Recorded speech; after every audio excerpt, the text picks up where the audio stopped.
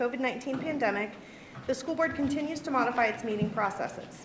The Educational Services facility is closed to the public, but the board meeting audio and video are being live streamed, allowing public viewing through our usual channels. Community members who wanted to make comments were asked to register in advance on the district website. Those who registered were called Monday evening, and their comments were recorded, limited to 3 minutes each. These comments will be replayed under the public comment section of the agenda. For added transparency, Ms. Escobar will be calling for the board's aye or nay votes for each item requiring a vote. As a point of clarification, we are scheduled to have a workshop today at 11 a.m. However, due to the number of commenters, we anticipate our school board meeting to run long. Therefore, we can either hold the workshop after the meeting is adjourned or reschedule to another date, and we'll make that decision depending on where we are in wrapping up the meeting. Ms. Escobar, roll call, please. Mrs. Belford? Present. Ms. McDougall? Present. Mrs. Descovich? Mr. Susan? Present. And Mrs. Campbell? Present. The board will hold a moment of silent reflection and invite the viewing audience to join us.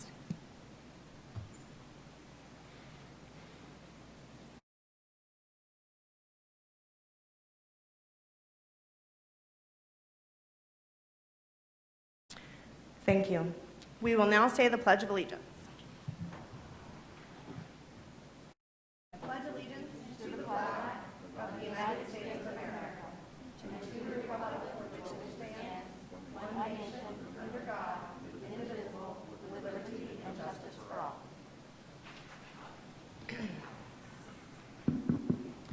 At this time, I want to offer my fellow board members and Dr. Mullins the opportunity to recognize students, staff, programs, and community members for the contributions afforded to Brevard Public Schools.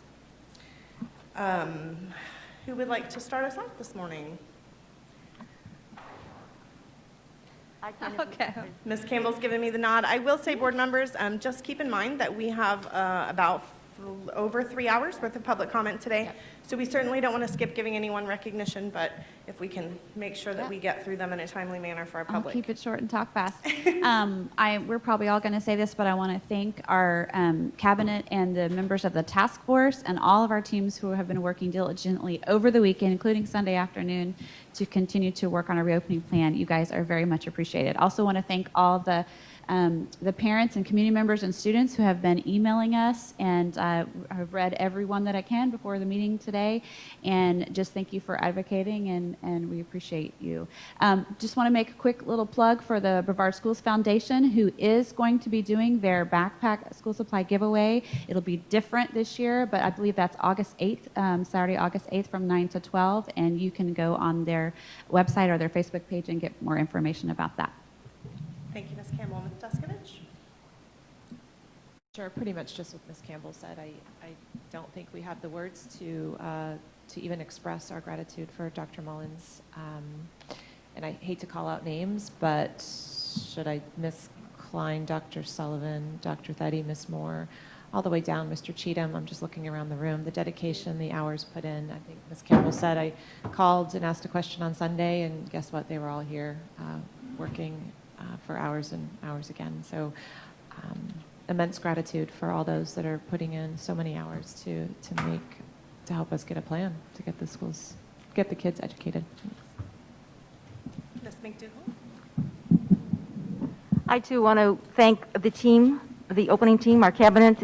It's amazing the hours that you put in. I know on Thursday we may have put in 11, but I bet you put in maybe close to 15 or maybe 18, even more. So thank you for all the hard work you do. I also want to give a shout out to our principals. Our principals are one of the most flexible people that we have right now. They're going to go with the flow. They're going to make it work. I've reached out to my secondary principals. I haven't quite talked to all my elementary yet, but they're amazing, and they're on board for whatever we decide here.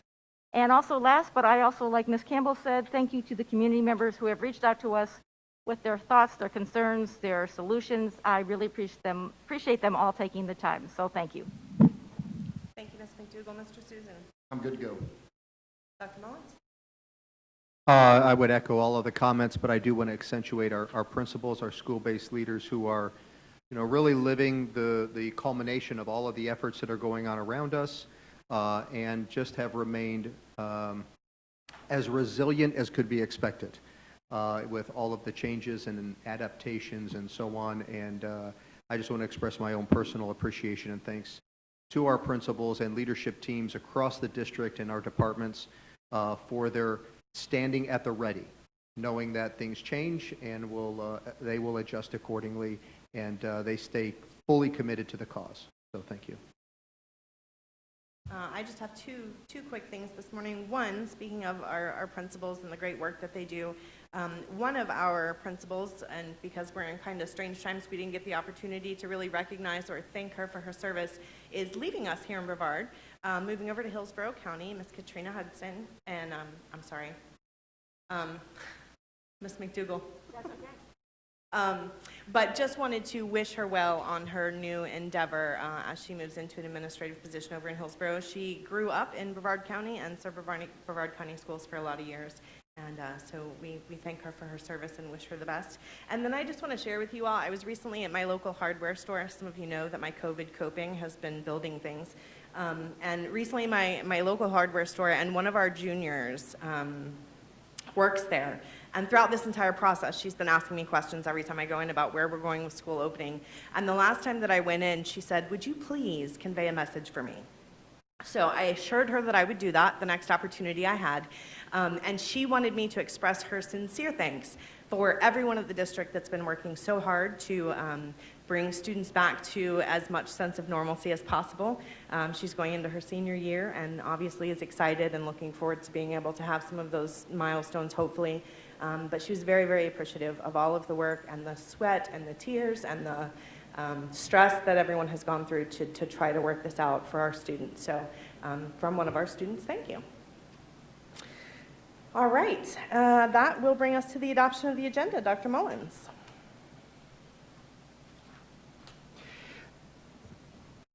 Ms. Belford and members of the board, on this morning's agenda, we have 1 administrative staff recommendation, 1 recognition, 18 consent items, and 7 action items. Changes made to the agenda since being released to the public on June 23rd are as follows. A7 on administrative staff recommendations received revisions. A presentation on school reopening was deleted, and action item G28 on district reopening plan was added in its place. Prior to the vote on the district reopening plan, I'll provide the board and viewing audience the proposed plan since the workshop last week. Thank you. What are the wishes of the board? Move to approve. Moved by Ms. McDougall, seconded by, was that Ms. Campbell? Ms. Descovich. Is there any discussion? Ms. Escobar, are you still calling votes? Yes? Okay. Aye. Mrs. McDougall? Aye. Mrs. Descovich? Mrs. Campbell? Aye. Mr. Susan? The motion passes 5-0. Dr. Mullins, will you please tell us about our administrative staff recommendations? There are 9 persons under this category for the board's consideration. What are the wishes of the board? Move to approve. Moved by Ms. Campbell, seconded by Ms. Descovich. Is there any discussion? Ms. Escobar, if you would please call the vote. Mrs. Belford? Aye. Mrs. McDougall? Aye. Mrs. Descovich? Mrs. Campbell? Aye. Mr. Susan? The motion passes 5-0. Dr. Mullins, will you please let us know about our recognition item? Yes, I am honored to inform the board and our viewing audience that for the 8th year in a row, our Procurement and Distribution Services department has earned the Florida Association of Public Procurement Officials 2020 Award of Excellence in Public Procurement. This prestigious award and program places emphasis on continuous process improvement and outstanding procurement practices. This prestigious award is earned only by those organizations that demonstrate excellence by obtaining a high score based on standardized criteria, which measures innovation, organization, professionalism, source selection, productivity, e-procurement, process improvements, and leadership attributes of the procurement organization. Brevard is one of only 18 agencies across Florida to receive this honor, and one of only 4 school districts in Florida. So I want to give my congratulations to the entire Procurement and Distribution Services Division or Department, and thank them for their great work. And I think The most recent evidence that you have heard of their great work has been echoed by our cabinet members as they have worked to procure and stay ahead of the supply chain and all of the materials and supplies we need for the coming school year. They not only have figured out how to negotiate best pricing, but also ensure we receive things in a timely manner. And their support and great work has just been invaluable to the team. Thank you. Thank you, Dr. Mullins, and many thanks to our procurement department. They have been phenomenal throughout this process. Okay, we are now at public comment. As indicated in my opening statement, persons wishing to comment were registered in advance on the district website and were then called and the comments recorded. We'll listen to the recorded messages at this time. Later on, we will be holding a public hearing for policies. If anyone called to address those policies, his or her comments would have been heard during this time as well. For information purposes, there were no public comments related to the policies for which we will be taking a vote later on. Okay, good evening, everyone. My name is Sue Han, and I'm the Assistant Superintendent for Facility Services for Brevard Public Schools. And as you know, in consideration of the current health and safety concerns during the COVID-19 emergency, guidance from the Centers for Disease Control and Prevention, as well as Executive Order 20-91 issued by Governor DeSantis, it has been necessary to modify our procedures for public comment. So tonight, your comments will be recorded, and we will play them back at the school board meeting tomorrow. Each speaker is limited to 3 minutes. Our moderator will keep track of your time and ask you to conclude your comments if you've reached 3 minutes. Keep in mind we had over 130 speakers registered tonight, so it may be a while before the moderator opens your microphone. Always keep in mind that reasonable decorum is expected at all times. Please keep your comments appropriate for our children who may be watching or listening from home. Before speaking, please state your name, the organization you represent, if any, and identify the topic you will be discussing. We won't be answering questions on tonight's call, but our staff will follow up with you if you have a question or need a response. So with that, let's start our public comment.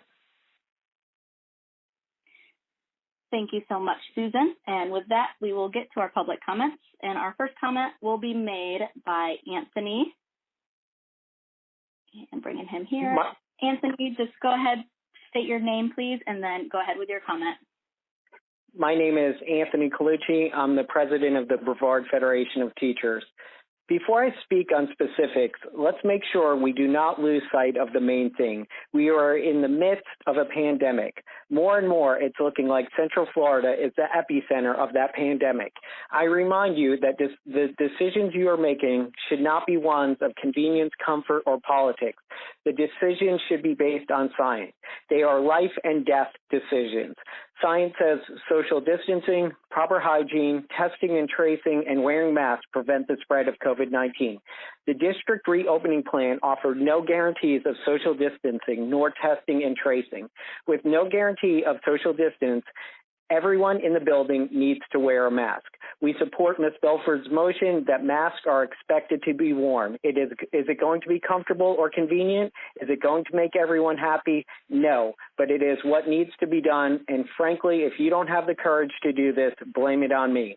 I will take the heat for you because it is the right decision for our district. Other areas where the district plan lacked are arrival, dismissal, and lunch times. I was shocked to see there were no plans to stagger students. We support Mr. Susan on temperature checks. While they are logistically difficult and imperfect, the idea that BPS isn't going to do them because only 50% of children get fever is outrageous. If we even caught a few of the cases, it would be worth the time and money. The district plan offers nothing for our high-risk employees, absolutely nothing. It is essential that our high-risk teachers have priority for virtual positions or e-learning. The plan does not clearly address quarantine requirements for teachers, but it seems that teachers might be required to quarantine for 30 or 40 days next year. The plan offers no clear-cut guidance on how long schools will be closed if there's a confirmed case. The plan did not go into enough detail about how our overworked and understaffed custodians will be able to meet the new cleaning demands. I also want to point out there's a lot of stake being put into a report done by the American Academy of Pediatrics. I hope you all saw a joint letter they released on July 10th along with the American Federation of Teachers, National Education Association, and the Superintendents Association. It reads, returning to school is important for the healthy development and well-being of school, but we must pursue reopening in a way that is safe for all students, teachers, and staff. science should drive decision-making on safely reopening schools. They go on to say schools in areas with high levels of COVID-19 community spread should not be compelled to reopen against the judgment of local experts. BFT is urging you to carefully consider if brick and mortar buildings are ready to reopen and bolster up your plan before you're putting staff and students in harm's way. Thank you.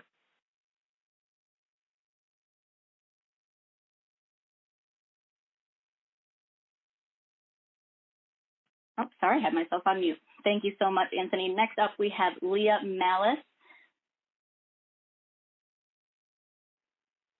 Leah, welcome to the call. Please state your name and go ahead. Thank you. My name is Leah Malice. I want to start by saying that I fully understand and do not envy the gravity of the decision that's been placed before you. The news has reported that each of you thought that the presented plan was safe. That said, I only have one question. I would like each school member to respond. Will you be sending your own children or grandchildren to a brick and mortar school this August? Thank you.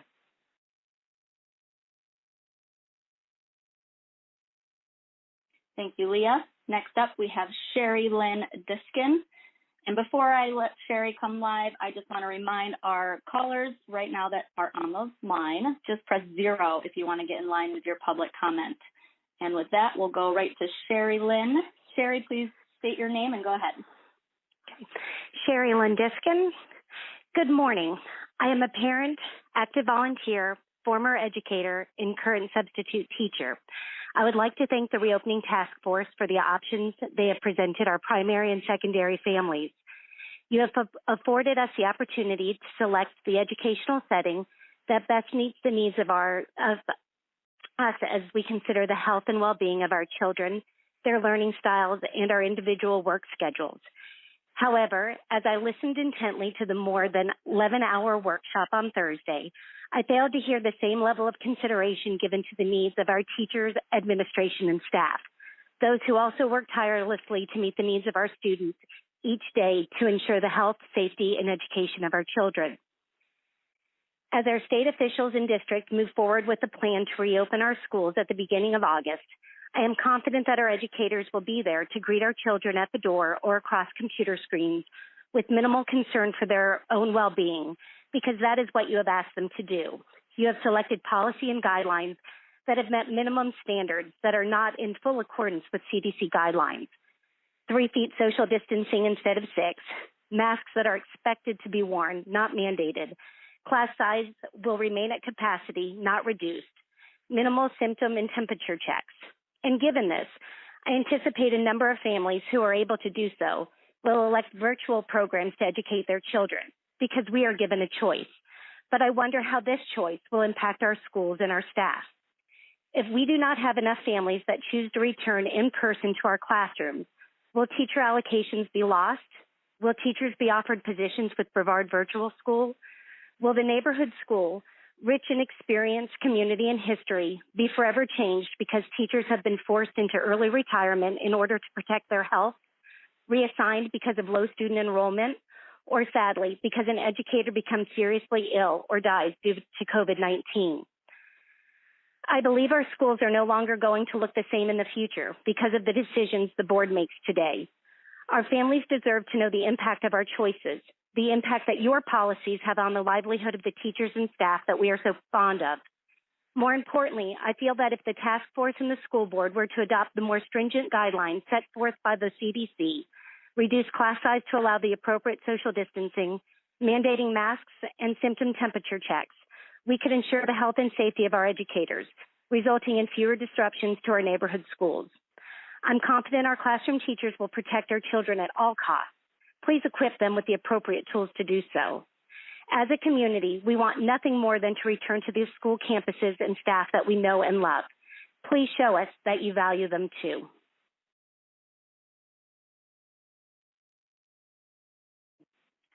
Thank you, Sherry Lynn.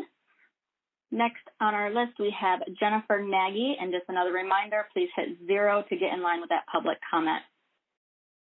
Jennifer, you're live. Please state your name and go ahead with your comment, please. Hello, my name's Jennifer Nagy. I would like to first thank Anthony Colucci and Sherry Lynn for their wonderful comments ahead of me. I'm a parent here of BPS students as well, and I'm imploring you to add time to prepare and safety precautions for the teachers and students. Teachers and staff need more paid planning days. Disney gave 2 months' notice to implement changes, but Brevard teachers and staff are only receiving 27 calendar days. The number of work days available for pre-planning are insufficient to implement all the necessary training and changes. District planners appear to have missed several opportunities of e-learning.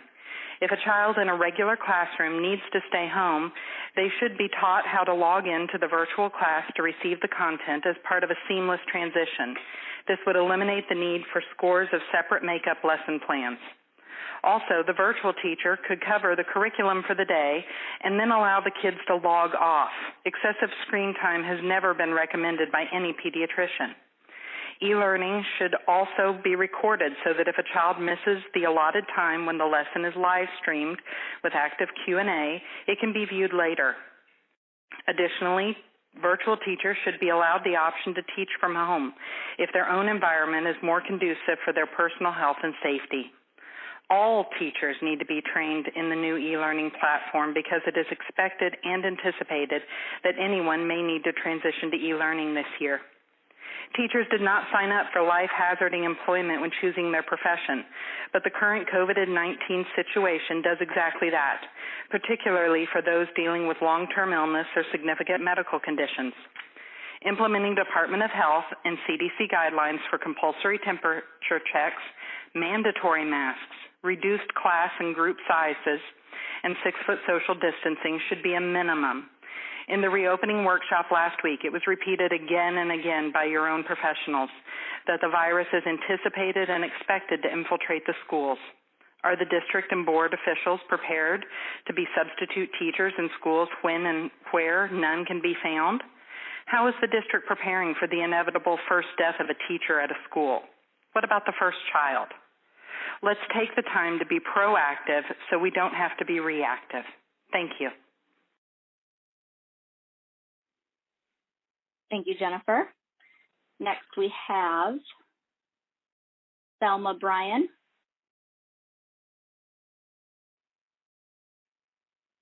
And Thelma, you're live. Please say your name and go ahead with your comment, please. And my comment concerns the safety of our students, our teachers, and all of our staff. I believe that wearing a mask should be mandatory for everybody at the school. Your reopening draft states students are expected to wear a mask. That leads me to believe that it's an option. They may or may not. And I believe this will be a mistake for our schools. Also, I'd like to suggest that teachers' desks and students' desks be mounted with plexiglass on them. This will add another layer of protection for all of those involved in our learning process. Thank you for the work you do. Thank you, Thelma. Next, we have Shane Winston. Shane, you're live. Please state your name and go ahead with your public comment, please. Hi, my name is Shane Winston, and I'm a rising 10th grader at West Shore Junior Senior High School. I'm a part of the WCPZ news program, Future Problem Solvers, and Troop 6034 of the West Shore Thespian.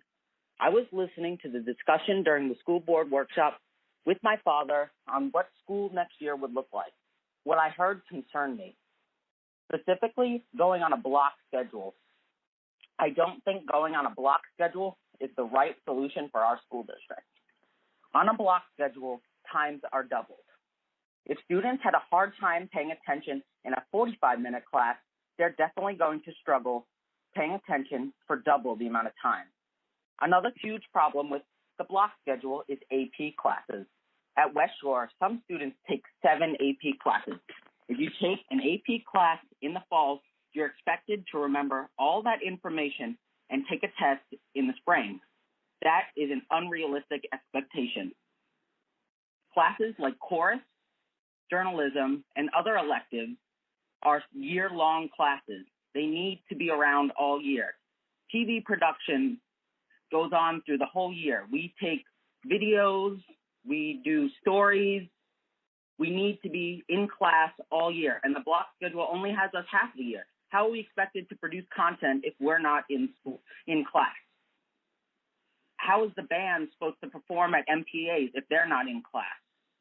COVID-19 is the reason that we're doing this. And I have a plan that'll prevent COVID-19 from spreading better than the block schedule. It's called the 3-2 modified schedule. In a 3-2 model, half the students at the school go to school on Monday, Wednesday, Friday, and the other half come Tuesday, Wednesday. And they will flip each week. This solution would make it easier to socially distance students and have teachers see the same amount as if they were seeing in a block schedule. In a class with 24 students, they would see 72 students in a day. And in the 3-2 model, they would also see 72 students, but they would only see 12 in a class instead of 24. The good thing about the 3-2 model is it's easy to transition if a school has to shut down due to COVID-19. Since students are already working remotely, they can just continue that from home. And teachers can also provide pen and paper alternatives for students who don't have computers when they're not home. Block schedule creates more problems than it solves. The 3-2 model is a better fit for our district. Thank you for listening to my comments. Thank you, Shane. Next public comment, we have Vanessa. Vanessa, you're live. Please state your name and go ahead. This is Vanessa Skipper, Vice President of the Brevard Federation of Teachers. The task put before district leadership to come up with a safe reopening plan for our brick and mortar schools is at best an extremely daunting one, and at worst an exercise in futility. I want to thank everyone on the district's reopening team for the hard work they've put into an impossible task. I know that every member on the district's reopening team has probably spent many sleepless nights trying to get this right. However, I don't believe this team was set up for success by our state government. First of all, the issue of a largely unfunded, tone-deaf executive order demanding that districts must open all brick-and-mortar schools is unconscionable. The order speaks of school boards, superintendents, and local departments of health having the capability to make the decision that's right for their county. However, it still seems as though you are all scared of making a decision to put off opening brick-and-mortar schools. We cannot let the fear of a bully stop us from doing what's right for our community. Secondly, while we know that face-to-face learning is optimal, we cannot support any plan that will expose students and teachers and the families and communities they love to illness or death. Academic challenges can be addressed. A lost life cannot. Every educator wants to get back to in-person instruction as soon as it is safe to do so. Reopening schools prematurely and without the proper plan, resources, and safety precautions will only exacerbate the spread of the virus, jeopardize public health, and ultimately cause longer closures. Furthermore, teachers, parents, and students deserve access to the safety plans for their school sites. Saying administrators are developing plans isn't good enough. All stakeholders should know what life inside the schoolhouse will look like from the minute campus opens until it closes for the day, with specific procedures in place prior to a parent making a decision to enroll their child virtually or in person. In addition, there is currently no flow chart that indicates who would need to be tested and who wouldn't. There is no information regarding students and staff being retested to ensure they are no longer at risk of infecting others. Consequently, it is vital that staff members know if they were exposed so they can get tested and quarantined if necessary. It is also important that faculty and staff are considered essential personnel and have access to rapid testing results. There are still so many unanswered questions about school campus issues, such as making sure every campus has a full-time nurse, how schools are going to address crowds at arrival and dismissal times, and during secondary class changes. Our custodians are already understaffed and underpaid, so how is the district going to address proper sanitation of all schools if we're not even fully hired in that area? As we return to the bargaining table this week, I am hopeful that we do so empowered by a decision by this board to delay our return to brick-and-mortar schools until all schools are able to open safely with no question unanswered. Thank you. Thank you, Vanessa. Next, we will hear from Tracy. Tracy, you're live. Please state your name and go ahead. Hi, I am Tracy Thompson, a parent in Rockledge. I am speaking regarding the lack of distance learning options for ESD students. First, for the safety of our children, teachers, administrators, and staff, I believe that the majority of students in the district should be taught through distance learning. There are some students who have parents as essential workers, limited Wi-Fi, or limited support at home, and it is understandable that these students need to be physically in school. The least number of children we can have in person, the safer will be for everyone.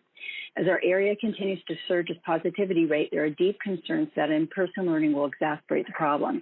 We also should be postponing the opening of schools until after Labor Day to give the community the ability to stop the spread and schools more time to implement the district's plans and policies to keep the opening of schools from becoming a super spreader event. Now, I have two sons with autism and cognitive disabilities. My oldest will be a junior this year, and my youngest will be a freshman. The oldest is in general education courses, and his younger brother will be in the supported classroom. They both are under access points. My youngest does have a health plan due to his epilepsy. The last couple of years have been rough, and he just started getting his seizures under control in April. I have an autoimmune disease.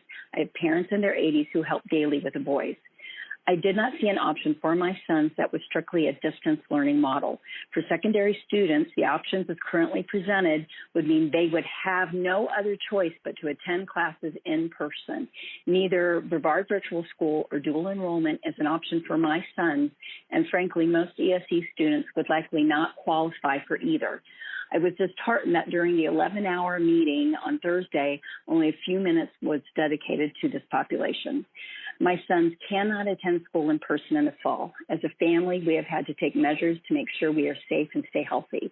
My health issues put me at extreme risk for complications. My parents are in great health, but age is a major risk factor. I have concerns with my son's seizures. He will not wear a mask, and social distancing would be exceedingly difficult for him and difficult to implement due to the amount of help he needs. I understand that the district may say we will work with families on a case-by-case basis, but there needs to be something firmer in the plan about what that means. RHS may be willing to work with us, but if students like my sons at another school are told that there's nothing can be done, what happens to them? A distance learning option needs to be placed in the plan for ESD students who do not qualify for Brevard Virtual School or dual enrollment. Other students have this option, and ours should too, and it is important that it be stated in the unofficial plan. I am grateful for all the incredible work everyone is doing during this stressful time and would like to know what option will be created for these students. Thank you.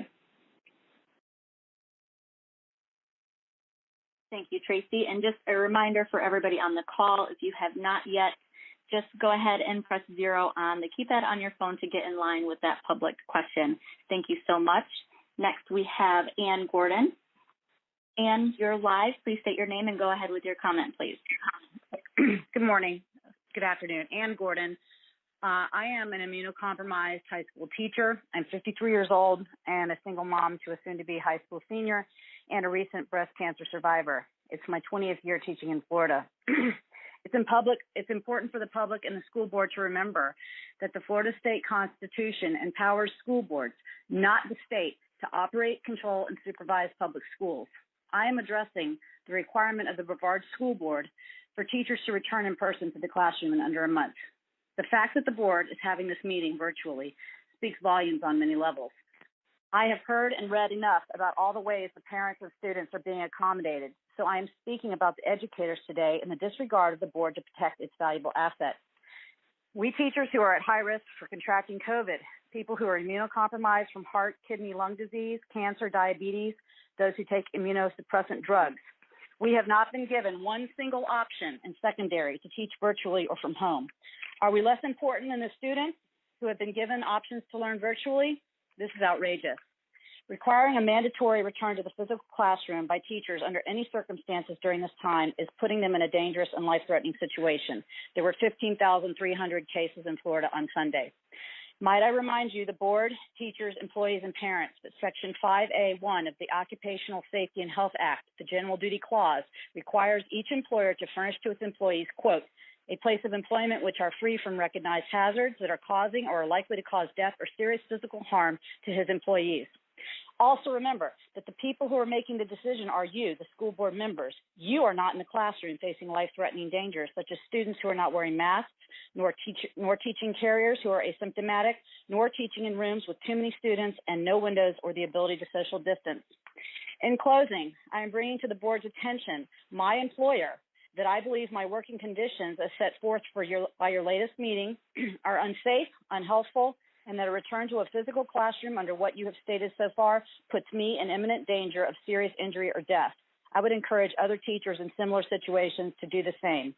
We should not have to choose between our life and our love of teaching. I should not have to beat cancer only to be put in another life-threatening situation. Would you do this to your loved one? Thank you. Thank you, Anne. Next, we'll hear from Taylor. Taylor, you're live with us. Please state your full name and go ahead, please. Hi, my name is Taylor Grossi. This will be my second year teaching, and I teach middle school art here in Brevard. I really love my job. I love my school, my students, and helping them build skills and learn things about becoming creative problem solvers and independent thinkers. But as much as I want to be excited about those things for this year, I'm not. Truthfully, I'm terrified. I'm worried about what the day-to-day will really be like. I'm worried about the inevitable losses we'll suffer as classes, schools, communities, and as a county. I'm worried about how we're not addressing how scary this is for everybody involved. But one thing I haven't heard much about that particularly concerns me is how BPS plans on taking care of faculty and staff in the long term. What does the COVID-19 leave look like? Will it provide for the unknown after effects of the virus? Will we be expected to take unpaid leave if we've developed long-lasting health issues from contracting a virus in our place of work? And furthermore, what happens if a faculty or staff member dies? Where will BPS find replacements for us when we had over 70 openings across the county during a normal year? How will our absences affect our students and colleagues? I know everyone is craving normalcy, especially our students, but unfortunately, normal isn't really an option considering the skyrocketing number of COVID cases in our state. Are we really willing to risk or sacrifice people's health and lives to try to return to normal only to find that it causes deep trauma, loss, emotional turmoil, and further delay to that normalcy that we're all longing for? I have many more worries and not enough time to address them all, but I'll end with one final question. What are faculty, staff, student, and families' lives worth to you? Thank you. Thank you, Taylor. Next, we'll hear from Kimberly. Kimberly, you're live with us. Please state your name and go ahead, please. Thank you. My name is Kimberly Whiting. I'm a parent of 2 students at Edgewood Junior Senior High, and I've worked for over the past 5 years as a substitute teacher and recently pursued my certification to teach social studies to the secondary grade levels.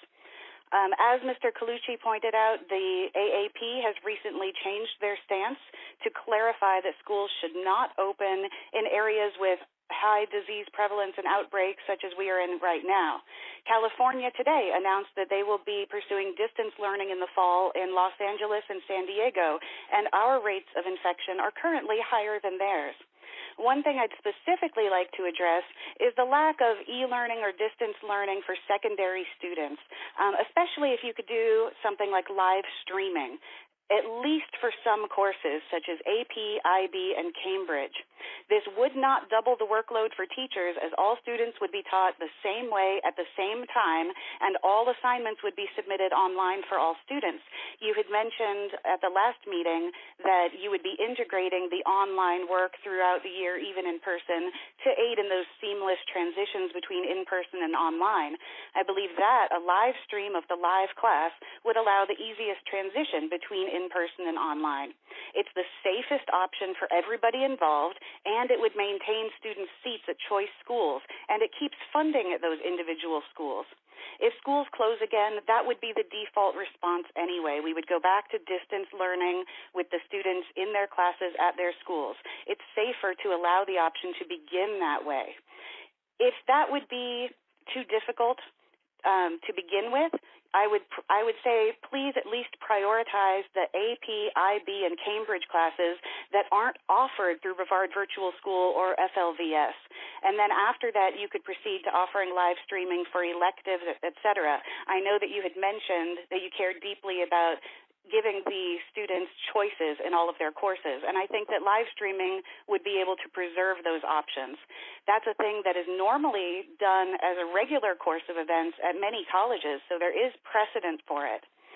Also, if you don't pursue live streaming, it would be nice if you would at least allow an exception for school choice spots to be held for students who choose online learning. I'm personally immunocompromised, and I don't think it's fair for my children to choose between an education at an excellent school that they love and possibly threatening the life of their own mother. Furthermore, I'd appreciate if you would require masks. Studies have shown that at least 80% of the people need to be required to wear masks for them to be efficient, for efficacy. Will my students be allowed to eat lunch outside, for example? Will they be allowed to wear face shields, or would that be considered a hat? There are some basic safety issues that I'm not sure have been adequately addressed. Everybody needs to be wearing a mask, or we're not ready to reopen schools. I would really like it if we could exclude all students showing possible symptoms of COVID. You talked at length about students with a sore throat or runny nose due to allergies. Could we require at least those students to wear masks if they're potentially symptomatic? If 50% of cases could be avoided by treating all potential COVID cases as COVID, I don't see a sufficient rationale to not do that. Kimberly, I'm so sorry to cut you off here, but you are going just a little over that 3-minute mark. So if you could just finish up your comment, we would really appreciate it. Thank you so much. Sure. My last comment was I was concerned that teachers were not being given adequate time to quarantine as needed. I saw that they were only getting 10 days of CARES Act funding provided, and I'd like to make sure that teachers are able to do what's in the best interest of everybody for safety. Thank you so much for giving me the opportunity to comment, and I hope that I wish you well in making this difficult decision. Thank you so much, Kimberly. We appreciate it. And I'm just going to remind any callers that may have possibly dropped off the call and are just rejoining us, just to go ahead and hit 0 again, just to get back in line with your public comment, please. Next, we're going to go to Kimberly Shamper. Sorry about pronunciation. Not my greatest strong suit here, so bear with me. That's okay. Kimberly, go ahead. Please state your name. That's and okay. then go ahead. My name is Kimberly Shamper. You had actually pronounced it very correct. I have students in Roy Allen. I have my 2 sons and my 2 nieces. All 4 of them are special needs. They're either SES students or they have 504s. Our major concern is that it is going to be very difficult for them to wear a mask all day. It is also going to be very difficult. 2 of our students are very touchy. They need almost like they get hugs and stuff from their teachers when they're doing well, and these are things that are going to be very difficult for them. Staying 6 feet away from other people is going to be difficult for them. We have an elderly person in our home that has, immunity deficiencies. We have a toddler who is 2 that has to sleep with a CPAP machine, and we have a lot of health concerns at home. So, it's just very concerning about reopening so soon. And we've heard a lot about, taking special education funding away. We're not sure if that's actually happening or not, but, it's just, we really wish that things would be at least delayed if we can't go back to the way that they were doing them at the end of last school year. And I think that about wraps up my comment. Like I said, mine is that I just really wish that we could see more for the special education, special needs students. All right. Thank you so much, Kimberly. Next, we will hear from McKaylee. McKaylee, you are live. Please state your name and go ahead. Hi, my name is McKaylee Clark, and I have been a part of Brevard County Schools for nearly 20 years. And that's not an exaggeration. I went to elementary school at Atlantis. I graduated from Edgewood. I did all of my student teaching in Brevard County, and my entire family has been in Brevard County for 20 years. And now I am one of your teachers. I started in August of 2019 and ended in May in the middle of a pandemic when our numbers were low. So why, pray tell, would you have us reopen when our numbers have suddenly skyrocketed, making us the global epicenter? Is this a joke to you guys? I'm really curious. Reopening schools as of August is dangerous, reckless, and an irresponsible move on your part. Your plan does not mandate anything. Your plan does not allow for actual safety measures. You have done the bare minimum to protect students and staff, and it will not be enough. If you cannot ensure that I have school supplies in my classroom, how can I trust you to provide me with the proper sanitation tools needed to protect myself and my children? Betsy DeVos, our Secretary of Education, says that only 0.02% of students will die if they go back to school. And I'm sorry, that's 0.02% too many. By opening schools early, not only do we run the risk of students passing this illness onto others within their community, but you also run the risk of them contracting it themselves. And risking student lives is inhumane and reprehensible. E-learning is less than ideal. I understand, but it is what we need to do. Our teachers have proved that we can overcome and adapt if given the opportunity, but you are not giving us the chance to overcome and adapt. Instead, you're asking us to risk our lives as well as the lives of our loved ones and our students. You won't meet in person or allow public comments in person, so why would you put everyone in a place if you're afraid to have people come talk to you in person yourself? All of this boils down to a phrase that I have been seeing a lot everywhere. I don't know how to make you care about other people, but you need to do so because human lives are not political. And the federal government cannot force you to stay open. They cannot bully you into making people go back and risk their lives. My mother just started an office clerk job in Brevard County, who she's been volunteering with for 20 years. And you want to risk her life. You want to risk our custodians, our bus drivers, our cafeteria workers, our administrators, our students, and our staff. But you won't let us try e-learning. You're not giving us the safety procedures we need. You need to do better because I love living in Brevard County and I love working for Brevard County. But you are not putting us first and you are not proving that you care about your teachers and your students. Thank you. Thank you, McKaylee. Next, we'll hear from Stephen. Stephen, you're live. Go ahead and state your name and go ahead with your public comment, please. Thank you. My name is Stephen Ulrich. I'm calling about the use of masks when the schools reopen. If we are going to have the schools open, we have a daughter who is homeschooled. She has respiratory issues. We have 4 high school-aged children who will be returning to school, and we don't want them to be exposed to any unnecessary risks at the school. So we would like for the mask wearing to be mandatory for all students and staff at all times. Not only for the health of our children, but for all the students and staff at the schools as well. FOVS was tried in the spring of last year, and it did not work for our children. They were unmotivated. They just did not get the same sort of education as they do in class. So we like that the CDC guidelines be adhered to and that the mandatory use of masks be implemented at all times. Thank you. Thank you, Stephen. Next, we have Margaret. Margaret, you are live. Please say your name. Go ahead. Hi there, it's Margaret Fleming. I am a Brevard County Public School teacher. I'm a third-generation teacher, and this is my 10th year of teaching. I listened at length as much as I could with toddlers in the household to the meeting the other day, and I was disappointed to see that there were not certain security measures being put in place to try and, I should say safety measures being put in place to try and keep us safe. I believe at this time schools should be delayed to allow time for teachers to adequately plan for reopening. All kids and teachers should be required to wear a mask instead of it saying strongly suggested. It was referenced the 3-foot rule according to the American Pediatrics.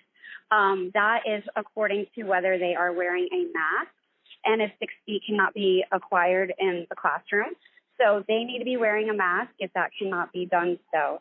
There needs to be class size caps. I'm an elected teacher and I often have over 30 children in my classroom. I need to make sure that there are caps in place so that I am not teaching large classes. there needs to be proof of negative COVID testing before children come back to school in the fall, the same as if we have to provide proof of vaccination.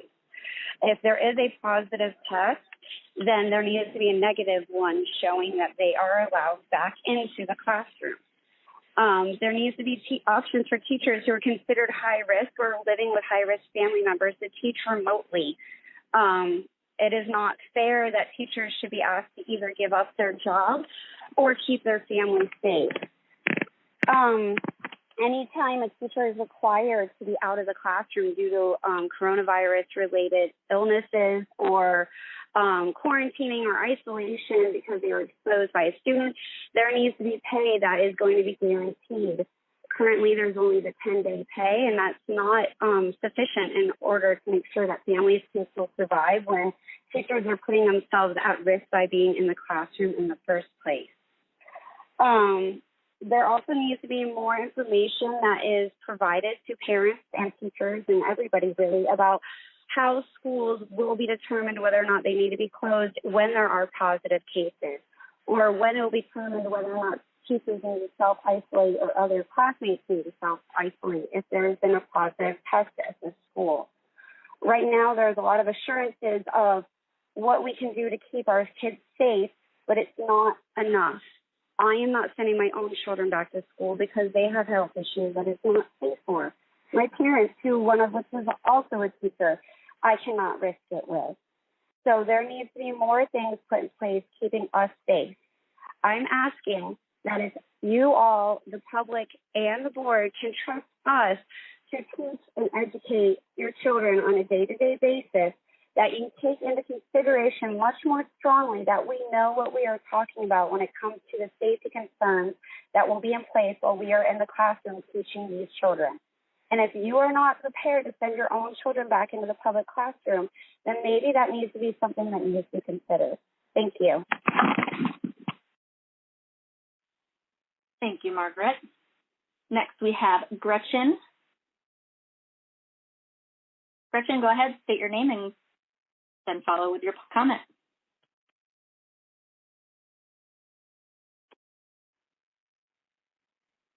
Gretchen, can you hear us? Yes, I'm sorry. I had you on mute. Go ahead. Okay, thank you. My name is Gretchen Campbell, and I'm the parent of a rising junior at Mel High. My son is in the IB program, and I'm very concerned because the current proposal does not allow or enable juniors and seniors in the IB program to stay in the program and be safe. At this point, his only choice is to go to school in person 5 days a week or drop out of his program. If he drops out, he not only loses all the hard work he has put into the program, but he will also have to pick up 3 to 5 additional courses outside the realm of what is required in order to graduate with a non-IB diploma.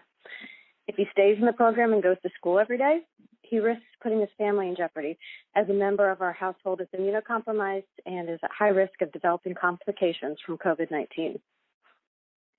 I ask you to please offer IB and similar students the option of distance learning via live streaming through Mel High. IB through the virtual school is not an option for Mel High students. E-learning and live streaming would resolve so much from allowing students to remain safe while continuing their special programs to an easier transition to online learning should the schools need to be shut down or quarantined in the event of an even greater outbreak. I also ask you to please require every person on school campus to wear a mask. It's important that this is not a requirement. For the safety of every student and staff member and their families, as well as the community at large, this should be mandated. Thank you. Thank you, Gretchen. Next, we have Sophia. Sophia, please state your name and go ahead. Hello, my name is Sophia Bailey, and I'm a rising junior at West Shore Junior Senior High School. After talking to my fellow peers, I took note of common concerns that arose regarding the proposed block schedule from the last school board meeting. At my school, advanced placement courses are the primary source of academic acceleration. College Board organizes a designated exam date for all AP courses in May. In the case of having 4 classes per semester, we would need a way for students to complete their exams at a timely manner following the end of their course. I propose that for the block schedule, there should be AP testing dates available in December for students to complete. This would mean contacting College Board to find alternatives to May testing. Seeing as College Board works internationally, I would hope that it would provide alternative testing dates and platforms for this school year, given the circumstances. But our school board needs to be sure. Also, course selection sheets were submitted electronically by our student body in May. Our guidance counselors worked tirelessly all summer long to the best of their ability to create schedules that appease our students. However, with an added 8th class and the sudden proposal of a 4-class semester, some courses that require year-round instructional time, such as yearbook, music classes, news magazine, TV production, and so forth, may need to be incorporated into both semesters for students. I propose that with the addition of an 8th class in this block schedule, students should be able to submit to their schools the course that they would like to have all year round, with special consideration given to electives. Finally, the social implications of a block schedule are concerning, seen as students struggle to maintain attention for 49 minutes, let alone 90 minutes, and teachers will be tasked with covering material at a faster rate. How do we plan on supporting our teachers as they rapidly adjust to the condensed time frame they have to cover material while also battling the lengthier class period? Aside from the instructional aspect of reopening schools, how will student conduct be enforced in regard to upholding social distancing measures and following CDC guidelines? I am a proponent for mandatory masks. However, will there be consequences for students who don't take the guidelines seriously and invade the space or wishes of others? I wish to see a thorough virtual plan developed for students and teachers who do not feel safe returning to campuses without having to resort to Florida virtual and therefore lose their role as a student or educator at their respective school. Thank you. Thank you, Sophia. Next, we'll hear from Tracy. Tracy, you're live. Go ahead with your name and your public comment, please. Hi, I'm Tracy Hardy. I am a parent and a teacher for Brevard Schools. And I wanted to start by first acknowledging the magnitude of the job that you were strong-armed into doing by the Florida governor and the education chair.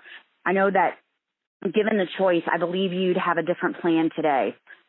I also want to say that I believe had current classroom teachers been on the reopening committee, not only principals or district personnel that haven't been in a classroom for 20 years, we could have provided valuable insight into how your plan would actually work in our classrooms. With that being said, I want to suggest we follow the governor's analogy and treat schools like a trip to Home Depot or Walmart. The state has said that we only need to be open 5 days a week, but it didn't say how long. Can we not consider a plan, at least for first semester, that cuts the hours that we are actually at school? Why does it need to be the full 7? A mixture of online and in-person for all students could also work. Involving teachers in the conversation could help you figure this out. You need to be considering the immunocompromised teachers deciding right now to make the jump to online teaching, and then how you plan to address the teacher shortage that I am telling you with personal knowledge you will be facing. However, if you are dead set on going full throttle, then I suggest for at least first semester, we get in and get out. There should be no after school anything, no clubs, no sports, no games. All meetings should be held virtually. If elementary school students cannot play on the playground, secondary school students should not be staying late for Jedi Club. Teachers are often guilted into taking on these extra roles, but apparently we should treat school like a trip to the store. Get what you need, get home, sanitize, no lingering. I know it will not be popular to cut sports, but I also know that core students will not be able to hold class indoors this year. How is it fair that a class full of 28 core students must have class outside in the Florida heat every day, but basketball practice will continue in the gym? How is it okay that football players exchanging bodily fluids as they tackle one another safer than singing indoors or playing on a playground? I know parents want it all, and being that it is an election year, you want to give it to them. But unfortunately, we are in the middle of a pandemic. It is just not equitable to do everything this year. And listen, I don't always go to Walmart, but when I do, it isn't to conduct a meeting with 50 kids about the next spring break trip or chest bump my sweaty body on my buddy after a great play. I get essentials and I go home. The governor, in his own words, suggests we all do the same. Thanks. Thank you, Tracy. And just another quick reminder here that if you haven't already, please press 0 on the keypad of your phone to get in line with your public comment, only if you haven't done that already. Thank you so much. Next, we'll hear from Devin. My name is Devin Van. I am a parent, volunteer, and PTO board member. I am grateful for the diligence with which the reopening task force has approached the impossible task of trying to safely open schools during a pandemic. This virus has laid bare the cracks that have plagued our schools for far too long. Our schools are expected to perform a myriad of tasks: educating, supervising, feeding, health screening, counseling, and safety checking, to name just a few, all the while facing a shrinking budget. So it's not altogether surprising that federal and state leaders are saddling you and our schools with the crazy notion that staff and students can return safely in 27 days, even while Brevard County's numbers surge and our positivity rate is at over 5%.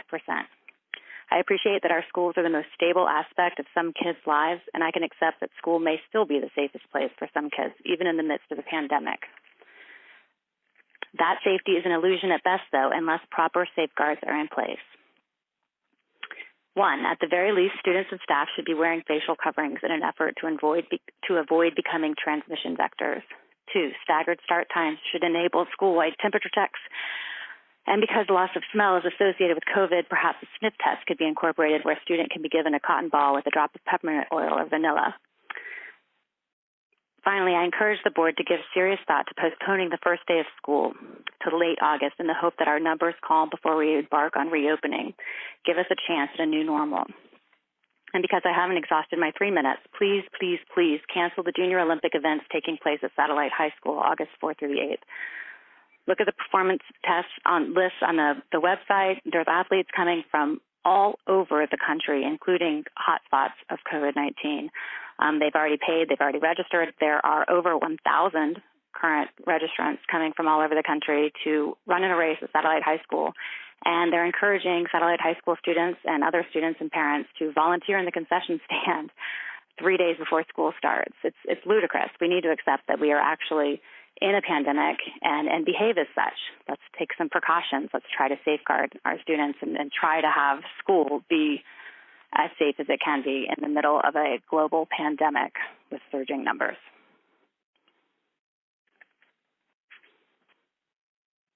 All right. Thank you so much, Devin. Next, we will hear from Anushka. Anushka, please just state your full name before you start. Hello, my name is Anushka, and I'm speaking on behalf of Melbourne High School's IB students. The virtual options you have provided for students who are uncomfortable going back to a brick-and-mortar school are BVS or EFSC dual enrollment, both of which do not offer the IB curriculum. The IB online courses through Pomoja Education are not a possibility for us. They do not include IB science or history classes, which is a graduation requirement for the diploma. Therefore, students in IB and other specialized programs such as ACE and Cambridge, who for health reasons cannot attend a brick-and-mortar school, are left without an option. With Florida being the new epicenter of the coronavirus, leaving families with no virtual option is unethical. If IB seniors choose to leave the program for Brevard Virtual School, they would have to meet all other state graduation requirements that are exempt for IB. This can mean taking up to 5 additional academic classes in such short notice. If IB juniors want to leave IB for BVS, they would have to give up their spot. However, if there was an e-learning option through one's own school, similar to the plan offered to Brevard's elementary schools and in other counties across Florida, students in these programs would be able to continue their education without having to withdraw from their program and or school. The school system already has the capability to use programs such as Google Hangouts or Microsoft Teams in order to conduct class virtually every day. An option like this will also cover schools that face outbreaks throughout the year. Likewise, when the threat of the pandemic is over, these students would want to return to their school. They can do so easily and still be in their selected classes. There is no guarantee that there will be availability in the student-selected classes when transferring from Brevard Virtual. We have created a petition for this virtual option, and in 3 days, we have been able to get over 380 signatures. That is 380 parents, teachers, and students wanting their voices to be heard. I would like to remind you that IB students need a viable virtual option, as one student has commented on the petition saying, I'm an IB student at Melbourne High School who is at high risk for COVID due to my asthma. But with the current options, I would be unable to complete my IB diploma without putting myself at risk. Another comment from a concerned parent states, my son is an IB at Mel High, so we currently have to choose between maintaining his advanced academic track and our family's health. It's an unfair and unnecessary choice when virtual learning is a viable option. Thank you so much. Thank you so much. Next, we will hear from Lisa. Lisa, please just state your name before you start. Thank you. My name is Lisa Emmerich Parker, and I'm a Brevard County teacher. Schools in areas with high levels of COVID-19 community spread should not be compelled to reopen against the judgment of experts. Just yesterday on the Today Show, they explored how countries were successfully reopening their schools. And European countries like Germany and Denmark reopened only after viral transmission rates were under control. States like Texas, Ohio, Utah, Pennsylvania, Massachusetts, and now New York City have already mandated masks in schools for everyone over the age of 2 years of age as part of the dress code. The 6-foot rule, being outdoors, washing hands, smaller classes, these are being implemented worldwide. But I don't feel as though we're even ready yet until the rate of viral transmission declines and is under control. And it was just announced, NBC News, that in California, the two largest school districts, LA and San Diego, announced that all classes will begin online only in the fall. So they will only have online classes in the fall in order to protect students and staff. Schools are held accountable, and their success is measured by data. The data on COVID says that it's not time to reopen yet. Thank you. Thank you so much, Lisa. Next, we have Declan. Declan, just please state your full name before you start. Hi there, I'm Declan Gardner. I'm a rising 10th grade student at West Shore Junior Senior High School, and I appreciate what's been done so far by the school board, but I do have problems with the block schedule. When I sign up for a class, this is going to be the only time that I get an opportunity to take it, such as AP Digital Art. And an opportunity like this, I want all year to be able to do it instead of just one semester. And I think that this whole block schedule would take that away from us. Additionally, I don't think that it's safe to send kids back to school at all, because masks or no masks, there will be thousands of kids put in the same rooms, switching throughout the day, so we'll all come in contact with each other. And I think that there are going to be thousands of kids that end up getting the virus, and then the school board is going to be held accountable for it. And I think that pretty much sums up what I have to say. I just personally don't feel safe. Thank you. Thank you, Declan. Next, we'll hear from Kathy. Same thing, Kathy. Just please state your name before you start. Yes. My name is Kathy West. I would like to speak on behalf of subs. We were told back in January when we all went to Tallahassee that all employees would receive a 10% raise. That hasn't happened. We have not received any bonuses, no raises, and needless to say, we all subs now feel like the redheaded stepchild. We deserve raises and not just praise. I would suggest that if we were to go back to school in August, that all employees should be receiving hazard pay as a result of the COVID-19. And that concludes my announcement. Thank you so much, Kathy. Next, we have Tamara. Tamara, same thing. Your full name, please, before you start. Yeah, hi, this is Tamara Doring. I am a high school teacher at Heritage High School, and you're probably going to have to cut me off. I don't have a timer on, and I don't have my notes, so I'm going to be winging it because I am COVID positive, tested a week ago, have had it for almost 2 weeks now, and my husband has it as well, and today we had to take him to emergency urgent care. So I am currently pulled over in a parking lot after getting his medicine. So my concerns are that we're opening it all. I feel that we're not taking into account the major risks that are involved here for our teachers and then the families of our students. The idea that we don't have masks as mandatory is absolutely absurd, and I feel like it's completely political. To clarify what that looks like for me, my husband got COVID from working in a classroom-sized environment with 4 people over 3 days and 8 hours. They had masks the entire time and used hand sanitizer except for about the half hour that they took the mask off to eat lunch. So this is giving me a pretty good idea of what the scenario might be in our classrooms. I can't fathom how we're deciding to open schools when we are in the middle of, like, we're the epicenter of the world for this pandemic right now. It makes no sense to me. All of the complaints that we're hearing or the suggestions about why we need to go back to school, I totally believe that. I'm so supportive of all the parents for those reasons.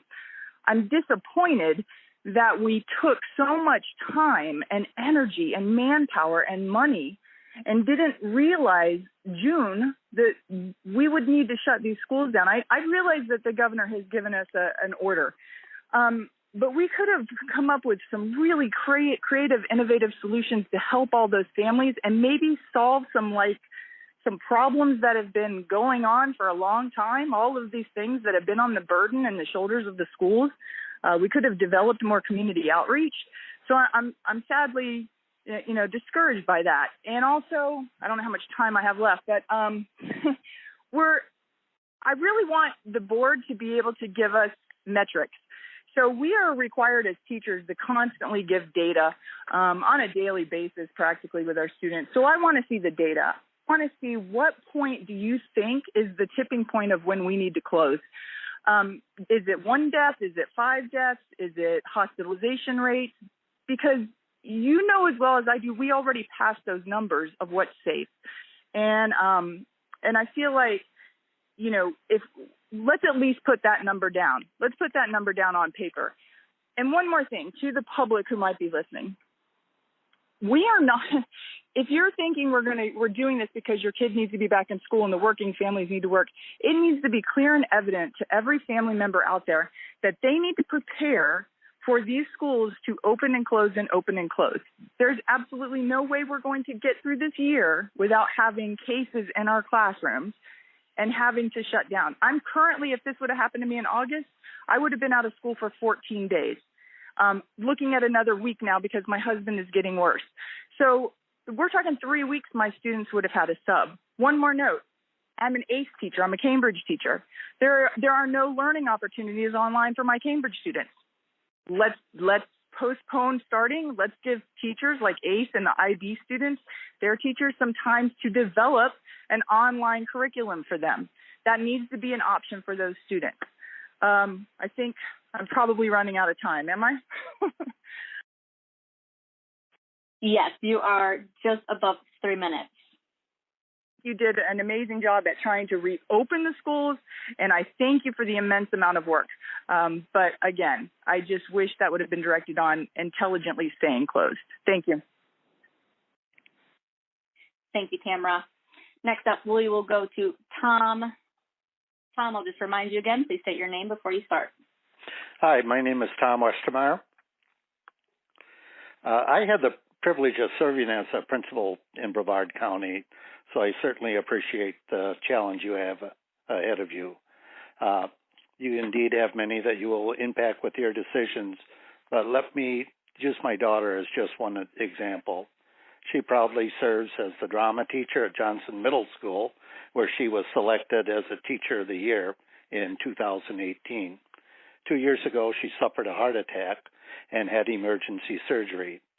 She is considered to be in the high-risk category for COVID exposure, and her cardiologist told her to take the most stringent cautions and restrictions during the pandemic, since contracting the virus could have dire consequences. Add to this that she visits with us often, and we follow restrictions since my wife and son have also had multiple heart attacks and surgeries, plus my 94-year-old mother-in-law lives with us who has multiple health issues. I'm certain if you sought out medical specialists, you would discover that they would recommend the most stringent restrictions possible to protect the health and safety of their high-risk patients. Experts on both sides of the virus emphasize how predictable this virus is, and details change often. Your challenge is daunting to protect the health and safety of 5,000 teachers and 9,000 other staff. Of course, our most important resource, our children, should be the primary concern. Like the general population, we have learned that children as a group at the start of the pandemic had a low probability of infection. But now that number has increased to even include death and issues like Kawasaki disease.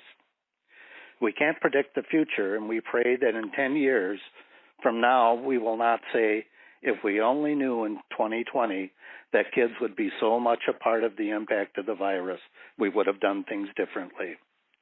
I do have grave concerns about opening schools too quickly, especially when we look at the current patterns and numbers of infection. I honestly see the goal to open as a political edict that requires more time to formulate a quality plan. Do we need to reopen schools? Absolutely, but not at the expense of satisfying an abrupt mandate from sources outside our community. Personally, I think at a minimum, we need to include guidelines like social distancing, masks, which you know is a challenging issue. My preference would be required, which is allowed, mask, which is now becoming common in Florida communities and throughout the country. I'm not a proponent of terms like recommended, encouraged, expected, because they are permissive and will create inconsistency. Moving the reopening until like September, for example, will give you the time to not feel the restraint of time and perhaps also to give an opportunity for the numbers to cool down. Reopening schools systematically, carefully, and safely is more crucial than quickly. I encourage you to also utilize the skills and compassion of our dedicated teachers in the planning process, and ask you to be careful of those outside the community and the profession who consider opening schools equivalent to reopening Home Depot and Walmart. Let's just make sure our planning process does not turn into an action that results in a ready, fire, aim approach. Thank you for your time. Thank you, Tom. I'm just going to do a quick reminder here again. If you had dropped on the call, just go ahead and press 0 on your phone to get back in line with your public comment. And if you haven't already, please also do that. Thank you so much. Next, we will go to Erin. Erin, please just state your name and go ahead. Hello, my name is Erin Dunn, and I am a Brevard County teacher and parent of a rising fourth grader. Dr. Mullins, Brevard Public Schools leadership team, and members of the school board. Let me begin by thanking you all for the immense amount of work you have put into preparing for the beginning of a new school year. The work was apparent in the discussions during last Thursday's school board workshop, which I watched in its entirety, as I wanted to have all of the facts about the return to school in August. With that being said, let me address my overarching concern. You all have made a pledge to open Brevard Public Schools safely for students and staff this fall.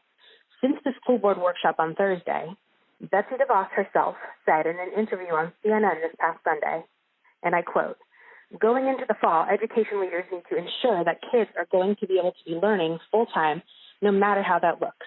If they're in an area with high incidence of virus, then they need to be learning remotely full-time." That's us, folks. We are the area with high incidence of virus. You need to know that I am facing the process of returning to work as a Brevard Public Schools elementary activity teacher and teaching every child in the school weekly.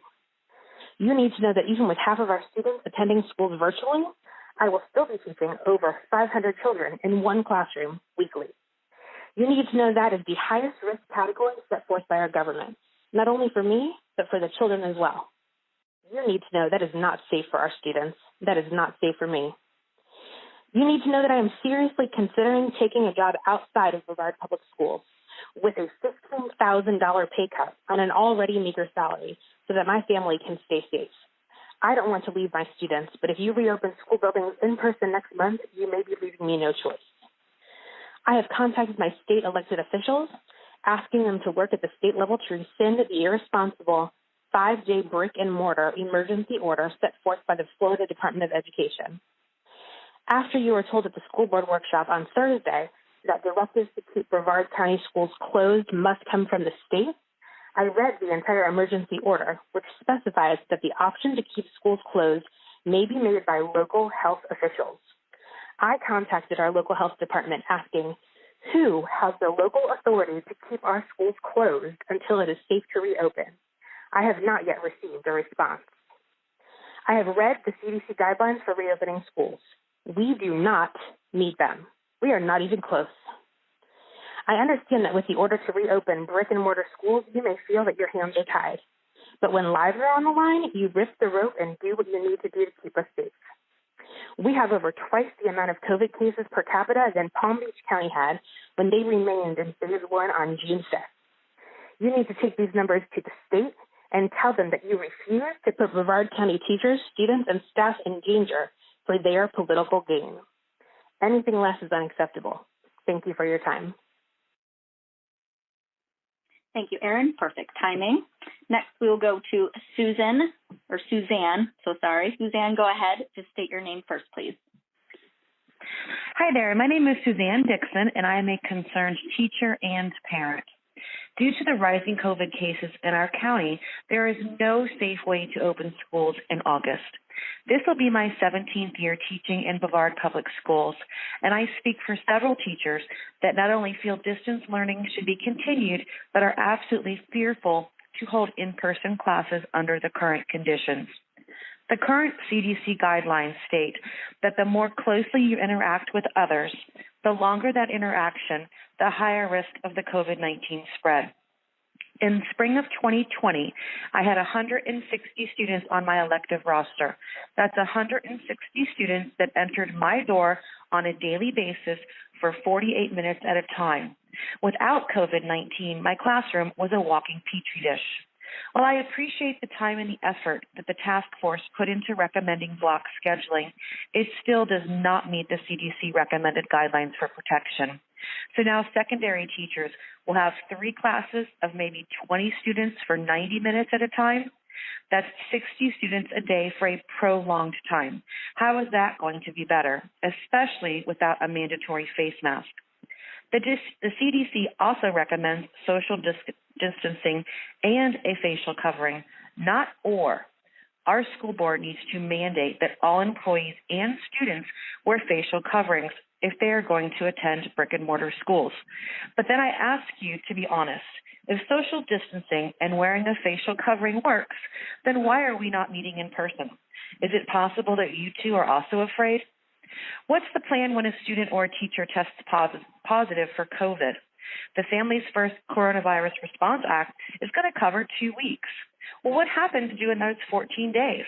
Do we now distance learn for our other classes, or will there be 4 substitutes available to call in for 14 days? Again, what happens to those students? Do they just not have an education for 14 days? Then what happens if we return only to be quarantined again? Another 14 days, and now we have to use our own personal sick leave? I'm going into my 17th year, and I only have 153 hours. That's 19 days of sick leave, and I haven't even gotten sick. So what happens next? What are you going to do to protect our teachers?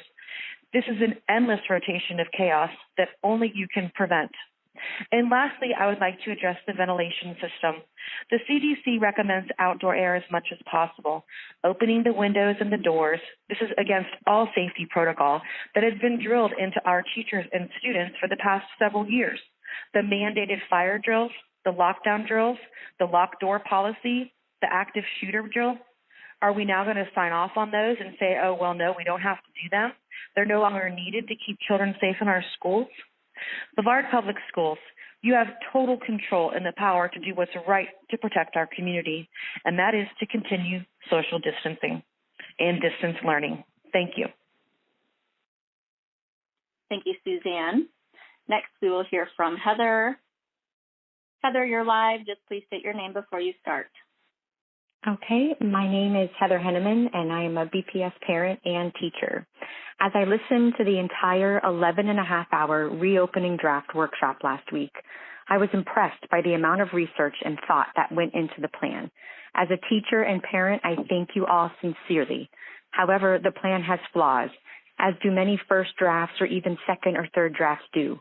These flaws, unfortunately, can lead to irreparable consequences.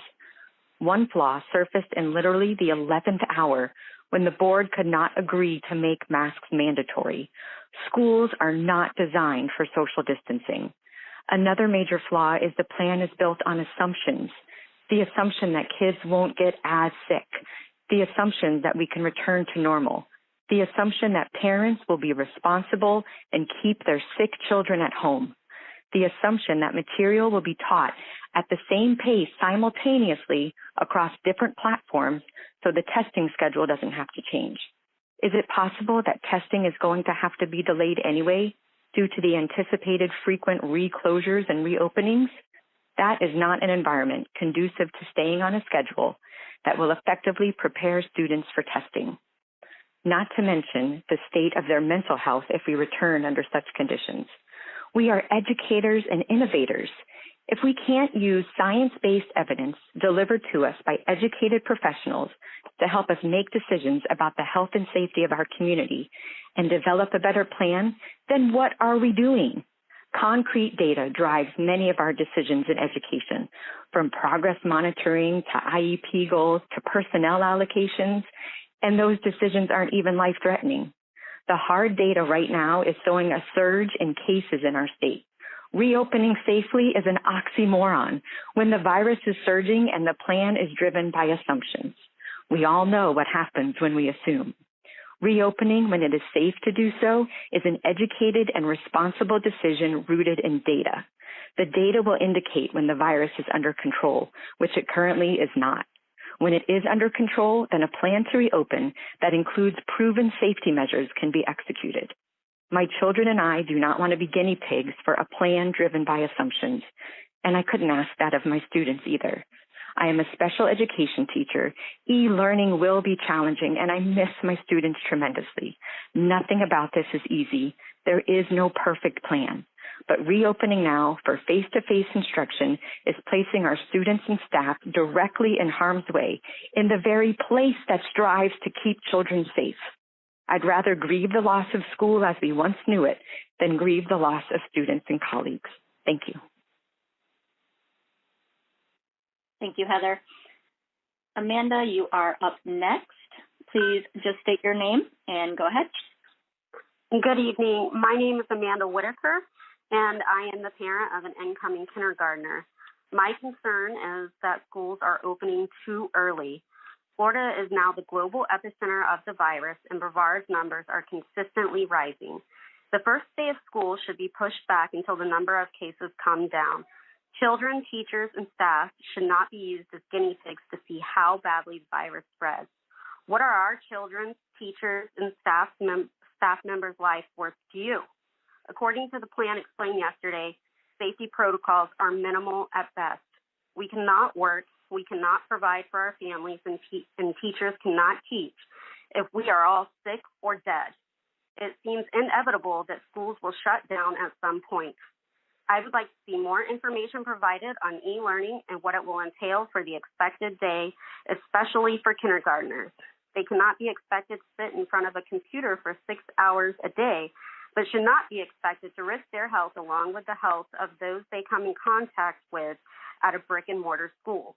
Parents need to be confident that they are making the right decision for their child, and if the virus does subside, will they be able to integrate into a brick-and-mortar school?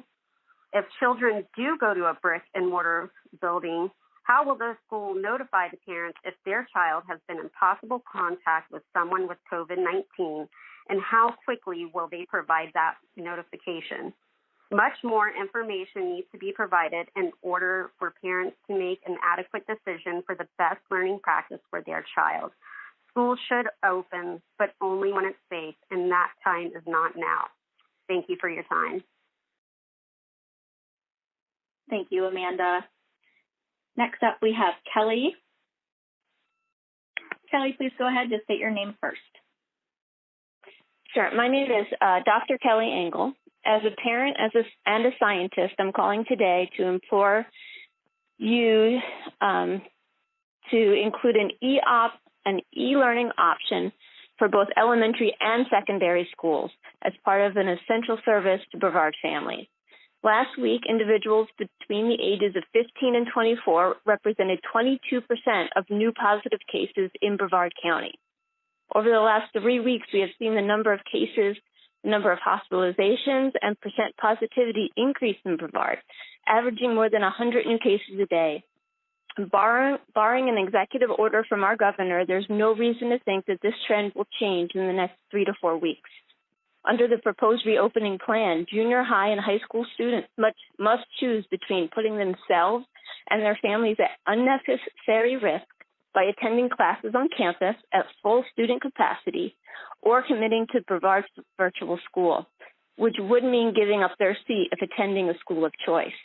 While the fatality and hospitalization rate thus far are low for students in this age bracket, this illness is not without extensive and sometimes permanent complications.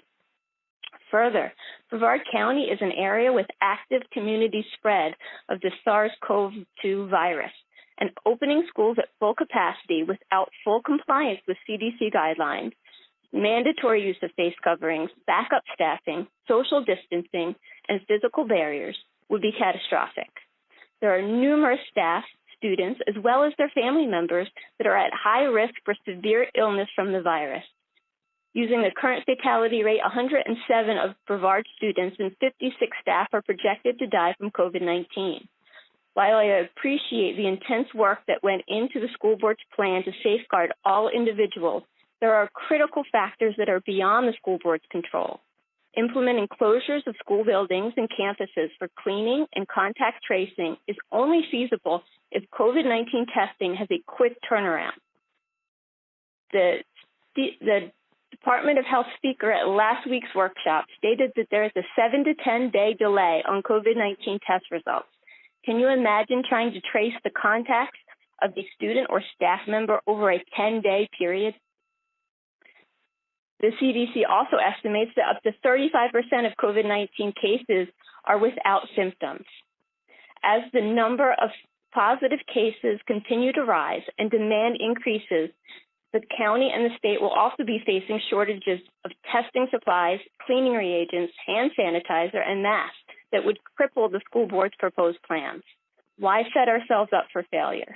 The emphasis should be on student and teacher safety and educational continuity. I implore you to give students, parents, and teachers additional options for e-learning that include secondary schooling.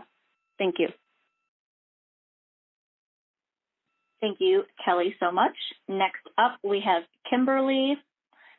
Kimberly, please state your name and go ahead.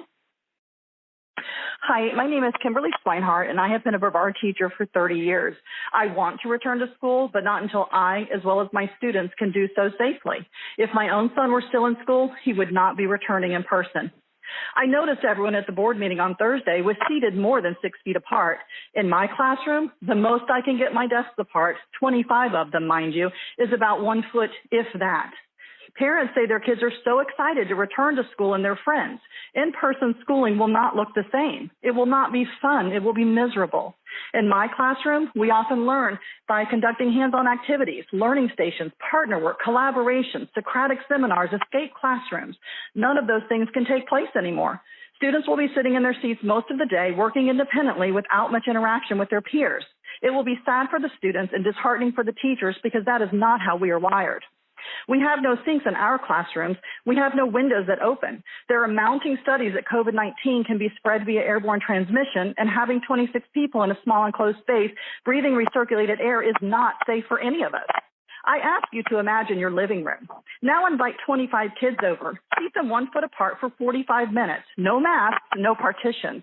You will see 5 more groups of students like this throughout the day. All those germs from talking, laughing, sneezing, coughing, and breathing are now contained in that area. Oh, and when they leave for the day, the floor won't be cleaned. This is what in-person school will look like this year. There are some teachers who aren't concerned about the virus. They're going to parties, they're getting together with friends, they were going to bars. All it takes is one infected teacher to spread it to the other teachers, most of whom are older, and many of us, like myself, fall into high-risk categories. How do I protect myself, and how do we protect our students from that? While I agree that kids are less vulnerable to the virus, there are still kids who get it, who are hospitalized, and who die from it. Also, most kids haven't been socializing with 24 kids at a time in a small enclosed space. There will be kids and teachers and staff members who get COVID-19. Our governor was quite excited to report that the highest number of new COVID-19 cases are happening in young people in their 20s. That happened when they reopened bars and gave those young people a false sense of security. Now our governor demands that we open schools to full capacity, even though federal offices, including his own, are not open due to what? Oh, yeah, because of COVID-19. What age group do you think the new highest numbers for COVID-19 will come from when you reopen schools to full capacity in August? It will be the under 18 group, mark my words. And if you don't do anything to prevent that from happening, that will be blood on your hands. We need schools open, but district officials and principals need time to figure out everything in this uncharted territory. We need to have time to do it with integrity for the safety and health of all stakeholders. We must continue distance learning. At the very least, we should push back the reopening of schools until there's time to get answers to all of these questions that we have. I implore you to do what's best for our students, teachers, staff, and families. Thank you. Thank you, Kimberly. Next, we have Laura. Laura, please state your name and go ahead with your public comment.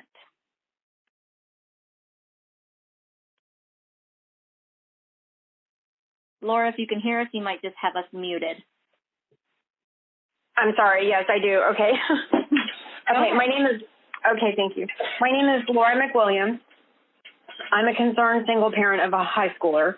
I would feel much safer if distance learning could continue, or the start of school at all can at least be temporarily changed or halted to protect the children and the teachers and everybody's families. Kids simply don't adequately social distance, and adults making decisions for them have a responsibility to protect them as well as ourselves and those we all encounter from COVID-19. My son wants to go in person because he learns better that way. Teenagers are brave and they feel invincible against that virus until they encounter someone who has it or has experienced loss from it. Many are only now beginning to believe it's really here. I don't want my child or anyone else to get sick or to see people get sick and die any more than necessary. They tend to get attached to their teachers who should also be protected and safe. If you insist on opening, masks should be mandatory in society in general, but especially in the schools. Again, kids don't social distance well, and many have immunocompromised family members. If we do distance learning, I agree with what the woman said earlier about the child needing to be able to rewatch any virtual classes if needed for whatever period of time is necessary to pass that class completely. We should also be able to reschedule the child's classes to avoid any problem caused by discomfort on the child's part.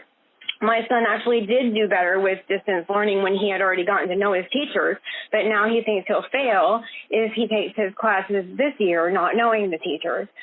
So teenagers will hear they can return, and concerned parents will have to be the bad guy to protect their children from a worldwide pandemic. Extending out the school year's start date and playing it by ear seems so much safer. I don't feel it's safe to reopen. Too many people getting sick. If you do, you'll inevitably have someone's blood on your hands. At the very least, everyone should be forced to wear a mask. Masks should be provided to those who can't buy one and enforced. You should have a local mask maker with a school board credit card on file. I can name a couple if you need that. I'm in shock that this is even a decision I have to make as an adult for my children as a parent. When I first started out as a single mom, I handled some pretty difficult situations. This is not good for anyone. Anxiety will be through the roof, and nobody will be able to focus or perform if you open now. Thank you. Thank you so much, Laura. Next, we have Susan. Susan, please just state your name and go ahead. Get out of the way, get out of the way, get out of the way. I'm sorry. Hold on one second. Sure. Okay, am I good?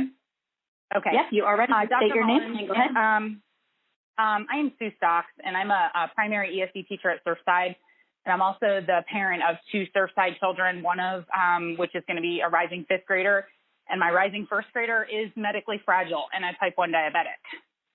I understand that there is not a one-size-fits-all solution to whether or not and when we return to the building, but there's a critical piece that has not been adequately addressed: the safety of BPS teachers and their families. As a parent, I applaud the board for the obvious hard work and tireless effort that's gone into the plan to reopen. There's a great variety of options for families to choose what's best for them. If I was speaking directly from a role of a parent, e-learning at our home school of Surfside would be it for us. But what about teachers? What are the options are there for teachers?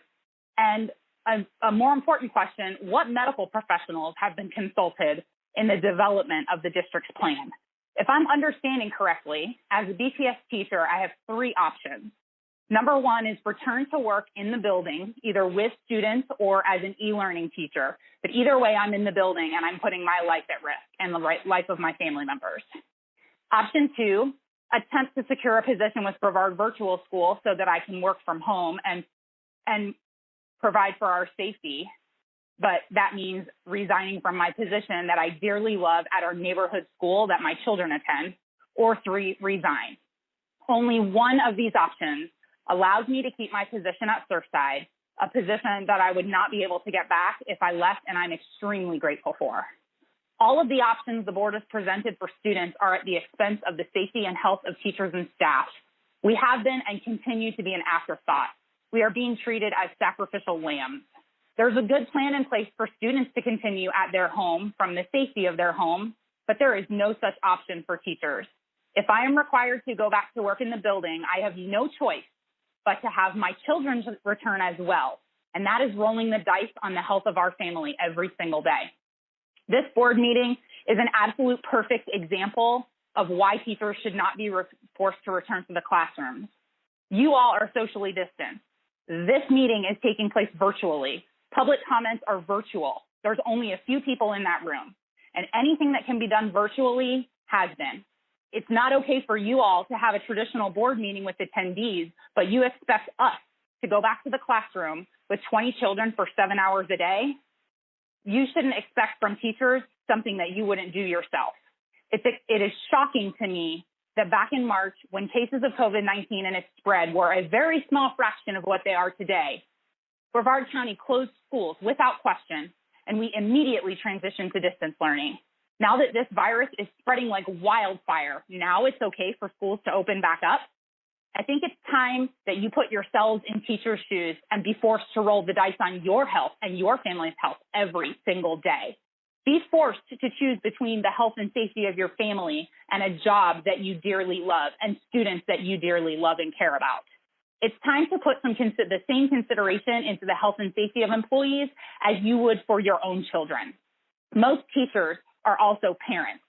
If we don't feel comfortable sending our children back to school, we should not be forced into making the choice between keeping our jobs and the safety of our family. Thank you.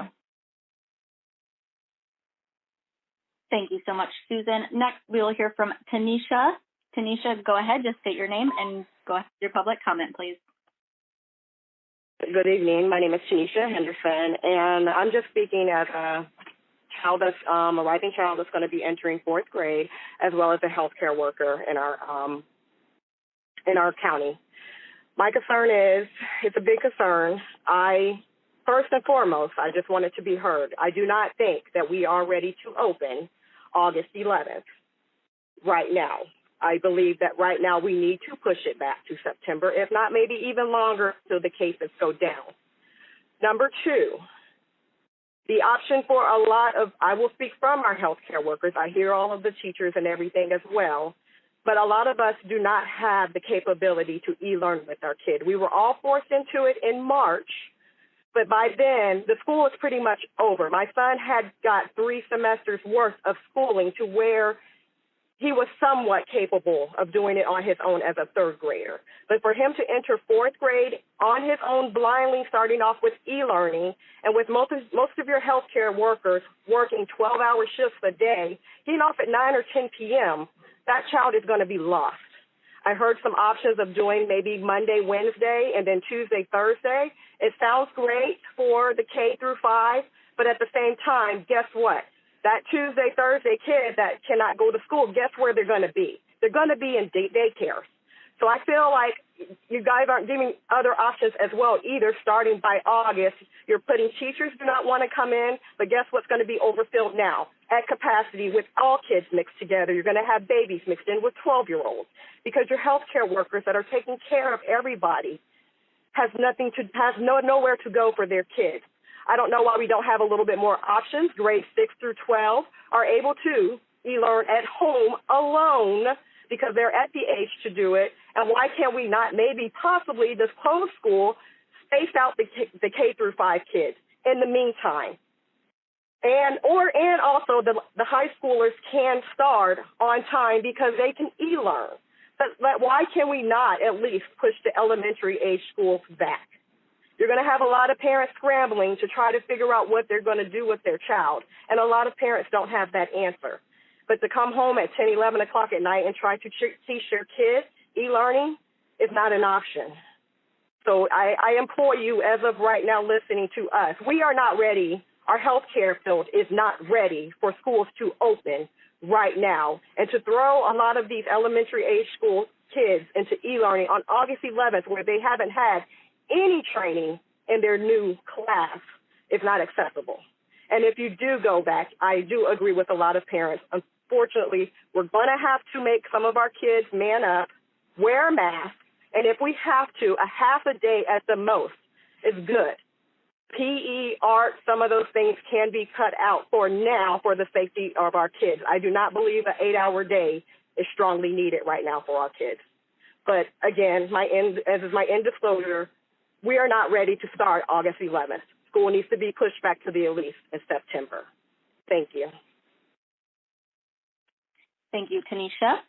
Next, we will hear from Cindy. Cindy, you're live. Please state your name and go ahead. Hi, my name is Cindy Schwartz. I'm a retired school teacher and department chair with 35 years of experience working with high school and elementary school students. I'm currently a resident of Brevard County and a volunteer with Brevard Public Schools. The safety of teachers and students should be the priority and the concern and focus behind all policy decisions. As all teachers know, the classroom is a petri dish of disease in the best circumstances. The goal here should not just be to reopen schools, but to keep them open. With this in mind, the following facts must be weighed and considered. The scientific evidence is overwhelming that the simple act of wearing a mask can significantly prevent the spread of COVID-19. The most recent scientific data shows that the virus is airborne and spreads more easily indoors, especially with air-conditioned buildings, i.e. schools. Wearing a mask will go a long way to keep needed teachers on the job and off the sick leave rolls, keep the children safe, and protect the families of students from virus transmission. It has been postulated that young students have reduced risk in getting or transmitting the virus.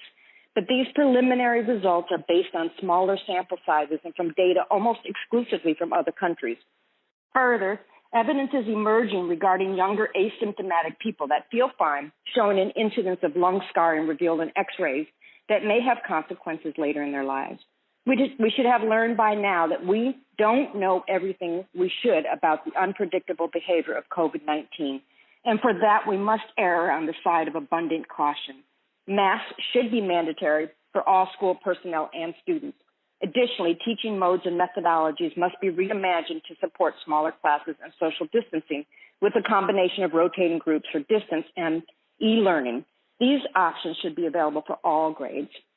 Other items to be considered during school opening policy is how to handle teacher leave and sick time if forced to quarantine for more than those days, or if out for an extended time with the virus. What about the anticipated difficulty to find and retain subs? And what about the liability issues from staff or family members contracting the virus under school environment? Obviously, we have quite a complicated set of circumstances to work through. But again, I reiterate, to stay open and not just reopen, we must err on the side of caution. We must also consider the local community spread and contagion levels, which, as you know, are at unprecedented levels currently with no signs of abating. Is this then the appropriate time for opening? Please delay school openings until the community virus curve can be leveled out and the myriad personnel and safety issues requiring thoughtful methodologies can be better considered. However, when you do start school, it is important to keep in mind that the countries who have had the success have opened schools only when the numbers of infections in their communities were significantly reduced. When we do set down the rules for opening, let's make sure safety is the primary consideration. Every policy decision we make should be guided by the desired outcome to safely relax policies as conditions stabilize, rather than be forced to close it all down again in the face of failure to control COVID-19 within our schools. Thank you very much for your time. Thank you, Cindy. Next, we will hear from Elizabeth. Elizabeth, please state your full name and go ahead. Hi, my name is Elizabeth Lacey. I'm a licensed mental health counselor and a parent to a rising 8th grader. First, I would like to thank you all for the time and effort that you're putting into what I know is an extremely difficult decision. I'd like to read some figures that have been in the news in the last several days. I think everyone knows, but it's important to be heard and to be reminded. Today's dashboard on Florida's community coronavirus says that we have 295,312 cases in Florida, over 12,000 new since yesterday, and 4,381 deaths. Florida has more cases than most countries and has now surpassed both Italy and China for positive COVID cases. Florida had more new cases in one day than the entire U.S. did in the first 2 months of this pandemic. Florida has 12 times the cases of Australia and South Korea combined. This is all to be said that we are not at all in a place that is safe to reopen schools at this time. I understand how difficult it was for families to scramble to fulfill the needs of virtual learning and for parents to manage working from home, working outside of the home, and teaching their kids. Teachers had an incredibly difficult job to do in March when they too had to learn how to do this new distance learning. And yet we did it. We figured it out. It may not have been great for all families and all learning styles, but that is more important than the lives of our children, our teachers, our staff, and our administration being lost. I implore you, for the safety of our children, please extend virtual learning for at least the first 6 to 8 weeks of this school year until we have somewhat more control of the numbers and have more time to consider what reopening safely means. Thank you so much. The world is watching Florida right now, and we need to make the best decisions we can.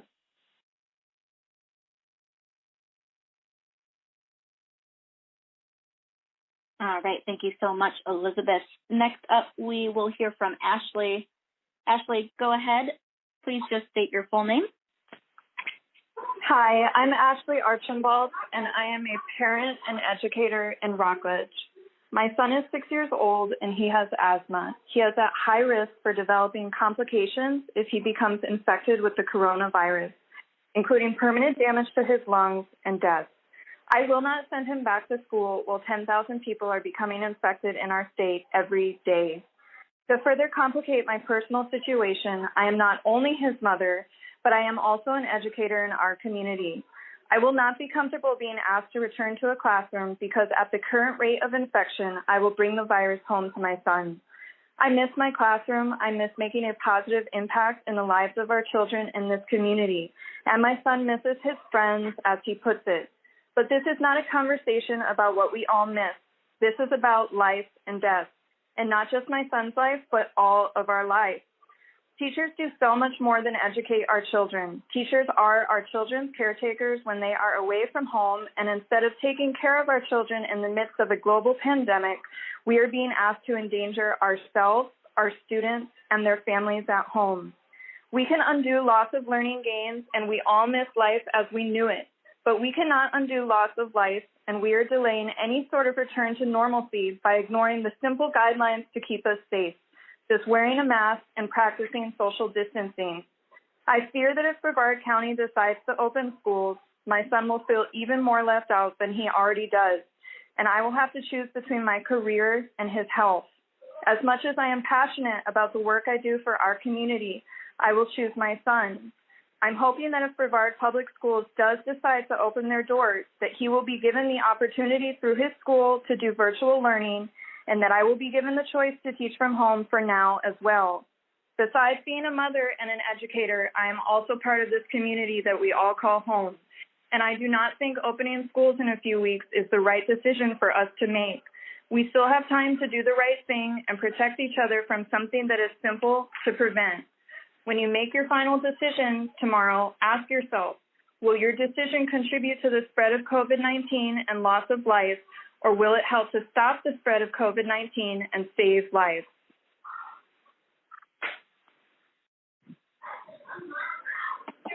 Thank you, Ashley. Next, we will hear from Maria. And Maria, please just state your full name and go ahead. Hi, yes. My name is Dr. Maria Silva. I'm a psychology resident in the town of Indy, Atlantic, Florida, and a resident of Melbourne Beach for the last 13 years. I'm also a mother of a beautiful and spunky little 2.5-year-old. First, I'd like to thank the board members for taking the time to hear several of us here today. Having worked and currently working with a diverse population, including children, teens, adults, and the elderly for over 8 years in regards to mental health, I'm strongly just recommending a delay in opening of schools in the next couple of weeks. As cases continue to spike here in our state of Florida, it seems logical that the opening of schools where social distancing practices will be significantly harder to implement, coupled with the limited amount of time that the staff has been given to plan and be appropriately trained in safety protocols, will do anything but further contribute to that spike. I'm well versed in the literature regarding the importance of socialization for children, teens, and adults alike. However, we have to look at the reality. Students are no longer entering a system of socialization that we are familiar with. The level of socialization they will be receiving will be at a distance, and with the risk of being infected or infecting others. How can we care for the mental well-being of our students and school staff if they are physically unable to attend a telehealth session or hold a conversation because they are out of breath and unable to get out of bed? How can we ask teachers who are already overwhelmed, and many of them who are at high risk, to focus on our children's education in a live setting when they themselves are battling with anxiety of being infected, infecting others, or the possibility of the loss of life of a student, a colleague, or even their own? Have protocols been set in place for that first fight that happened because a child was picking on another? Has staff been trained and given appropriate time to learn how to handle those situations? There's just so much. I want nothing more than to return to a state of normalcy where our children get the benefits of socialization in a safe setting without compromising their health and those that are most at risk. Honestly, I don't know what that would look like. I wish I had the perfect solution, but I don't. However, I hope the concerns and suggestions made by the many insightful students and educators and parents do not go unheard. Perhaps more time we can come up with a safer and just better measured plan together, and not when the current cases in our state are at its highest. I appreciate having the opportunity to be heard here today, even if it's at a distance. I appreciate the concern and precautions that are being taken to minimize the exposure of our community and board members alike. I see social distancing practices in place at these meetings, and that's great. Please keep this in mind, the fact that we are unable to share these concerns in person, and yet we are approximately 3 weeks away from the notion of sending our children and educators into small rooms in this boardroom, and with double the bodies. It just doesn't make sense. Please consider delaying the opening of schools in order to properly set and place safety plans for the physical and emotional well-being of our educators, staff, and students. Thank you. Thank you, Maria. Next up, we have Matthew. Matthew, please state your name and go ahead. Hi, my name is Matthew Bybee. Just to echo a lot of the comments that we've heard previously today.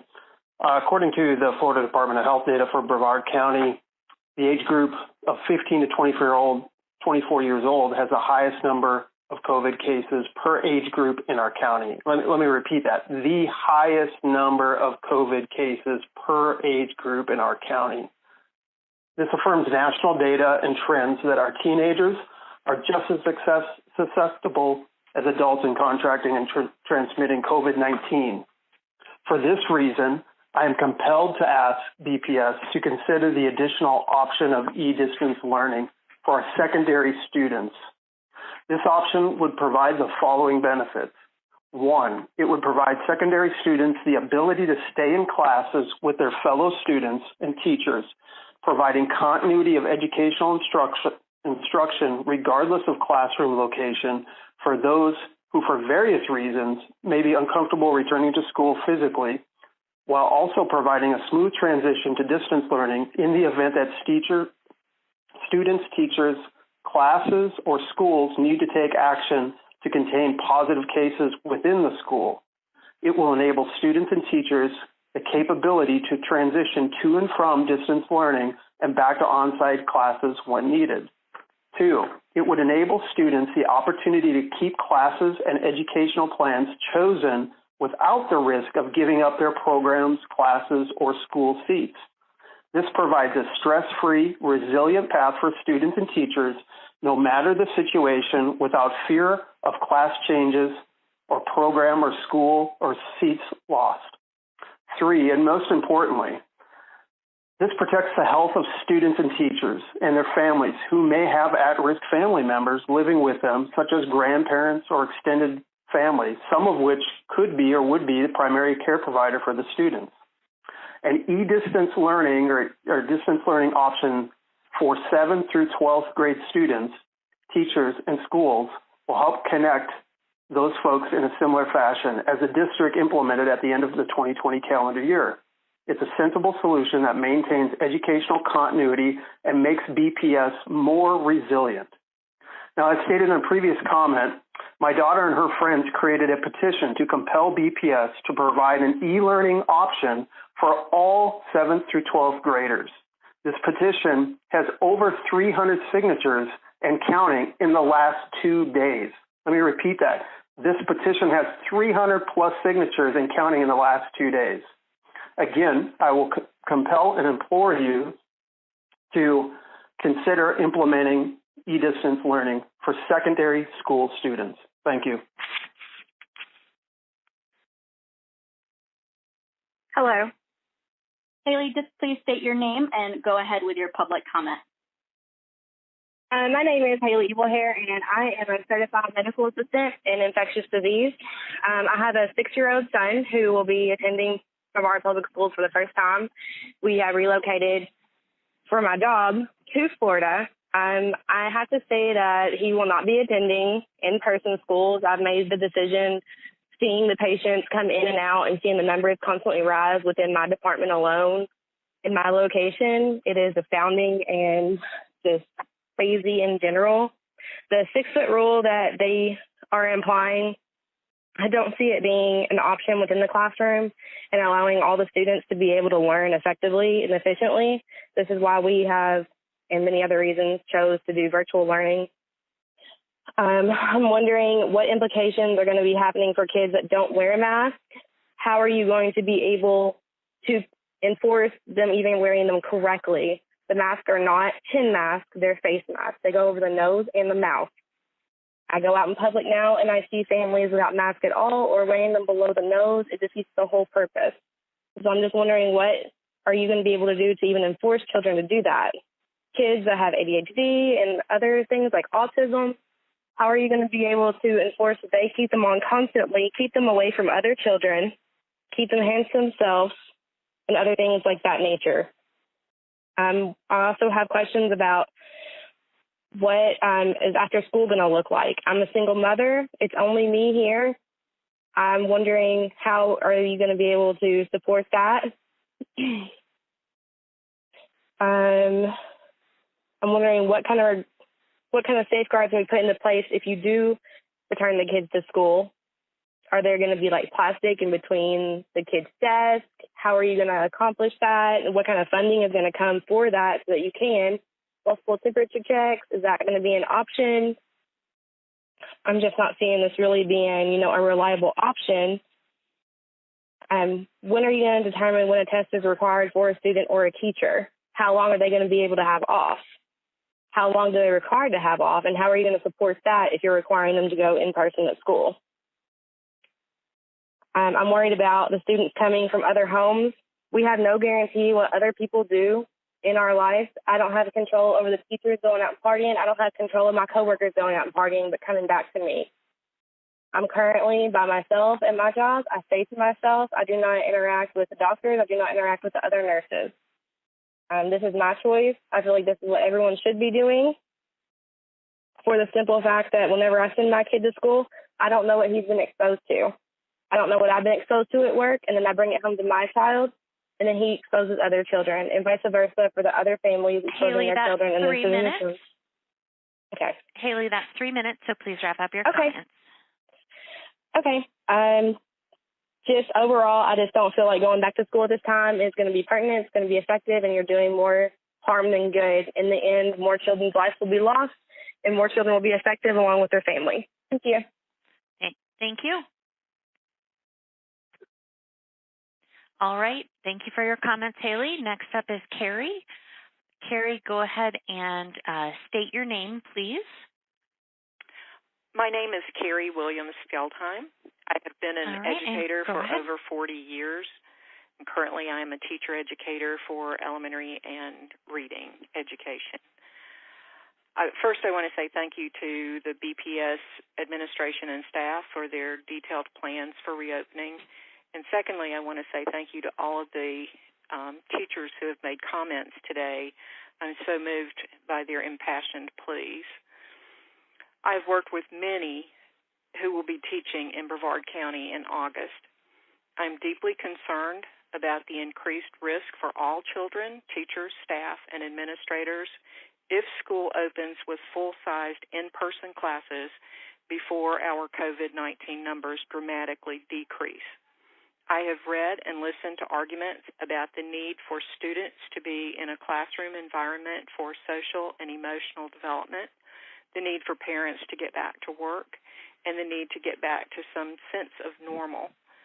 While those are all important, they do not come close to balancing the risk of loss of life. If we lose one life because of placing our students and teachers at risk, that is one too many. In addition, there will be lasting emotional effects on children if a teacher or friend becomes ill or dies. Those are very real possibilities when numbers of people are together indoors for prolonged periods of time. This is too high a price for going back to school. How does a teacher even teach effectively in this unprecedented, stress-filled situation? I know they are dedicated and will do their best, but at what cost? The Center for Disease Control's guiding principles indicate that the risk of COVID-19 spread increases at highest risk with full-sized in-person classes. The American Pediatrics Association, while emphasizing the importance of social and emotional skills learned at school, also said that each community must consider its ability to implement safety protocols to protect students, teachers, and staff. Until our COVID numbers decrease and truly flatten, we will not be at a point that is safe for full-sized face-to-face classes, especially if all students, teachers, and staff are not required to wear face coverings. Please consider remote or e-learning until our COVID numbers decrease. This would fit with the lowest risk situation described in the CDC guidelines. Please consider postponing school start date or beginning with remote learning opportunities until we show no new cases of COVID for a period of weeks. You have a tremendous responsibility, one I know you do not take lightly. Every single life is important. Thank you, Carrie. That's about 3 minutes, so please wrap up your comments. Thank you. This is a life or death decision. Thank you. All right. Thank you so much, Carrie, for your comments. Next, we have Deidre, but before we have her her join, I just want to remind you, if you've joined recently and you also are not yet in the queue to speak, to please press 0, talk to our screener, and provide your full name, and you will be able to get your comments in. All right, but for now, go ahead, Deidre. Please state your full name and then move along with your statements. Hello, my name is Deirdre Clark, and I am wondering, how will all of the services on IEPs be provided if I choose e-learning? My son will be in 8th grade. I understand the complexity in all of this, but I am hoping there will be more contact with his teachers without physically being near them. My son did poorly on his first few assignments for ELA. We were all adapting back in March. When I realized he was struggling, I did my best in explaining his ELA assignments to him. If I wasn't there to support him, his A average would have plummeted. His teachers were fantastic before pre-COVID, and his ELE teacher at VoiceOver Google Slides were very helpful. My son used his teachers to explain some of his assignments faced with him, and unfortunately, that is not given with e-learning. How can we make teacher-student relations possible with e-learning? Thank you. Thank you, Deidre. We appreciate your comments. Next up, we have Kimberly. Kimberly, go ahead with your comments. State your name first, please. Hi, my name is Kimberly Mason. Go ahead with your comments. I want to thank the entire school board and reopening task force for working so hard and diligently for all of Brevard County teachers, students, and faculty members. I am the parent of 2 grown-up children, an up-and-coming middle schooler, and a 4th grader. I also spend many hours volunteering at the school, and I am grateful beyond words to have my child enrolled in a school of choice here in Brevard County. It is an incredible opportunity for both him and eventually his little brother. It is an opportunity that we do not take lightly or for granted at all. What it means to their future is invaluable. With all of that in mind, we have come to a point where we have to make a very difficult decision. Middle and high schoolers are being given the option to either switch to virtual school or to return to campus next month. Virtual school is a wonderful option for those who are able to enroll, given the circumstances. It will be much safer for many families and lower the in-school burden. However, from what I understand, choosing this option would mean forfeiture of the student school of choice enrollment, ELO acceptance, or EPO for when it is safe to return to class. Having both a student at a choice school and an ELO option school this year, there isn't any easy decision. Considering the increasing numbers of positive cases in our community and high-risk family members, the reopening of our schools next month poses some very difficult questions for everyone. The risk that children being back in classrooms poses makes me feel like we're all being forced to make a no-win decision. Our family, as well as many others, have and will continue to make changes and sacrifices in order to protect one another. It is difficult to accept that one of those sacrifices would be your children's education and future, but it is equally difficult to accept putting loved ones, as well as teachers and staff, at risk due to this decision. I do realize that a lot has to be taken into consideration, and that middle and high schools are undoubtedly more difficult to offer school-based distance learning due to the varied curriculums.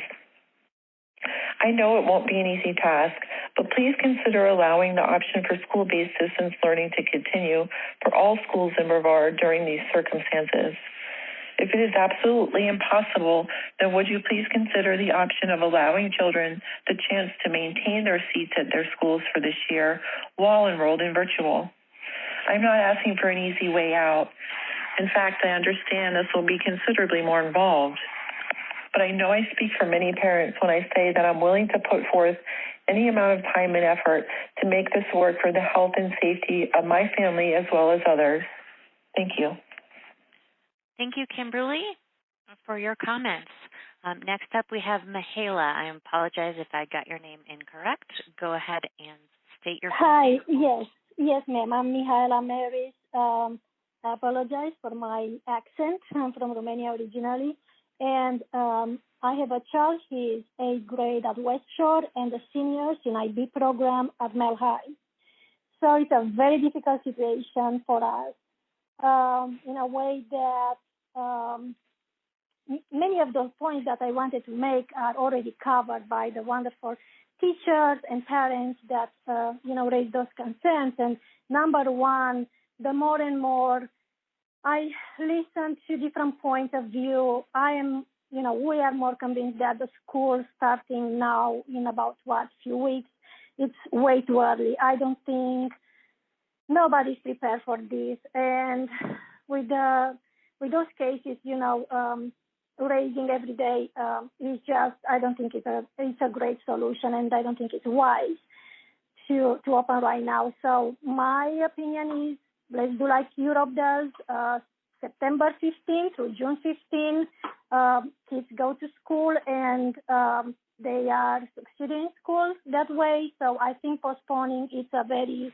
important key as the situation is right now in Florida. Another thing I want to bring up is I'm concerned about my daughter. She's a senior, like I said. She's in a special program, the International Baccalaureate, which is a very intense program. So in the last 3 years, she worked hardly in this program toward her IB diploma. So those kids are seriously not having a life. It's school. They come home and study more and more school. So it's breaking my heart. First of all, she wants to go to school. She really wants to see her teacher. She really wants to see and hug her friends. So it's breaking my heart that might not be a possible thing for her to do. But also, I think, so number one, delaying the first day of school, I think that will be wise, and I'm praying for the right decision for the board. And number two, also they do not have, please offer a distance learning through the school, not Brevard Virtual or Florida Virtual School, because those programs like IB, those special programs, I don't think they can, I don't think they have that specific classes for them as like they have with the teachers in the last few weeks of school. So I think it will be, if you go virtually, the best thing for them is to offer a distance learning through the school. All right, that is about 3 minutes. Please wrap up your comments. Yes, thank you so much for giving the opportunity to speak up. And I'm just praying for wisdom, and hopefully everything will be, the best for the kids, for students, for teachers, for parents, for all of us. All right, So, thank you so much. Hi, everyone. This is Sue. I just wanted to thank everyone for your patience and let you know we have about 25 more speakers to go. So we've got everyone in the queue, and we'll be calling on you. But I just wanted to kind of give you a heads up about where we are, and thank you again for your patience. Go ahead, Christina. Great. And if you have just hopped on, please press 0 if you need to be put in line to have your comments. All right. Otherwise, next up we have Kaylee. Kaylee, go ahead with your name and your comments, please. Yes, my name is Kaylee Georgilis. I teach at Maryland High School. And there's quite a few things that I feel like the board did not address. First and foremost would be class sizes. My classes are typically full at 30. With 6 classes a day, that's 180 students that I am exposed to. The second one would be HIPAA issues, which abound when it comes to testing and notification. The board also did not address how they're going to notify teachers, students, and parents upon a positive test, nor did they talk about the specific criteria for closures and length of closure. Next thing is, how are they going to handle the inevitable deaths? Because at this point, that's what we're looking at. If they send us back to school, people will die. How are they going to handle that? So just put in perspective, if one student tests positive, let's lowball it at 20 students per class. If we are doing block, that would be 80 students who are exposed to that student, and 4 teachers. Those people would then be out for 2 weeks. That is a makeup work nightmare. Not only that, but we're also exposing, 84 people to the coronavirus. And that's leaving off buses and everything else. Schools, everyone wants to get back to normal, but normal is not going to happen. I teach biology. There's no way I can do labs safely. There's no way we can do all these fun activities and interactions safely. So even if we go back, schools aren't going to be normal. There's going to be no stability or consistency in education because we're going to be in a constant cycle of closing and reopening. Next thing is teacher availability. I know a lot of teachers who are close to retirement age who are retiring. Also, there will be a lack of subs because I know plenty of subs who are high risk who will not be coming back. And then we also have to look at the quality of education from subs when these teachers are forced to take 14-day quarantine. Now, when these teachers take these 14-day quarantines, you did mention that there was the COVID relief money for that would cover 10 days of absence. After that, it would come out of our sick and leave time, and then anything above and beyond that would be unpaid. Quite frankly, if you are forcing us to take leave, we should not be forced to use our sick or leave time. That is on you guys. We need to be paid for that. For high school, you offered no alternate options for teachers. Kudos on offering so many options for students, but there are many teachers who are high risk or who have high risk family members who are going to be put in the position of having to choose between their career and their family's safety or their own safety. And that is quite frankly just not fair. Next thing is the coronavirus data. So if we look at the data, right, like the previous caller said, we're looking at potentially 107 students and 56 staff passing away. The highest rate of infection. Kaylee, that's 3 minutes. Go ahead and wrap up your comments, please. All right. Highest rate of infection in our county is 15 to 24-year-olds, which is high school age students. I yield my time. Thank you. All right, next up we have Alex. Please go ahead and state your name and then go ahead with your comments. Hello, my name is Alex Maris, and I specifically want to speak to the IB program and to advocate for the distance learning and the virtual classroom. The IB program is a academically grueling program. They start freshman and sophomore year taking honors classes. The main IB program starts junior year, and they have to take some 2-year classes, and there's writing assignments that span both junior and senior year. And that's why those courses aren't offered on Florida Virtual. Some kids right now, they're forced into either going to the live school or dropping out of the program and enrolling in Florida Virtual. My daughter, who's a rising senior, and everybody in her class, it's unfair to them if they have to drop out because of a family member or a pre-existing condition that they have. Offering the virtual learning, the live streaming of the classroom alleviates that problem. It's also beneficial in the case that a kid or a teacher gets sick and has to quarantine. If a child has to quarantine, like in our case, where she has a brother and parents, it's likely that one of us would get it too. Therefore, the quarantine period would be double. Having this virtual option would alleviate that issue also. I believe this is relatively easy decision as opposed to the very hard decisions that you're faced with on this day. The surrounding counties, there's 3 of them, that they're also offering this virtual option, which is very feasible, and the students would get to keep their seat and they would get to keep their teachers. And it would also be beneficial in case the school has to shut down. It's a very easy transition to go from virtual back to brick and mortar and back and forth.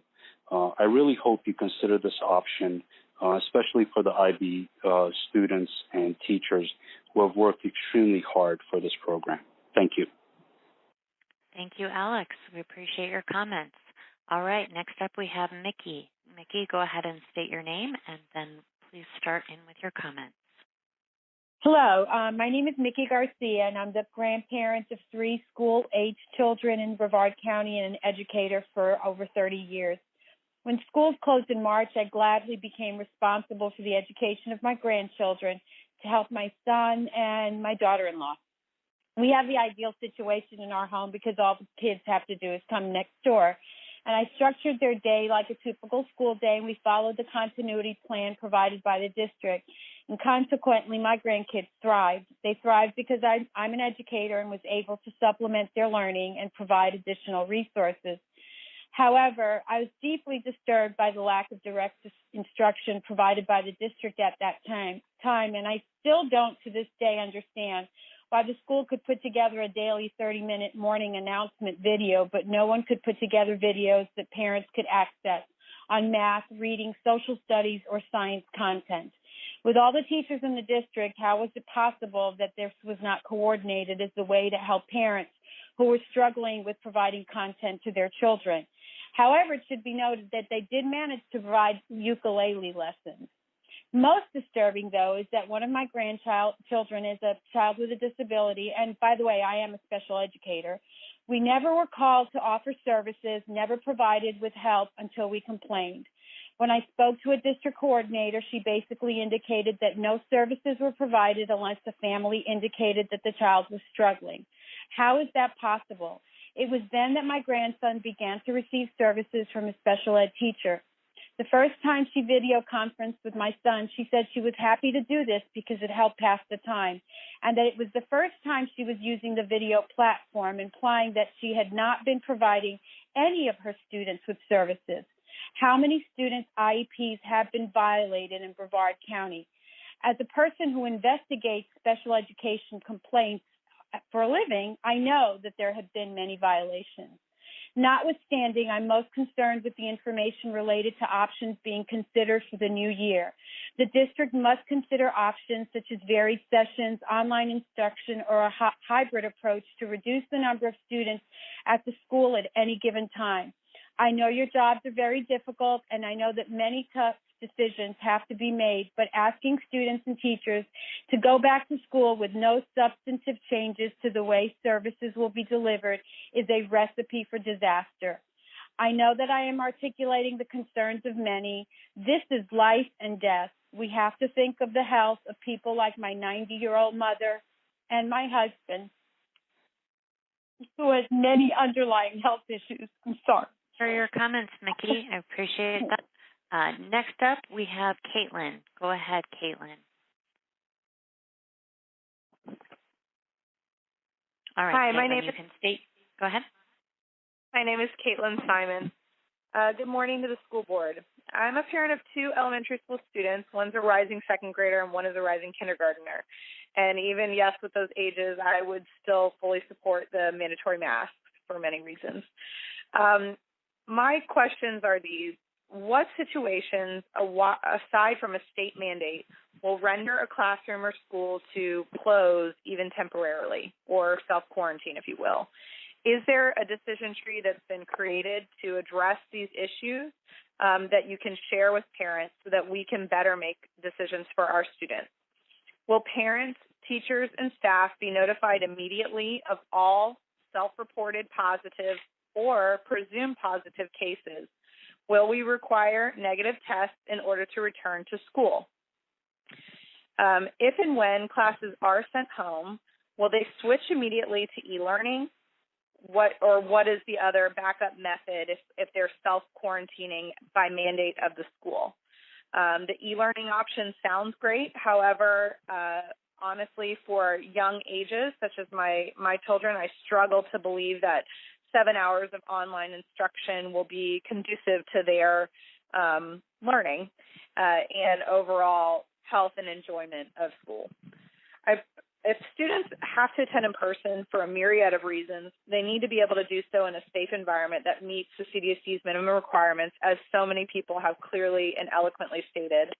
And that includes masks, better social distancing, not just 3 feet, temperature checks, et cetera. This should be mandatory to protect our students and all of the staff. I appreciate the effort of this task force and the school board themselves, but with cases on the rise, the safety of students, staff, teachers is of the utmost importance. Parents need more details to properly consider their options for their kids and make the safest choice for their families. Thank you. All right. Thank you very much, Caitlin. Next up, we have Howard. Howard, go ahead and state your name, and then go ahead with your comments, please. Yes, good evening. My name is Howard Drexel Dobson. I am a practicing general surgeon who takes care of COVID patients in this community.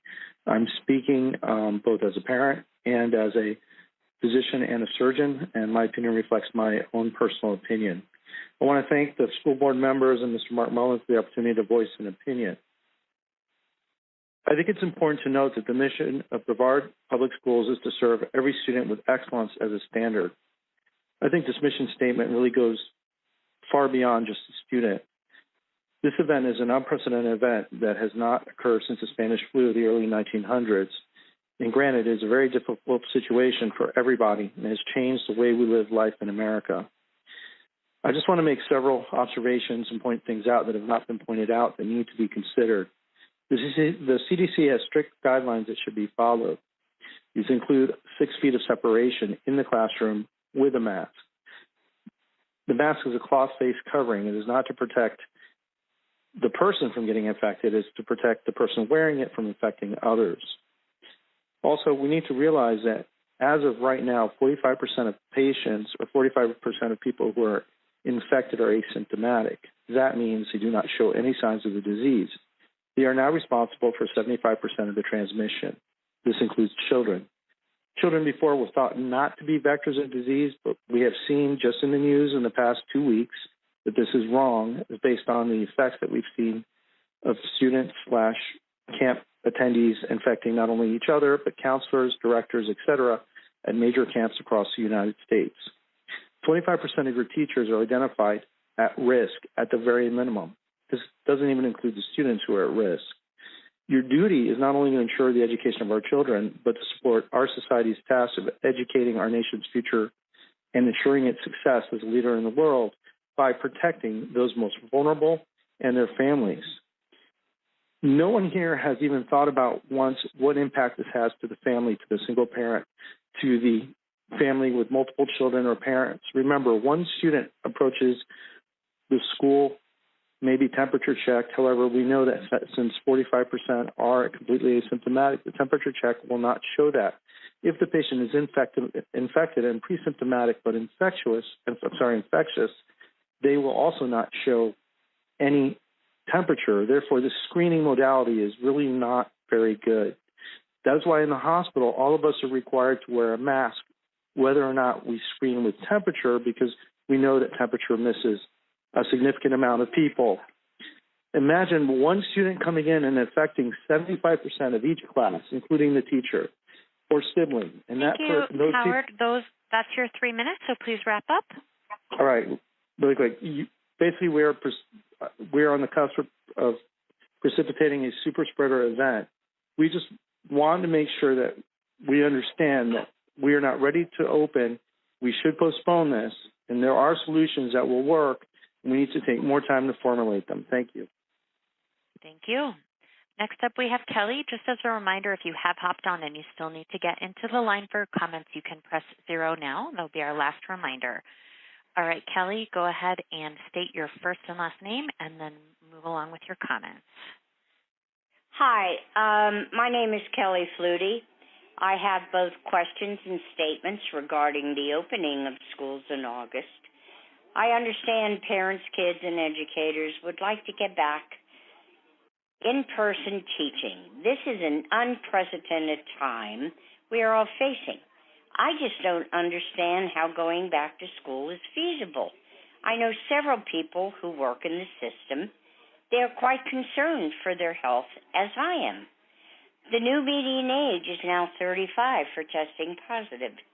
I hear what they say about kids not getting sick, which unfortunately there have been many youth deaths from the virus. So that is a false claim. You need to listen to the science and not cave under pressure from the government and parents. Our governor has failed us miserably in this respect. Where is the concern for the workers and bus drivers? If the school is open, it should be mandatory for everyone to wear masks. This includes all the students. If not, you will be spinning wheels trying to protect everyone.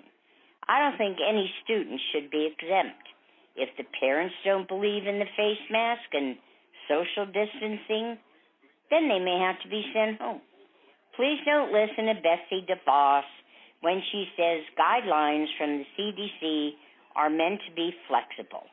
Listen to Nancy Pelosi, who says DeVos's comments on schools being safe for students a malfeasance and dereliction of duty. This is not a political issue. It is about public health. Most importantly to me, if a child exhibits signs of COVID, where are our testing facilities? How quickly can they get to be tested? And most importantly, how quickly can we get the results to act? Thank you. Thank you very much for your comments, Kelly. Next up, we have Sade. I'm sorry, wrong order. Next up, we have Rebecca. Go ahead, Rebecca, with your comments, first and last name, and then your comments. Hi, my name is Rebecca Rayburn, and I am a veteran teacher. I teach at Vieira High School. First, I want to say, members of the board, I'm sure you and members of the reopening team have suffered through many sleepless nights. Additionally, it must be reiterated that no one wants to get back into the classroom more than Brevard's teachers do, but there are concerns and fears that must be acknowledged and addressed by board members and district admin. Ergo, I have a few questions for you. Number one, will the district consider delaying the school start date in order to allow school sites additional time to ensure the safest environment possible in the face of rising COVID-19 diagnoses in Brevard County? Number two, these are extraordinary times, and teachers are worried about being forced into quarantine, especially those teachers who may not have 10 or more days of sick time banked. Is it true the district is refusing to pay full wages to teachers who may need to quarantine due to an outbreak of COVID-19, which would not have occurred if not required to return to the classroom at the height of the pandemic? Number three, will quarantine teachers who do not show symptoms be allowed to remotely teach their classes in lieu of in-person during the period of quarantine? Number four, will sick bank members who need it be able to use it if the district will not pay their full salaries in case of a quarantine? Number five, there will be a lack of substitutes. Will district admin and school board members pitch in and sub in the event of quarantine, or do you expect the remaining well teachers to cover the classes? Number six, excellent leaders lead by example. Since the politicians and DPS are mandating in-person classes, why does district leadership exempt themselves from in-person meetings, especially given the fact that educators will be in enclosed classrooms 8 hours a day, Monday through Friday, with 20 or more students? Thank you very much for your time and all your hard work. Thank you, Rebecca. We appreciate your comments. Next up is Sade. Go ahead with your first and last name as well as your comments. Hi, my name is Sade James, and we understand that these are unprecedented times and that there's many things that are out of our control. We also understand that the school board is faced with a tremendously difficult decision to make, and there's so many unknowns. But there are some things that we do know and things that we can control. So let's consider this. First, let's consider our community, our students and parents, their families, teachers and staff and their families. We have a responsibility to protect ourselves and to protect each other. We can't accurately measure the impact that reopening prematurely will have on the health of all people involved, on the quality of education for our students, or on the negative impacts of mental health, their social and emotional well-being and development. Second, we should consider what our role is, not just in our county and in our districts, but in our state. This is a global pandemic. We should really use caution and patience as we go forward with a more detailed plan and not give in to pressure, political or otherwise. We should also keep in mind that many private and charter schools will follow the lead of Brevard County Public Schools, and this is a time to lead by example. In closing, I think we should focus on what we can control. We should push back the reopening. We should develop virtual options for everyone. And when and if we do open, we should require masks, adjust the schedules and classroom sizes to ensure social distancing. Thank you. Thank you so much for your comments, Sade. Next up, we have Maria. Go ahead and state your first and last name, and then we'll ahead with your comments. Hi, my name is Maria Torsney. I'm an attorney and a former educator in one high school in Brevard County. I'll point out, as others have, that you're hearing comments via phone because it's not safe for the school board to meet in person. So it is clear that the school board recognizes the dangers of gathering while at the same time forcing teachers, staff, and students into a known unsafe position. Article 9, Section 4B of the Constitution of the State of Florida provides that school boards shall operate, control, and supervise all free public schools within the school district. The governor, through the executive order forcing schools to open their buildings, may be able to waive statutes, but they cannot waive the state constitution. Continuing to open and defending that decision by saying you're just following orders will lead to death and the blood will be on your hands. Every educator knows Maslow's hierarchy of needs begins with fulfilling the most basic needs, physiological like food and shelter. Next up is safety, including feeling secure, being healthy, and having employment. That's before we even get to love, belonging, esteem, self-actualization. Children cannot learn and educators cannot teach when they're fearing for their basic needs. According to the Georgia Tech COVID-19 Event Risk Assessment Planning Tool, for Brevard County, there is a 52% risk level for activities that involve 25 people. The risk level is the estimated chance from 0 to 100% that at least one COVID-19 positive individual will be present at an event in a county given the size of the event. This means that more often than not, each classroom would have at least one COVID-19 positive person in it. I can't fathom why schools would be opening now when Florida's cases are growing exponentially. Schools were closed in the spring when we had hundreds of cases statewide, but why should they open when there are hundreds of thousands of cases statewide? Teachers will die from this. Students will die from this. Putting teachers and students' lives at risk in the middle of a pandemic is unconscionable. Right now, there is no reason at all to have anyone in a school building. Education is important, of course, but if a child becomes sick and dies or watches his or her parents, siblings, friends, or teachers become sick, experience long-term health effects, or die, that grief will follow them for the rest of their lives. Nothing is worth knowingly putting people in the line of fire when they do not have to be. Forcing teachers to use sick time after the initial 10 days of COVID time off is unfair. There's no plan for testing. There's no plan for additional support for teachers. Substitutes would have to be assigned to only one location in order to not shut down multiple schools should they be exposed at school.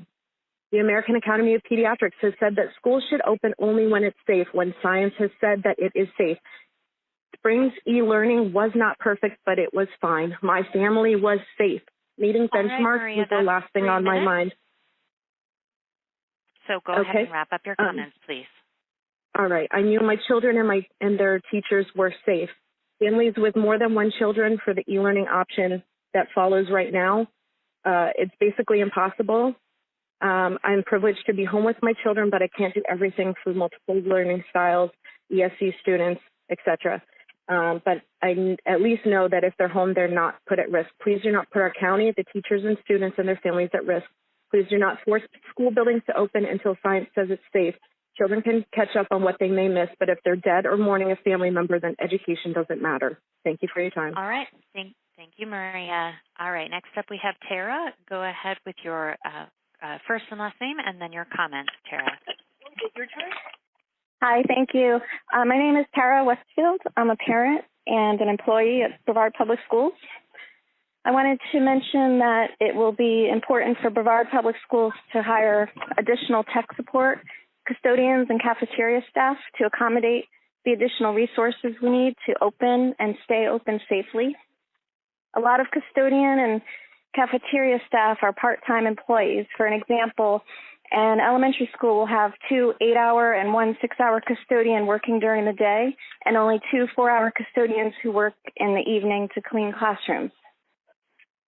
Cafeteria staff in an elementary school are generally 3 and 4-hour employees, with the baker and cook being 6 hours and the supervisor being 8 hours. Lunchtime may need to be extended for student spacing reasons, Lunch will take longer to complete, and employees will require additional hours. Some employees are unable or unwilling to work additional hours. It's already a challenge to clean rooms effectively during a regular school year with custodial shortages, such as when a custodian is out sick or injured, and it will be even more difficult this year. It does not seem feasible that custodians will have time to clean classrooms during the school day when students leave the room for various reasons in between all their regular duties. And finally, school-based technology support personnel will be equally important to not only support schools with the additional technology they are using, but also for any continuity of instruction plans put into place. If the time becomes necessary, it is already extremely difficult for multiple schools to share one technology support person during normal circumstances. How is the additional load of e-learning going to be handled without additional burden on teachers, parents, and students while ensuring minimal downtime? Additionally, please consider how a single tech would be able to handle device distributions for multiple schools. I feel the hiring of additional support personnel is very important. Thank you for all the time you spent discussing and making the decisions necessary for reopening. Thank you. Thank you, Tara. Appreciate your comments. Next up, we have Hazel. Go ahead, Hazel, state your name, and then move with your comments. Thank you. Good morning. My name is Hazel Buggs, and also a candidate for mayor of Melbourne. I, too, am a substitute teacher in the Brevard County School, where I teach at multiple schools. I am convinced by the daily reports of the number of coronavirus cases in Brevard County and new deaths that it is unwise for our public schools to reopen on August the 11th. My concern is for the health and welfare of each employee, teacher, student, and substitute teacher who would be called to substitute in the absence of a teacher. I realize precautions would be in place. However, if students are required to wear masks or sanitize their hands often, how many would abide by the rule to do so? If it's difficult to convince adults to comply, why would students do so, let alone distancing from each other? I believe a continuation of virtual teaching would be the better choice until the end of 2020 and then reevaluate after the Christmas break. The facts of our situation is that coronavirus continues to impact the state of Florida, Brevard County, and our local cities. As of yesterday, there were an additional 141 new cases, bringing the total to 3,510 people who have tested positive, and 29 people lost their lives to the virus in Brevard County. The number of cases increases every day. That should be enough reason you as a school board should consider delaying the opening of the schools because our kids, teachers, and employees matter. Now, for the last couple of school terms, there has been a shortage of substitute teachers. And due to the virus we are facing now, it probably will get worse because no one wants to jeopardize their life for the small salary that's paid substitute teachers whose pay scale hasn't changed in the last 20 years. So please, take in consideration when you make your decision the lives of those who will be physically in the classroom. Thank you. Thank you very much for your comments, Hazel. Next up, we have Louise. Louise, go ahead and state your name and then your comments. My name is Louise Roosevelt. I am a parent in Palm Bay. One of the zip codes which has the highest COVID rate close by is the other one. And I also want to talk about something that happened in the beginning when they closed schools, because I just don't think this is going to be addressed even now, and that's cleaning. Originally, I called and tried to find out about what the plan was before they were closing schools on what they were doing to mitigate contagion. And basically, I got a letter from the school board which instructed the janitors not to over-sanitize anything and to conserve their supplies because they may run low. So my concern is, aren't you going to be running into that same thing And isn't this a time when you should be over sanitizing? I mean, I really don't understand that logic at all.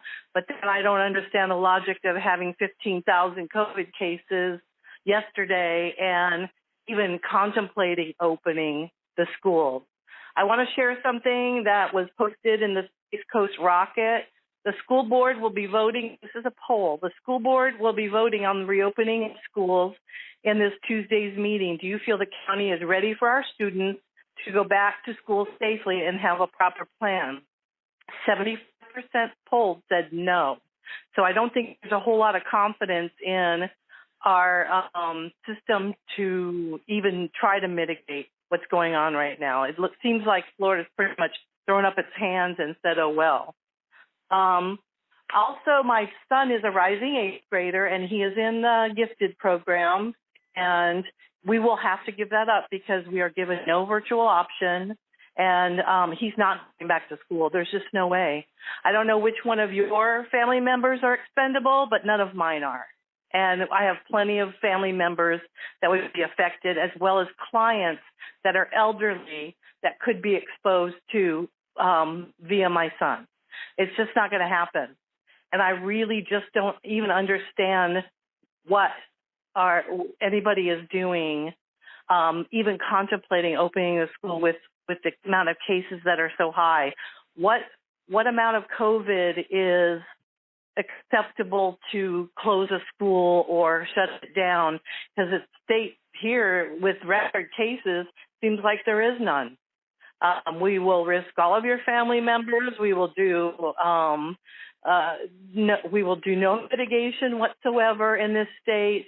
It's going to happen, so you have no choice in the matter. Virtual all right, schools. That is the end of the 3 minutes that you have, Louise. So please wrap up your comments. Okay, thank you so much for the opportunity to speak, and right. I definitely think that you close the schools. All right, thank you. All right, next up we have Alexis. Alexis, go ahead and state your name and then move with your comments. Hi, my name is Alexis Williams. I am an IB student at Melbourne High School. I am a rising senior. I wanted to bring to the attention of everyone watching or listening, as many people have already before me, that there is not the option for every secondary student to transfer over to the SLVS Brevard Virtual School program. Students in IB, especially rising upperclassmen, are in a position that makes it close to impossible to earn the diploma that we have been working towards since entering high school. And this is the only option that I am able to see that will allow students in these programs to succeed in their educational efforts without putting their own safety or the safety of others at risk. Additionally, this option will allow for a better transition if numbers spike at some point throughout the school year, as teachers will already have virtual options already set up for them and their students. When students that do choose to attend the brick and mortar schools are required to stay home for a period of time due to possible exposure or any other COVID-related reason, they will have a virtual option set up so that they don't fall behind in the classes that they have worked hard to succeed in. Additionally, if a vaccine becomes widely available or the numbers nationwide or locally are drastically lowered, this program where teachers have a virtual program already set up will allow students to easily shift back into learning at a physical school, because teachers will already have the foundation built between themselves and their students. My mom is a first responder for the county. She is an essential employee, and if I am put into a position where I'm at increased exposure, so is she, and in turn, so are all of her coworkers. How is it fair for me to put her and her coworkers at risk by deciding that my education is worth more than their lives? What about the lives of the people that they save on a daily basis? My personal preference would be to go back to school, to see my friends on a daily basis, and to get the chance to learn in person and hands-on. But in these trying times, preference isn't the priority, safety is. Thank you. Thank you very much for your comments, Alexa. Next up, we have Danielle. Danielle, go ahead and state your first name and then your comments, please. Hi, my name is Dr. Danielle McDonough. I'm a nurse practitioner here in Brevard County and a parent of 3 children. I have a student in high school, a student in middle school, and a student in elementary school. I want to speak to the lack of safety that I felt came out of the workshop last week. The district kept saying over and over again, safety is a concern, safety is a priority, but I didn't actually hear how safety was going to be addressed. If the secondary schools switch to block scheduling, my 2 older children will attend 4 classes on campus with probably 25 students each. That's 100 individuals that each student will come in contact with, each of my kids will come in contact with, plus their 4 teachers. Add to that my elementary age student in a classroom of 18 to 20 students, along with her teacher and other students she may interact with during the day. My 3 children will interact with over 225 people 5 days a week. That will greatly increase the risk in my household of one of my children contracting COVID. If one of my children contracts COVID, then the entire family will be at risk, and my patient population will thusly be put at risk because I will have been exposed. I think as a working parent, people want their kids back in school, but if my child goes to school, gets exposed to COVID, gets sent home to quarantine for 14 days, who's going to quarantine with them? That would have to be me, and I would have to then take time off from work for 14 days. In addition to that, if one of my children gets sick during that 14-day period, then I'll be forced to quarantine for an additional 14 days. So as a working individual, my children going back to school actually is more of a negative than it is a positive. If they stay home and they're healthy and decreased risk of exposure, then I won't have to take unnecessary time off from work. I think the district has failed on multiple levels. Number one, masks decrease the spread of COVID. We know this. If 2 people are sitting side by side and one of them is infected, but they are both wearing masks, the risk of spread is reduced by 95%. It's documented. It's in the CDC. So in order to safely reopen schools, there's no way to safely reopen schools without mandatory masks, period. Betsy DeVos actually spoke to the fact that 0.02% of children will die from COVID infection. Well, my 3 children go to the largest schools in all of Brevard County. That's the Meadow Lanes, Central Middle, and Mel High School. Okay. That's Danielle. That's your 3 minutes, so please wrap up. So if you consider the loss of 0.02% on an individual school basis, you're looking at 16 children. Lastly, I feel that the school did not address how you're going to disinfect. We need more custodians. We need daily cleaning. We need high surface areas touched. And there needs to be PPE for the teachers, including hand sanitizer. As a healthcare provider, my office can't even purchase PPE or hand sanitizer. Where's the district going to get it from? I appreciate your time. I appreciate all of your hard work. I didn't even get a chance to acknowledge the fact that the secondary block scheduling is very limited and doesn't meet the needs of my high schooler or my middle schooler. For your time. All right. Thank you, Danielle.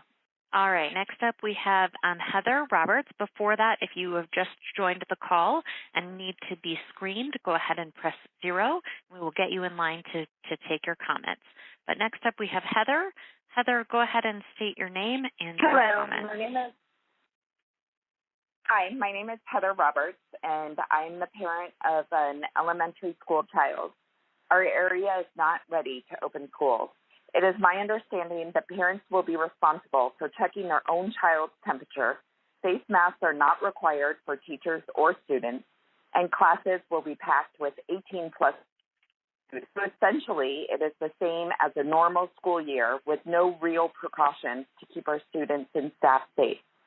With the cases in Florida rising dramatically and the president of the AAP saying schools in Florida go against their recommendations, many parents feel that virtual is their only option. If I understand the distance learning plan correctly, parents would have to be at home with their child during school hours to keep their child on the strict schedule. Most parents have to work, and this is just not feasible. Many parents I talked to during distance learning last year had babysitters during the day and worked with their children after work to complete school assignments in the evening. So what are working parents? do we have to register our children as homeschooled? I know this is a difficult situation for everyone, and it is impossible to please everyone, but I feel that just taking away playground equipment and adding extra AC filters is not an answer to keeping our children safe and educated. We should delay opening, and when we do open, reducing class sizes is the most important way to allow children to properly social distance. This could be done by having half of the children attend in-person class in the morning with virtual learning in the afternoon. The other half of the children will attend in-person classes in the afternoon with virtual learning in the morning. And masks should be made mandatory for students and staff. Thank you. Thank you very much for your comments, Heather. Next up, we have Jonathan. Go ahead with your comments, Jonathan, after stating your name. Hello, Mr. Mullins, school board leaders, and fellow community members. My name is Jonathan Schumann, speaking as an educator serving at Palm Bay High and a lifetime bioscientist representing all stakeholders and students in this community. As we seek to reopen our schools safely for the 2020-21 school year, we must not stretch or modify the CDC guidelines regarding social distancing and wearing a mask in enclosed spaces. If we do, some of us or those we love will die or be scarred with disabilities for life. This virus is both a respiratory and a vascular virus affecting all organ systems of the body. I know how deadly the virus is, as I recently buried my mother who died in New York from COVID-19. She fought the virus for 4 weeks in a state-of-the-art hospital and still lost the fight. The disease damaged her neurologically and then destroyed her kidney function. It was painful watching her die by FaceTime. My wife is a 4-time cancer survivor currently dealing with leukemia. If I bring the virus home, it will surely kill her slowly. Where will I stay if I must quarantine? No hotel will take me, and who is going to pay that bill? Opening strategies for schools must be data-driven. Currently, the positivity rate of Florida is increasing, being 18% over the past 14 days, and the positivity rate for Brevard County is increasing, currently 5.2% over the last 7 days. Any positivity rate over 1% poses a real danger to all of us. Currently, 1 in 20 students statistically may be carriers of the virus in Brevard County. The CDC guidelines are minimums, not maximums. CDC guidelines are not meant to be replaced with happy talk numbers to support a narrow, non-health political agenda. 6 feet is not 3 feet or 24 inches, and buses cannot transport students without masks while children sit shoulder to shoulder. Our safe opening options are driven by our COVID-19 positivity rate and it is therefore limited. Virtual school is recommended at this time. Later, with reduced positivity, student numbers can be reduced by splitting the student population into A and B days, including up to 13 students per classroom with block scheduling to minimize the student-to-student contact. We at Broward County School District will all be held accountable if we allow ourselves to become major vectors of super spreading the virus by opening schools in brick-and-mortar classrooms with a current high positivity rate. The negative outcome would be shameful for Brevard County, a community of highly educated scientists, engineers, and trained professionals. And with that, I would give back the balance of my time. Thank you very much, Jonathan. Next up, we have Ann Janine. Go ahead and state your name and then move forward with your comments, please. Hello, I'm Ann Janine, or AJ Bengoa in Cape Canaveral, Florida. I'm the mother of a rising 6th grader and a rising 8th grader in Brevard County. And I'd like to thank the board and all of the school board employees for the seriousness and compassion in which they've handled this case. That is evident. And it is from watching the 11 and a half hours, it was definitely evident that it seemed like nobody in that room felt like this was a safe and good idea. And there are so many things that are scary about what's being asked of you. I do, however, would like to show my support and applaud the elementary school-based e-learning option that was presented. I do think it will allow for many options that were not previously available. I am, however, disappointed that no e-learning options at the school level were available for secondary schools. I understand the difficulty in offering 500 different options throughout the district at each school level, and I recommend, however, that each school offer one grade level e-learning class of each of the 4 mandatory subjects so that subjects may take those appropriate classes connected to their school. And then the additional options can be filled in by BVS, and this keeps each student associated with their school of choice and the ability to return next year or even in the spring if we are being optimistic. This is especially important for middle schoolers and others that do not qualify for the options presented, such as dual enrollment, that keep them connected with their current school. I do think there are still many unanswered questions, as many have echoed before me. What is distance going to look like when cases arise? Please help us understand what that system is going to be and how that's going to be different from e-learning and how that will be implemented if getting the computers takes 2 weeks in and of itself. And then what are the exact prescribed timelines and guidelines when cases do arise at each level, at the class, school, bus, and district level? We were given some guidelines and basically told that they are not ready yet. We have not really come up with that formula yet, and we don't really know. How can we vote and understand as parents what our options are if we do not really understand what our children are being placed into when they go back in the fall? Please help us, help everyone in the district get their students back safely and with a full understanding of what they will be facing. Thank you very much. All right. Thank you very much for your comments. Next up, we have Joseph. Joseph, go ahead and state your name and then your comments, please. Yes, my name is Joseph Visadomini. I have 3 students in the Brevard County school system, as well as my wife is a teacher in the Brevard County school system. My question is, with certain areas requiring masks, like Cocoa Beach, would it be a requirement for those children attending the school to also wear a mask, being that we are considering teachers essential workers? I know some other areas do not have that as a mandate, but it is mandated and required for all essential workers and people inside of Publix and other places to be required to wear masks. Similar comments to the gentleman earlier. I don't see how we can revise the CDC's guidelines from 6 feet to 3 feet and optional masks. If we are going to do 3 feet, then we are going to have to require masks. That's just the way it works. It can't be maybe. I appreciate it, and I'll give you the rest of my time back. Okay, thank you very much for your help, or for your comments, Joseph. Next up, we have Tom. Tom, go ahead and state your name and comments. Hi, my name is Tom Ville. I'm a parent and a parent of a rising junior at Satellite High School. I want to start by thanking all of you on the school board for your willingness and your efforts to serve the community, and I recognize that you've been given an impossible task. I've listened to the almost 3 hours of comments that you'll hear, and I want to just focus on this.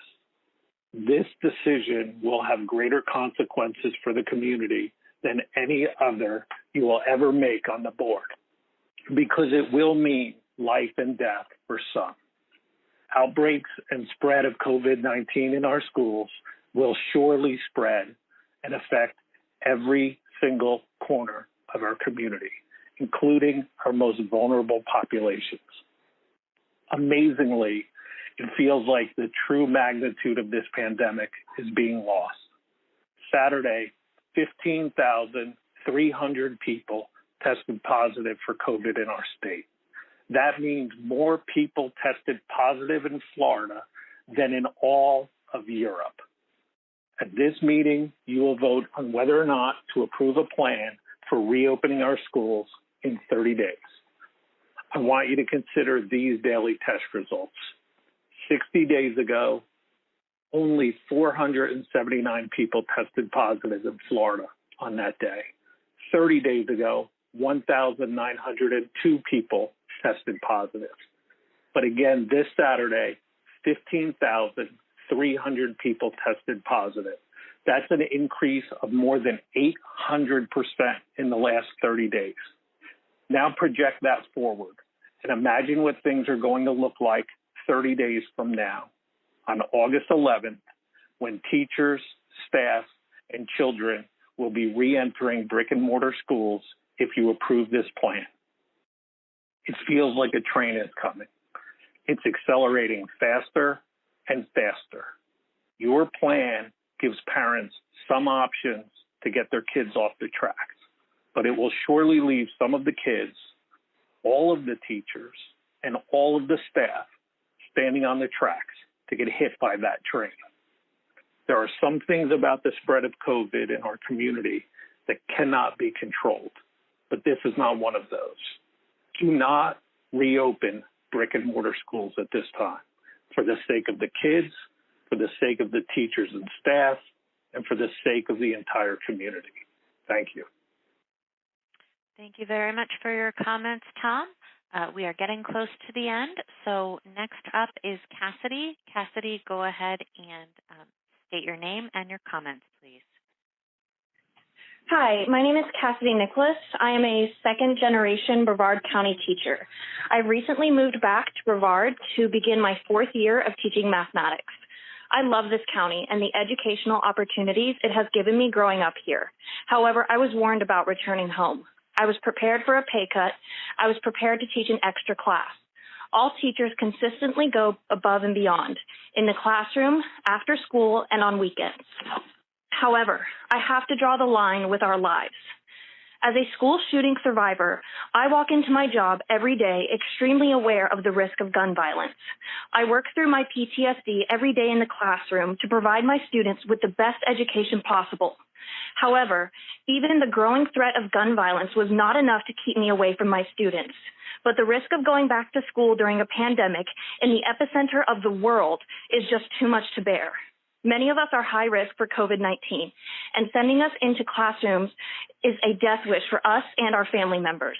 My mother and I are both high risk for COVID-19. We both have asthma, and my mom just had heart surgery. We have given so much to the school system over the years, but I have to draw the line with our lives. The death of one child, teacher, or staff member is already too much. The lasting effects of coronavirus on our physical and mental health will long outweigh any educational losses by continuing distance learning. Knowledge can be recovered, lives cannot. Many teachers will have to make some difficult decisions following this meeting. I love my job. I love my students. I love Brevard, and I love teaching math, but I'm not willing to risk my life or the life of my family members for a job where I'm underappreciated, underpaid, and overworked. Thank you. Thank you very much for your comments, Cassidy. Next up, we have Lisa. Go ahead, Lisa, with your name and comments. Hello, my name is Lisa Green, and I agree with many of the comments that it just seems not to be the greatest time to be reopening schools with the current situation in Florida. And if you do open the schools, it should really be done with a maximum of care, which doesn't seem to be in the current plan from what I heard in your last meeting. Students need to be spaced 6 feet apart as per CDC guidelines. Masks need to be mandatory. That doesn't seem to be in the plan right now, and it's a very scary situation. I would like to reiterate the point that some have made, that science, not politics, should be directing the decisions here. Many people have been proponents of a hybrid system where students go to school half the time and do distance learning half the time to reduce the amount of children in any classroom. And I think that that's a very good idea, and that it shouldn't be discarded just because it might not be a popular thing politically. Teachers should have as many choices as possible. I can't imagine having to make this choice myself, to go back into the classroom or lose my job. I'll keep it short. That's all I wanted to say. But I do think that the hybrid model should be looked at more closely. Thank you.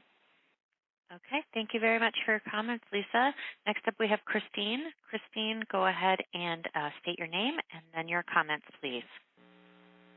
Thank you. Yes, my name is Christine Rowe. I have two incredibly bright children, one a social, friendly, rising third grader, and the other a gifted 11-year-old entering sixth grade who was really hoping to enter Edgewood next year. We are most definitely affected by the change in our world. I'm also a member of the Student Advisory Council, PTO, and a school volunteer. The fact that I must sign up, write a timed speech, wait on hold for hours, and say anything at all about child and staff safety and the inability for the brick-and-mortar system of pre-pandemic days to handle any of this is so bizarre. It only further proves to me that my decision to not trust the district with the lives of my children and family is correct. This shouldn't even be a discussion. Our country, in particular, our state and our citizens, didn't handle this virus intelligently, and this puts us in the position we are now finding ourselves. Anything less than a complete shutdown at this point will most definitely lead to sickness and death of so many. By not delaying school openings or creating a new type of schoolings altogether, a shameful lack of care and leadership will be exhibited from the very people that we are expected to trust with our children and our educators. This breach of trust may mean my children will never return to public school. I no longer trust you. Hospitals are filling. My family and friends in the healthcare field are genuinely worried, as well as teachers and support staff that confide in me privately. Cases are skyrocketing, and grown adults are vehemently against wearing masks, sometimes violently so. The choice to send your children to school should be crystal clear to anyone. Do you think that mandatory masks will work? Have you never dealt with a parent who refuses to pull up in a drop-off line or been asked not to use a cell phone? It's not pretty. Do you think parents won't send their children to school sick? Then you've never dealt with a 3-week or 3-month lice outbreak. This isn't a complicated concept. Not one child, not one teacher should be exposed to or brought to an untimely death by the premature opening of our schools. Period. Full stop. Protect our kids. Do you want them to get sick? Do you want them to get their teachers sick? Do you want them to show no signs and get their grandparents sick? Do you want to explain why their friend has died or why they're not at school? Or why their beloved teacher is dead or not at school? Their bus drivers, their lunch ladies, their principals. Do you really think that the social and psychological damage of not being in school won't be just as equal, if not worse, as they will surely be modified for hugging their friends and teachers, for sharing a secret with a friend, for breaking into a game of tag? Will this snuffing out of the very thing that makes them innocent children not be a constant psychological stressor, if not emotionally abusive, along with the hand washing, disinfectants, don't touches, don't stand there, backups, walk over here, not there. Did so-and-so sneeze? They must have COVID. And why is that mask better than mine? This isn't a hard choice. We must protect our kids and our community.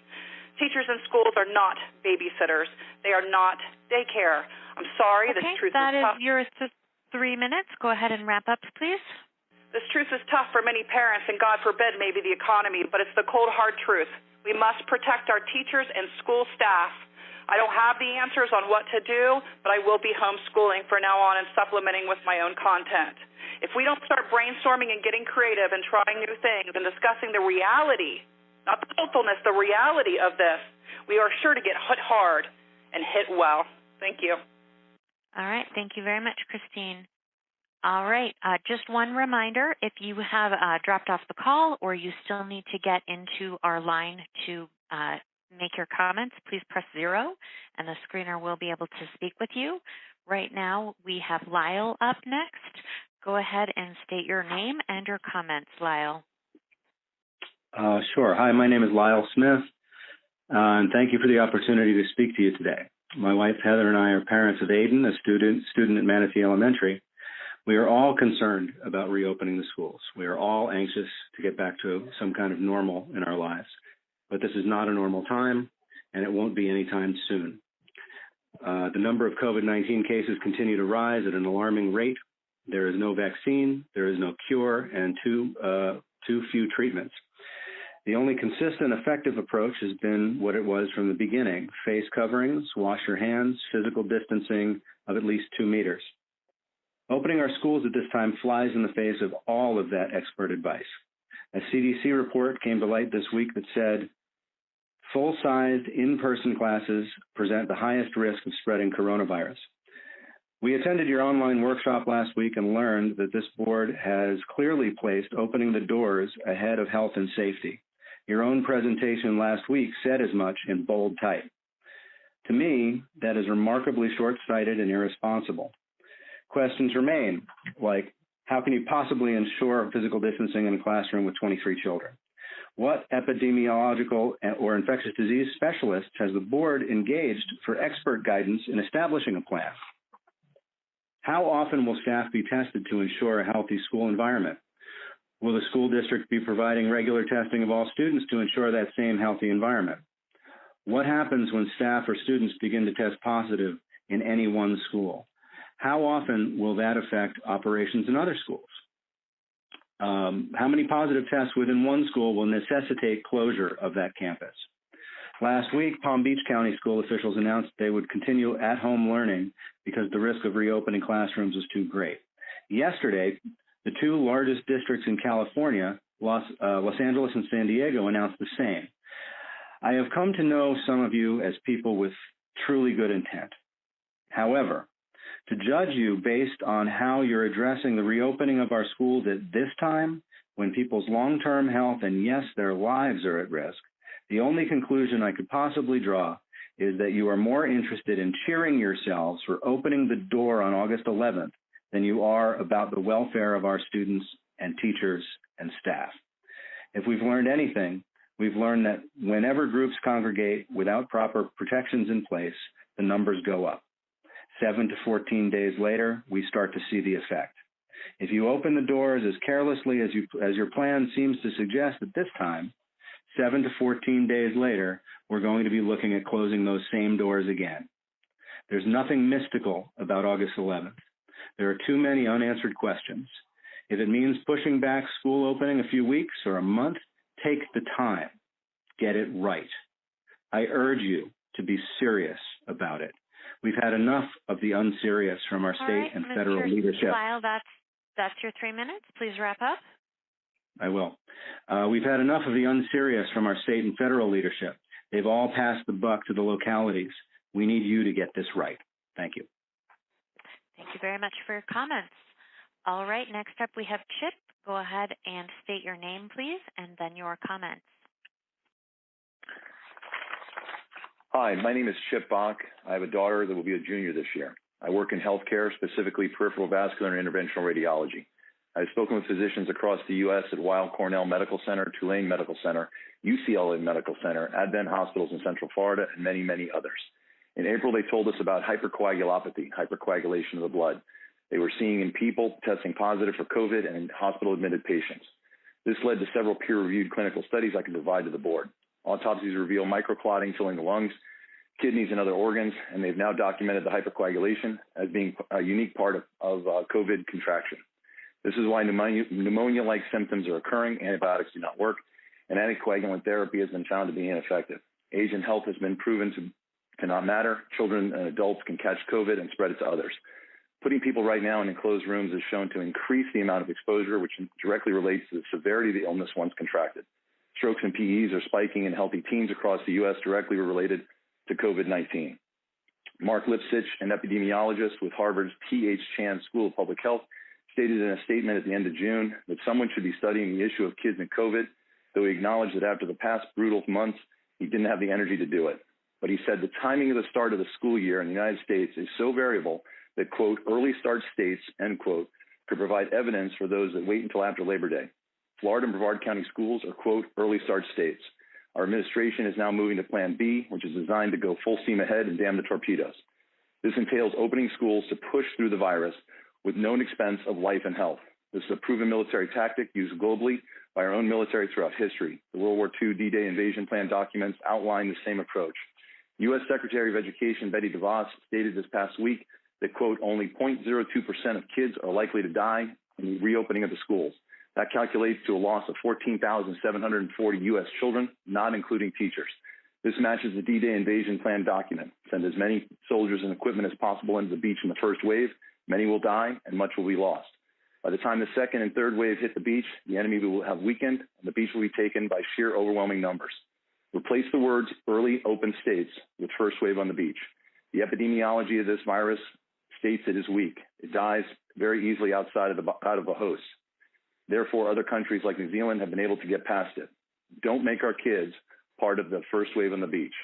Don't make Brevard's children an anecdotal data point in the first wave experiment results of COVID 2020 when studied by future generations. Miami-Dade, Broward, and Palm Beach County school boards have already issued their orders to not be in the first wave on the beach. 2020 school board members, I ask you, now say you all, how will you be recorded in this time in U.S. history? Thank you, and stay safe. Thank you very much for your comments, Chip. Next up, we have Barbara. Go ahead and state your name and then your comments, please. Okay, hi, my name is Barbara Wilcox, and I am an early childhood teacher in Brevard Public Schools, and I will come right out and tell you that this virus terrifies me. My family has been social distancing since spring break because my husband is older and in the age range of those with the highest risk.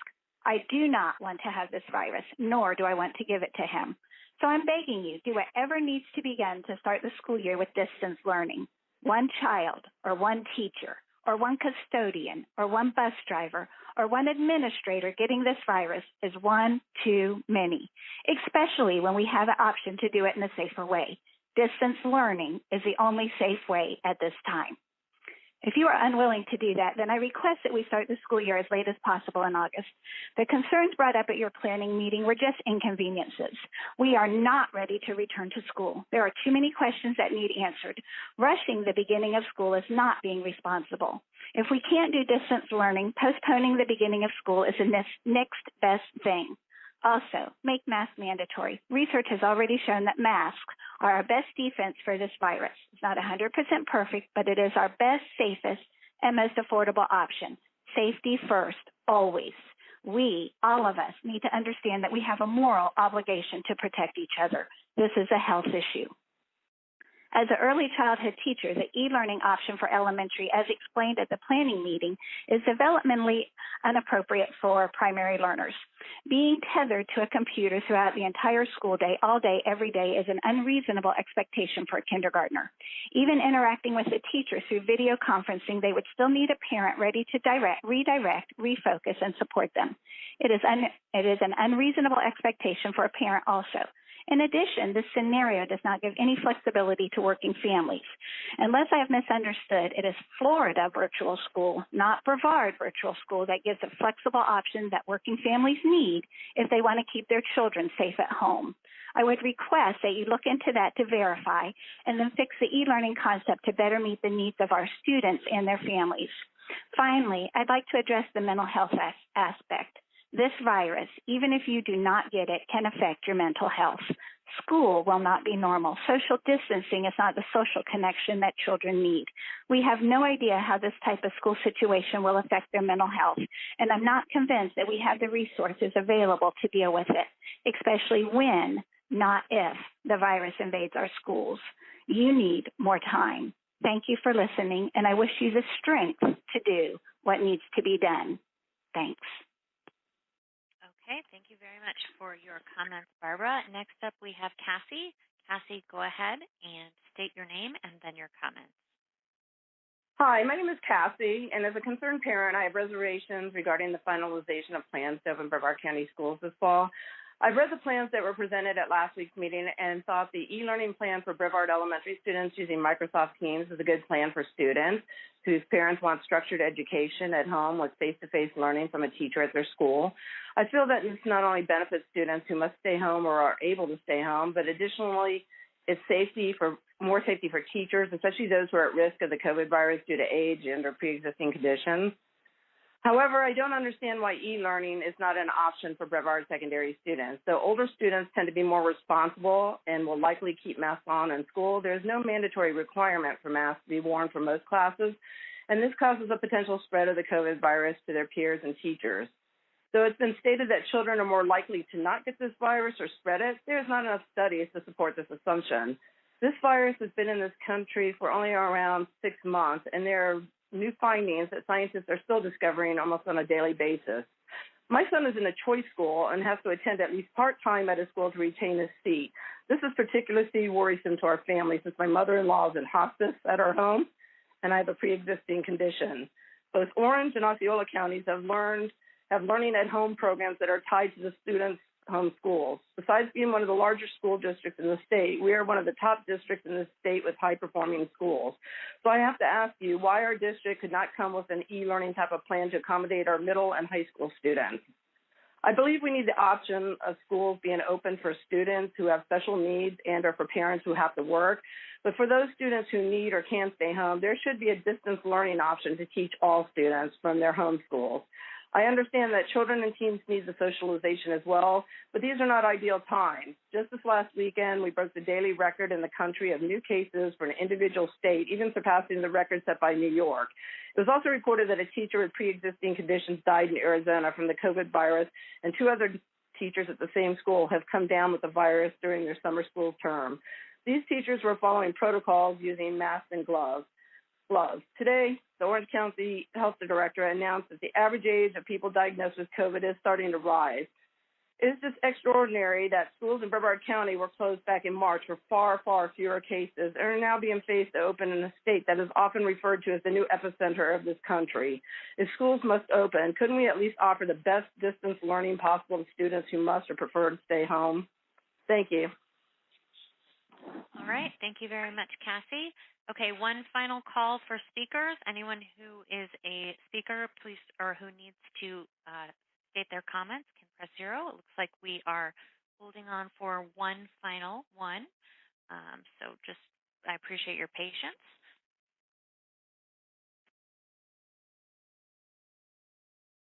Oh, looks like we may have had an accidental pressing of a button there. So I turn this over to Sue.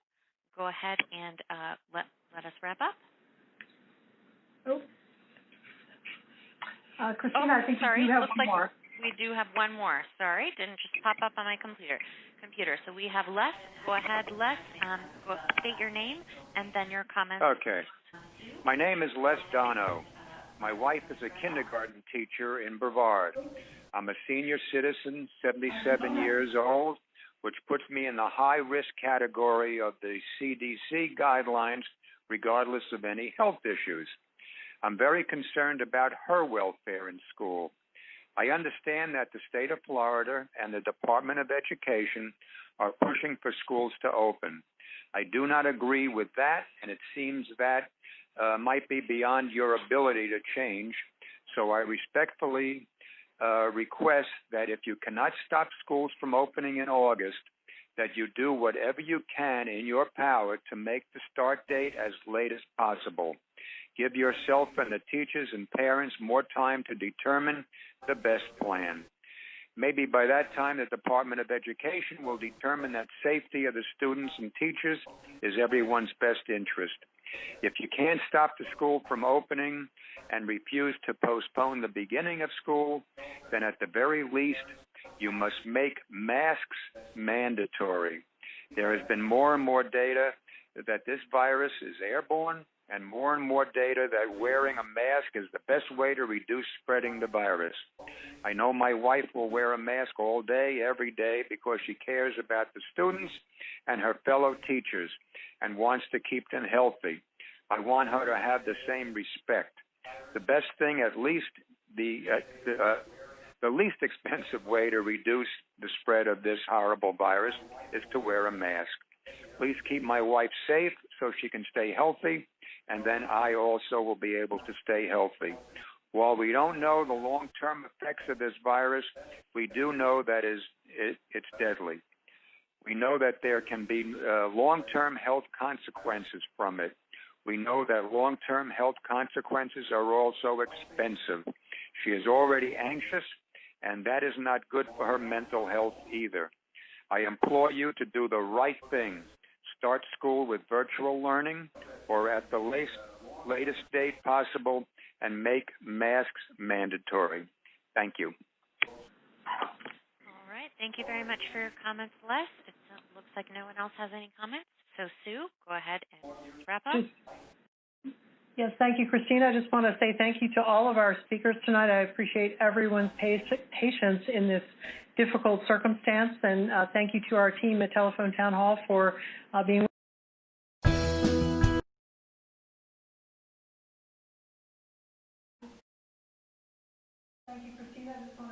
you to all of our speakers tonight. I appreciate everyone's patience in this difficult circumstance, and thank you to our team at Telephone Town Hall for the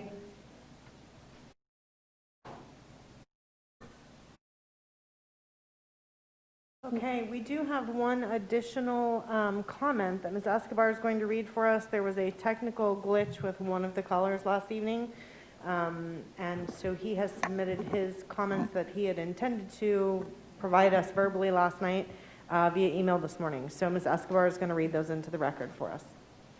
My name is Danielle Shea from Melbourne. My family and I recently moved from Pennsylvania in mid-March during all the crazy, so our Longleaf Elementary daughter and Johnson Middle School daughter had to start and finish the year virtually. I'm speaking after seeing the Spectrum News 13 piece that reported the Brevard County Teachers Union VP said that sending students back to school would be a disaster. Upon reading the article, I also got to review the draft of the Brevard County reopening plan. First, regarding the teachers' comments, I believe Governor DeSantis is absolutely right in attempting to get things back to livable in Florida, and having a common sense reopening plan will be key in doing so. While I truly appreciate the care and safety put into the reopening plan for our children, I am truly concerned about any mandated masks and extreme social distancing. Regarding masks, there are articles everywhere, but one such article from the CDC mentioned the proper masks for the proper environment, and unless our children are already sick, are going to operate in a sterile environment, or in a contaminated workplace, they do not need masks. If they already are sick, they shouldn't be in school. When we exhale, we are ridding our body of carbon dioxide and lung contaminants. A mask on a healthy person does nothing but trap all this nasty stuff in, and mixed with the person constantly touching the mask to adjust it, do you really think this is helping anyone? Per the CDC website, there have been no deaths under the age of 20. The majority of deaths are in the elderly or people with underlying conditions. Why should our children suffer? Before leaving Pennsylvania, I was on the school board for 8 years, and one thing that was ever increasing was the need for mental health intervention. I don't know if that's the case in Florida. However, I fear it will absolutely be the case if we start subjecting our kids to social isolation, because that's what it is. It's not simply distancing. No playing on playgrounds, not hanging with their friends at lunch or during group sessions. The American Academy of Pediatrics, which you mentioned in the draft, sees the importance of children being physically able to learn and socialize. Please consider leaving the mask wearing as an individual decision. Our children have more of a chance of death by car accident or drowning than by COVID, and they're still getting into cars and going to the beach. The flu is still a thing, and each year children do die from the flu, but we don't require masks every flu season. The parents that feel so strongly about masks could do the e-learning alternative, or their own children could wear a mask. The best preventative is still the mandate that has been told by our grandmothers for generations. Wash your hands, don't touch your face, sneeze or cough into your elbow. This virus is not going away, and we have to learn to live with it, the key word being live. Thank you. Thank you very much, Ms. Escobar.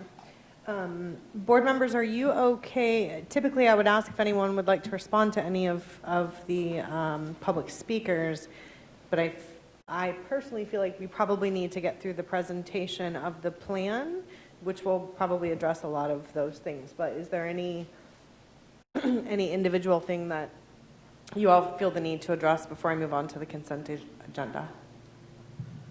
Ms. Campbell. Just briefly, and I think some of the people who left comments on this particular issue of us having a virtual meeting, we're obviously not having a virtual meeting. We are having an in-person meeting. We've actually not had a virtual school board meeting even back in March. But I just want people to be aware that the main reason for that is not for us, but it's for the mandate for the phase that we're in to not have meetings of over 50 people, and we regularly have more than 50 people in this room. So just want people to know that we hear you, and we're going to move back to allowing the public in as quickly as we can.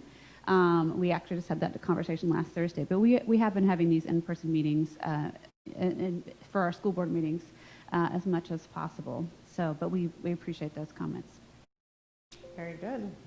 All right, that will take us into the consent agenda. Dr. Mullins. There are 18 agenda items under the consent agenda. Thank you. Does any board member wish to pull any items from the consent agenda? Seeing none, I will entertain a motion to accept the consent agenda as presented. Second. Moved by Ms. Descovich, seconded by Ms. Campbell. Is there any discussion? All right, Ms. Escobar, if you would please call for the vote. Mrs. Belford? Aye. Ms. Descovich? Aye. Ms. McDougall? Aye. Ms. Campbell? Aye. And Mr. Susan? Aye. Okay, we will move on to the action agenda. Dr. Mullins. Ms. Belford, there are 7 items under this category. The first action item is the district reopening plan. As I stated earlier, and you've mentioned, I'll be presenting the plan to the board and the viewing audience prior to the vote. I will make my way to the podium so that we can display the presentation as I discuss it. Thank you.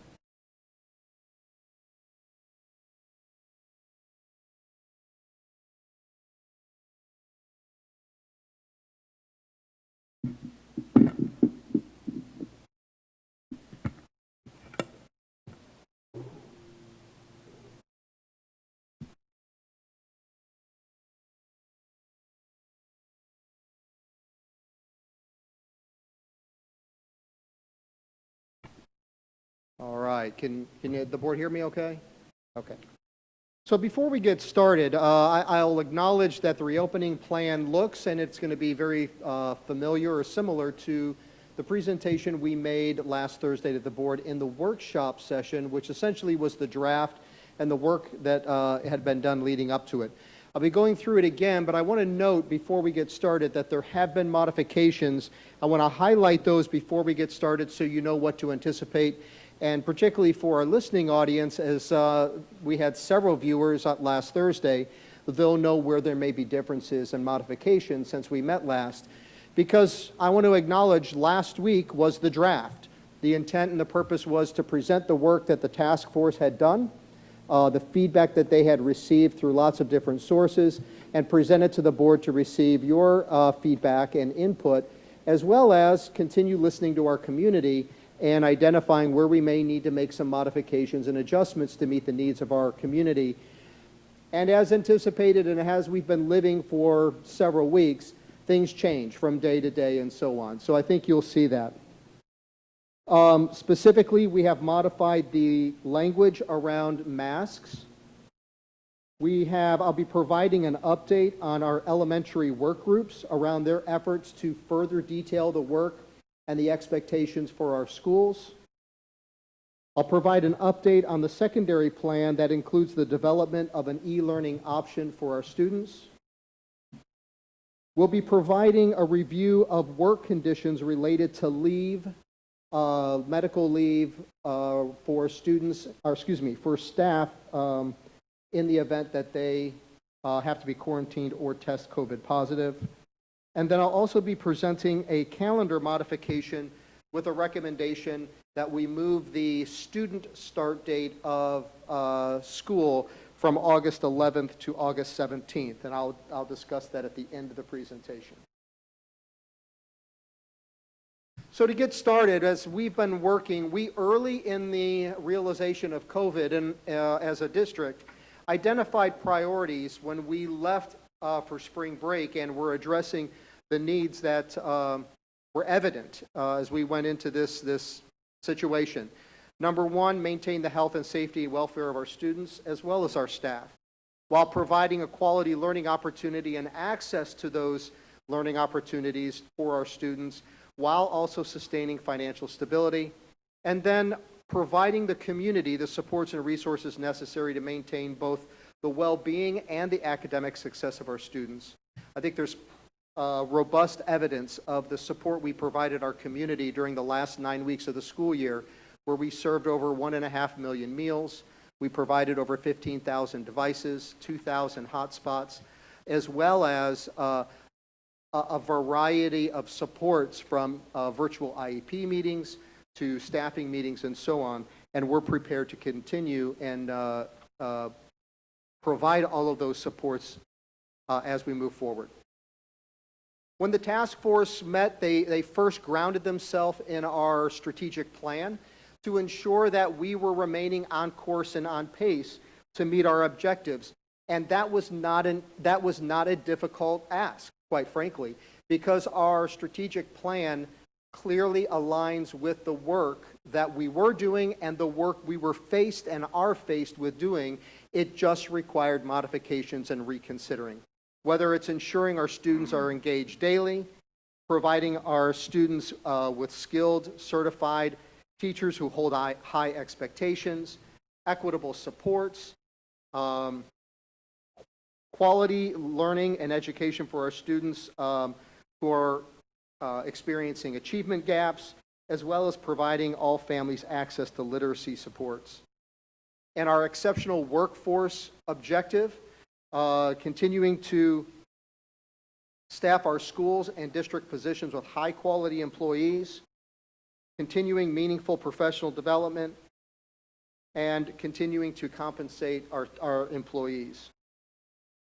Community connection, keeping our public aware and building trust in our community and our ability to sustain our students and our staff. Expanding stakeholder engagement, I think that is evident that I'll share in a few minutes. The number of participants and individuals who contributed to our online portal for feedback and input to our plan, as well as monitoring and measuring external and internal customer service satisfaction.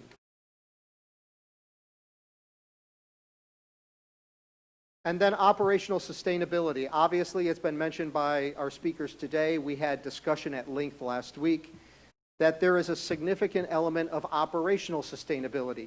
We're fortunate to have CARES Act funds, albeit one-time funds, available to the district to apply to and support our learning environment moving forward, to provide safe, healthy, and fully equipped working learning environments, to transport our students safely and efficiently, and to incorporate sustainable financial procurement practices. And I already gave a shout out to our procurement department for the work that they've done. And I will take this opportunity to respond to one of the individuals that provided a comment earlier, was concerned about our ability to obtain and procure equipment, devices, and so on. That is a non-issue for us right now because our team and our procurement department were first out of the gate to acquire masks and cleaning supplies and hand sanitizer. We're in the process of receiving those right now, getting them warehoused, getting them inventoried, and getting them distributed to our schools. So I can confidently tell you we are well ahead of the supply chain challenge that other districts may be experiencing. All of this work done within the context and the framework of equity. That is our priority as educators and certainly as Brevard Public School leaders, to ensure that each child has access to relevant and challenging academic experiences. And that essentially aligns with the recent emergency order from the Florida Department of Education, Commissioner of Education, with a priority on ensuring that all of our students have access to quality learning experiences. And I'll go into more detail on that in a few minutes. As our team proceeded, they obviously leaned on and sought out these agencies and resources as we were facing an unprecedented situation to garner the expertise and the direction from those agencies. But we also went out to our community. At the beginning of June, we stood up an online portal for any individual across our community to provide input, and we received 11,991 inputs or items related to through the portal. For the different types of stakeholders across our community, parents and guardians had access to the portal, but also our school advisory councils across our 83 schools met with principals and had robust discussion about the impact of returning or reopening schools on their local school environment, and then principals provided that feedback to our task force. Teachers and staff, they too could access the portal, However, teachers were provided specific teacher-type feedback opportunities because I think I've said before, a teacher isn't a teacher. We have primary teachers, we have intermediate teachers, we have middle school teachers that are both core subject area and elective oriented. We have high school teachers where in any high school we just have dozens upon dozens of different types of courses that require different kinds of certification and learning environments and laboratories and so on. So the team identified over 40 different teacher type classifications, and they sought feedback and input from all of those different types of teachers. In addition, our site-based administrators were certainly given access to the online portal, but also participated in a specific survey for administrators to really garner and understand their perspective and the challenges that they know they would be facing at the school level that we may be overlooking as we proceeded. And of course, our community leaders participated in input and feedback through the portal, as well as were invited into the School Advisory Council discussions at our school level. So you can see we had a very robust opportunity for our community to provide input in all of the considerations. And I will steal or if you will, plagiarize the feedback or comment of, I think it was Dr. Sullivan. Every comment and feedback, a lot of them were repeated, but often there were nuggets of ahas that contributed to the task force in considering, okay, we need to think about this element of transportation, or here's something about cafeterias we need to consider, and so on. In summary, I wish I could present to the board and our community that there was a prevailing or predominant perspective, but there isn't. As diverse as our community is, which is a rich benefit to us as a community, there also is diverse opinion, perspective, and position on a lot of the issues we're facing today related to reopening. I know there is concern about reopening our schools, and there is also readiness for our students to return. What I would say is, as much as I'm presenting a plan today, there is also still much work to be done. We have 83 schools and over 40 different school design types. We can't make decisions today or recommendations today for all schools necessarily when they may not be applicable to all schools or accommodate different school needs. But what we've tried to do is build expectations and requirements that apply to all schools, and our leading and learning directors are now working with school leaders individually and their leadership teams at the school to fine-tune and further refine the applications across the schools. You saw a glimpse of that in the principal checklist that's provided at the end of the presentation. So our school-based administrators, who I hailed earlier with a shout-out, are continuing a considerable amount of work even now to fine-tune and refine the plans of reopening for their specific school, and our district leaders are working closely with them, bringing like principals together in a like school design to collaborate and discuss how are you handling coming into school, dismissal, class change, but then also working with principals with a absolutely unique school design to make sure that we're making every consideration possible. But again, I would suggest the plan, the implementation isn't final, and it will need revising as we go along. But I'm confident our administrators are making great strides in putting all of the measures in place to maximize safety.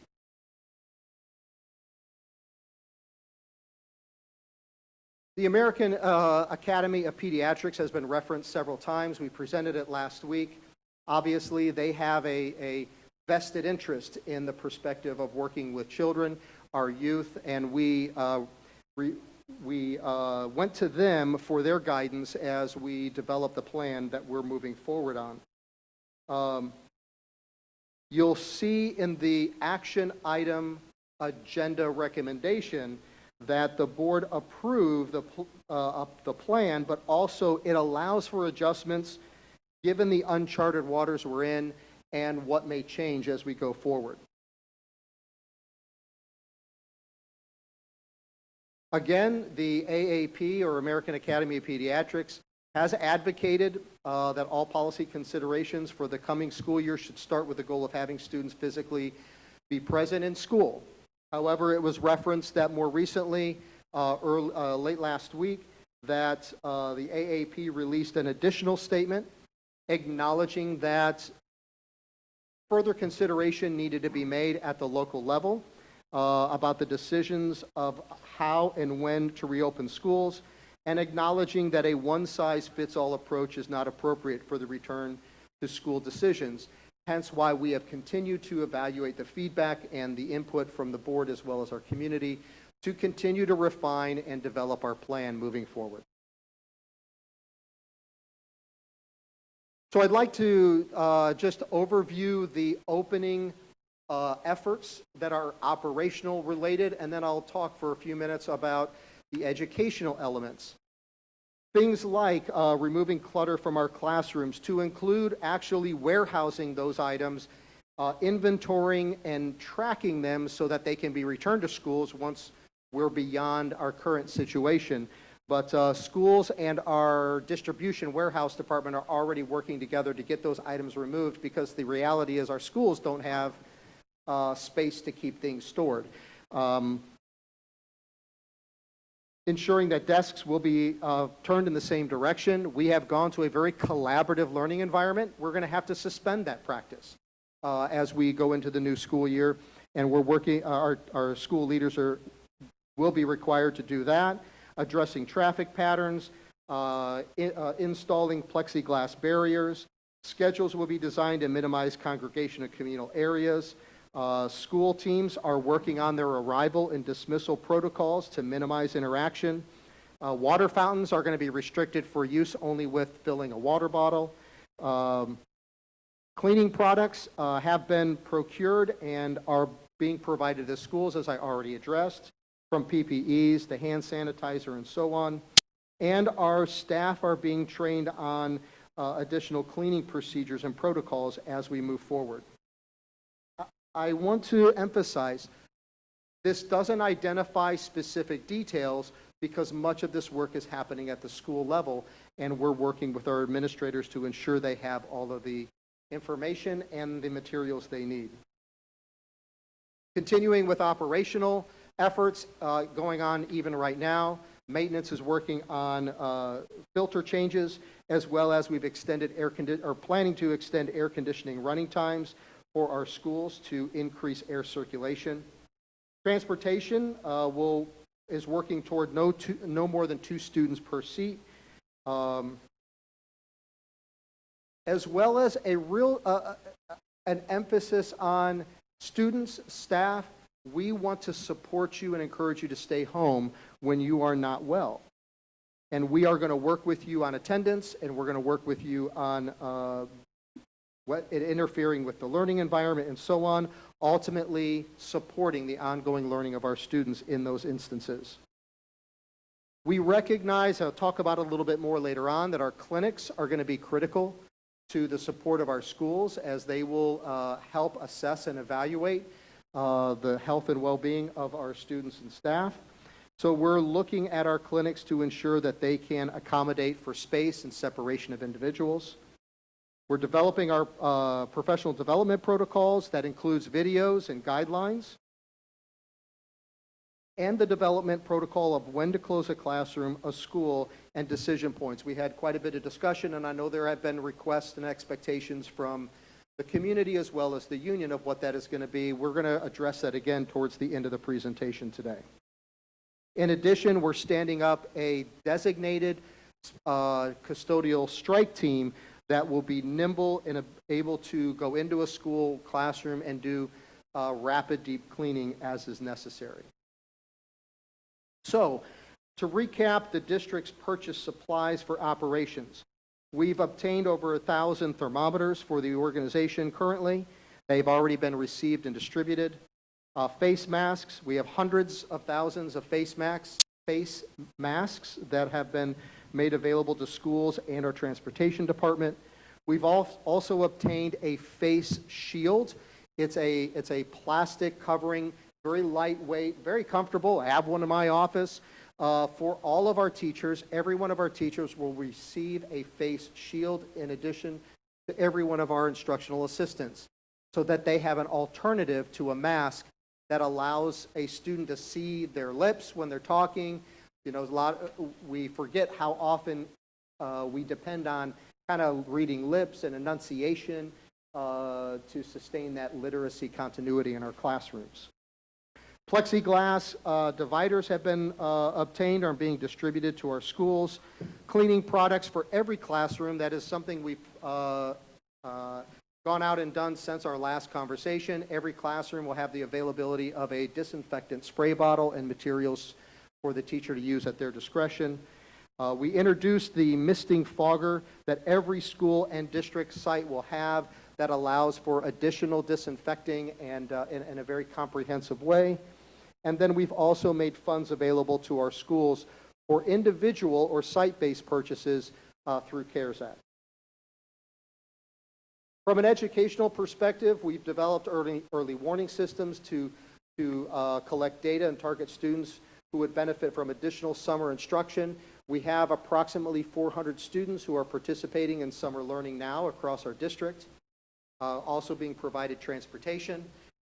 We've begun to review our medically fragile students and develop individual health plans for them. Already staff are working on that in preparation for the school year, as well as prepared to address our students with disabilities to make progress on their IEP goals upon the return to learning. Our ET department, Educational Technology, Mr. Cheatham has the unenviable task of managing tens of thousands, I think if I remember correctly, up to 80,000 devices across our district.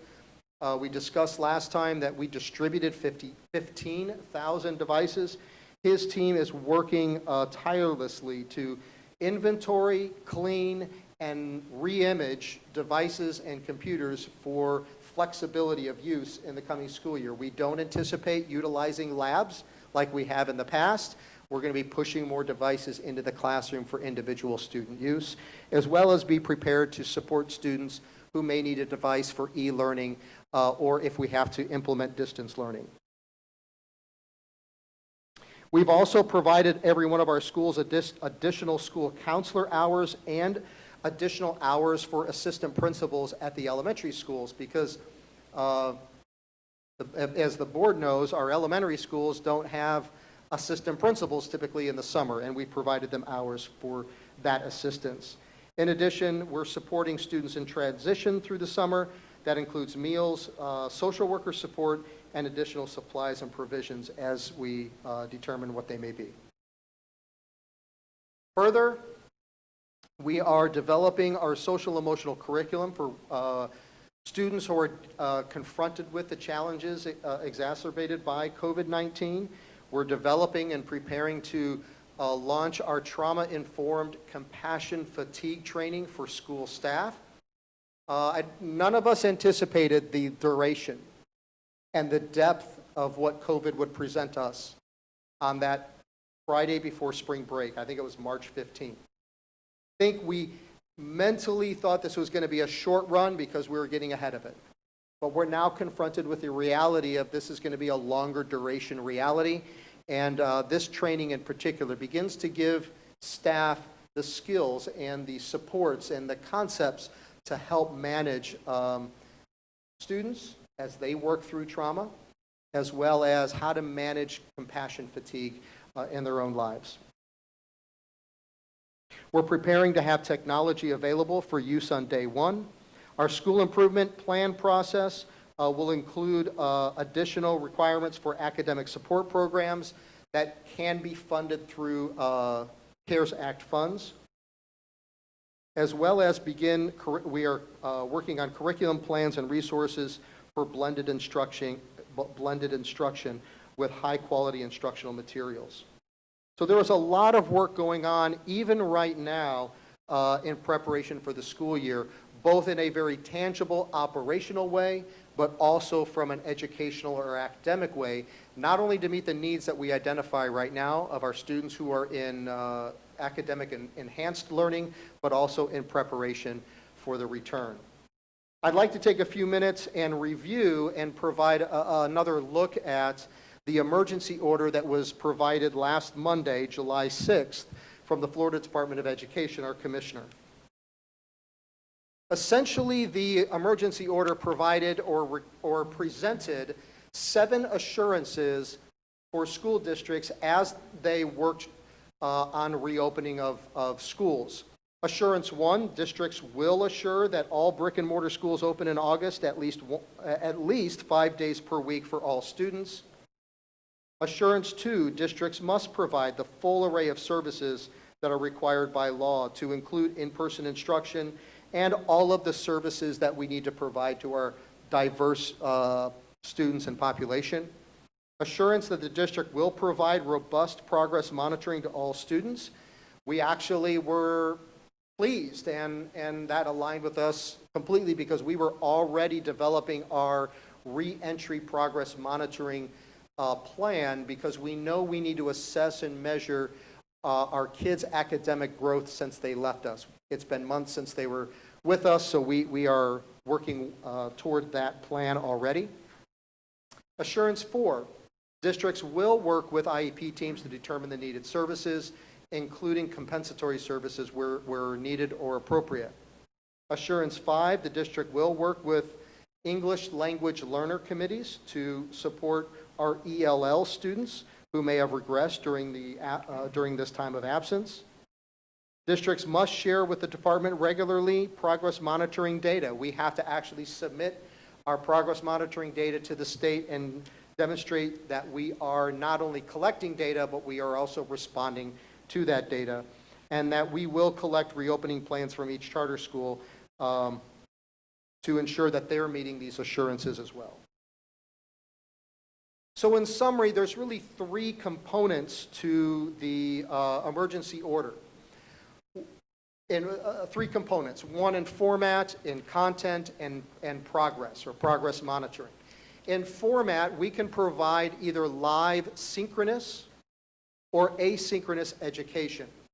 Synchronous being alongside the traditional school day, and asynchronous being provided more statically on a platform.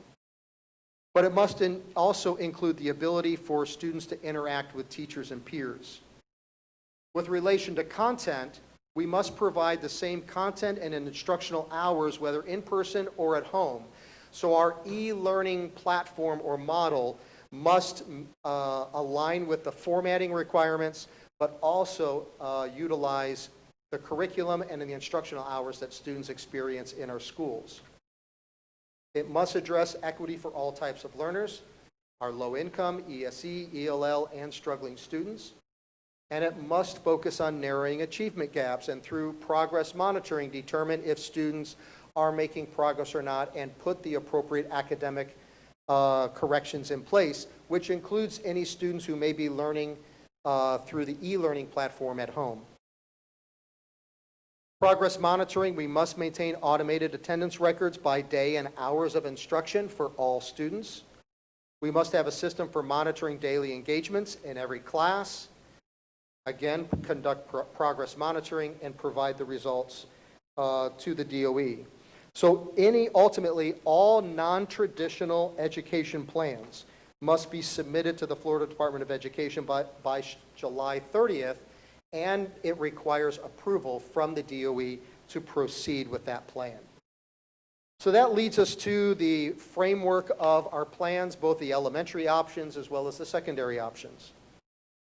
Our elementary options continue to include full-time in-person at school, a full-time Brevard virtual school option, a part-time in-person or part-time Brevard virtual school option.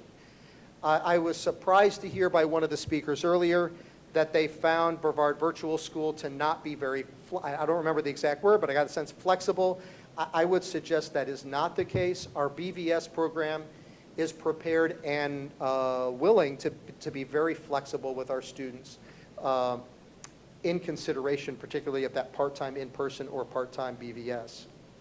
But we're also continuing to develop our full-time e-learning from school at home platform for students in elementary schools. And that is in the state's term, in the emergency order, it's identified as the innovative learning option that is permissible upon approval. So I'd like to spend a few minutes outlining what that looks like. Before I do that, before I talk about e-learning, let me just highlight our in-person at school components. It will be a traditional school day. Desks will be spaced apart, maximizing social distancing to the extent possible. There will be modifications to activity.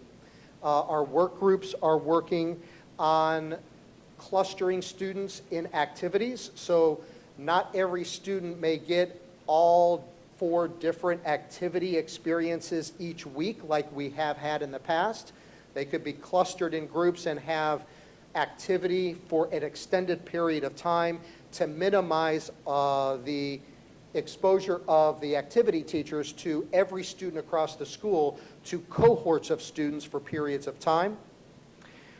Our elementary work groups are also working to address departmentalization, where teachers see perhaps 100 students throughout the day across a grade level, to minimize that mobility or that number of students, at the very least moving the teacher versus moving the student. Our elementary work groups are also looking to provide principals guidance and leadership on classroom setups, cafeteria setup and procedures, as well as the development of virtual tours and virtual meet and greets, because you'll see later that we are limiting visitors and guests on campus, but we want to extend engagement of our families and guardians to our schools with their students, whether they choose the in-person traditional option or they select the e-learning option at their local school. Again, these things are part of the principal checklist that we'll review at the end. Our elementary e-learning model will be a live, teacher-guided, online quality instruction that mirrors the exact school day from 8 to 2:30. It provides equivalent experience to the traditional classroom, where students will learn and collaborate with their peers and teacher in a virtual platform utilizing Microsoft Teams. Students will have supportive learning materials at home, and will even have the opportunity to receive group drive-in support therapy or support services as dictated or guided by their IEP or EP. Students will be able to interact and see other e-learning classmates and their teacher through the chat feature as well.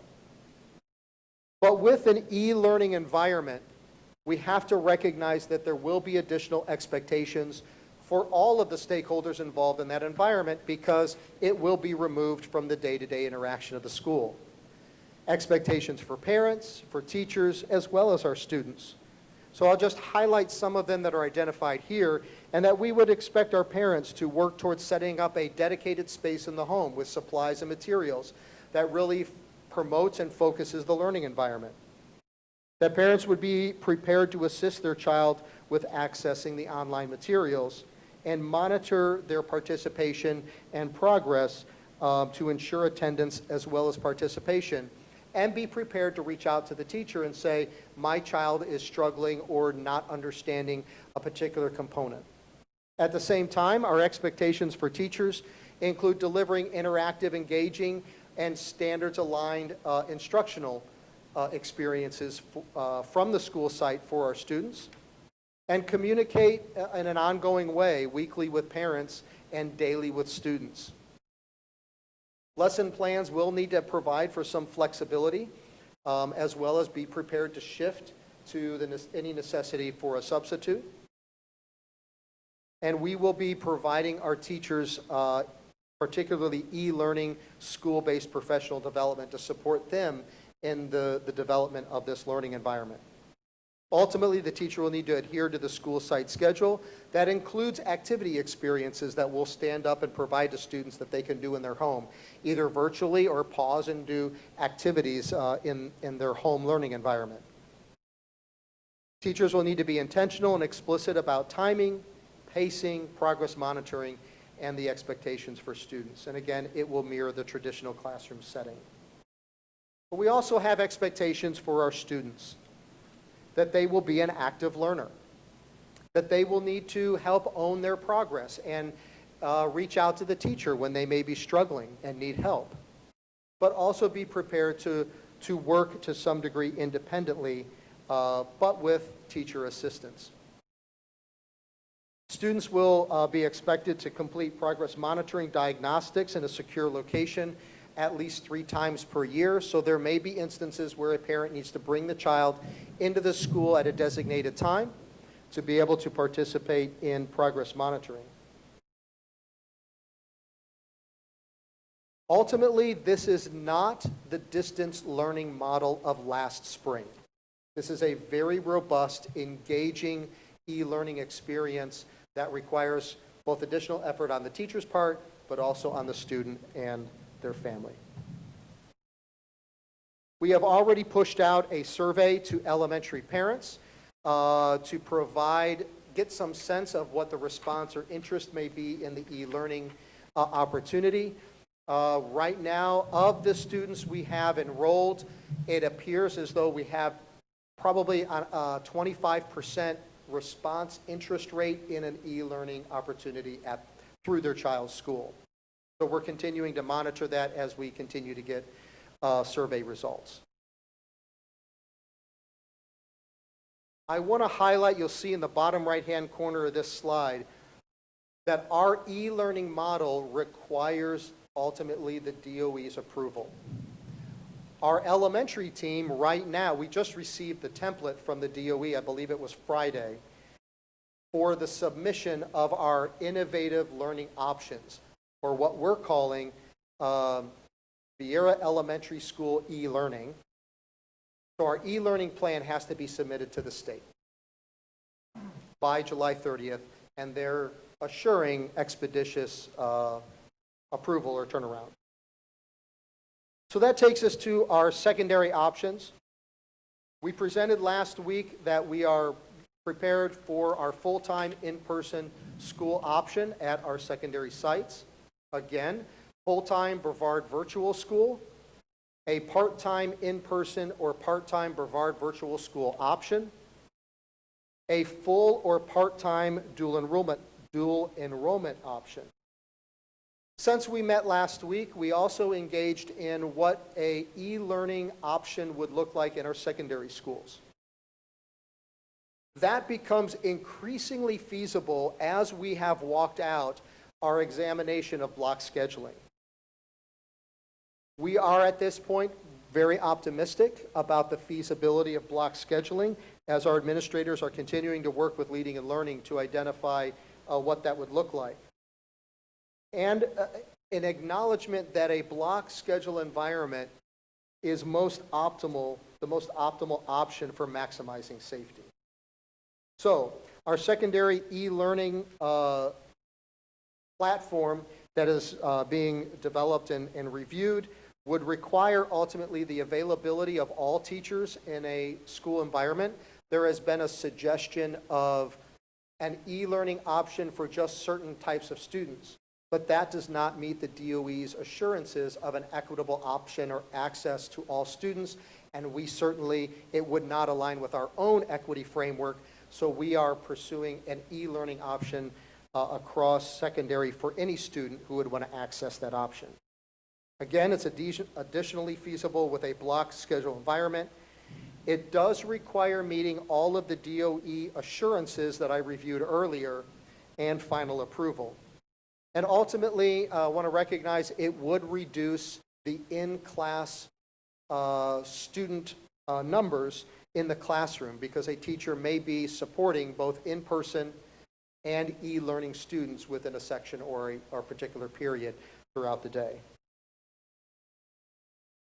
In presenting this to our school leaders, they stand ready to continue working on block and standing up e-learning as we move forward. I want to take a moment and just review both the opportunities and acknowledge the challenges that come with the consideration of block. The opportunities, our school administrators and custodians will need to manage fewer class transition, ultimately half as many, from seven period day traditional schedule to a 4-period day block. Less students in a space throughout the day, fewer shared materials, and the configuration provides the opportunity to ultimately accelerate graduation, because we do have students who find themselves with the ability to graduate in December because they were able to meet all of their course requirements with the block scheduling, and give them the access and opportunity to either pursue workforce or do early admissions. At the same time, there are challenges that we have acknowledged and weighed. That is the impact of hurricane days having on the instructional hours. A single day absence has a greater impact because one day essentially equates to 2 days of learning.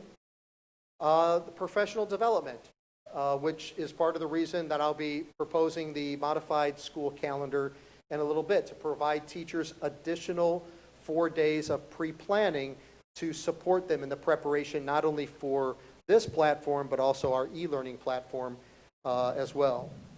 And advanced placement testing. Those students who would be taking an advanced placement course first semester would have some delay second semester as they awaited to take the AP placement test. I will tell you that as a district, we have impressive AP test results, and I attribute and give kudos and shout out to our teachers. My own children who took AP classes, they took them throughout the year, but there were many weekend sessions that my kids went to. Thank you, Mr. Cattell. You got my son through AP Calc by virtue of those weekend efforts, and I would suspect that our AP teachers would continue to provide those opportunities to our students in preparation for the AP exams. So that is a summary of our secondary learning options. You can see that we have worked toward providing more flexibility and options to our students moving forward, and we'll certainly have more information in the coming days and next week or so for our secondary students.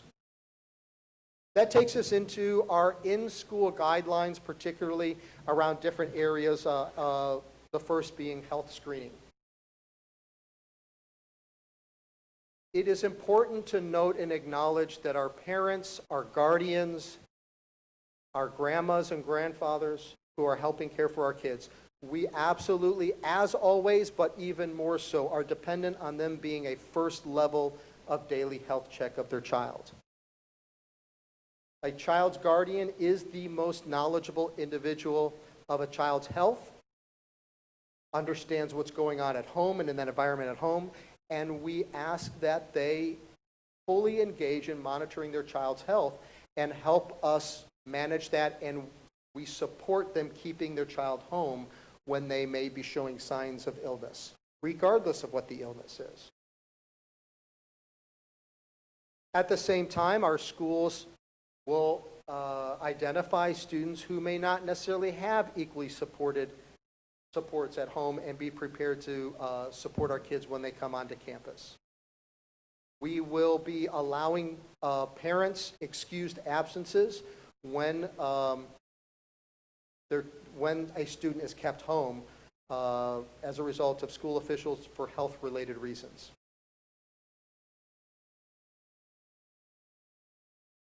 Again, school and parent partnership is critical as we move forward to ensure that all students are properly supported and that staff have the information they need to assist students and keep students safe as well as keep our staff safe.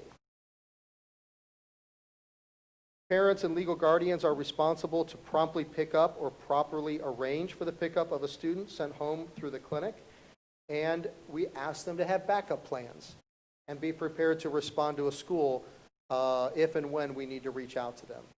We will verify contact information when students register and make sure that it is updated in our district database system so that we have emergency contact information. We ask parents, as always, but it's critically important that as their personal information changes, that they provide us updates to that throughout the year.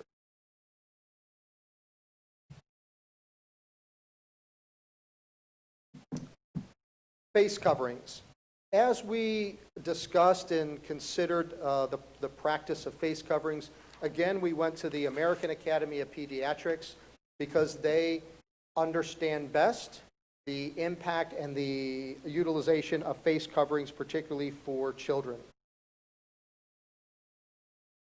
They acknowledge that evidence continues to mount on the importance of universal face coverings to interrupt the spread of COVID. But they also acknowledge that some individuals, students or staff, may be unable to safely wear a cloth face covering because of certain medical conditions, as well as there may be developmentally appropriate and feasible considerations that have to be taken, particularly with some of our youngest learners.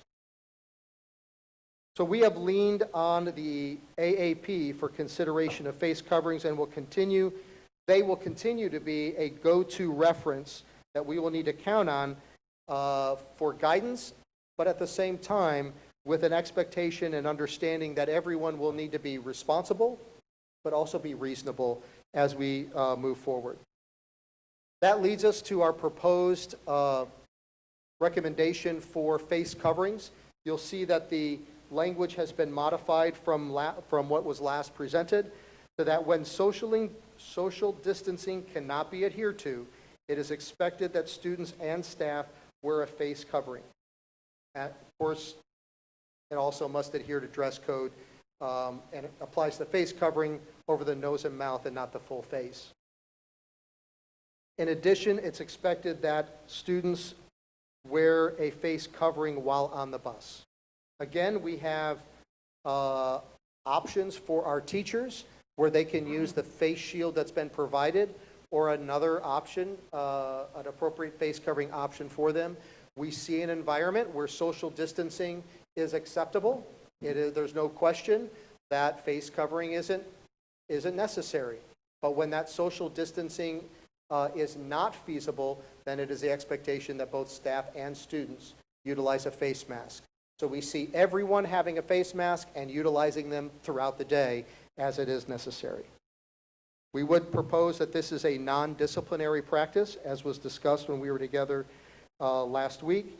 And ultimately, we are counting on, and I believe it's appropriate to expect all individuals to be both responsible and reasonable in the monitoring and managing of face masks in our classrooms and across our district and our schools.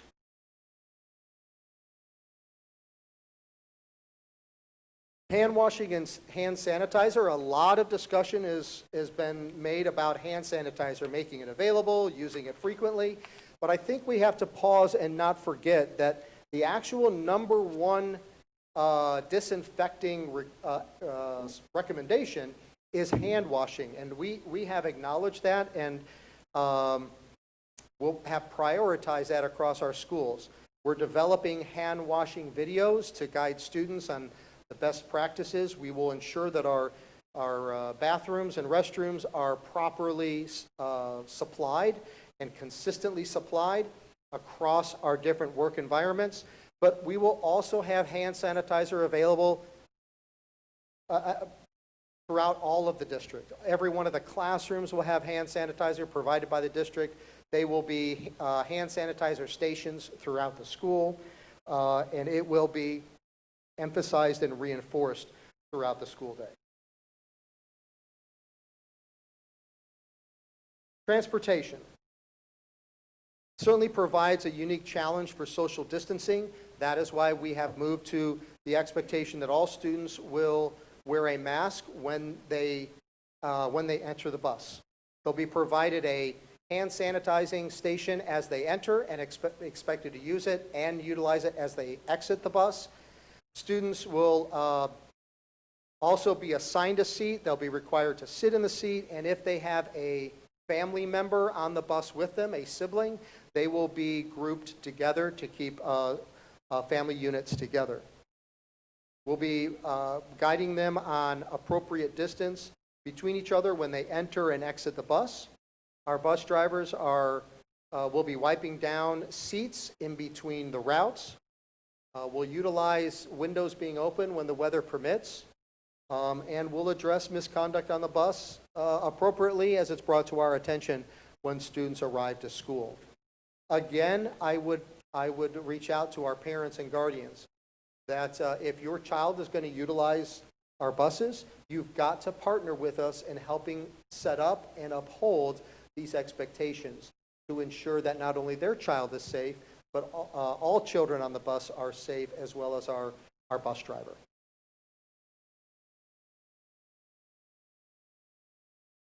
Food and nutrition services. They have also been busy this summer, not only providing meals out in the community on a daily basis, but also providing meals to our summer enrichment academic sites, and getting into every one of our schools and evaluating and identifying what the cafeterias look like.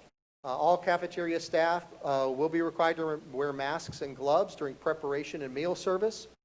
Hand sanitizer stations will be placed outside cafeteria entrances. We will have a robust advertisement marketing for our mealpayplus.com plan, which eliminates the necessity of cash transactions. Parents can contribute to their child's account online, and their child will have it available to them, and they don't need to punch a keypad. They'll either be provided a badge that will scan like we do here, or they'll be able to verbally provide their student ID number so that we minimize interaction. Serving lines have already been modified. Additional markings have been put in place for social distancing and directional guidance, as well as modified meal access points to include grab-and-go meal packages, expanding the access and availability of meals for our students to really diversify where they will get their lunch or breakfast from. In addition, we'll continue to have a mobile feeding program for students who are either on e-learning or distance learning if they choose those platforms. I mentioned earlier, our school clinics are going to be a vital component to our school environment more than ever before. We discussed last week that fortunately we're experiencing the lowest summer turnover across nurses or health techs than we've ever experienced before, because there hasn't really been a work break for our health techs. They have been fully employed over the summer by the health department, meeting the demands of our current situation. That's good for us because they'll be returning to our schools. We do have some vacancies, but the health department has been a phenomenal partner with us to address the need as well as acknowledge the necessity to have our health techs staffed in our schools. Again, parents are our first level of daily health check defense. And we implore them to work with us and evaluate their child's health every morning. And if they identify symptoms, they are encouraged to keep their child home, and it'll be an excused absence. Clinic areas, of course, will be cleaned throughout the day. Students and staff who are ill should stay home. If students with symptoms associated with COVID comes to school, they will be sent to the health clinic for evaluation, and as appropriate, parents will be contacted and students will be sent home. Temperatures will be taken upon entering the clinic. If the temperature is over 100 degrees, parents will be notified that the student is too ill to remain in school. They will be isolated or put in a separate area, required to wear a mask during that period until their parent and guardian can come and pick them up. Our principals, administrative teams are working right now to expand the clinic environment and have backup plans in the event that they have multiple students that obviously require social distancing to be implemented. Custodial services, we presented this last week. All our custodians will be trained and monitored in utilizing best practices for cleanliness and for disinfecting services. We provided an image there. That is, in fact, the disinfectant misting machine. I think Ms. Han referred to it as R2D2 last week, but that is actually the tool that is used, and it accommodates comprehensive and rapid disinfecting in an environment that may be necessary. Each one of our schools has been provided this liquid disinfectant misting machine. It's designed to quickly move from room to room and broadcast spray through a handheld wand. It's both for preventative cleaning and deep cleaning. Those have already been deployed to our schools.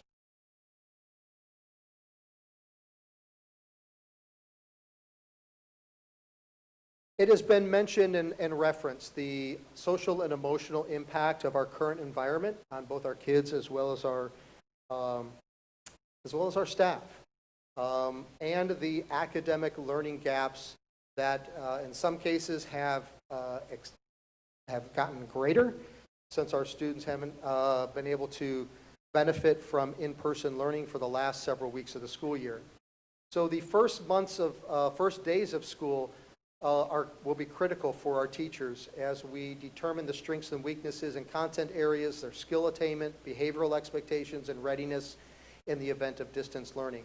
Our schools are developing their plans to assess students when they first come back to us. They're provided support by our district staff.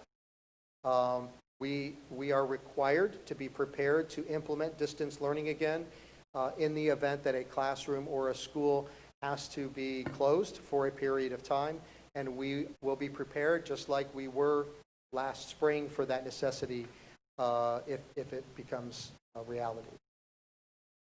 Each teacher will be provided support and further professional development to integrate digital tools into their courses.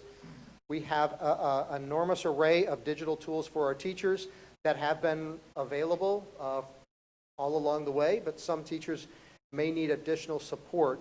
That will be our expectation when they return to be able to utilize that digital platform.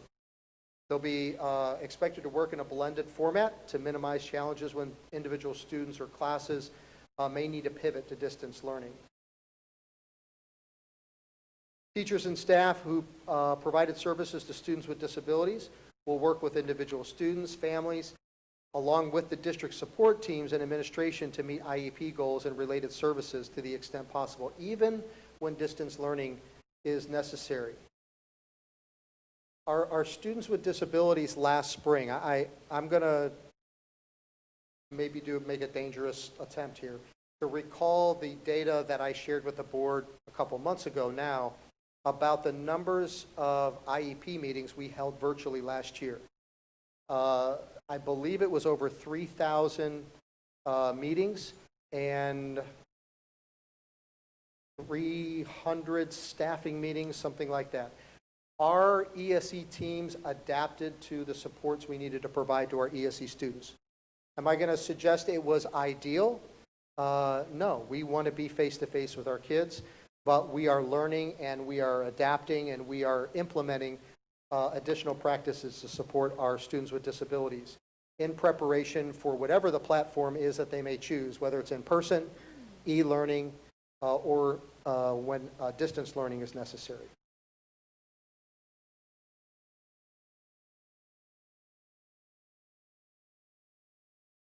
In addition, all students will receive the required mental health curriculum and be supported through a social emotional framework that was presented to the board a couple weeks ago.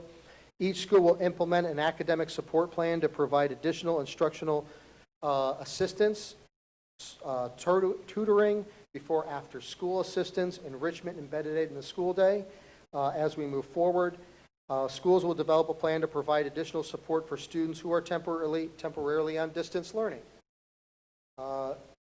We've just enhanced our focus tool to support our teachers as well and to regularly update parents and students on academic performance. Our secondary students will continue to have access to programs that accelerate their learning, such as CTE, Career and Technical Ed, Advanced Placement, International Baccalaureate, Cambridge, Early Admission College, Virtual School, Credit Acceleration Programs, and Excel Diploma options. We mentioned last week that we will encourage and explore early graduation options for our students and help them accelerate if that's the option, if that's what they want to pursue. A lot happens in a schoolhouse outside the 8 to 2:30 or 8:30 to 3:45 school day. In acknowledgement of both academic programs and extracurricular activities, the task force has recommended these guidelines, but they will be reconsidered and reevaluated throughout the year based on prevailing conditions. Through our discussion last week, we recognize that we may need to pause and reevaluate some of these as we move forward. But right now, and as we anticipate the start of the school year, school field trips will not be authorized, playground equipment will not be utilized. Chorus programs or other lessons that involve singing must sing outdoors. PE will not dress out and utilize locker rooms. In courses where labs and shared hands-on materials for students that is the environment, they'll be provided supplies to maintain cleanliness between use. Students will be encouraged to bring their own water bottles and will be prohibited from sharing them. Hence, water fountains can only be used to fill water bottles. There will not be group assemblies in our schools. Our athletic and extracurricular activities, clubs, will continue to follow the return to activity guidelines that we have already rolled out. And then open house, parent conferences, these events will be planned virtually to keep our parents and families engaged in the school and share vital information, but also limit presence on campuses. For visitors on campus, again, these guidelines will be reconsidered throughout the year based on prevailing conditions. And this is not, these decisions or recommendations are not made lightly because volunteers and visitors on our campus, they are part of the lifeblood of our school environment. But the task force has recommended and believes it's vital that we limit risk of individuals, outside visitors coming onto campus.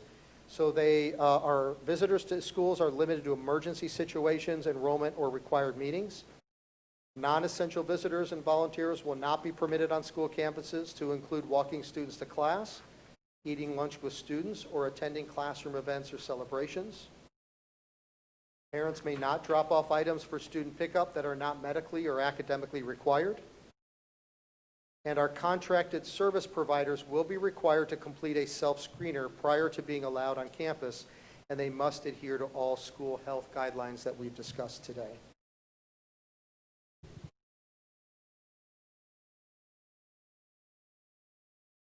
At this time, I have asked Ms. Moore to come up and go through our slides related to students and staff who are exposed to COVID and those practices.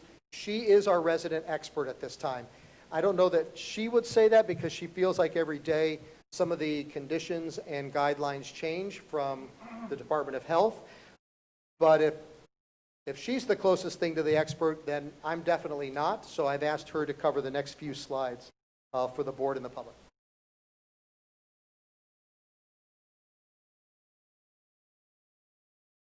I'm going to say good morning, but I think it's good afternoon, isn't it? I think the first thing I'd like to just have a minute of time on is the partnership between Brevard Public Schools and the Department of Health. Because as I was listening to some of our speakers this morning, it became evident that maybe that partnership, that collaboration isn't well known. So Brevard Public Schools and the Department of Health have had a contract with one another for many, many years. They are the ones that provide our health techs and school nurses. But more importantly, they collaborate with us in all manners of infectious disease. In fact, when coronavirus, COVID-19, was first started being spoken about in the news back in February, we contacted Dr. Barry Inman, who is the head epidemiologist in Brevard County, as well as Maria Stahl, and asked for them to come out and present to our principals. And so back in March, prior to us even going on spring break, prior to us even knowing that the events were going to rapidly roll out for us to close schools, Dr. Inman, again, the head epidemiologist in the county, Maria Stahl and Maureen Kelly all came and then presented to our principals about what COVID-19 is, what the symptoms are, what the long-range impact might be. And at the time, it perhaps wasn't taken as seriously, but very shortly thereafter it was.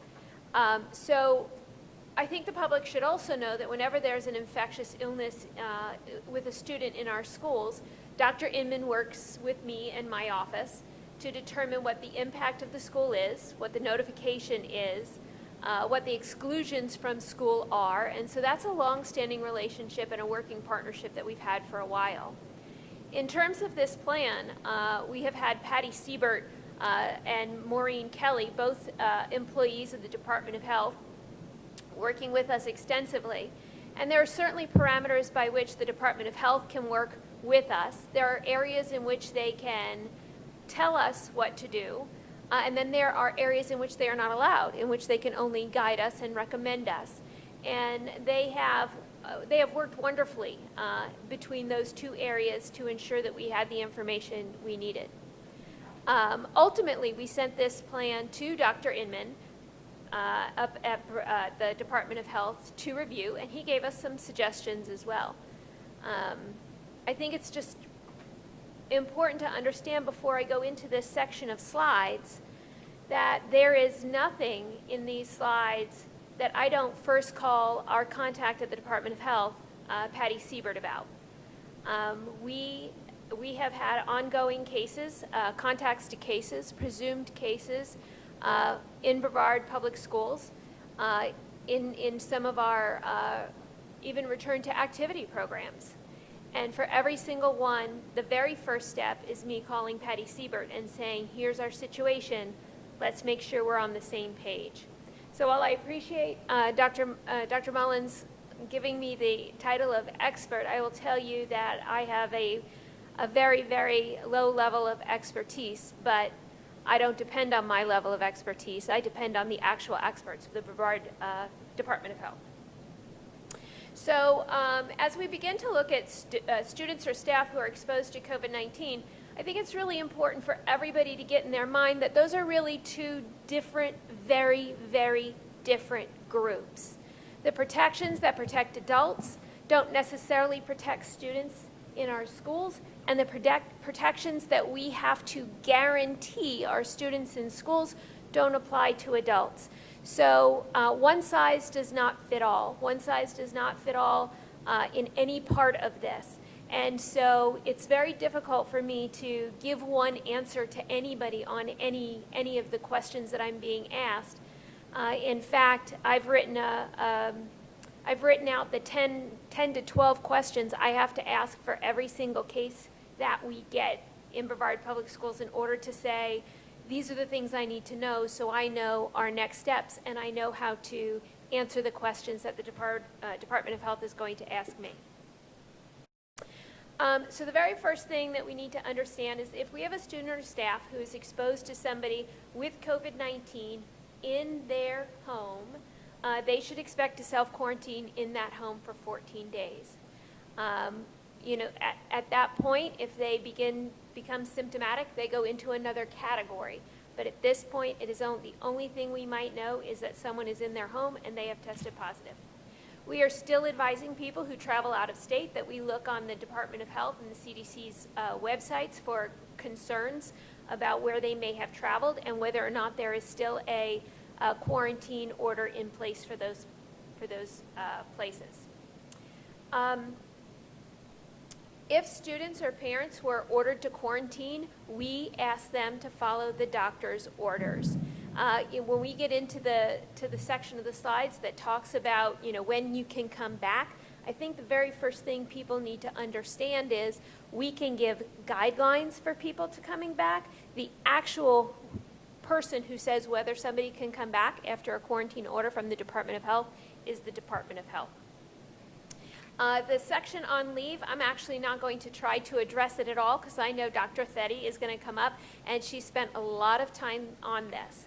And again, students look different than adults, our big people, and our employees. And so there's other things that revolve around our employees, such as a workman's comp claim if it's directly attributed to the work that they're doing at school. And so I know Dr. Thetty is going to talk more about that.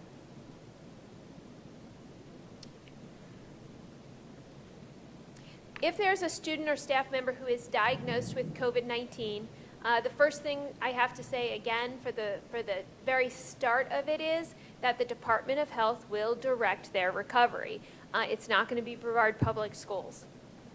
However, in Brevard Public Schools, we have to do some of that contact tracing. We are in partnership with them. The Brevard Department of Health will do immediate family contact tracing, but then will say to us, what has been the impact on the schools? And so part of the questions that we have to ask at the schools is, in what areas has this person worked? When was the last person this person was at school? What people have been in contact with them for longer than 15 minutes and closer than 6 feet? And you'll see in these slides, I think at one point I say closer than 6 feet for 10 minutes because 2 weeks ago it was 15 minutes, last week it was 10 minutes, this week it was 15 minutes. So we're doing our best to keep up with changing guidelines, but we have to also be aware that there are changing guidelines. We will always work in coordination with the Department of Health as it is determined that students and staff can come back to school. There are things that we can expect of our staff that we cannot expect of our students. And so I think it's important to understand the concept of FAPE, or a free appropriate public education. Students are guaranteed FAPE. They are guaranteed a free and appropriate public education. And so if it is determined that our policies and guidelines deny students that, we have to be very, very, very careful of what we say, what we do, and how we process through this. So you may hear me answer back, we can't do that because of FAPE, and it is because we may be in a position of denying students a free and appropriate public education. That applies to the kids, it doesn't apply to the adults. And I'm going to talk more about the instructional continuity plan when I get to another slide, because the speakers are correct. There will be occasion for us to be closing down buildings, and I don't think any of us can go into this with our eyes closed.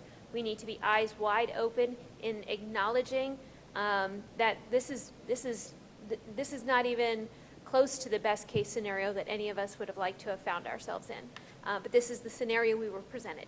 And so we're going to serve our students as best we can. So these are the Department of Health CDC guidelines for students returning.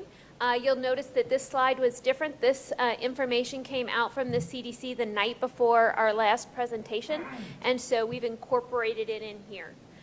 Again, if a person has been evaluated and are positive, they are going to follow the Department of Health guidelines on returning to work or school. If they are negative and they have to stay home until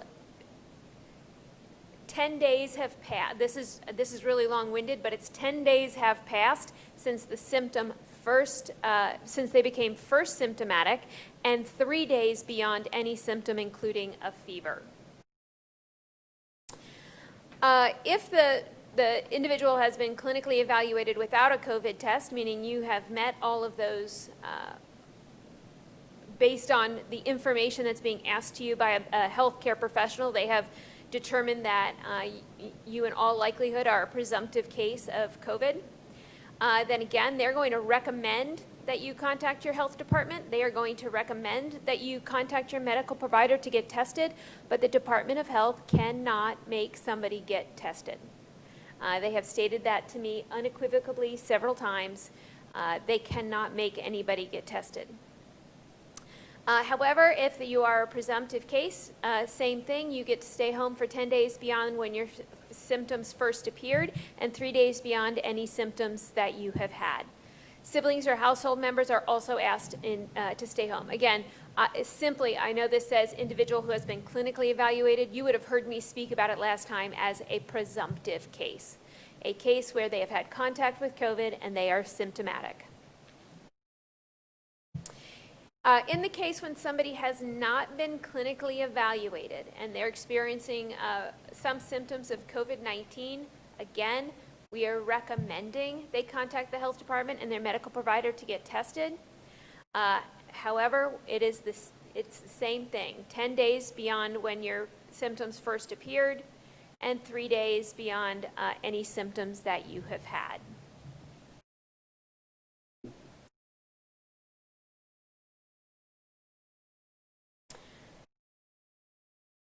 So this question is one of the ones that I got asked. I think that it's been included in the former slide, but I just wanted to make sure that we're all on the same page, that school nurses will be working with anybody who is sick in our schools, and they will be telling them that they need to stay home and separate themselves from people in that home as much as possible. And if they have answered yes to any of the following questions, then they should stay home and follow the guidelines from the preceding slide before they are allowed to return.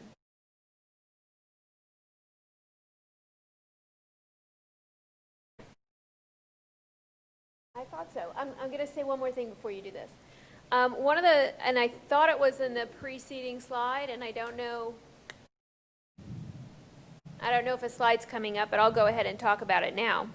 One of the questions was about the closing of schools, and I think it's really important for everybody to understand the situations that we have dealt with have all been very different. I have been keeping the board members apprised since our last meeting of the number of cases that we have dealt with each day, and each one of them have been very different, and having to ask the questions and get the answers is important. And I think it's important for our public to understand that when we talk about closing schools, we're talking about a minimum of 3 days. We have to close the schools. They have to be vacant for 24 to 48 hours, and then they have to be deep cleaned before we allow students to re-enter the building. And I'll give you two very different scenarios so you can understand why I can't just give you an answer on when this happens, we will always close the school. So we could have a fifth grader who rides a bus to school with his second grade brother. He comes on campus. He goes and he picks up his lunch in the cafeteria along with his second grade brother, where they sit with their friends. They divide and go into their separate class, and the second grade brother has activity with art that day, and the fifth grade is on a rotating schedule and has math in one class and English in one class and science in the next class. And when we start asking those deep questions about who you were with and where you traveled in that school, it becomes evident really quick that the spread was pretty wide in that school, and that school will need to be closed for 3 days once we find out that fifth grader actually tested positive and was ill. Same scenario, fifth grader gets out of his mom's car that morning, is greeted by somebody right at the gate. The person at the gate looks at that person and realizes they don't look well, walks him into the clinic. The temperature is taken and he is sent home that day and later tests positive. The exposure in that school is very limited on that day. And so I will tell you right now, I'm not going to make those decisions in isolation. I'll be making those decisions with a response team, and that response team will meet daily. In fact, Dr. Theddy and I were talking that it might be meeting twice daily because grass cannot grow under our feet on these decisions. And so we will be looking at the entirety of the case, and we will be making the decision to close schools based on all of the information that we have in front of us. Another of the callers mentioned, what are you going to do when you are no longer able to function because of employees being out sick? So I will tell you that one of the things we have done is asked our schools, at what point is it not safe for you to function anymore? And they have given us a percentage of their faculty that they think that they can no longer run schools with. The first mission of the response team, which meets next week, will be to determine at what point does a school need to be closed until the staff is healthy enough for that school to function safely. And I think those are all of the concerns that you've heard from the people, from our speakers. we're aware of all of those concerns, and we're trying to work through them.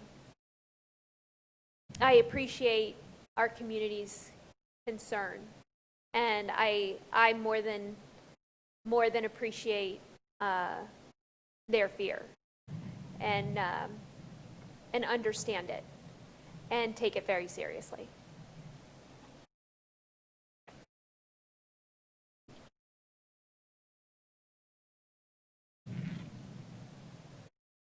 Good afternoon.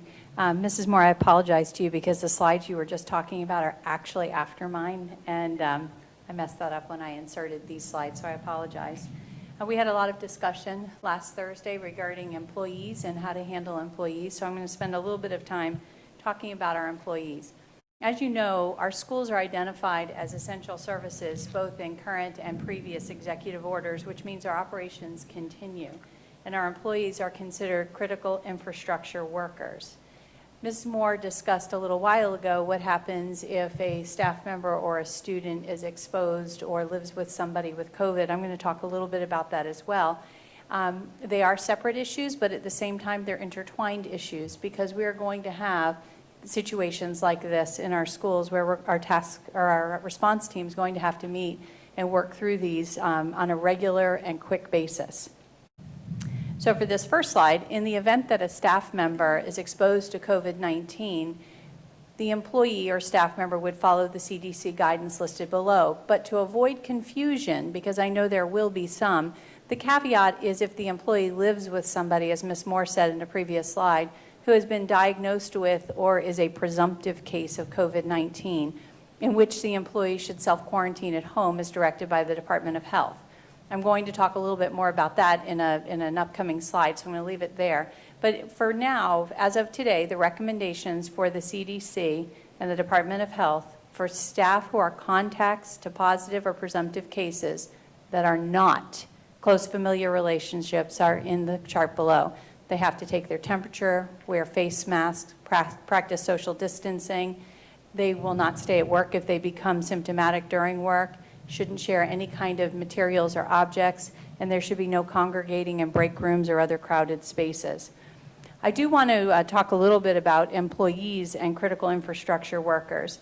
And it's important to note that according to the CDC guidance, we have to ensure continuity of operations and continuity of instruction of these essential functions, and that's why we're considered critical infrastructure workers.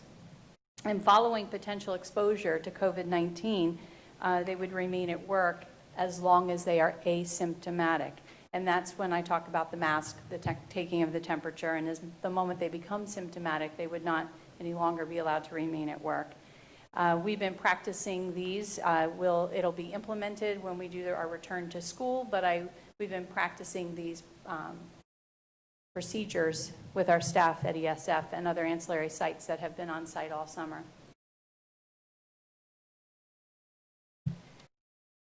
However, in the case from the previous slide, where an employee lives with someone who has been diagnosed with COVID-19 or is presumed to have COVID-19, there are certain things that that employee will need to do, and we've had situations like this as well.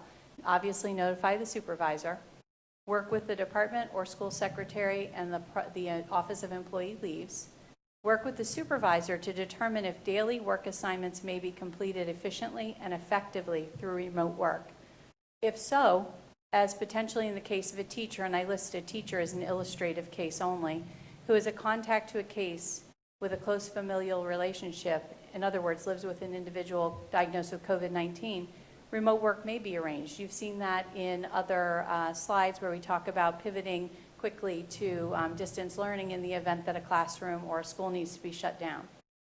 If daily work assignments cannot be completed efficiently and effective through remote work, the employee will work with his or her school or department secretary to determine the appropriate leave to be taken, which may include emergency sick leave under the FFCRA, the Families First Coronavirus Response Act, employee accrued leave, or illness in the line of duty, if applicable, which will be described in the next slide. Additionally, employees, and I heard this from the callers today, I listened to all of the comments, and I heard many related to employees with underlying medical conditions. Employees with underlying medical conditions may also seek accommodations under the Americans with Disabilities Act to continue performing the essential job functions that they're assigned to. So that's also another option that we have available. I've been working with our Office of Risk Management on that process as well. Staff leave considerations. Current available considerations for leave for staff who become ill with COVID-19 include the 10 sick days that are allowable under the Families First Coronavirus Response Act, and all employees are eligible to receive these days if they have or suspect they have COVID-19. An additional 10 sick days are allowable under the illness and injury in line of duty leave, and that's awarded to employees if the illness can be shown to be work-related. That's a total of 20 sick days, and keep in mind that 20 sick days equates to a month of work, taking weekends out of it, that an employee currently has available if diagnosed with COVID-19 and if shown to be a work-related illness that is not the employee's personal sick leave. If the claim or if the illness is suspected to be work-related, it would be reported as a workers' compensation claim and the claim would be investigated. If the claim is accepted as work-related, once the 20 days have been exhausted, the employee would receive 66.66% up to a maximum of $971 weekly of pay through workers' compensation. And then the balance of the 33.3 is paid through the employee's earned sick leave. That's already in workers' compensation. You know, I listened really carefully to all of the comments, and I heard the passion behind all of the comments from staff, from parents, from the community, related to COVID-19, and I truly understand those comments, and I appreciate all of them. It's critical to me as your Chief Human Resources Officer to make sure you understand that we take the safety and health of our employees very, very seriously. And you know, while I don't underestimate in any way the passion that people feel about this issue, and I want to be a support to them. Although we have 9,000 employees and we in Human Resources don't directly touch 9,000 employees every single day, we do, in our offices, deal with individual cases from many employees every single day, and we will continue to do so as we evaluate individual cases related to COVID-19, because as Ms. Moore said, every case is different, and although there may be a standard answer in some cases, in other cases, we're going to have to look carefully at the Americans with Disabilities Act, at the FFCRA, and at workmen's compensation and other things that we can do to support our employees should they become ill or have to quarantine due to COVID-19. There will be cases where somebody will have to quarantine and they are well, in which case we'll look at the remote work option for them. But we will do all of that, and we anticipate working hard to meet our individual employees' needs. Thank you.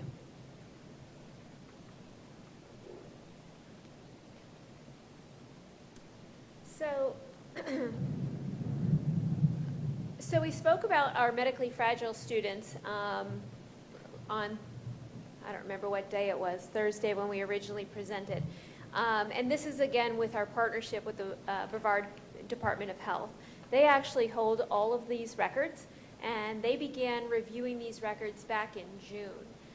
They have gone through and made an individual health plan for each of these students, and the question from them was, what is Brevard Public Schools going to do to help us implement these individual health plans? So we looked at them and we determined that they really needed to be handled just like any of our federal paperwork. We needed to make sure that our teachers had a copy of them. We need to make sure that they were reviewed with our teachers and that our teachers signed off that they were responsible for implementing them. We also wanted to make sure that as we began to review those plans, if there was another plan that needed to be written, whether that was a 504 or even an IEP based on the information that now is come to light because of these individual health plans, or even as we began to review medically fragile students, we fully expect that we are going to hear from parents that there are other underlying health conditions that the schools were not aware of for quite some time. People hold medical information close to their chest. I don't blame them. It is personal information. But we fully expect that as we enter into school that we're going to hear more about that, and we're going to be implementing more individual health plans, and we may be looking at more 504s or IEPs. we really do need our parents to be working in close collaboration with us during that time. We already talked about the school closure piece. I don't think I have anything to add there, but I did want to say one other piece. Several of the speakers spoke about notification and who and when will be notified. So this is the way it works. Again, students and employees are different. If it is a student at one of our sites, the Department of Health writes the notification. The Department of Health will give us the letter. It is directed only to those people that had an immediate contact with the student. So back on my other two scenarios, when you talk about a second grade and a fifth grader who had access to several students, 60 kids might get that notification. The school will be closed down for 3 days. Parents will be notified about the school closure, but only those 60 students who had a direct contact with that second grader and that fifth grader will actually get the Department of Health notification.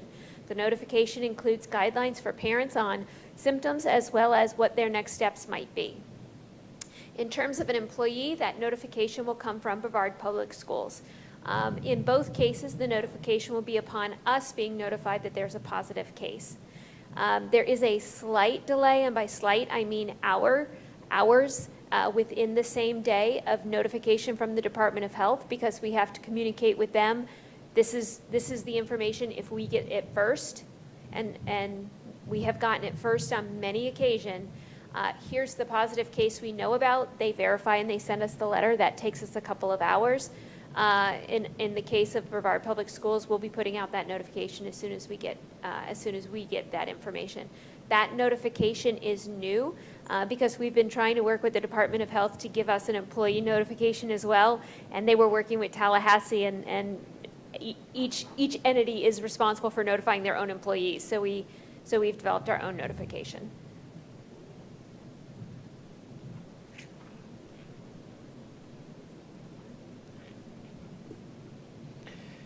As we near the end of the presentation or the plan, just a couple more slides. I want to come back to school safety guidelines that were discussed last week. One of the questions or concerns that was expressed is how are we going to handle or manage whether it be fire drills or active assailant drills, which are required in statute for our schools. I did make contact with Joy Frank, the attorney for the Florida Association of District School Superintendents, made her aware of our concern.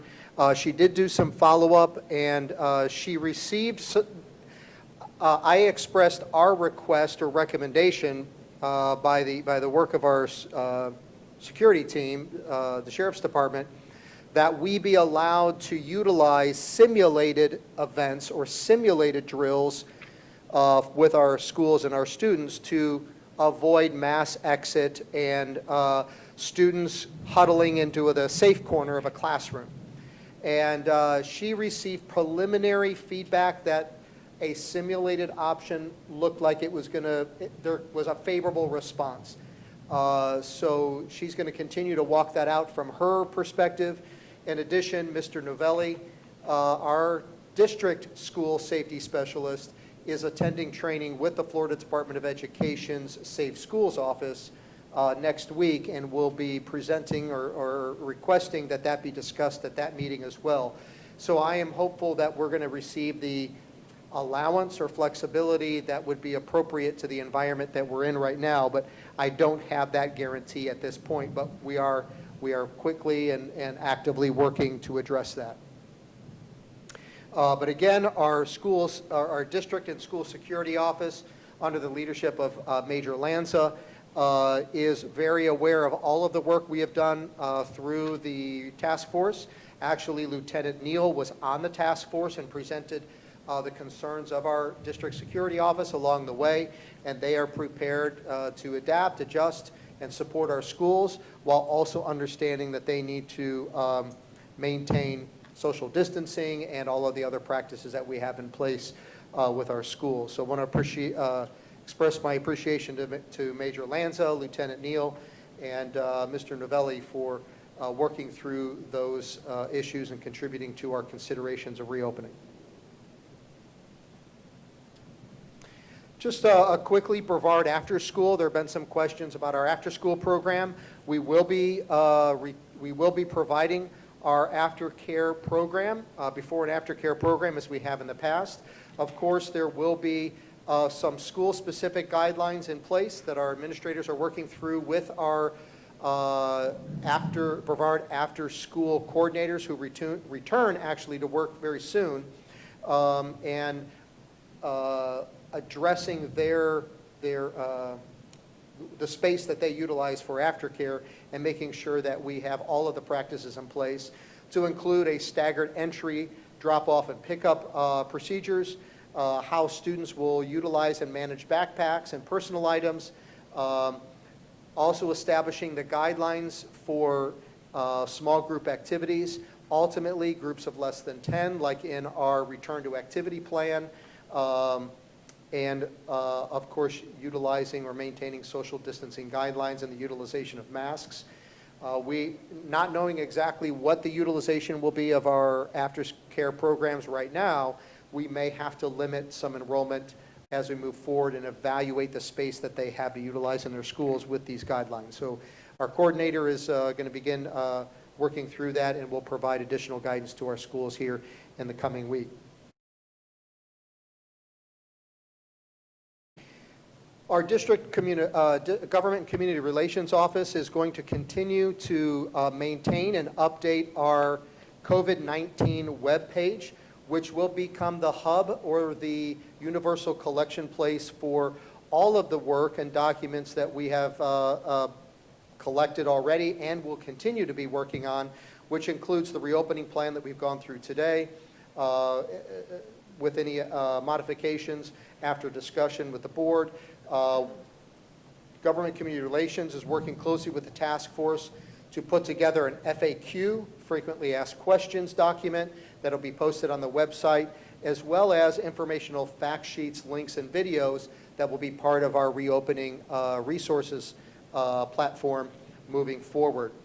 So I would encourage our community and parents to continue to utilize the COVID website for a one-stop shop resource for information.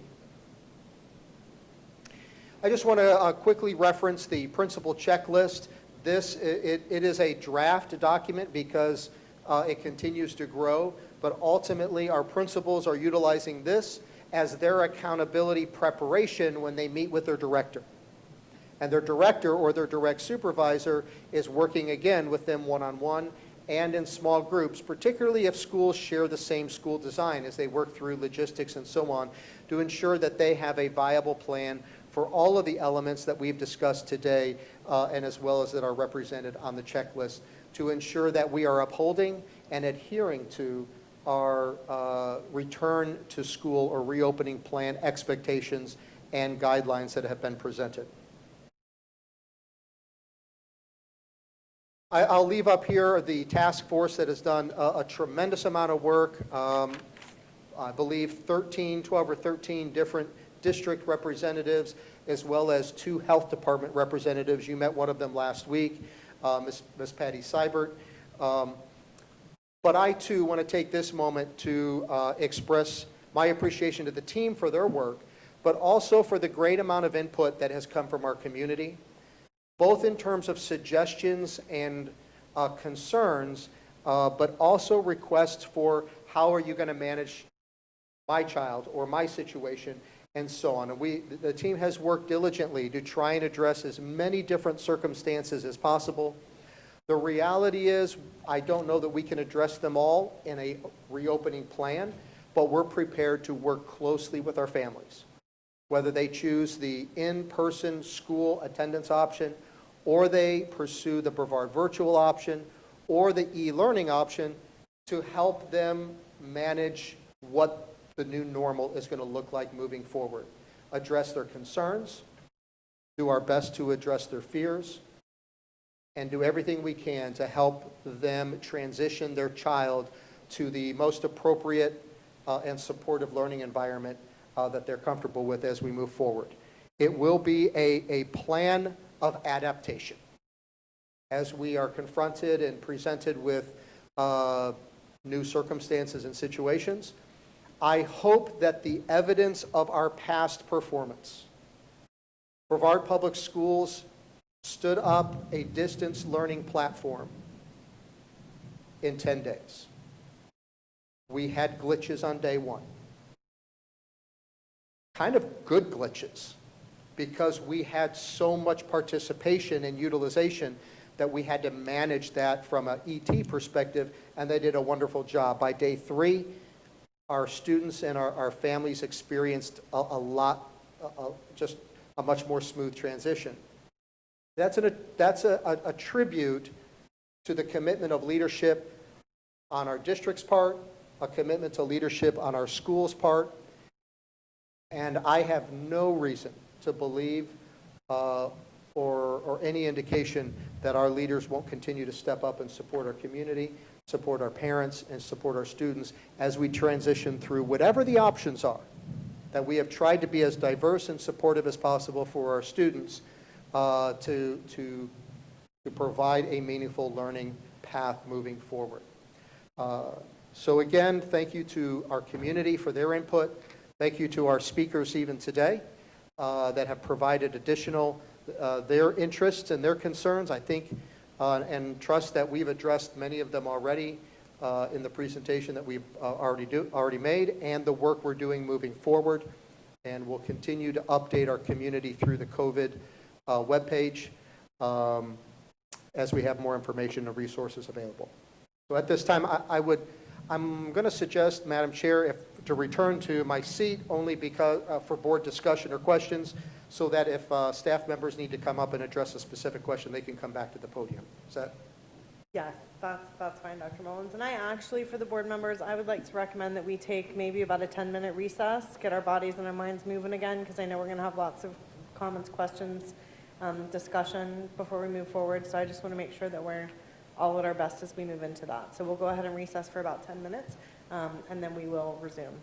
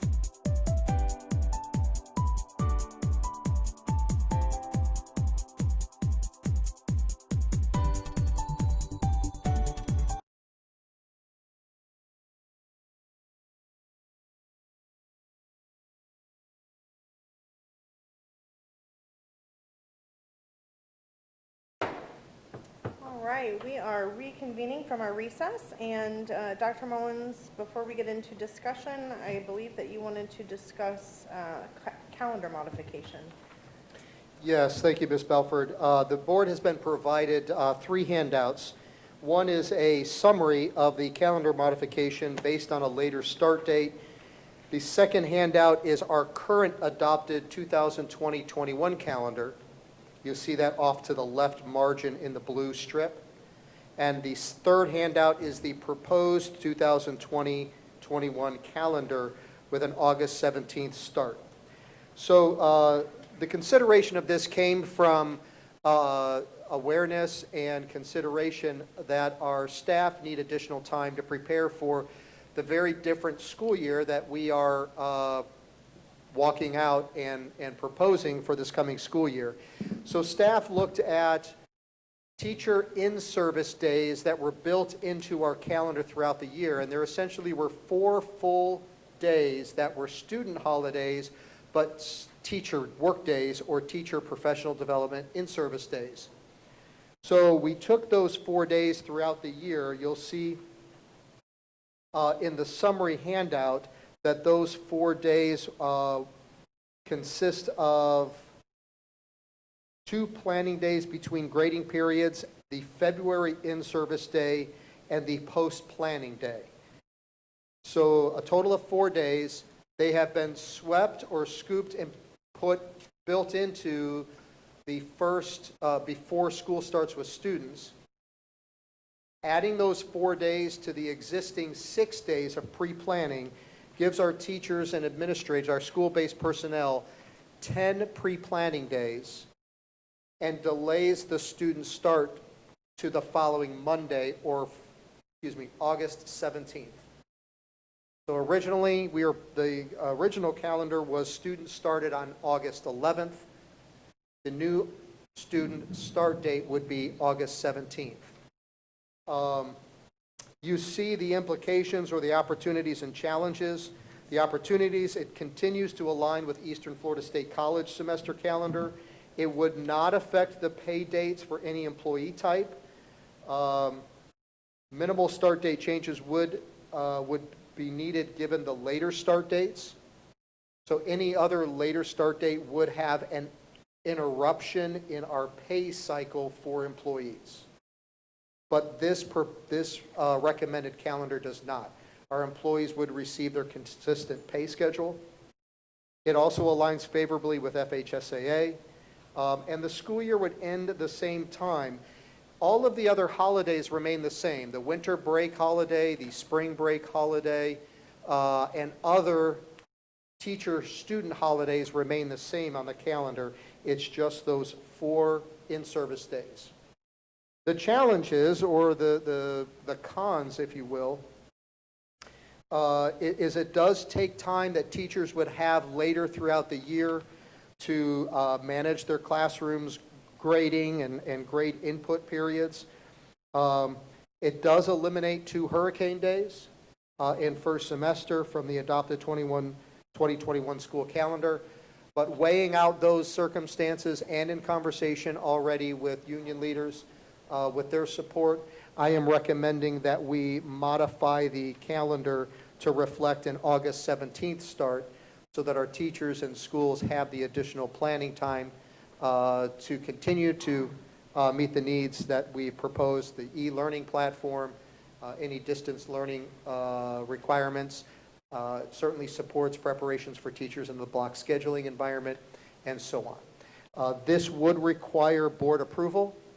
Obviously, we would need to get this information if the board so chooses and so approves. We would need to get this communicated to our parents and our community as soon as possible. Understand that the board would not be prepared to add this as an approval for today, in which case I would request a special board meeting within the next week to get direction or approval from the board, unless there is clear direction today that there is not an interest in pursuing this calendar. But I believe we would need to, if there is board support, I believe we need to move quickly to get it approved and get it communicated to our community. Thank you, Dr. Mullins. We appreciate you you and your team taking a look at that? I know there were lots of concerns about impacting the pay of our employees after there's been so many struggles. So thank you for looking into that and coming up with a possible solution that would still keep them financially whole. We appreciate that. Would you like to return to your seat now? And then I will open up for board members. Would you all prefer to maybe break the presentation down into sections? Do you want to just each board member take their time to go through all of their questions on the presentation?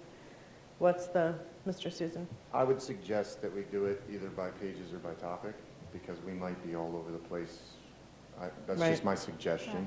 I think that may be a pretty good one. Yeah, I would agree. Can I also suggest that maybe since it's fresh, that we could start with the calendar while we've got it up here. Are y'all good with that?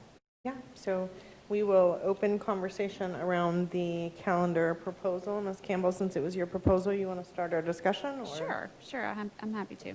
So this is one of the things that a lot of people have been asking for. It may not be pushing the calendar, the school start back as far as some would like, but this meets our state guidelines, but it also, takes care of our employees' payroll. I just had one question, so I think this is great. I just had one question just to clarify. There is a change of the end of winter break from the current calendar to the proposed calendar. It actually, we come back 2 days later. So I missed in there somewhere where those extra 2 days came from. Dr. Thetti, could you come to I think we're going to use there you go.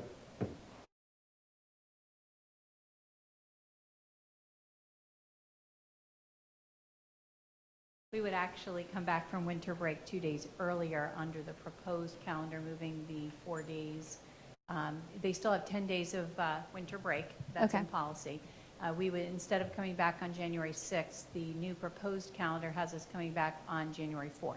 Right. So I'm trying to figure out, one, because it allows us to finish the school year before Memorial Day, leaving the end of the school year at the same day. Gotcha. Thank you. Ms. Campbell, I'd also add that I want to acknowledge that first semester exams are moved to after winter break. Right, and it's good to have a couple of days to catch up. Correct. So just to summarize, for our viewing audience who doesn't have the benefit of the handout, second semester would end on January 8th. Excuse me, first semester, did I say second semester? First semester would end on January 8th, which is the Friday after the winter break. The first day back for students would be Monday, January 4th. So there'd be Monday, January 4th, Tuesday, January 5th as regular school days, and then the 6th, 7th, and 8th would be the early release exam days. Okay, so that still gives us 2 full weeks with 3 weekends, for our winter break. Correct. Okay. Ms. Descovich?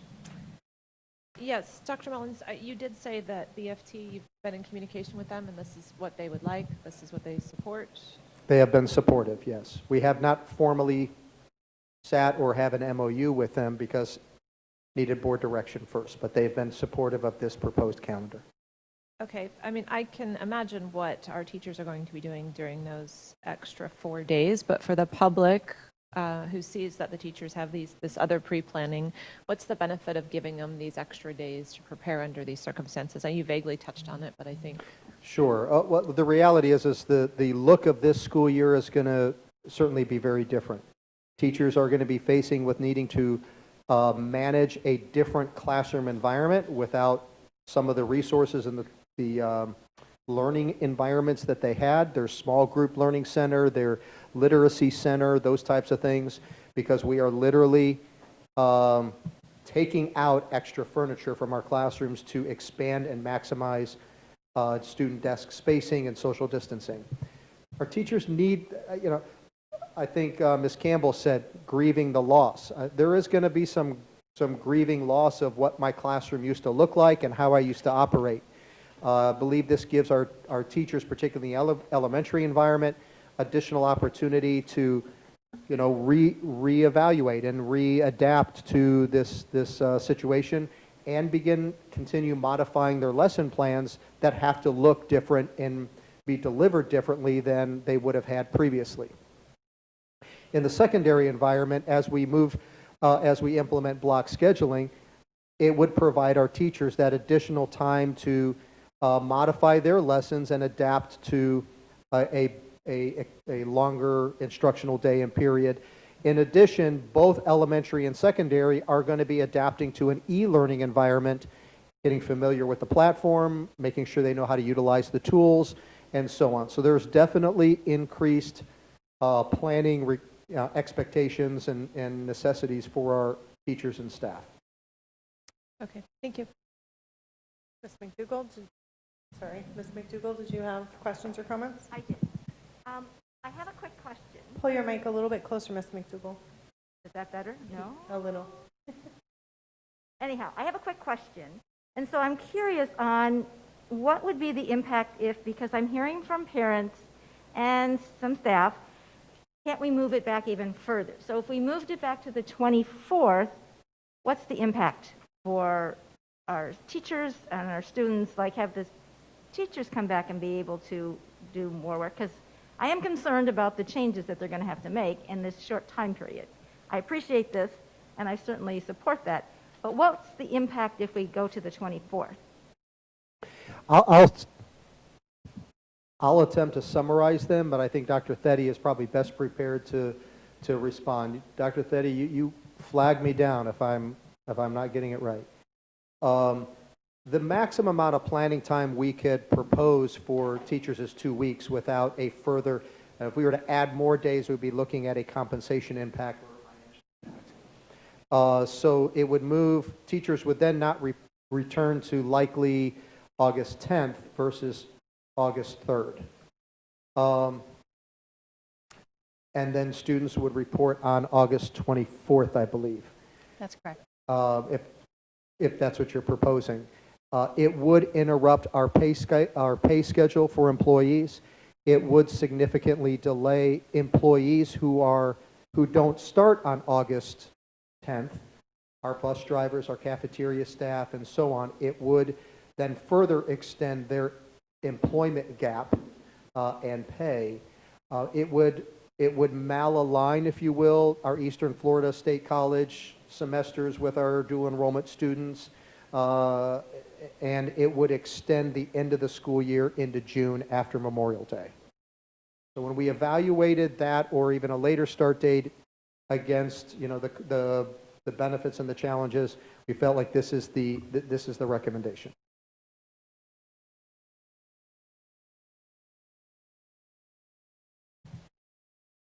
Any other questions or comments, Ms. McDougall? Okay. Mr. Susan?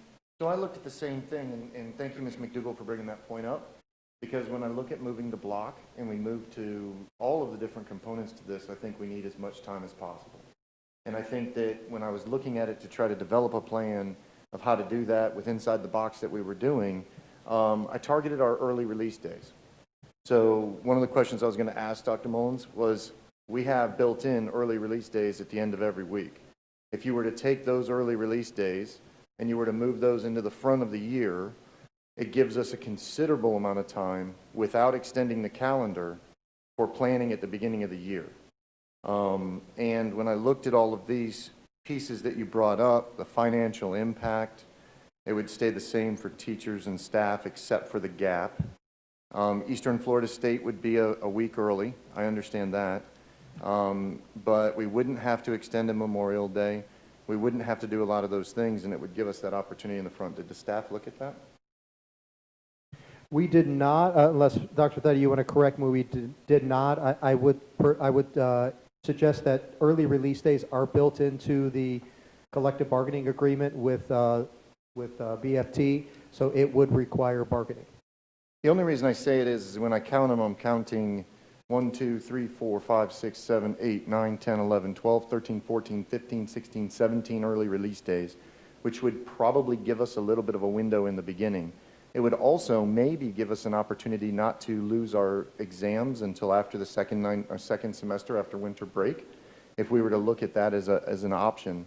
And the main reason that I bring it up is that the more I was looking at the need for, if we are going to move to block, which it seems like that is a definite positive thing for what we're trying to do, I would try to do everything I can to try to make that happen.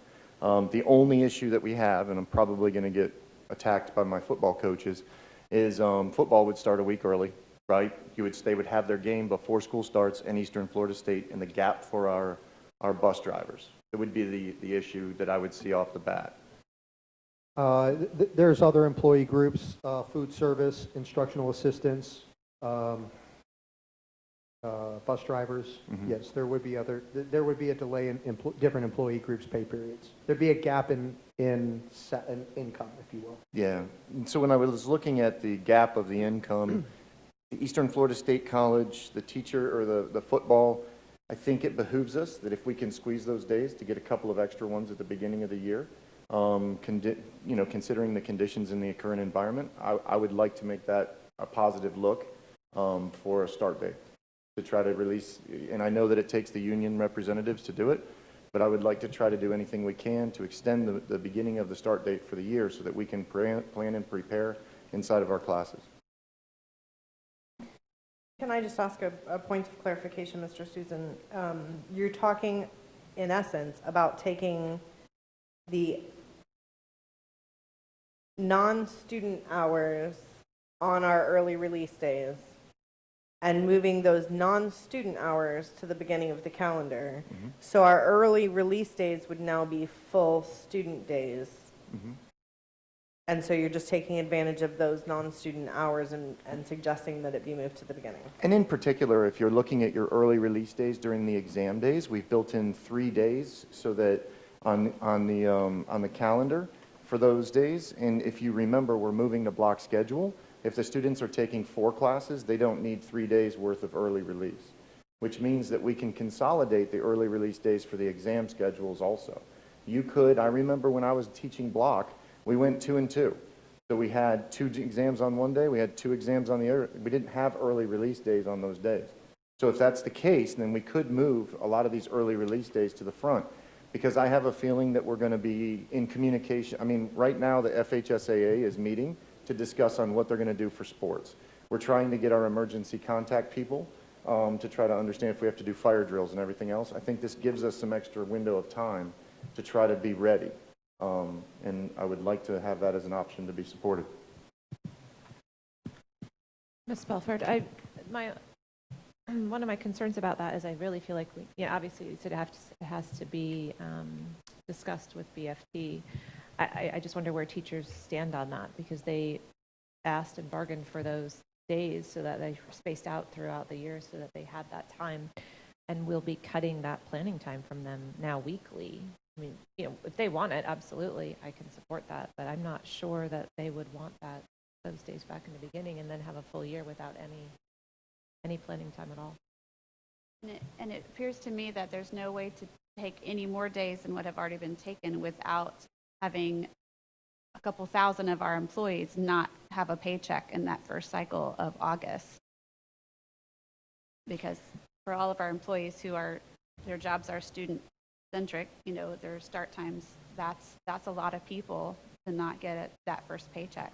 And I took that into consideration when I was looking at it, because you have your IAs, you have them all, but I would put the public safety ahead of paychecks is where that rubber came for me. And I would say, as a former teacher, that I would have wanted the planning time up ahead. We're talking about transitioning to e-learning. We're talking about teachers that are now going to have to put together a ton of pre-planning for their lesson plans. We have to teach these teachers for the first time to transition to block. There is so much that's coming that we need every day that we can. And I understand, again, like, this isn't something that is the most prolific thing in the world as far as something we're going to continue for the rest of the time, but I think it's all hands on deck, and I think this might be something we could consider and look at. That's all. Dr. Mullins, would you like direction from the board as to whether to consider that alternative, or? I have one more too. Yes, I would request direction from the board. Again, I believe that if we're going to move towards a modified calendar this late in the summer, that we need to do it expeditiously. I have no doubt that staff can put together a similar proposal for the scenario that Mr. Susan has proposed. We could have it ready within a week. So I would propose that the board consider a special meeting a week from today.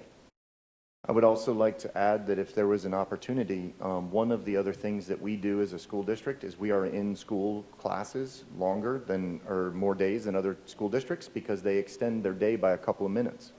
So there's an opportunity for extending the school day by 5 or 6 minutes to grab another little bit of time. So if you have one day that doesn't match up because we have 4 hours and we don't, maybe we could extend a couple of minutes. So that's all I was trying to say. My goal would be to try to extend to create as much planning in the beginning of the year as possible with something like that. That's all. So I don't, we can certainly look at it, but if we extend the school day, that could have pay and bargaining implications as well. But we can certainly put together. No, absolutely. Not to mention having our students are in, that's longer hours. We had one of our commenters who said, get in, get out, and go home. The few things that you just suggested is longer time in our school days for the students and teachers to be with one another. I was just trying to say that if we could extend it 5 or 6 minutes, it would give us an extra day, but it does inhibit an extra cost and an extra bargaining and everything else. So I do understand that. It was just one of the options that if we're caught between something, we may want to look at. That's all. But I do understand the ramifications behind it, and I know it has a low threshold for support. I will add, I appreciate that. We did consider the implications of the loss of hurricane makeup days. I mean, that is a real, we experienced that this past year where we had to have a hurricane makeup day. And we have limited our options with the proposed calendar. And there were options that we consider. What are our backup plans if we had to have make up a day for hurricanes? Honestly, presenting to the union for agreement to to eliminate the early release days was an option. To not have to extend the school year later in the calendar. Also utilizing winter break days or spring break days. So we didn't necessarily consider scooping up early release days for additional planning days. We did consider that they could be an option for hurricane makeup days. But if we scoop them up as well, that would eliminate that from the hurricane makeup day option. And there's some other things that I'll bring up once we hit the block scheduling and one of the other topics that I think would alleviate some of the concern for planning and stuff like that. So nothing else specific on calendar? No, sir. No, ma'am. Sorry. Ms. Descovich? I think it's very important that before staff spends too much time doing this, that we contact BFT. Yeah. If teachers in general don't think this is a good idea, don't want to give up those days, I hate to see staff, they're working on so much stuff, to be scrambling to figure it out, to us have a meeting to hold that, and BFT have zero interest. Well, and they're not the only our other union as well, because they're the ones whose pay is going to be affected. Right. It would, correct me if I'm wrong, Dr. Theddy, it would require bargaining with both bargaining units? That's correct. So either plan would require plan bargaining from both units, right? The current proposal does not. We've made both unions aware of the August 17th, and because it does not impact the direct pay, we're okay there, and we're working with BFT on Thursday on an MOA, and it would likely become part of that. The alternate plan that you just proposed has some implications because those early release days are not teacher early release days, they're student early release days. So they're full teacher days. If we shift that hour and 15 minutes onto the beginning, it has the potential, I haven't looked at it yet, because we didn't consider it, but it has the potential to extend the amount of days we would have to pay teachers. And right now we pay them for 190 days plus 6 days of holidays. So I have to have staff look at that and see what the implication is, in addition to the implication for our 1010 union employees who may not start on time and would miss a paycheck. So all of those are things we have to look at and consider. So I would suggest, Board, that as Ms. Descovich indicated, perhaps we provide direction to the superintendent that Dr. Theddy and her team work with our union representatives to get some feedback on the options that have been put forward. And Dr. Mullins has requested a special board meeting with us next week. So if our union representatives say, yes, teachers love this, and you know, our 1010 staff love this, they can potentially bring us back a recommendation along those lines next week. Does that work for you, Dr. Mullins, to expedite? Yes, thank you. Okay. All right. So we will move on to the meat of the presentation. Does anyone have anything they want to address on the first 8 slides, which are primarily talking about the strategic plan and equity framework? Anything that needs to be addressed in there? Say that again? The first 8 slides, Oh, the no. strategic plan and equity framework? No, ma'am. No questions, comments there. Perfect. Any comment or question on the community feedback slides? Okay. That's going to move us then to slide 10 and 11, which are the opening guidelines that were considered from the American Academy of Pediatrics. Anyone have, actually, that would be 10, 11, and 12. Anyone have comments or questions on that section they'd like to address? Ms. McDougall. I just have a quick question. What are we talking about when we say social distancing? What are we talking about in a classroom setting? Is it 3 feet? Is it 6 feet? Is it 10 feet? Is it 2 feet? I mean, I don't know, because social distancing can mean different things to different people. So I'm just curious what we're talking about. We have used 6 feet as the guideline, but in the classroom, it would be social distancing to the full extent possible. So point of clarification on that, do we anticipate, because the American Academy of Pediatrics actually states that for the school setting, 3 feet appears to be as beneficial as 6 feet, as long as students are asymptomatic and wearing masks. Evidence suggests that spacing as close as 3 feet may approach the benefits of 6 feet of space, particularly if students are wearing face coverings and are asymptomatic. So do you anticipate that we would be less than 3 feet of separation in classrooms? That's a little bit of a difficult question to answer. I do believe we will, I can't assure 6 feet.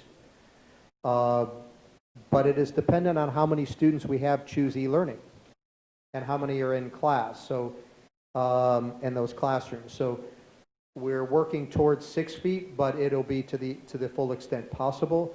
I can't guarantee that every classroom will have 6 feet of social distancing, hence why we've made the recommendation that face coverings will be utilized when social distancing is not feasible. Okay. Anyone else have questions, comments on slides 10 through 12? I have comments about class size, so I don't know if that fits in here because it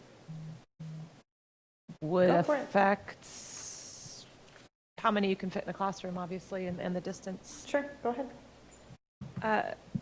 So I've been pondering a lot, obviously, since Thursday's meeting and trying to figure out if there's a possible way for us to reduce class size. I mean, one of the public comments stood out to me. The gentleman said, he said it very clearly, when a group gets together, numbers go up. I mean, I think we all kind of agree on that. And so, to me, the best way to keep numbers down is to keep our groups small. And we do the average, we all know, 18 and 22 for class sizes in elementary school. And I pushed staff a little bit at the last meeting, like, can we cap that at 18 and 22 instead of doing averages? And so I just emailed our poor CFO just an hour ago and asked for a cost summary. Has anyone had an opportunity to? I don't believe so. I haven't been able to look at email. Dr. Theddy? No? Ms. Lisinski? had a chance to look at the cost implications of strict adherence to 1822 in elementary? No, I don't have that.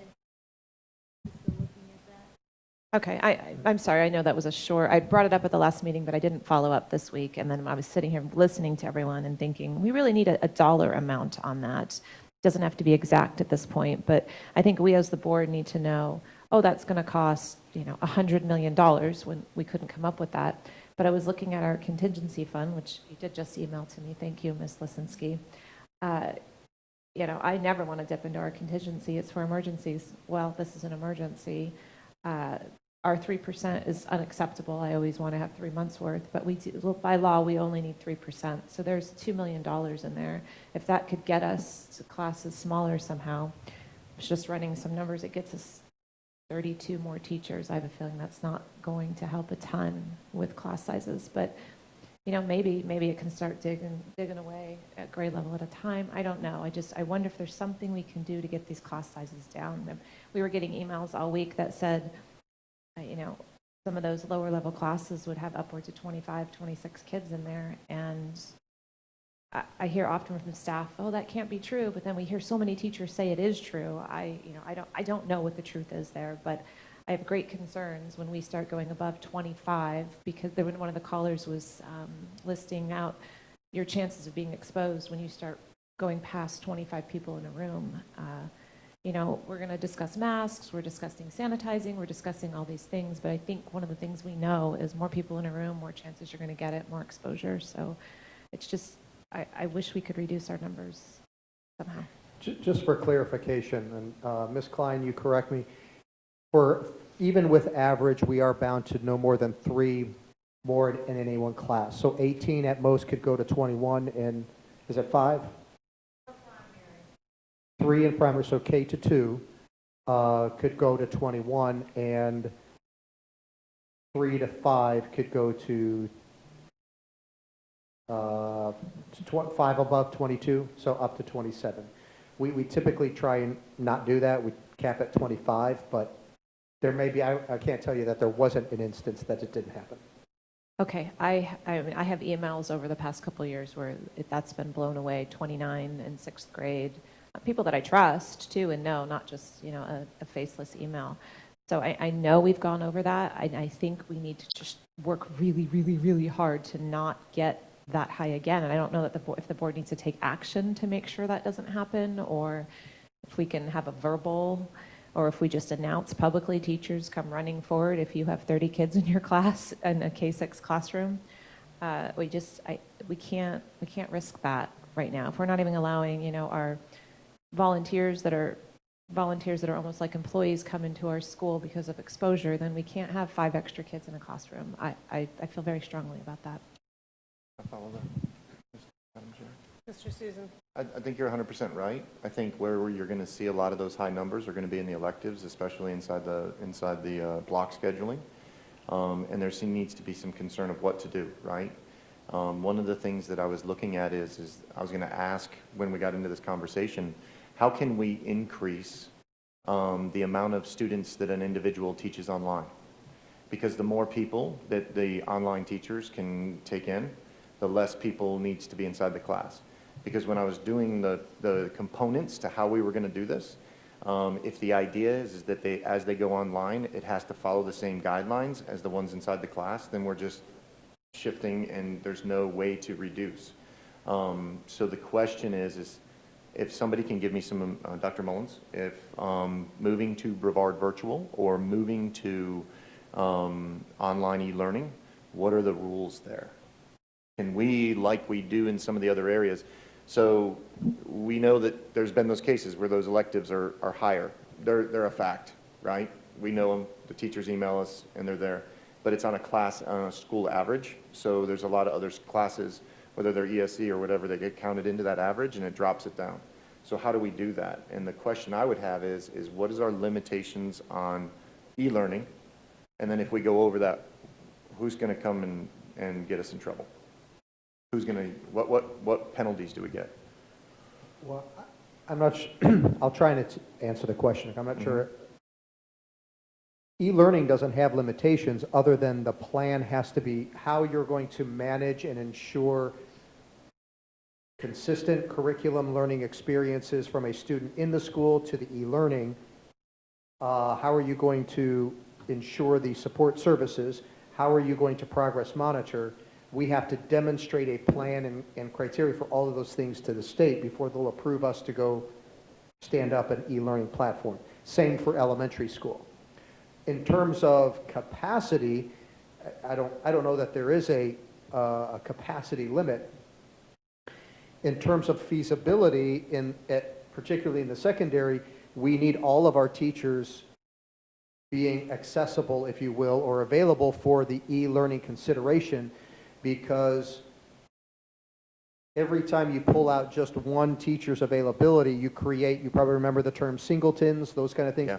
It chokes your schedule. It constricts your flexibility with students. So we need all of our teachers available. We need all of them prepared to support both platforms. The union has been very supportive so far. We know it presents some additional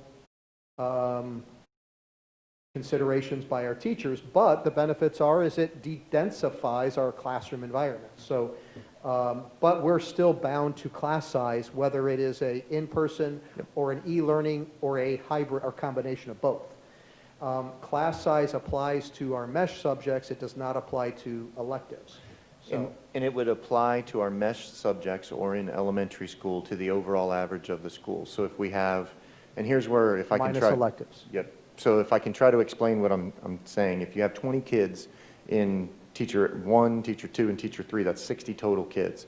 Now we want each one of those classrooms to be reduced down so that we can have our social distancing, right? So if the first two teachers, teacher 1 and 2, have only 13 kids that stay inside their class, then the third teacher who would go online would have to take up not only their class, but the other vacancies that have been created and gone off. Now, if they can do that, and we can add extra children to the e-learning or the Brevard virtual, we got it. We can reduce the class sizes and we can get that window in there. But if what you said is true, then I think that it's something, as long as the e-learning teachers are willing to do it, it might be a possibility. So I was trying to help you.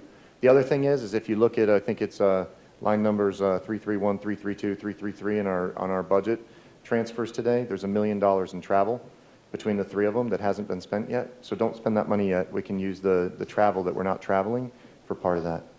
So, sorry, Dr. Mullins. Just a point of clarification of what you said, and you guys correct me if I'm wrong. I don't think we can transfer those students to Brevard Virtual. The e-learning may have some flexibility, but that's a completely separate FTE. Absolutely. My example was set for e-learning for the school between 3 teachers, say at Suntree Elementary. Okay. So you're talking about having, 13 kids in one class for your example of 2020, normally 13 kids in one class in school, 13 kids in another class in school, and then the other teacher would be responsible for 34 kids. If I'm doing my math right, I may be off by 10. 50. Yep. Somewhere. You can't get away from it one way or the other. But if you truly are trying to figure out a way to reduce that class size, the question is, one of the options is that the e-learning teachers take a couple of more students on. I don't believe the DOE, I don't know for sure because e-learning or innovative learning options is new. It may depend on us getting approval from the DOE. My suspicion is they are going to hold us to class size amendment requirements to the e-learning classroom. What if there was an IA, just hypothetically, what if there was an IA assigned to that e-learning class that now has 40-something, and they could help check in, follow up with students so that teacher, does that bring the class size down? An IA does not contribute to the reduction of class size. Dr. Sullivan? So the secondary model that we're looking at every teacher would carry some students in each period that are e-learning and in front of them. And that total is their class size. So I think that's exactly what Mr. Susan was saying. I want to make sure we're speaking the same language. So if Ms. Campbell has 4 music classes, in her first period class, she might have 13 of her 25 that have chosen e-learning. That means there's only 12 in front of her. And so it is a strategy that de-densifies classrooms, as Dr. Mullins said. And that's why, since between Thursday and Tuesday, we really couldn't commit until we were further down that we could do block, because that allows more time in the classroom for the teacher to pivot, maybe small group lesson for the children in front of them, and then potentially 15 minutes a small group lesson for the children online. And the block enables that, which is why we needed a couple of days to see that we could pull that out. Because of the specialty classes, that's why Dr. Mullins has mentioned a couple of times, it's really an all-day affair. So the benefit to the teachers, of course, is every one of those e-learning students comes out of their generated roster. And so they could conceivably have 10 children in front of them or 8 children in front of them, depending on how many of them choose an e-learning option. For secondary. I think Mr. Susan was specifically talking about. No, either way. I was Either just way, giving okay. an example, and Ms. Sullivan, you did an eloquent way of explaining that, so thank you so much. I really appreciate it. I thought that's what you were saying. I just want to make sure. Thank you. I would add, I don't want to, in that a teacher who might have 3 classes of English 1, they may not have a class that has an e-learning student in it, but the other 2 classes may have. So there's lots of permutations of when you build a master schedule. We can't assure that every class will be de-densified with e-learning kids, because all of the dominoes have to align just right. We certainly would hope to work toward that, and it may naturally, particularly if E numbers climb, but I don't want to leave to suggest that it will happen in every classroom, because that wouldn't be a fair statement that we could assure or guarantee. Is that correct, Dr. Sullivan? Yeah. So that the e-learning at home option is going to de-densify potentially secondary schools if this all plans out, but it's not going to de-densify in elementary school. Is that? Not at this point. We're looking to cluster e-learning students with an e-learning teacher.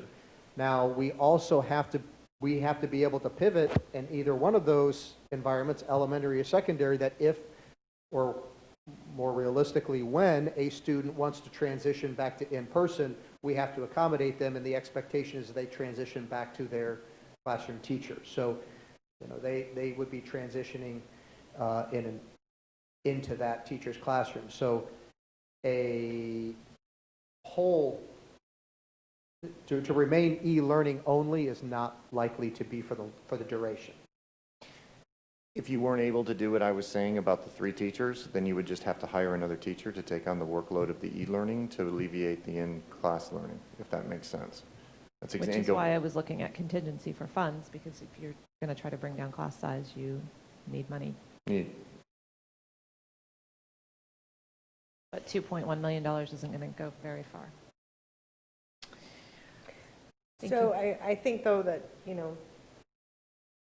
obviously we would all like to see our class sizes smaller if there are opportunities to create that. So definitely to keep top of mind.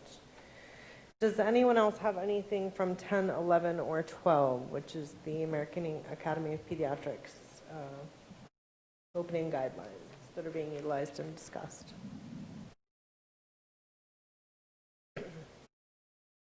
If not, I have a couple of questions I would like to ask. Dr. Mullins, on slide number 12, it's the latest statement from the AAP, coupled with, it was the joint statement that was released by the superintendent's group and the national union. And the next to the last line says, for instance, schools in areas with high levels of COVID-19 community spread should not be compelled to reopen against the judgment of local experts. And I'm struggling, and I suspect you are as well, to identify who are our local experts that have the ability to provide judgment on the appropriateness of our reopening? We heard last week that our local Department of Health indicated that they did not have the authority to tell us that we should not open schools at the local level, and that there weren't really any significant metrics, right? She said we're going in a bad direction, but there's not if our positivity rate is over 15% or if our death rate is over 2%. Has the Florida Department of Health, like the state level Department of Health, weighed in on the directive to open brick and mortar schools? Not that I'm aware of. Okay.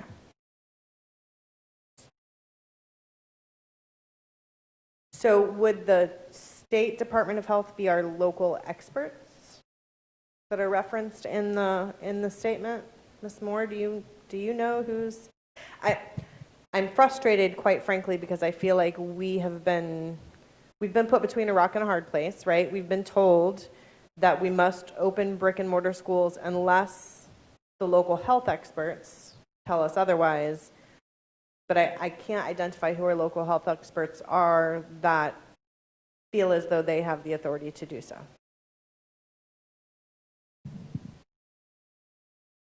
I don't know how to answer that question. I can tell you our local Brevard Department of Health do not believe they are the local experts that are allowed to lead that conversation. I do know they are allowed to discuss, they are allowed to, based on statute, declare an emergency about infectious illness for students who are to be excluded from school due to vaccination, Right. but it is a case-by-case basis and not a whole school district. Got it. Okay. If I remember the reference correctly, I believe it was we're the local Department of Health, but we're part of a statewide agency, so therefore they would not make that decision in isolation. Did I get that right? Yeah, they are called an integrated agency, and all of the local health departments are part of the one Tallahassee Department of Health. Can I follow up to that? Just to the fact that we don't know, can we get somebody to give us an answer, whether it's the local or the state? And then, I mean, because what's happening is our public is pounding on our district and us for this topic, and we're trying to find out ourselves, and they're not giving us an answer over there. If we can find that out and then just ask them, who is it? And then, because what I'm finding is in many of our organizations that are above us that are giving us guidance, whether it's the FHSAA, whether it's the Department of Health, whether it's a lot of these different, they're waiting to the last minute, which is putting a lot of our school districts in a tough spot. So that's all, if we can do something like that before I get fired up here. Is that okay, Ms. Moore?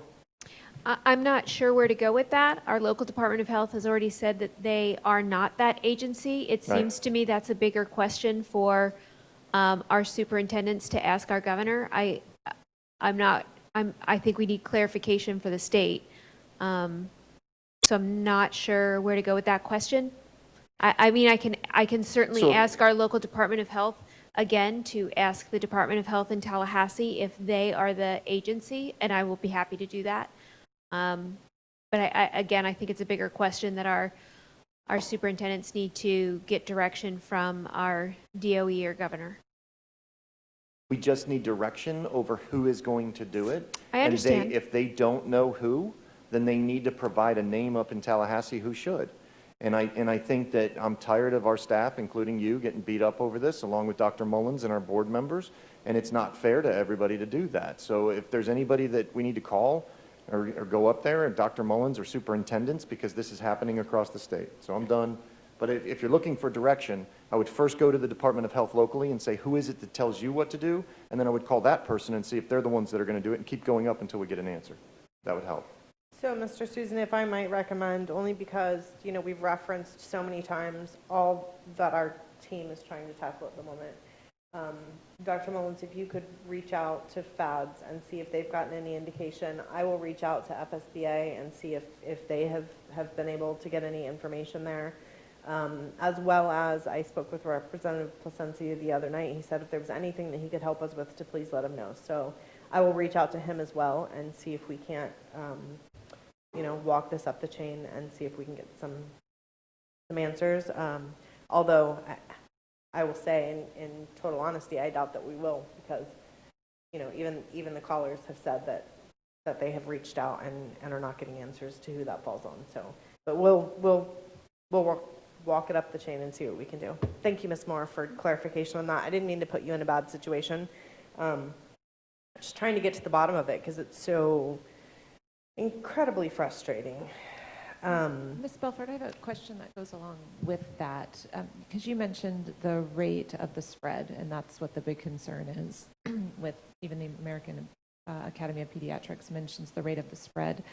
Do we know, or can we find out, say, what Miami-Dade's rate of spread is? Because the governor has left them in a different stage than us, and that's why they can still do at-home learning only compared to our rate of spread. Because we have to have metrics. I mean, we have to have some way to measure. We do. You can actually go onto the Department of Health's website, and there's a link, and it shows county by county. There's a map. Yeah, I've been looking at that through some of when earlier in the meeting I was going through there, but I didn't see rate of spread. If that's what we want to mention, if that's what we want to measure, then I just want to look at rate of spread, because people are arguing we've had so many cases, it's growing, no, we're only going to look at death rates. If a public health crisis is how much it's spreading, then let's make that our standard. And we need to be able to say to the public, it's okay for us to open because our rate of spread is X lower than Miami's, or look, ours is the same, and now we have to go to the state and really scream and yell, like, how come we're in a different stage if it's spreading at the same rate as it is there? This shouldn't be hard for us to figure out, and somebody in the health world needs to answer that question for us. I strongly feel that, because one of my questions, and later in our presentation, is if we're going to ask students to stay 6 feet apart or wear a mask, or when are we going to stop? What's the measure?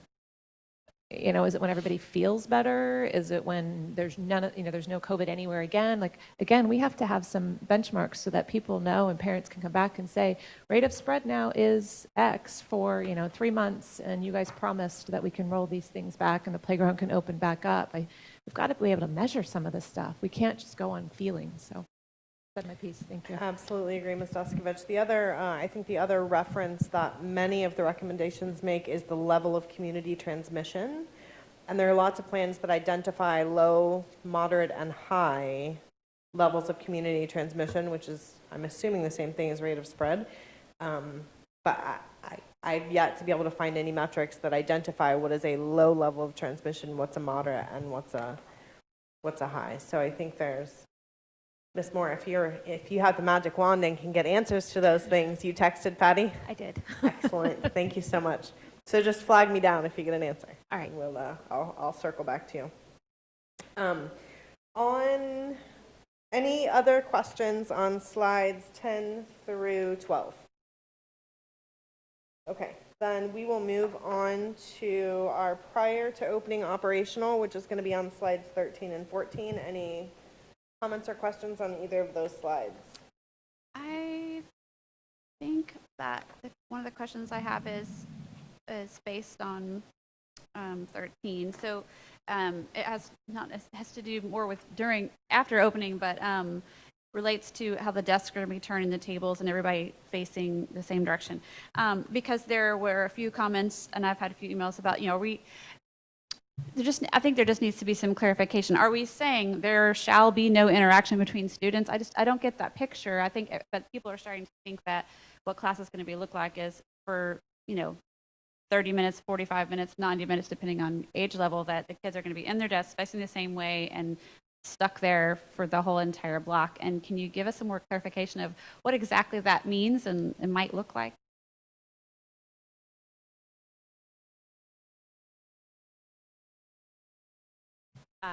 Certainly. As just like we're sitting right now facing forward, so when we're giving instruction, direct instruction, students won't be engaged in that collaborative group. That does not mean that we're not going to be able to turn and talk. Kids talk. When we do small group, we'll be putting our mask on and having small group, or the teacher will be wearing the face shield. I heard earlier students at home in e-learning, they can't sit all day long. Well, we're not expecting that. Just like in the classroom, we'll be doing the brain breaks, we'll be doing recess, we'll be moving, but we're going to maintain our social distance, and we're going to, when we're not, make sure our mask is on, and we're recommending that mask as much as possible. But although what we don't want is, we know that it's transmitted by bodily fluid, and children talk and they get excited, and so we don't want that face-to-face opportunity for transmission. Any other board members have questions on slides 13 or 14? I have one on, I'm sorry, Mr. Susan, you want to go? No, go ahead. No, Sure. I always go after you. Ladies Okay. first. On 13, this is just I've been getting lots of emails and about who's going to be doing the pumps of the hand sanitizers. That may sound odd, but people are afraid and they're concerned, and it's safety. Do we have those automatic things where you just stick your hand underneath it and it spits out? I mean, is that a possibility under, CARES Act, we're probably using all the money up. But anyhow, I just wondered if that's a possibility for our classrooms, and certainly for the lunchroom, I would think that would be an easy thing, but just asking. Mr. Novelli, I'm going to put you on the spot. Do you happen to know if our hand sanitizer dispensers that are in stanchions around campus are touchless, I guess, dispensed just by putting your hand under them, or do they require the depression of a paddle or a handle or something like that? So I think we heard last time the gallon jugs of hand sanitizer in the classroom have a pump, and it sounds like the dispensers around the campus would have a paddle. Have you seen those? Have a paddle to dispense the hand sanitizer. Right. Mr. Susan. Just really fast, and this has been stated before, but I received a couple of emails on it since the last meeting, and I think that some people wanted some clarifications. If there's a request for plexiglass barriers, or if the PPE, hand sanitizer, and additional cleaning products run out, we're going to provide those, right? I mean, that's the case as they need them. There was just some people said, like, what happens when I run out? Well, we've ordered enough to supply us for the year, and I just wanted the public to know that. That's it. Excellent. Anyone else have anything on 13, 14? Ms. McDougall?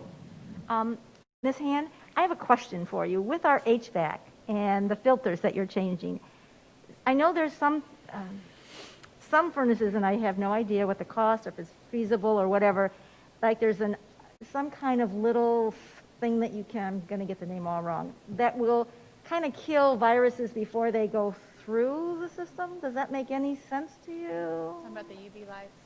It's kind of like something like that, but it's different. They have a different name. It's like an ion, or I can't, what? Good afternoon, everyone. So a couple different things on the air conditioning systems. We looked at filters first, and we're in the process, as I stated earlier, of changing out about 13,000 filters. There are different types of filters. We looked at what we can do, and our filters are a certain size, so we're kind of stuck with that size. We can't do really bigger filters in most of our air conditioning units, nor are the mechanics of the machine able to overcome, for example, a thicker filter. We have to be careful about how we affect our air conditioning systems overall. They're pretty sensitive, and they're pretty tightly designed. I think what you may be referring to is the ultraviolet light units, and we've been looking at those, but the science isn't crystal clear on whether they do or do not actually kill the virus. They're somewhat expensive, especially if they're replicated everywhere throughout the school district. From what my guys are telling me, they last about a year. We can barely get our filters changed. I'm not confident that we can keep up with thousands of ultraviolet light units that with the custodial and the maintenance staff that we have. So what we've tried to do is really prioritize what our workforce is able to do and what our custodial teams are able to do with the resources that we have as supplemented by our CARES Act, and not create things that we will not be able to sustain over a longer period of time with the resources that we have. Thank you. All right, anything else back on 1314? Moving ahead then, slides 15 through 17 are purchase supplies and the recap of the educational things that have taken place prior to opening. Ms. Campbell? I've got some technology questions, Mr. Cheatham. I know we've talked about technology needs before, which you guys did a monumental job of, taking care of in the spring. I know we was already mentioned today, we passed up more than 15,000 devices, including laptops and hotspots, and then we are still waiting on many of those to come back. And we'll have to replenish some of those that were broken or are not usable anymore. With the e-learning, and of course, if we have to do any pivots to distance learning, we're going to have to pass out laptops and hotspots again. I'm assuming we'll have those people identified already. And then, but we're still going to need those devices at school. Right, many of those devices that were passed out are ones that are being used in our classrooms. Now, we may have some people who choose virtual, and we may have a smaller population in each school because of that, so we may have some extra, not extra, but it will be less tight, I guess.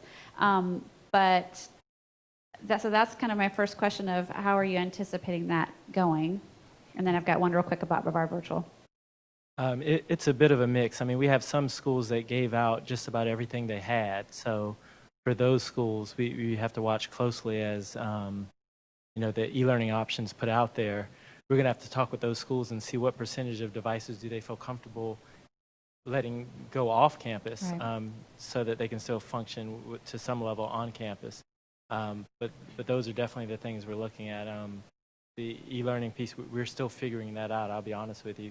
Right. But we're trying to figure out those percentages to where what can you have off campus and still function on campus.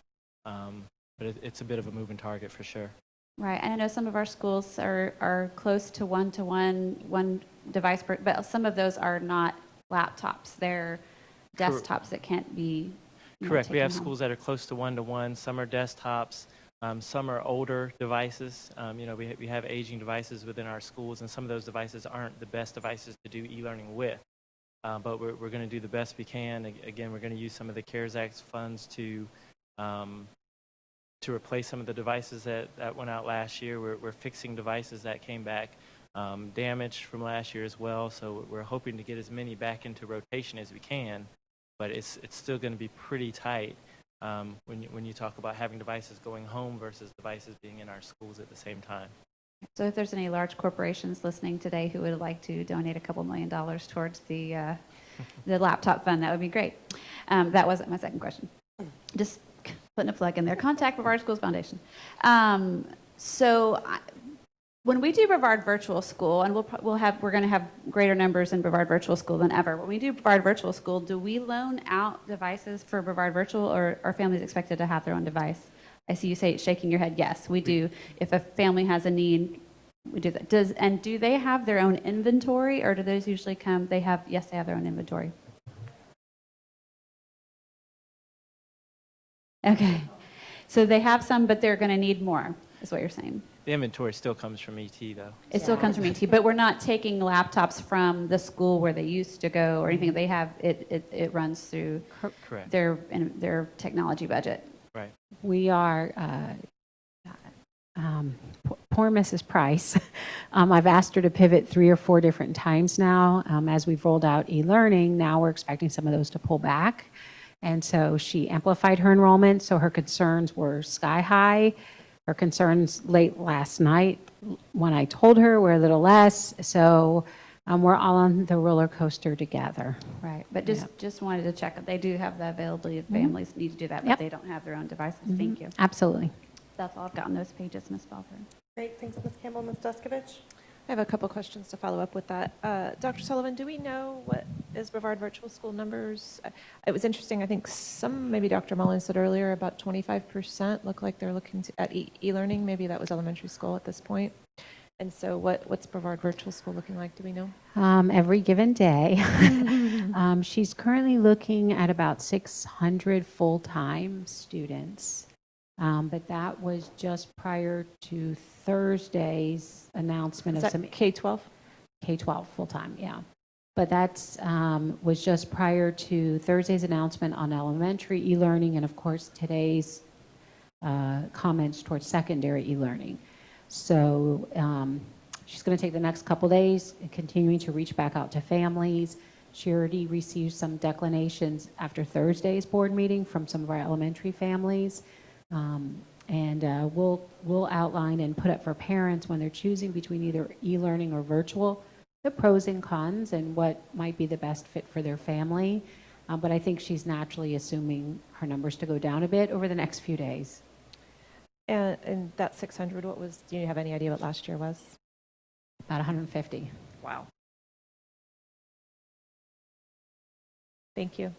And then last, Mr. Cheatham, I have great concerns because we have a budget hearing coming up where I believe we are removing positions. What word do I not removing? Getting rid of? I'm trying to think of a nicer word, but eliminating several positions for your IT team, which means some schools wouldn't have full coverage. Am I correct in that? And when would that start? They were vacant positions, so it's 5 positions. It would have started July 1, but they're vacant. They're not. It's not a layoff or an elimination of people. It was a position.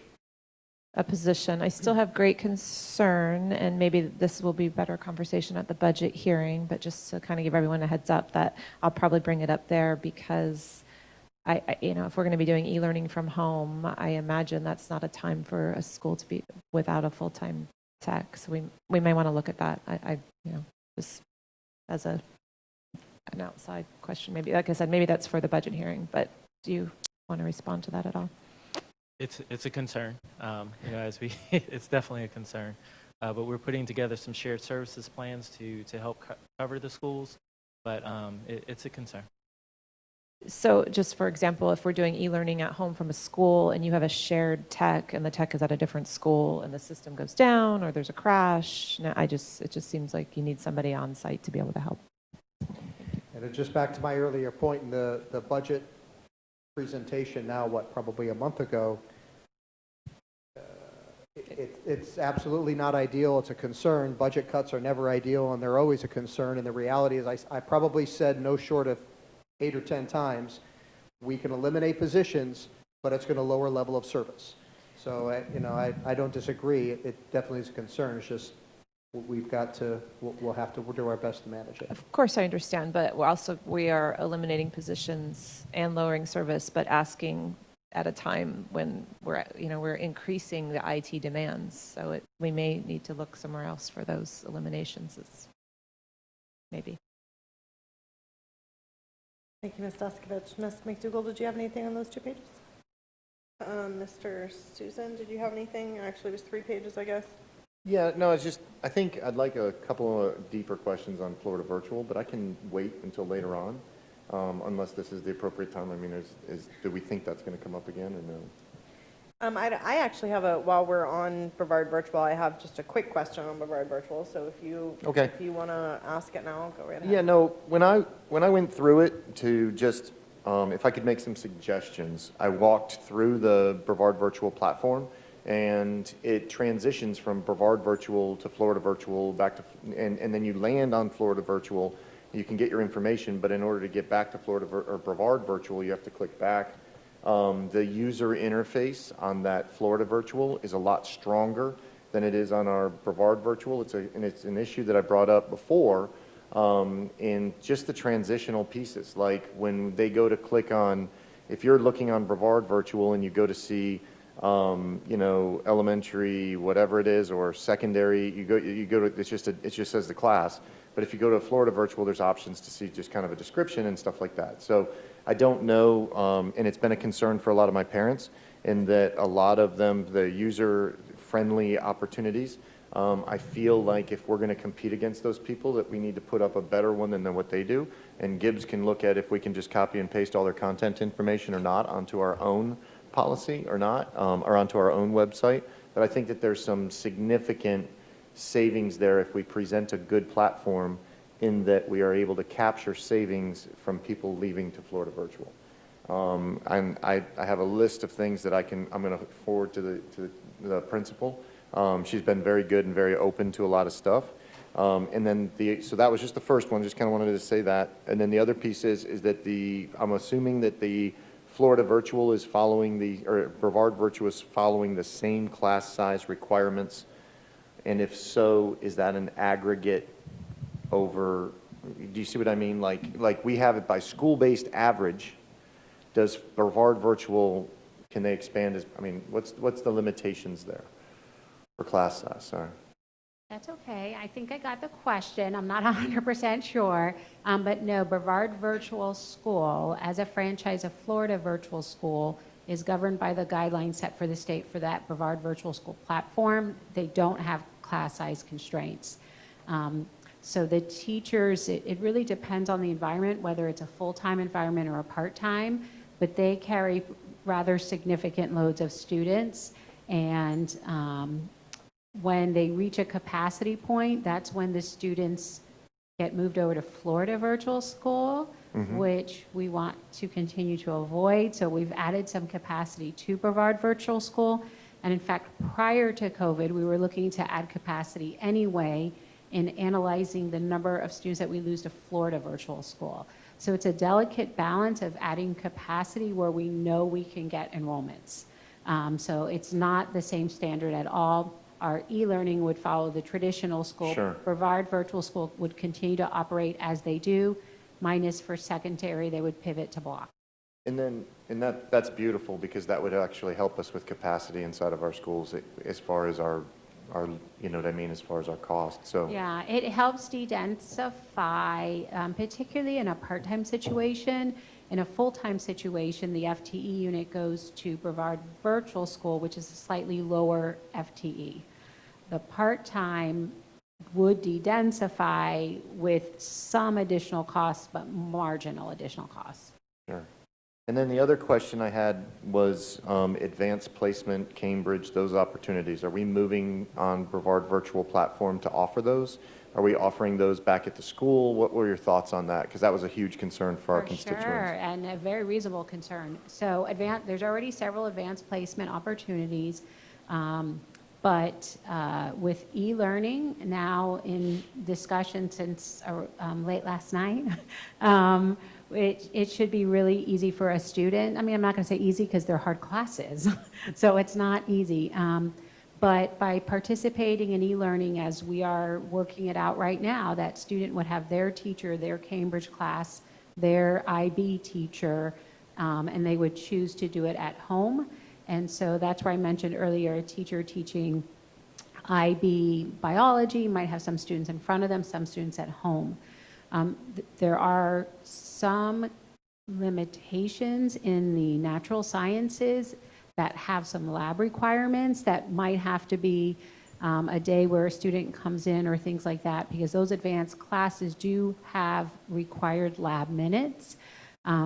But from my interaction with those families, they will work that out. And I think you've all interacted with a lot of those families as well. So they might, potentially put some of those lab activities on Fridays or, something like that, and flip-flop with a less dense situation. That's great. And then one last question on the virtual, and apologize, it's a big thing. So there's some courses that Florida Virtual offers and we don't, and that's a capacity issue.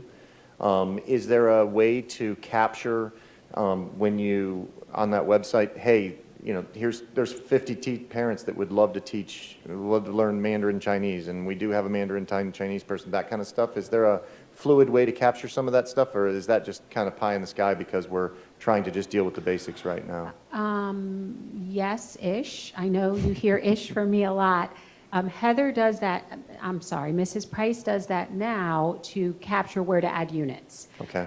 It's primarily historical. It's looking at what courses are our kids requesting that we don't offer, and then we turn around and try to offer that.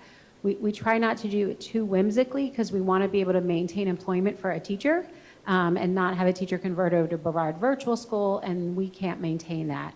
So she carefully monitors all those enrollments and requests for Florida Virtual School in addition to ours and modifies our offerings as a result. In fact, we've added, in the last few years, we've added teachers, we've added courses based on that enrollment pattern, and we try to do it in a way that protects the district financially.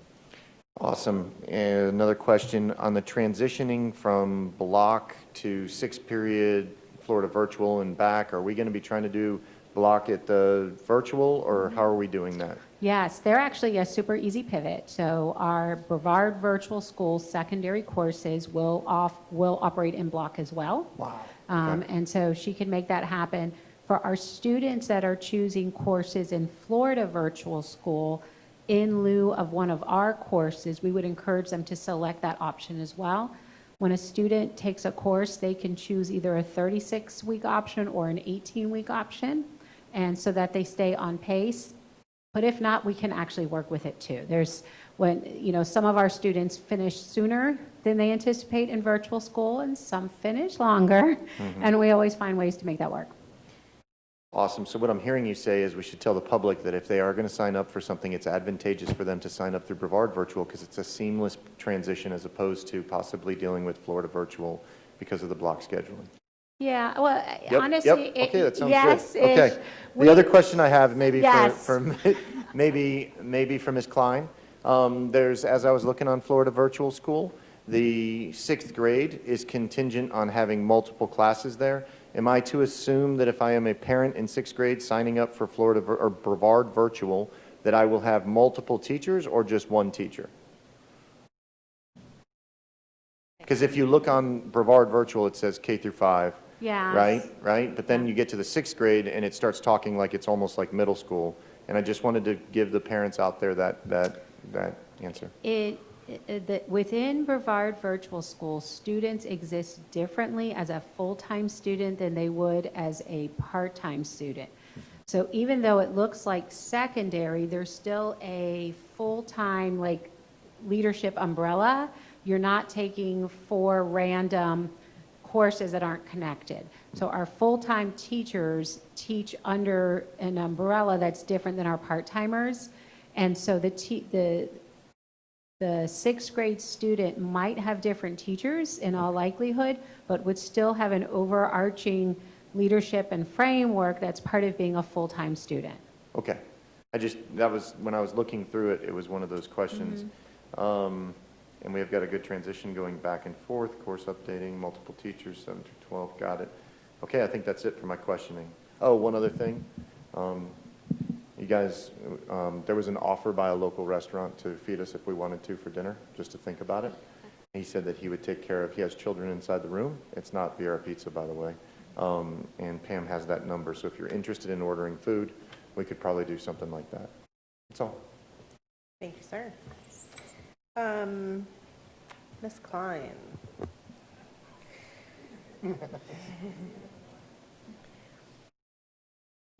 So we have started our summer school classes, right? Yeah. And we are transporting students on buses, and we have them in classrooms. And I am curious how that is all going with regard to safety. Are we seeing compliance with our expectation of masks? Have we had any entire classes that have had to be shut down because we've had a positive case? How's that all flowing? So we haven't enforced masks because we recommended, but so we have some masks and some not. We have had no shutdowns to date, knock on wood, Chris Moore.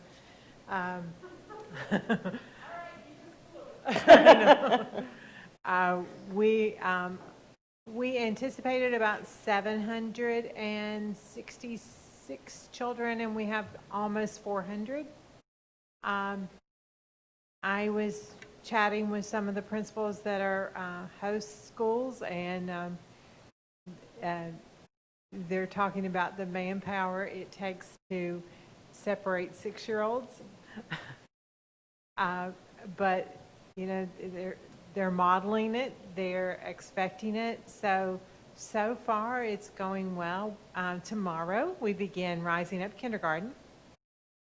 So we'll see how that enrollment begins. But so far it's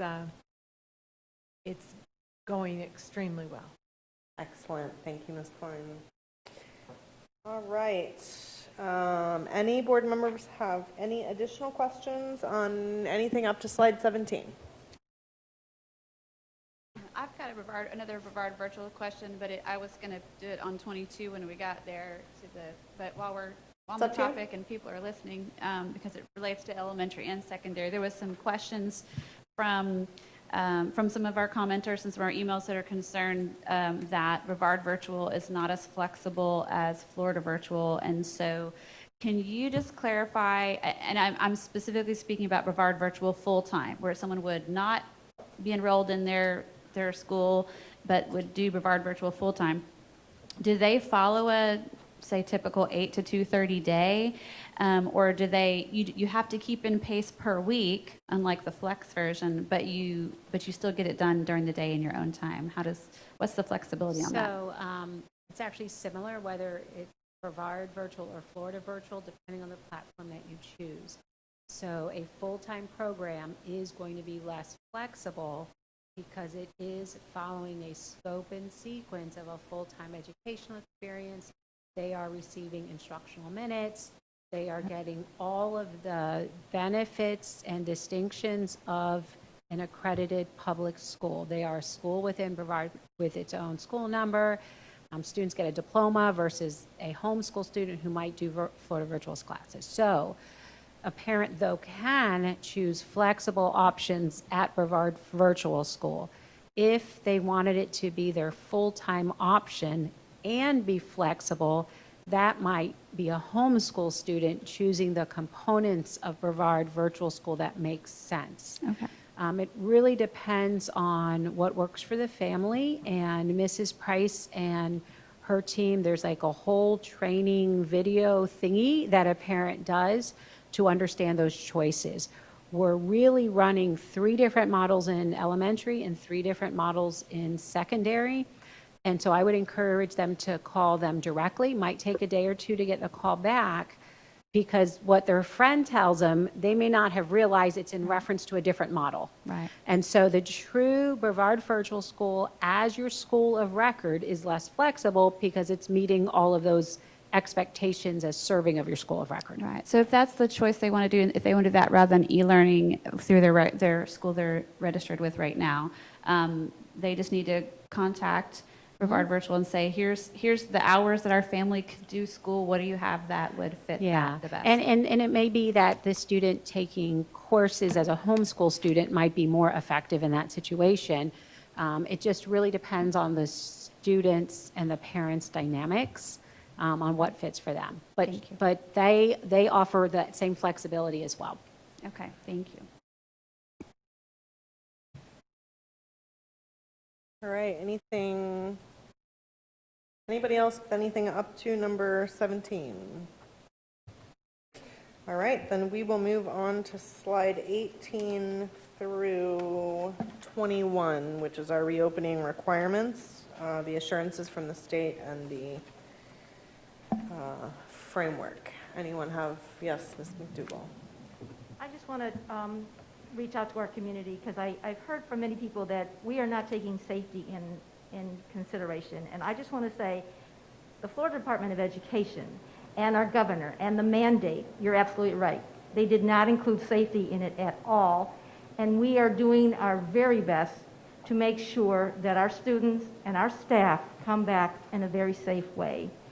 So when you look at the requirements that were set for us from the governor and the commissioner, it was truly academics, which is what we do. But all of us here on the board, our staff, we are very concerned about the safety for our educators and all of our staff and our students. And I just needed to put that out there loud and clear, that we are doing the best we can within the mandate that we got. So. Thank you, Ms. McDougall. Ms. Descovich? I just want to address, because one of our public comments suggested, I feel like it did, or someone emailed me recently, it starts to all run together, that maybe we were not in the spring meeting IEPs and meeting 504 plans. Maybe Ms. Moore or Ms. Yeah, no, I'm sorry. I noticed. Yeah, I'll ask it again. Sorry. Okay. No, it's either leading and learning or you. There's been some suggestion that in the spring we completely just ignored IEPs, 504 plans, and so I want to address that publicly. I don't know the answer to that specifically, what we did to make sure those were met, or if we've got hours that we need to make up and to still service. I don't know. Can you give us an update on that, please? Sure, I can. There's two ways to look at it, and Dr. Sullivan, please jump in as if I miss anything. Let me take this off. The first thing is that we offered services to meet what was in the IEP to the best of our ability. And so there are going to be two different ways to look at it, both with compensatory time and with extended school year. So if there was a service not offered because we were not able to meet it remotely, we will be offering compensatory time to make up those services as we engage into this school year. The other thing is that most of the services our student gets, the vast majority, are through the accommodations given in the classroom. So their regular gen ed teacher would have been giving their ESE accommodations, their IEP accommodations through the gen ed curriculum. Our students that are on access points absolutely had the same level of continuity of instruction as our students who are not on access points, and those would be our students who are in self-contained settings. Our students who lost progress on their IEP goals, those are the students we're targeting right out of the gate for ESY, extended school year. So as we come back into schools and we're doing our evaluations, we're going to be looking at evaluating IEP goals and seeing if we've lost progress and offering extended school year opportunities before, after school, Saturday, however it is that we can make up that ground. So I don't know, Dr. Sullivan, did I leave out something important? You got it. The reality of it is much of that time we were in the lockdown, which limited a lot of ones that require contact. Many of the services that we couldn't do were those very personal services that are OT, PT, and involve some hands-on services. But we didn't ignore it. We knew we couldn't do it. I think is the best way to say it. And sounds like we're going to make them up, right? We are tracking it. We know what we owe, and it will be taken care of. That's just what I wanted on the public record. Thank you so much. Mm-hmm. And that the federal government gave us the flexibility to do that as well, right? Yeah, that is correct. There's a couple of different ways. We were given permission to delay certain things with parent permission, and including meetings. And so we've been keeping track of those things that the parents said, we understand you can't meet this in this way, or they have said, we don't want you to meet this in this way. And we've been tracking those, and we're going to be following up on those as soon as we can go live face to face. We tried to the best of our ability to meet all of the services, even those OTPT, vision impaired, hearing impaired services that we offer, our behavior services, our mental health services. We were able to do a lot because we had worked on a plan where we could do some face-to-face instruction, but we absolutely know that those services were not offered to the level that they could have been offered face-to-face, 100%. And so our real test is, we know we're going to be offering some compensatory services, but our real goal is to really see where we have lagged behind on IEP goals and to offer extended school year to make that up for students. That's our overarching goal, is that students didn't lose ground. Anything else? On reopening requirements, 19, 20, or 21? Mr. Susan? Nope.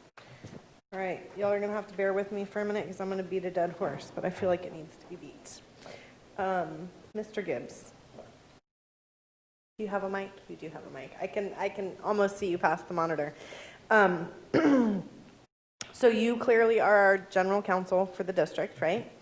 Assurance number 1, the district will assure that all brick and mortar schools open in August at least 5 days per week for all students. Is it your interpretation that the 5 of us can choose not to open schools in August? The school district controls the schools. The state controls your purse strings. So if you read the executive order,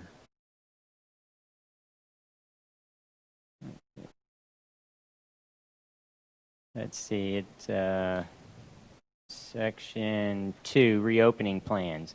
The order actually says, in order to receive the flexibility and continuity provided for in this order, school districts must submit to the department a reopening plan that satisfies the requirements of this order.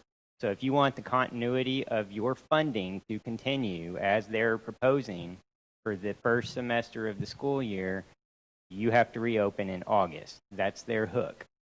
So you can say, we're opening in September. They can cut your funding. Would there be any other repercussions to us deciding to delay?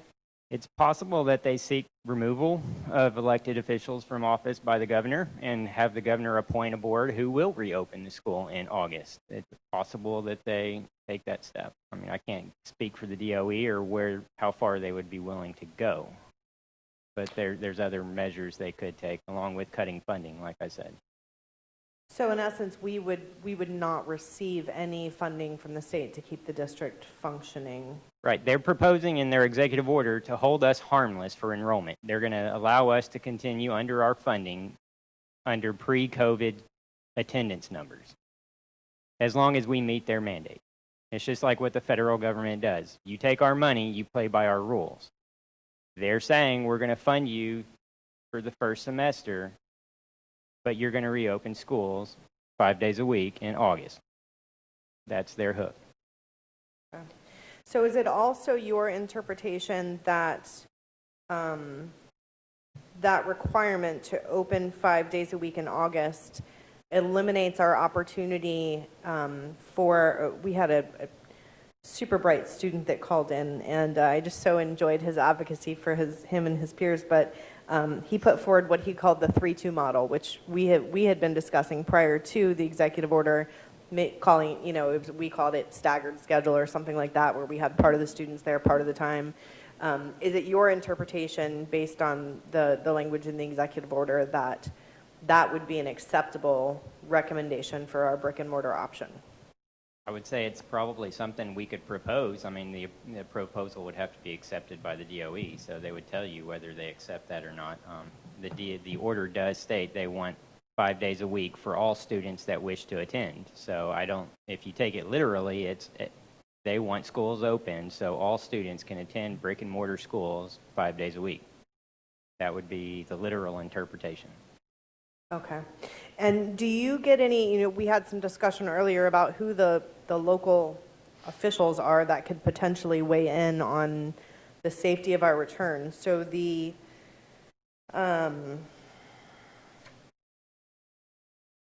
is not my executive order. Give me 1 second. I have too many documents at this point. It's I have it here. It's subject to the advice and orders of the Florida Department of Health, local departments of health. That's the exact language from the DOE. So the State Department of Health. And then it goes, comma, local departments of health. Executive Order 20-149 and subsequent executive orders. It's the second page, I think the first sentence in section 1A. Yeah, under reopening requirements. And so it says, absent these directives from the Department of Health, or then the day-to-day decisions to open or close a school must always rest locally with the board. if I understand correctly from the memo that you provided to us earlier, what that really comes down to is if we're in week 3 of school and Ms. Moore is working with the health department and we identify that we have a case in our school, we do at the local level have the opportunity, the authority, I guess, in conjunction with our local health department to say we are closing a school for 3 days for cleaning. But it does not, that language does not mean that we can opt not to open schools, correct? That would be, unless you can get the DOH to say, we're recommending you don't reopen. And that's what's going around right now. There's another county, I can't remember which one it is. Their DOH has told them, we will not recommend you close a school. And we will not recommend you delay opening. And so they're under the same opinion that they are kind of out of luck without the support of their local health authority. Well, I think, so Mr. Susan is saying that seems to contradict, but I think actually what Mr. Gibbs is saying, Mr. Susan, is that their local DOH is saying they don't have the authority to tell them to close schools. So it's the same thing that we're being told here locally, is that our local folks do not feel like they have the authority to tell us to close schools. Right, and I have no idea what's coming down through the DOH. That's not going around my circle. So have, in your, I know you have nearly constant communication with your circle of legal representatives for school districts throughout the state. Is there anyone, any of your general counsel representatives that are advising their district to not open in August brick and mortar? Not that I'm aware of. I know there is talk with Miami-Dade and Broward about their date. I don't believe they've said yes or no, but they're still in phase 1. So they have never come out of phase 1. So they're still under the meetings of 10 people or more requirement. So they can't reopen in phase 1 is their argument. So since they've never been brought out, they're playing under a different set of rules. Okay. So can I add to that just 1 second? Because I don't want to confuse our local Department of Health's ability to close us for 3 days versus their ability to say we're not going to open at all. Right. And so I'm just reading Florida Statute 1003.22. This allows for the Department of Health to declare an emergency, and any students who have not properly vaccinated can be excluded temporarily from school, and mandates that school board exclude these individuals when there's an outbreak of a communicable disease for which particular students have not been vaccinated. And so as you look at COVID, we identify that as an illness, an infectious illness without a vaccine. And just by sheer necessity to exclude all students from school, that would in essence turn into a school closure. I will tell you that I have gotten information from the Department of Health. I know what our level is, our spread rate is, but I'm waiting to find out what the interpretation of that spread rate is. Right now we are a 1.5 to 3. And so I've written and said I need information on, number one, what that rate is for the 3 big, Broward, Dade, Palm, so that we have a comparison, as well as what that rate means to us as a community. So just so that you know, there is a rate. We can get it. It seems to be a little bit under lock and key at Tallahassee, because that's where we're having to go back and forth from. But we'll keep trying to get that information for you. Awesome. Thank you so much, Ms. Moore. That's huge that you were able to get that info. We appreciate it. I think that is all of the questions that I had on. And I will just throw out Palm Beach meets tomorrow. So I guess that's when they're discussing their reopening, so it has not been released to date. Okay, super. Thank you, Mr. Gibbs. I think that's all the questions that I had on 19 to 21. Is there anyone else that has questions on that particular section? All right, I'm going to recommend that we take a brief break to refresh, and before we get into the specifics of the elementary and secondary plans, and I think we need probably some clarity as well on what remains on our schedule today after this, and potentially some talk about food, because I'm not sure that we're leaving anytime soon. We will go ahead and take about a 10-minute recess, and then we will be back with you.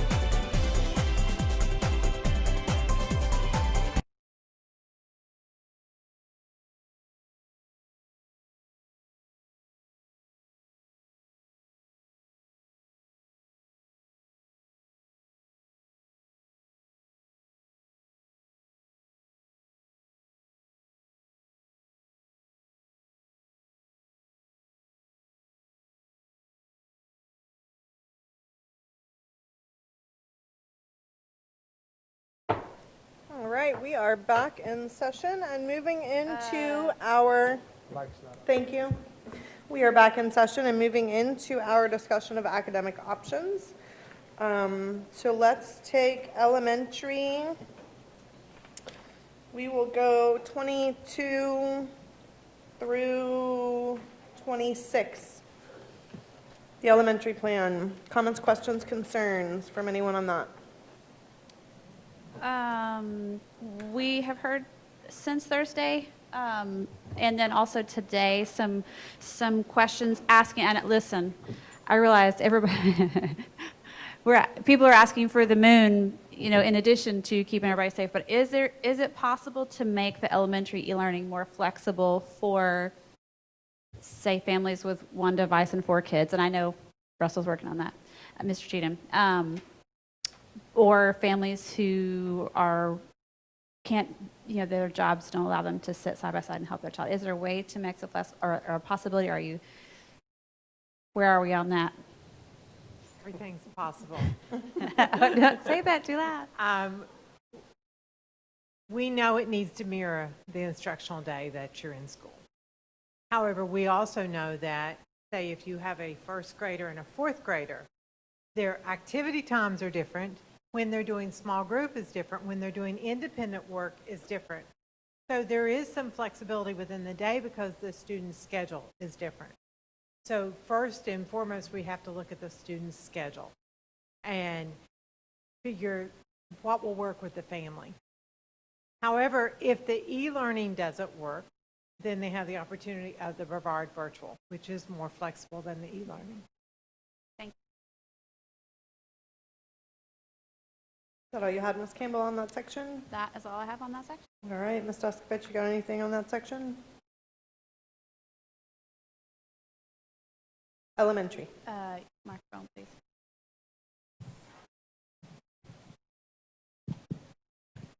Sorry, I'm still going over my notes. Let me get caught back up. I can come back to you if you want me to. Yes. Yes, do that, please, and I'll organize my elementary Mr. McDougall, questions. you got anything for that section? Okay. Mr. Susan? Nope. Okay. Ms. Klein, one of the things that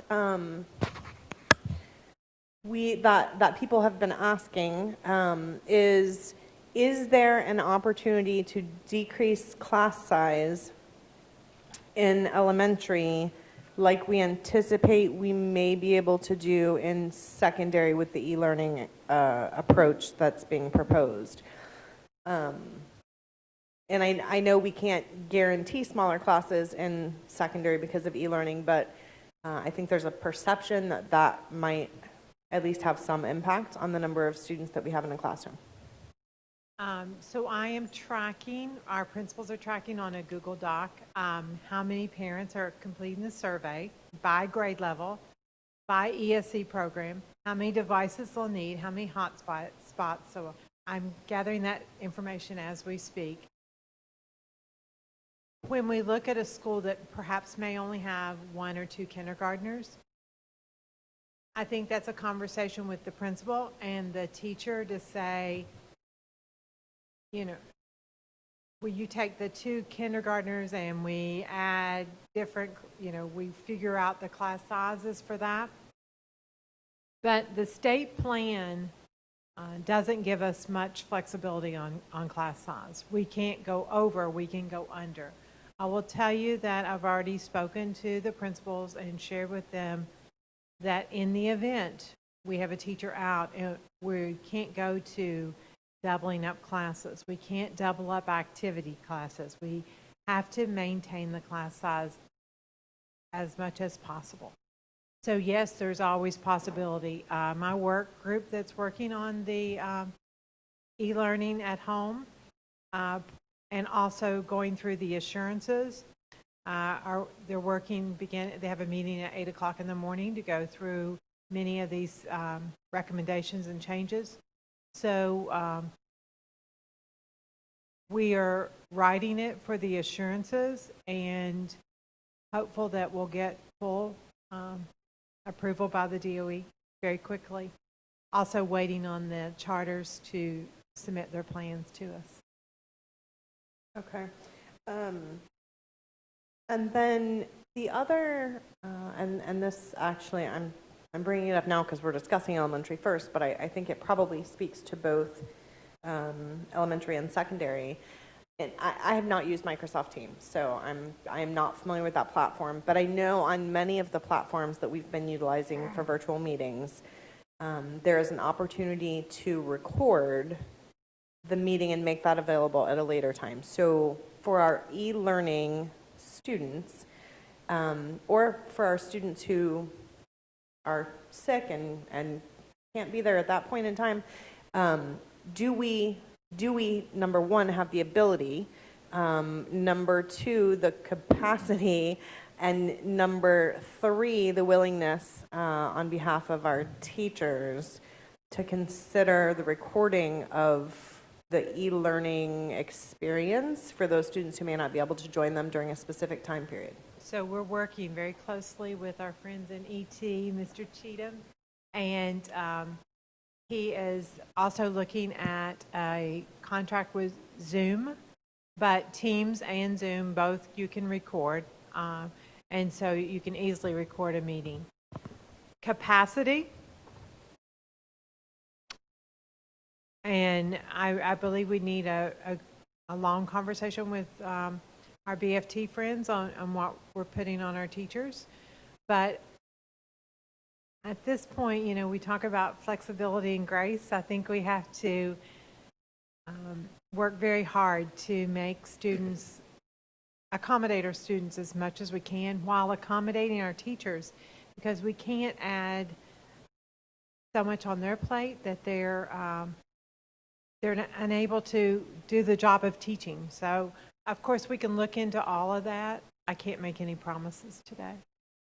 I absolutely appreciate that. Thank you. Mr. Cheatham is flagging me down. I'm guessing he's going to tell me that we're going to need millions of dollars of servers to handle all of the recordings, right? No, I was just going to say we have to be careful when it comes to recording. You know, it changes the way that we can show classes and interact with the students. It changes the what? The way that we interact. Because if you record, sometimes you're recording the faces of the students in the classes when you're displaying that way. Just depends how the interaction's being run as to whether we can record it and share it and do some of those things.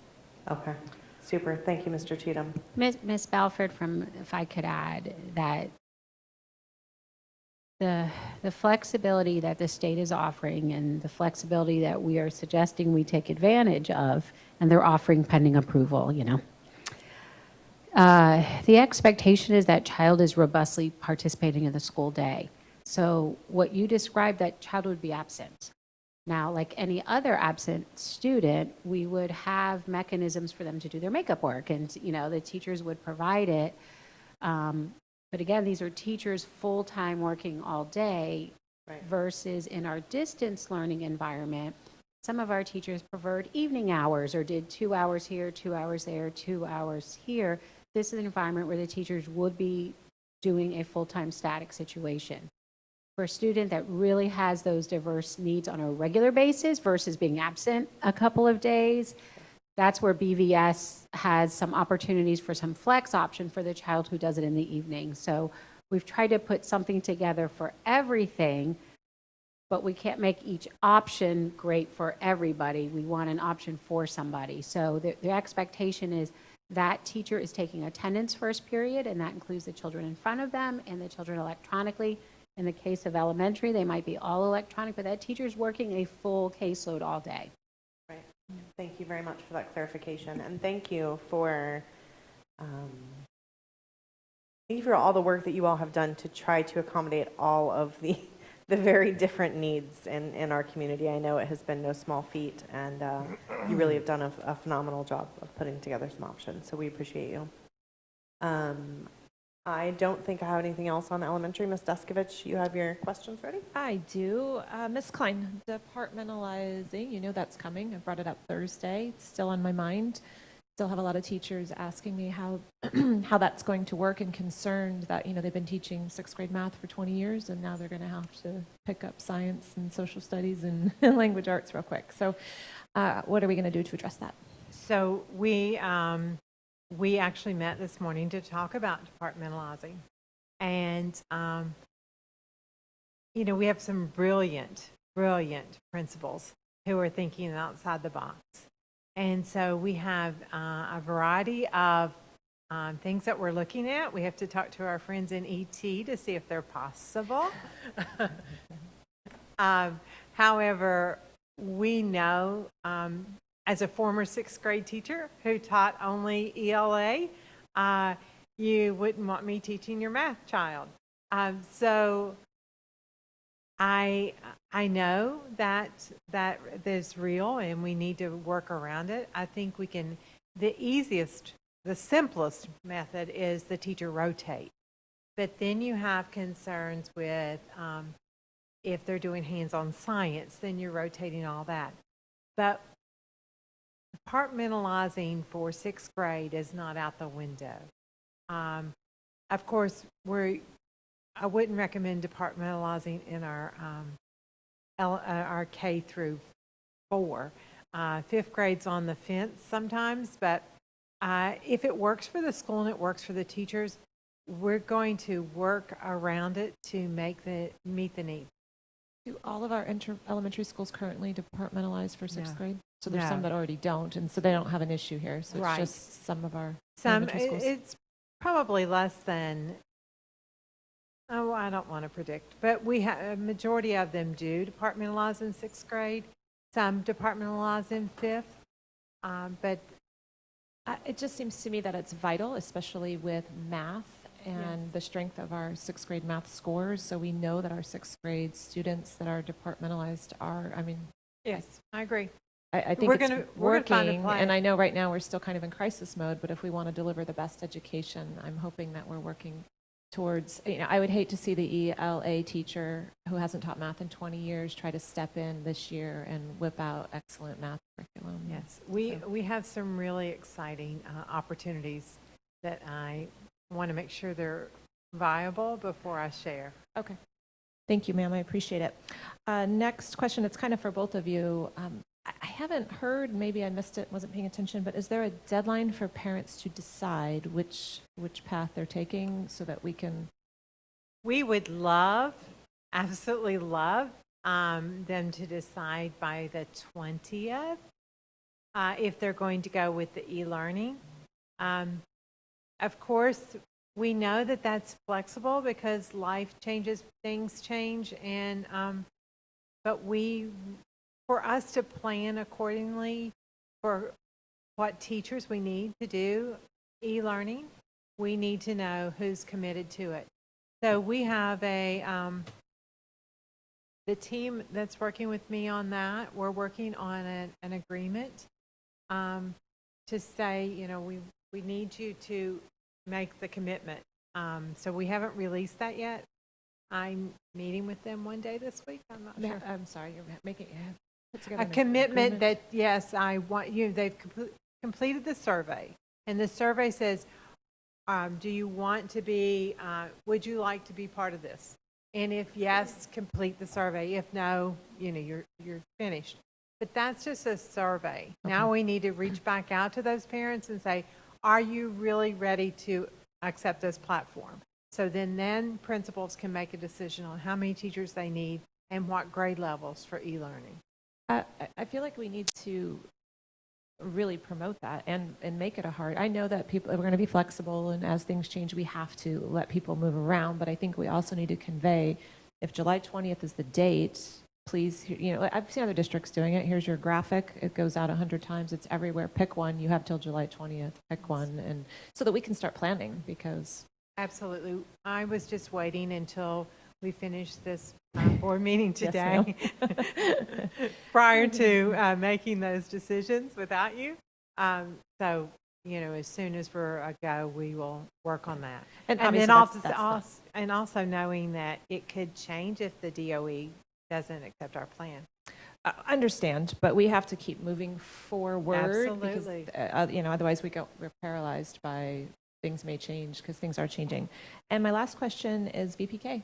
Can you, like, how, does that fit completely perfectly into your elementary plan, or is there something different for them? And I know that's a question for both of you, so either. Or. It's both of us and Ms. Moore, because we all own a piece of VPK. But Marilyn Chappie is my director of early childhood, and she works directly with the Office of Early Learning. And she has been in a continuous conversation trying to get answers about VPK and how will that look, and are there any provisions by the DOE? We haven't received a clear answer on any of that yet, but yes, they keep saying it, that information is coming, but we haven't received it. What we do know is when we went out for emergency at-home learning, the Office of Early Learning provided us very much flexibility with our VPK program. The biggest concern is not required. So if it's not required, then are we going to get funded for it? So that is the question we keep asking, because we are funded only partial day for VPK, and so we pay the other part out of our Title I. So more information to come on our VPK. Right now we're pulling them into our early learning, and Marilyn is working with both ESC and our CTE program to make sure we have a quality program. Two questions. One, do VPK parents have the same 4 choices that you're presenting to all elementary students? They do not have the virtual component. So there's no e-learning from school option? There's no BVS. There's no Brevard Virtual School for VPK. They can still e-learn from home. So they have 2 choices, really, go to the class or e-learn from home. Unless we're not approved for the e-learning, because the e-learning under the state assurances does not include pre-K. Is that what you were talking about, the funding? Because why would they not fund us for VPK this year if they have every other year? Well, VPK is only funded for half a day. Right, but you said we put in Title I for the other half. So you're saying that first half of money is at risk for some reason this year? We don't know. We're waiting on answers from the... Why would it be at risk this year? What's different? Because it's not a required instructional day. So students are in that by choice. They're not required. But it wasn't required last year. Why would they change it this year? Last year we were in emergency. Remember when we went out in March, we were in emergency. They didn't stop our funding in March. I don't know if I'm super confused or what's not clear. Tina, I think you're speaking, I'm sorry, Ms. Descovich. I think you're speaking to the brick and mortar, and she's speaking to the e-learning. Is that what's going on? Right. When you go to e-learning, you're talking about just the e-learning portion. Right. I'm talking about VPK in general. It's not going away, right? You're Right. They may not be able to e-learn. That's correct. Okay. Yes. What I was hearing is that we may not have a VPK program. No. We are scheduled to have VPK, but it will be the only thing we know for sure. It is brick and mortar. Understand. Sorry. No. It's been a long day, so we are... Dr. Sullivan says she's different. Do you have any more elementary questions? I'm good.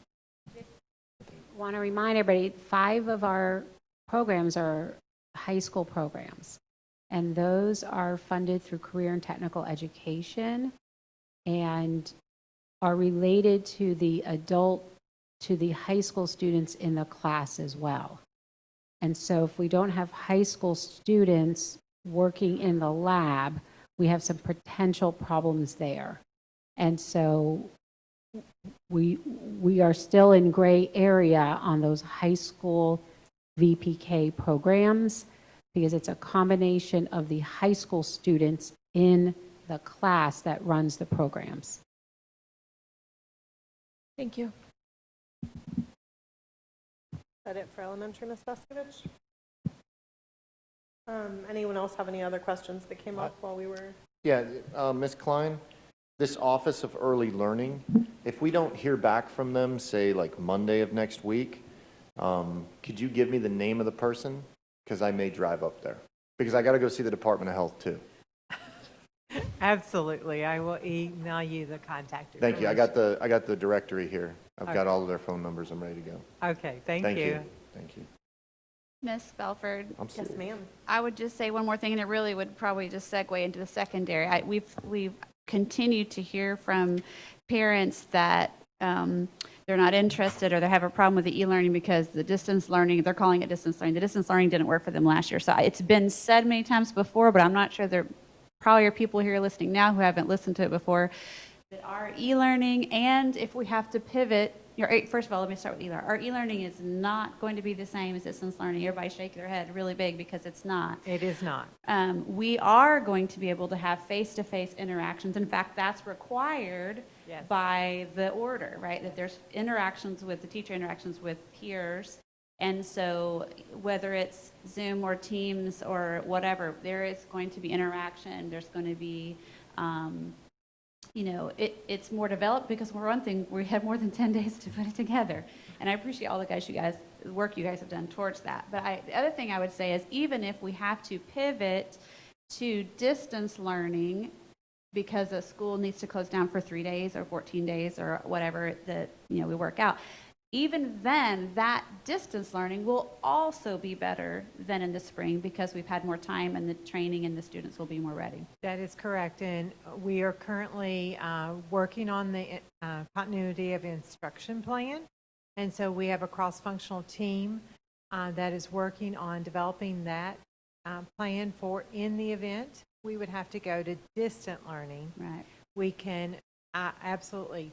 But that's the key to why it is so important that on the very first day, we start that blended learning instruction and our teachers become very familiar with all the platforms, all the instructional material, and our students understand how to use Focus and how to use the Launchpad to get to the information they need. Right. Good. Thank you. I just wanted to reiterate that one more time. This will be so much different and better than what we did. It amazingly put together, but we've had so much more time to prepare for what this is that's coming.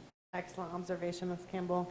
And Ms. Klein, I have one final question on elementary, at least I believe it to be a final question.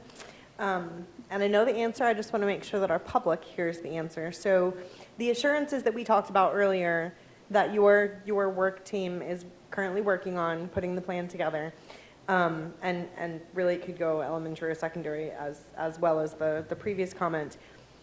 Am I correct in understanding that we must commit to brick and mortar in order for us to offer the innovative solutions? So in order for us to be able to do the e-learning, we must have our schools open for students to sit their butts in the chairs and get instruction, right? That is correct. That is assurance number one.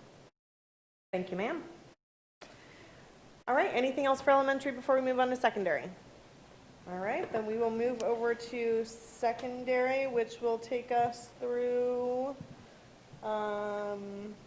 slide 29. So 27, 28, 29. Comments, questions on that section? Just if I could real quick, I just heard Broward is going e-learning to start the year. They are still in phase 1, but just so everybody knows, August 19th, they are opening up, decided this afternoon, e-learning. And that was with support of their 2 hospital district heads saying that they could not keep their people safe. Can I break in as well? Because our local Department of Health is getting slammed with some phone calls. And so they have sent me the language, and I just want to read it to you so that you guys have it, so that there's no misunderstanding from our public out there about what is our authority and what is their authority. So Florida Department of Education Order 2020 EO 06, and this came from the Tallahassee Department of Health, gives authority over the decision of whether to open schools and how to open schools to the local school board and school superintendent. The local county health department does not have the authority to determine when and how students will return to school. The county health department works collaboratively with the local school board to provide county data and trends and educate on mitigation strategies to make the school environment as safe as possible. And then we are responsible for following the governor's executive orders. And then we go to the statute that I told you before, which is about excluding students, that if we have to exclude students from in school, in essence, closes our schools. So that is the guidelines under which our local Department of Health is operating based on the information they're getting from Tallahassee. And I don't want to leave our community with the impression that they're just not responding to us, because they have been very responsive to us. I appreciate that clarification, Ms. Moore, and I too would suggest to our public that it is not a local Department of Health issue. It's just really trying to determine who has the authority to make this decision, because the statement that you just read makes it sound like the 5 of us have the freedom to say we are not opening schools, but Mr. Gibbs, you've indicated that we do not in fact have that based on the executive order, correct? You can decide not to reopen. The DOE can then say, we aren't funding you. So if you go e-learning, I don't know if that means they're going to put you on virtual funding and cut your funding that you would normally receive for your district with in-person. So starting out the year, you may not be held harmless. So you could lose, I don't know what that would equate to. I wouldn't even try to guess. Millions and millions and Yeah. millions and millions. Mr. Gibbs, is there any indication that Broward has had any approval from the state for them to go to e-learning, or did the Broward School Board just decide that that's what they're putting forward to the state, is that they're just doing e-learning? I've gotten limited information and it's just basically that today, after they did an about face, they were set to open with brick and mortar August 19th, and I guess at today's meeting, when they got the numbers from DOH, their 2 hospital districts, not the DOH, said that there's no way Broward can keep their kids safe. And they were saying they did not need to reopen schools. So the superintendent recommended they do not open, and the board backed that. That's what I'm getting. I've not, verified anything from news stories or anything. Okay, very good. Thank you. Yep. I appreciate you sharing that. Ms. Descovich. But they are in a different phase than us, correct? Right, they're part of the South Florida that are still, okay, we need to be clear on that. Yeah, because that's a big difference between us and them. But you guys keep talking about we don't have the authority, we can do it, they would withhold funds. But I feel like there's more to that. Like, we get our authority from the Florida Constitution, which, I mean, the statute or the Constitution reads that it's the paramount responsibility of the state to provide the education. I mean, we're elected locally, but our authority comes from the state. And if the state says you will open, where do we get the authority to say, no, we won't? I don't think we have that legally. They're not saying you can't. They're just saying if you want the flexibility. When you read the order, that's what I read. If you want that flexibility and continuation of funding, you have to reopen. They aren't saying, we're saying you can't or delay reopening. They're just saying they're not going to guarantee you your funding.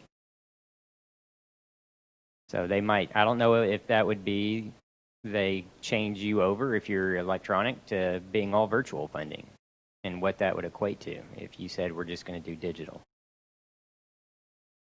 Thank you. Okay, we were moving on to secondary. Any questions, comments, concerns for 27 through 29?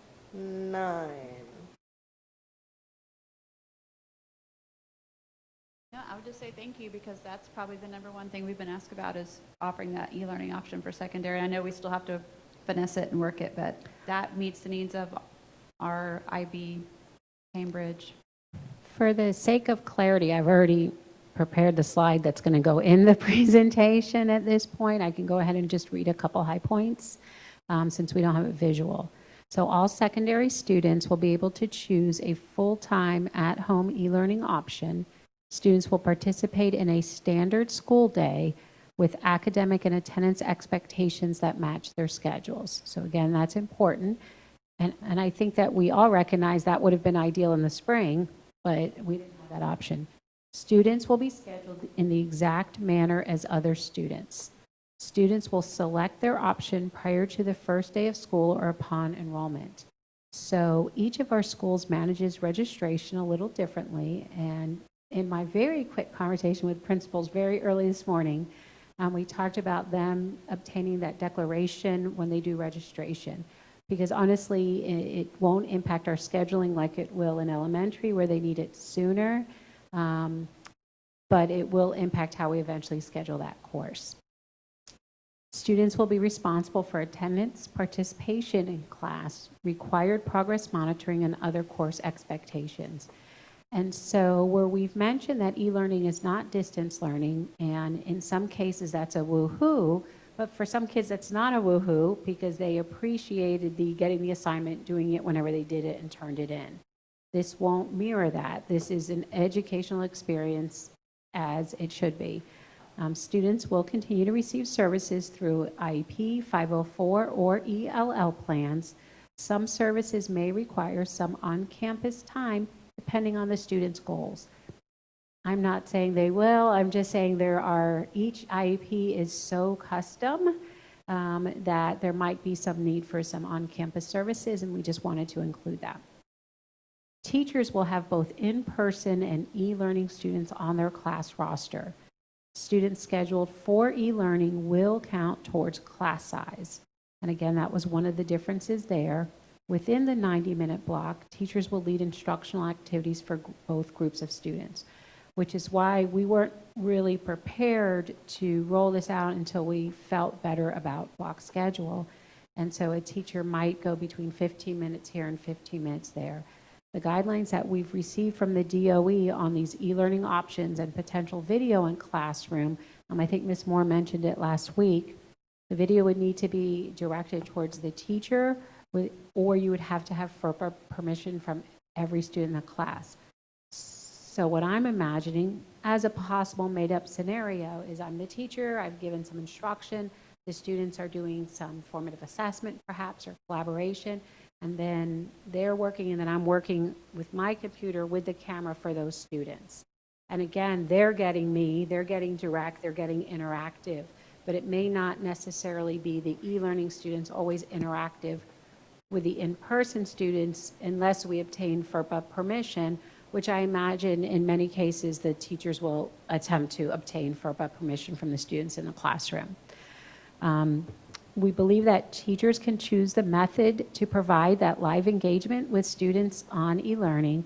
And so again, as Ms. Klein mentioned, that slide talks about not only required interaction, but required engagement and participation in the class time.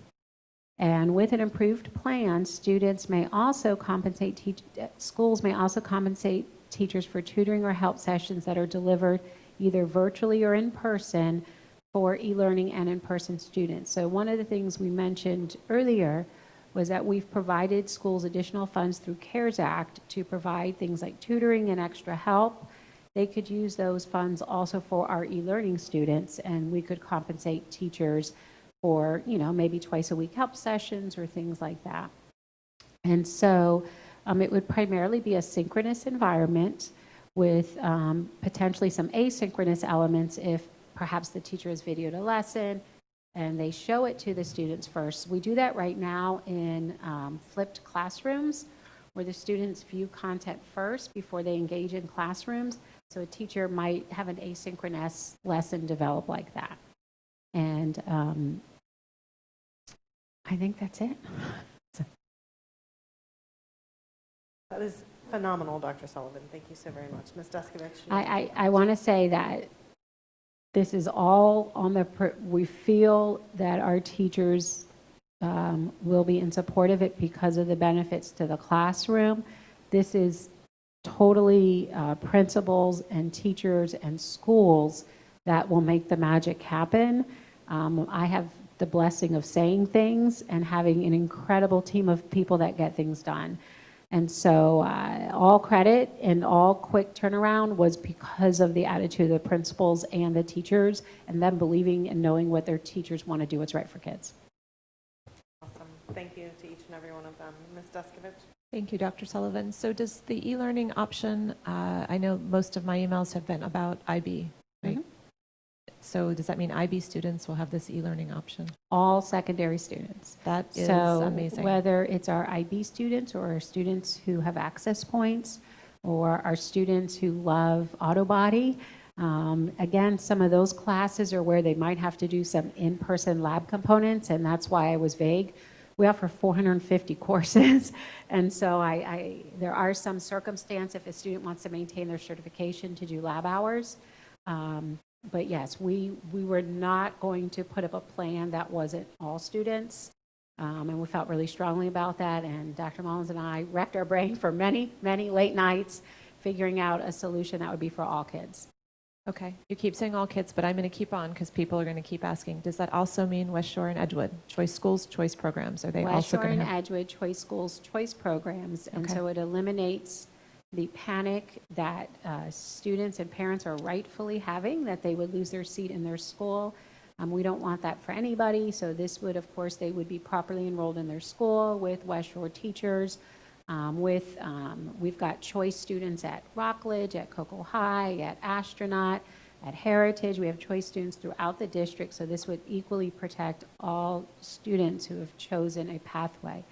Again, some of those pathways do have some specialized items that would require some lab time, just as a warning, but by and large, it's smooth That's transition. huge because the Yeah. you know, it's been IB, it's been the academies from different schools. I don't want to lose my spot. People have been really concerned about that. So Yeah. this opportunity is wonderful. Thank you. Thank you. Thank you.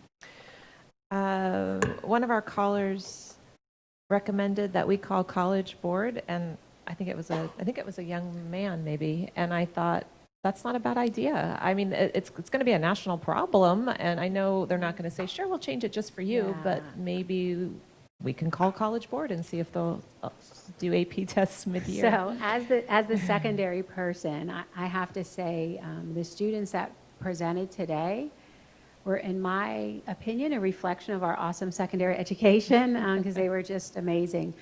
We are in constant conversation with College Board. They are incredibly receptive. The challenge is schools all over the country currently operate on block. But we are not afraid to ask. We literally have them on speed dial, and they really like working with Brevard. They take a lot of pride in the AP success of Brevard, so we plan to capitalize on that, and we will certainly ask questions. The worst case scenario, they study. So we're feeling okay about this is a good case where the worst case scenario is not that bad. Understand, but hopefully that student is watching, or someone will Yeah. tell that student that their request will be, Absolutely. we will ask, right? And I so pleased at the students that took the time to advocate. Thank you, thank you.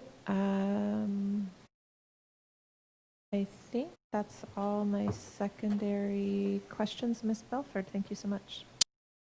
All right, thank you, Ms. Descovich. Anyone else have any questions, comments, concerns specific to secondary? I just want to say thank you very much for the e-learning in secondary, because those are the most, I had lots and lots of parents, community people, even teachers reach out to me, why can't we do this? So thank you for going the extra mile and making this happen. And people, I just want everyone to hear, it's Edgewood, West Shore, our choice schools, also AP, IB, the whole gamut. So we're not leaving anyone out in our secondary schools. So thank you. You're welcome. And I can't turn the mic without recognizing the process. This board engaged in a really robust board workshop to flesh these things out. We made changes. We heard feedback. I'm a process person. And I think this is a good example of how the process worked. And that's why we have it new today in our plan, even though it's not physically there until I get out of here today. Thank you, Dr. Sullivan. All right, so we are going to move. A couple questions. Didn't I already I ask was you? waiting You after said Miss no? McDougall. I was all nice and quiet over here, Miss Belford. All right, Mr. Susan. All right. Okay. So when I taught before, I used to do a recording and post it on my my thing, so that I kind of familiar with it. Dr. Sullivan, would it be smarter that if there are enough e-learning children to do a whole block of e-learning for a teacher, if that's the case, instead of a mix and match? And the only reason I say that is I got away from recording while I had other kids inside the class because of the nonsense that sometimes goes on with those kids. And I started pre-recording them prior, my lectures prior to getting in there, and then posting all that stuff. Is that something that you'll be looking at to consolidate for? So pluses and minuses. In a really large school, so you probably have your Vieira hat on, there might be a potential of it conglomerating into a section. In a small school, it's not at all likely. Yeah, no, I wouldn't. You know, because you have, again, lots of singleton classes, 2 sections, things like that. So maybe it's just going to depend on the thing. The difference is the negative side of that is you're not spreading the students to de-densify your classroom. And so that ends up kind of back to where we are in some of the other challenges. If you have all 25 in one class, and then your other classes are all in person, you're not getting the benefit of less students in front of you. Unless they take that extra planning block and utilize that as the e-learning section, would reduce the, you know what I mean, the class capacity. It could, but then again, that's a cost not attached to kids. So we are expecting some teachers using their planning block, but we would pay them for that, of course, and it would represent a different group of kids. So maybe. So you get one of my ish answers.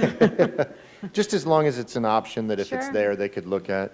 Okay, the next thing, so if we have a bunch of kids that are leaving some of our capacity schools for Brevard Virtual, that then means that they're open schools for transfers? Oh. Vieira, No. Manatee. We've still got to protect the total enrollment. So right now, I know Vieira High, for example, is really hoping to come in as close to projection as possible because, again, lots of staffing things are related to Absolutely. it. I've got my 2 big high schools watching very closely to keep their third dean. And we have so much staffing tied into accounts that I know for sure they're very aggressively trying to keep their kids, and this e-learning model allows them to keep their kids. And No, I agree. I was just saying that if you have Vieira High School and you have 200 kids or whatever that decide to go Brevard Virtual, they're no longer inside that cost center. Does that allow more transfers to come in, or are we locking and continuing down the same no matter what, because those kids may come back? yeah, right? that the kids, I was going to say, we have to protect a seat for every child who's in district. Yep. And students who are full-time BVS would be able to transition back into their home school relatively easily. We actually mentioned that on Thursday. And so I do not foresee a mid-school year, mid-whatever. We typically lock openings on the 17th. We're extending that for BVS. So the 17th is the last day so that we can make sure we have teachers hired at the schools Right. To do the jobs. The exception that we have made to that longstanding guideline is for Brevard Virtual School. We are allowing parents to take until July 31st to make some final decisions because it's a weighty decision. Okay. But in terms of transferring one school to another, that actually closes the 17th. I think it would be advantageous, though, that you can't have those transfers coming in and out, and because of Brevard Virtual, if all of a sudden this goes away, then all of a sudden Vieira Exactly. High School ends up with 22, and that's the direction Yes, that I sir. did, but I did want to just make Yep. sure for the people out here that think that all of a sudden when one of our high schools drops below enrollment that they can start applying. I don't think that's applicable because of that. That's all. Yes, sir. Yeah, you're correct. Okay. The next thing is that, okay, so I was looking at this, and you're probably not going to be happy with me for saying this, but It's okay. here's what I have. If I'm a teacher and I have there's 2 pieces to this. If I have 3 classes and I have an extra planning at the end of the day, does it behoove us to let that teacher plan from home, leave to go home so that the custodial staff has a larger window of time to clean those classrooms? Does that make sense? It does. That's not something I can speak to. That's a condition of employment Okay. that would absolutely need to be a discussion led by human resources. Teachers have plannings. You have to, by definition, have that percentage of your students in planning each period. So in a 4-period day, you'd have to have a 1/4 of your teachers basically in planning each period. So that's kind of how we begin the framework of the schedule is, how many you need and then how many sections you need each period for your total students. And I would find it difficult to get into a situation where there's advantages to disadvantages to that block, but I leave that to my friends in human resources. And of course, in conversations with the union, our teachers that are in planning are still going to be engaging in, school activities, answering parent phone calls, be available for things. And we could certainly utilize some time in cleaning during those planning periods. They do that now. A lot of times in planning periods, the custodians come barreling through. They keep a schedule. But I wouldn't feel comfortable saying, or no, nor do I have the authority to say, and I wouldn't ask that's you to okay. I wouldn't ask you to do that now. It was just on a perspective of two angles. One was to get the teachers off campus as fast as possible for minimal exposure. That was one of the issues that we dealt with before. Also giving the custodial staff a larger window to be able to clear those areas. It also goes to, at the end of the day, instead of making the teachers stay at the school for a variety of reasons, we've moved a lot of our professional development to online, so they could leave the school so that there's minimal exposure and do online virtual professional development. And I'm not asking for a decision now. I just would like that to be, I personally would like that to be part of the conversation as we go forward with minimalizing the amount of time that the teachers are inside of the school. Looking at having them, leave and at the appropriate times, but not stay there longer than they need to. That's all. Yeah. On the flip side, it would probably require them utilizing their phones and some other kind of conditions that come with the typical expectations in planning period, to include IEP meetings and MTSS processes and things to support our students. So certainly the people who have influence have heard to look at it. Okay. That's it. That's all I had. Thank you. Yep. All right. I'll just share quickly with you all, because we were just having the conversation, and Ms. Descovich, you were asking about the power of the board. Apparently, Senate President Bill Galvano did a presser with Governor DeSantis this weekend, and the question was posed about school boards being able to make their own decision about opening schools.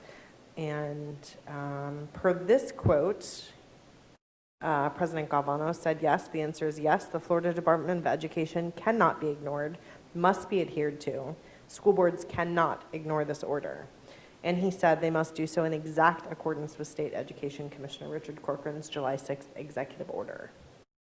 So I think that is confirmation of what you were kind of putting out there. I hadn't read that or saw that, but that's just from my knowledge of the Constitution. And we take our oath. Yes. What we take our oath to is the U.S. Constitution and the Florida Constitution. Yes. That's what we're bound to.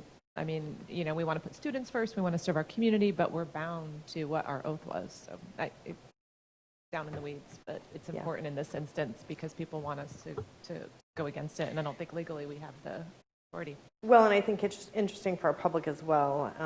The headline on the article is Florida school boards say they will decide when to resume classes as state constitution prescribes. And the very first sentence says, a growing number of Florida school boards say they will defy a state order to open schools next month if local county health departments say it's not safe to do so. So really, really kind of misleading. So I encourage our public, as we start hearing about districts that are suggesting that they will not be going back, to make sure that you look at the details, because I think that's rather important. Okay, we are moving on to 30 and 31, which is health screening. I know this is an area that we had identified as potentially needing to revisit. So that is responsibilities of parents and legal guardians, and the actual health screening recommendations. Anyone have comments, questions, concerns they'd like to address? Ms. Descovich? Sorry, I don't know. These are just from today, too, from the public comments. And this was from a bunch of emails, and I have no idea if this is truth or fiction, but I think we need to clarify it publicly. I think it's for you, Ms. Moore. Are we going to ask our teachers and employees to sign some sort of waiver that if they have some samples going around online that they say other districts are asking their employees to sign, saying we're not responsible if they catch COVID-19 or something of that nature. Do we have any waivers in the works that we want them to sign? I have no waivers in the works, but that may be an HR question. Nor do I. They may be getting it from the fact that for our extracurricular voluntary return to activity plan, we did ask people to sign a waiver, but we have nothing in the works. For the record, loud and clear, none of our employees are going to be asked to sign a waiver before they come back to schools in the classroom, correct? That is correct. Go ahead. We'll say it together. That's correct. Thank you so much. Ms. Descovich, I Yes. think that maybe some people are doing that in fear that they may be personally responsible, and I think Mr. Gibbs can probably explain that we're holds harmless as teachers and things for stuff like that, correct?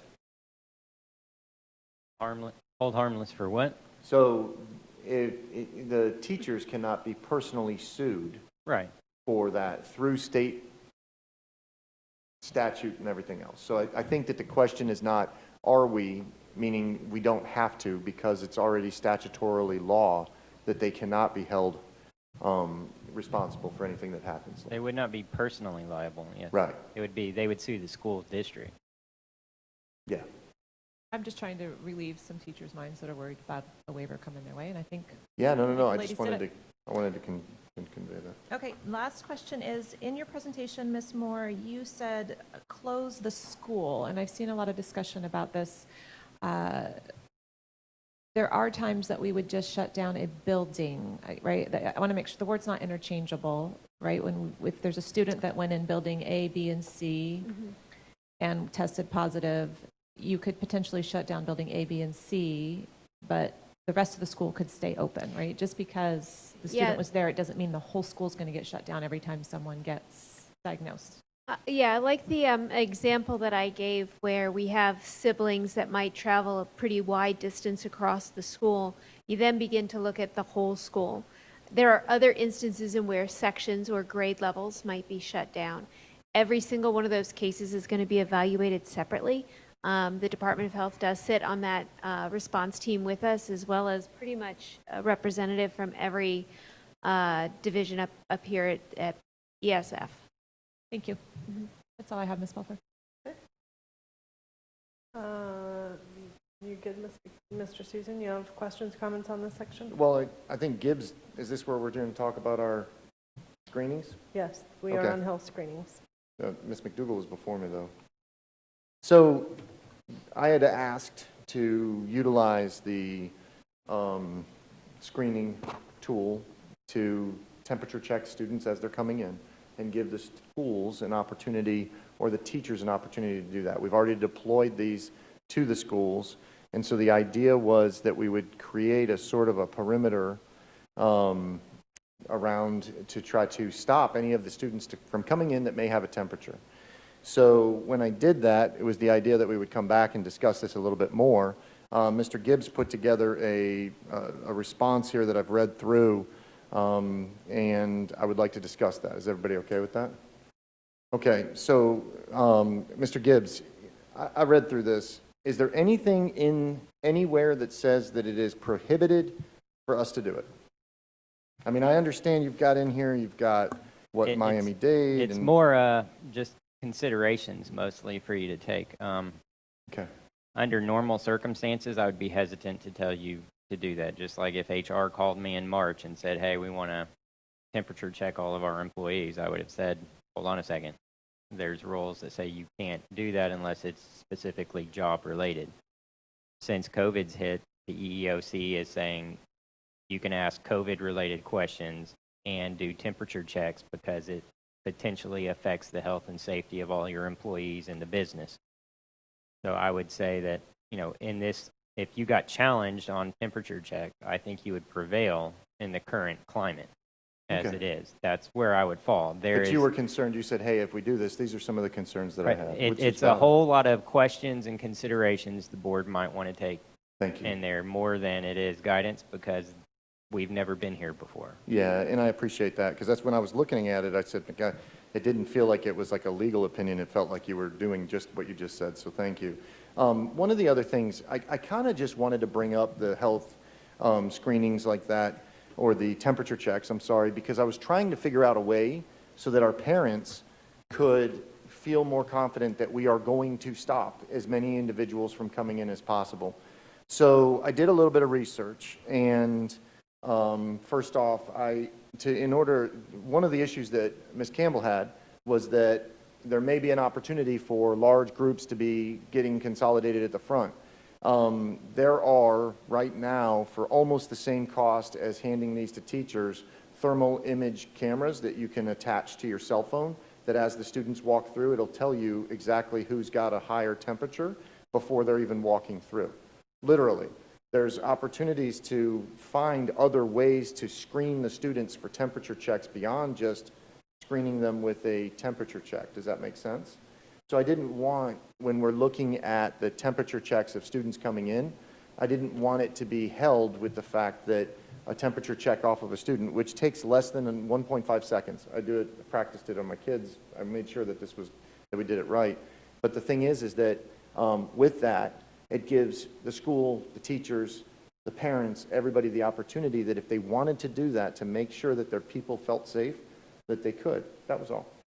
So is there any board members that are in objection to allowing what we had talked about before? Do we need direction here? I didn't understand. Dr. Mullins, what is your call on the temperature checks? We just received Mr. Gibbs has been working on that and just received it.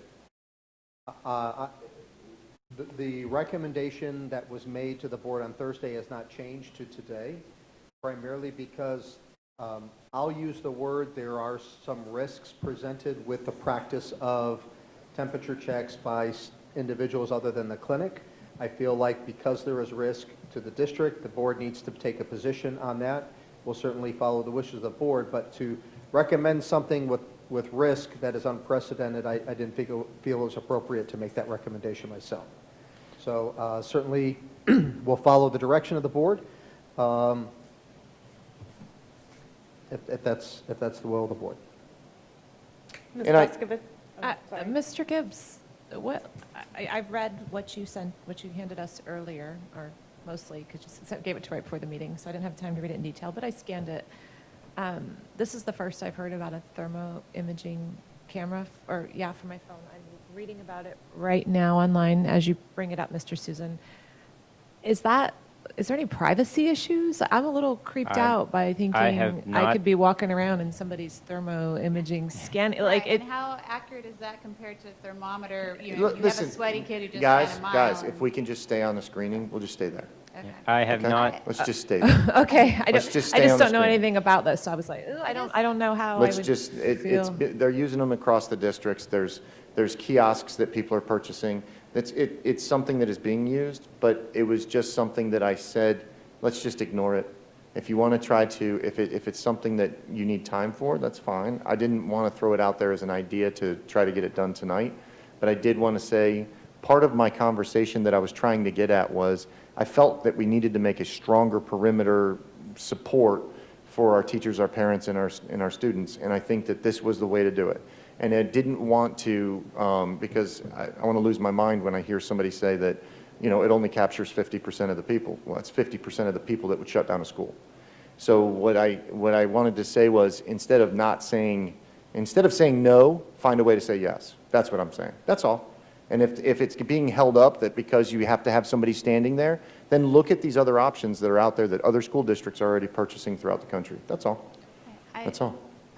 I understand what you're saying and I understand the concerns. But just to remind everyone, we even had a doctor on our call today that was one of the public commenters who said it was an ineffective screener.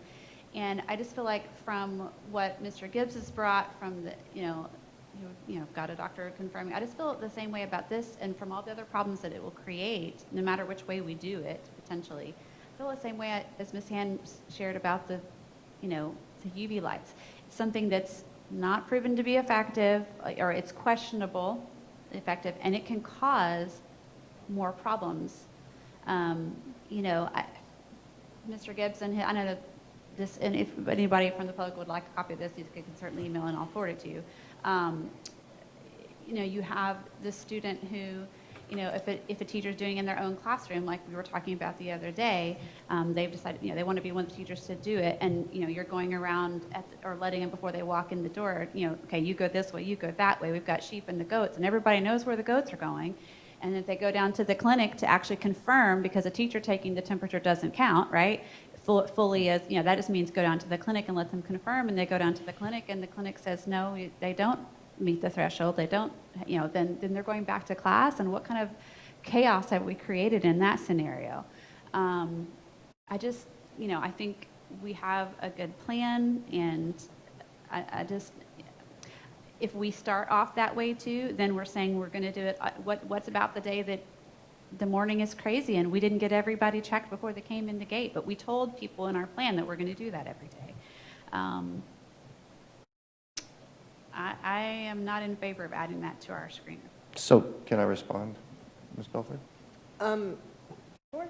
So we have already deployed 1,000 of these to our schools for the specific purpose of doing what I'm asking to do. The other thing is that if you speak to saying that they're ineffective because a doctor called in to speak on public comment, that we don't even know if he's a doctor, and you're quoting also the UV lights for Suhan, I would ask some clarification over what it is said that these are not that these are ineffective, because if Disney's using them, if we bought them, 1,000 of them, then there seems to be some disconnect there. And the fact that it causes more problems is just suggestions that are here. That's not fact. When you're sitting here and you're going through each one of these, there's scenarios that say that if I temperature check a student and say, hey, you might not be feeling well, why don't you head to the nurse? We already do that when you see a kid and you say, you don't look so good, maybe you should go to the nurse. It's the same application. But hang on, that is not the only way, that is not the only way that you can tell a kid that. See, to corner it into a corner and say that this is the exact way that it's going to happen, here's the outcome, I don't agree with that. That is what you're asking. You're asking to do it as a fence around the school, which means before either they walk into the building on the campus or before they walk into a classroom. Okay. So you're talking about doing it that way, so at the door. So there is going to be a separation, and everybody, so then for the people who who don't have this, we're talking about privacy rights. And honestly, we're talking about bullying. And we're talking about a lot of other things. And I'm not saying bullying comes before someone's health necessarily, but there's just a lot of ways that this can go wrong. Ms. Campbell, are you suggesting that we should return all 1,000 thermal screeners? No, I'm saying we use them for the purpose that they were bought. We've got our teams who are coming for it. They have a place. And for what we were presented the other day is that we know in our schools, we have parents, we have students who don't have this family support who can do, we have our homeless liaisons at each school. I'm assuming we're going to especially have them with the kids that are assigned to them. We've got students that we're following up on that we're going to have private ways for that check to be done every day. We're going to have, different for our extracurricular teachers who are doing, band camp. At band camp, they're going to be doing it every day, just like their sports. They're going to do it every day. I'm not saying they're going to waste. And if we can find another way, I just don't like this particular way of using them. And we can argue about it all day. But No. You brought up a good point I would like to address. I have significant issue with identifying a specific group of individuals based on their socioeconomic or their home life, that we're going to target those kids to do testing. I think that's actually what you are talking about is extremely high. Mr. Gibbs, can you say that if we are targeting a specific type of people based on their demographics, wouldn't that be a very bad situation? Wouldn't that, do you agree? I don't know enough specifics about this status of these students. I could even easily say you have an affluent student that teachers might be aware don't have, necessarily parental support at home. So if you were saying we're only targeting low income, then I would be concerned. Even on the saying, same token, I'm also concerned with the privacy is the one aspect of temperatures that does concern me. I don't know how you get around it though. everybody knows what kids they rode the bus with. Everybody knows what kids are supposed to be in their class. If all of a sudden they're not there, everybody's going to know something happened between the bus ride and getting to class. I think we need to really look back at looking at identifying children that may not have parental support and testing them only with these things. I think I would like for Ms. Moore to clarify that, because that was presented to us, so we don't twist the words of what was presented. No. I'm okay with it. Yeah. Ms. Moore? Thank you. By function of the child study team, and each school has a child study team, we look at the whole child. We look at their academic progress, we look at their social emotional progress, we look at their mental health needs. That's the function of the child study team. It would be by function of the child study team that we review and make their physical health also one of those areas that we look at and say, this child's going to need extra support from us. It has nothing to do with socioeconomic level. It has nothing to do with race. It has nothing to do with neighborhood. It has to do with how the child study team looks at the whole child. And physical, mental health, academic well-being, all of that is rolled into what that team studies. So you feel confident that we can test those kids with the screeners outright without any kind of negative repercussions? Confident is an interesting word. I feel like the schools understand FERPA. I think the schools understand what the child study team is meant to do. Every time I feel confident over something, there's going to be an individual someplace that proves me wrong, Mr. Susan. And that's why we have OCR complaints. And that's why we sit in litigation. So I feel like we will put it out in a way that our schools can manage it, and that I believe our administrators know what they're supposed to do and will be able to do it. And I will hope that everybody will comply with the processes that are put in place. But make no mistake, I am fully prepared that we'll have an OCR complaint on this issue at some point. Thank you. I guess what I was getting at is that if Mr. Gibbs says that there is nothing in the statutes that prohibits this, if he's saying that under the current conditions we would prevail, I just wanted to give it as an option to our teachers and our principals that if they want to do it, that they have that option. I'm not mandating that they do it. I'm asking that if they wanted to, that we provide the resources for that school to do it. If the teachers wanted to, then we provide them the resources to do it. That's it. I would rather give them the choice than take away the opportunity. Ms. Descovich, would you like to weigh in on this one, and then we'll try to kind of see where our consensus is as a board? Yeah, it kind of went around and around, but I agree with Mr. Susan's last statement that I would like them to have the option. I have talked to several teachers, and some have zero interest in doing this, and some absolutely want to do it. A couple of them said, if I'm forced to, I will, or if I feel, I think we need flexibility here. If it's going to be done right. I still have a concern about how it's done, but even speaking to them, they said, oh, we know how to be discreet. We're not there's going to be no shaming and embarrassing. Because in my mind, I have that vision of little Johnny and everyone, calling him a name. But I think we have to trust our employees on this. And so I support having them available. I don't think we need, what we say, $300,000 worth to make sure everyone had one. I think maybe we start with what we planned on purchasing, which is it 100 per school? Is that what that breaks out to be? How many did we buy? No, we gave like 10 per, 10 per 1 school? per 100, Oh, 1 per 100. Don't do math in your head, Tina Descovich. Purchased right around 1,000, and the lowest amount is 5 for a small elementary school, up to our large high schools have just under 20. So I don't know what that magic number is, and that's probably what you're going to look to us for, right? Or no? Can you? I would like to just let them, if Suntry Elementary says, hey, we feel like we can confidently, with the way that we balance our income, and give them the opportunity to do it. And if those teachers wanted to, give them the opportunity. I wouldn't say you only get 10, you only get 5. We deployed enough to do what they wanted to do, but now I would just want to give the opportunity for them to order more if they wanted them. That's all. I'm okay with that. Can I make a suggestion that if it's the will of the board to do something like that, that the way we word it, for example, if you fly on Southwest, they say, there is a possibility that before you get on the plane, you can be temperature checked.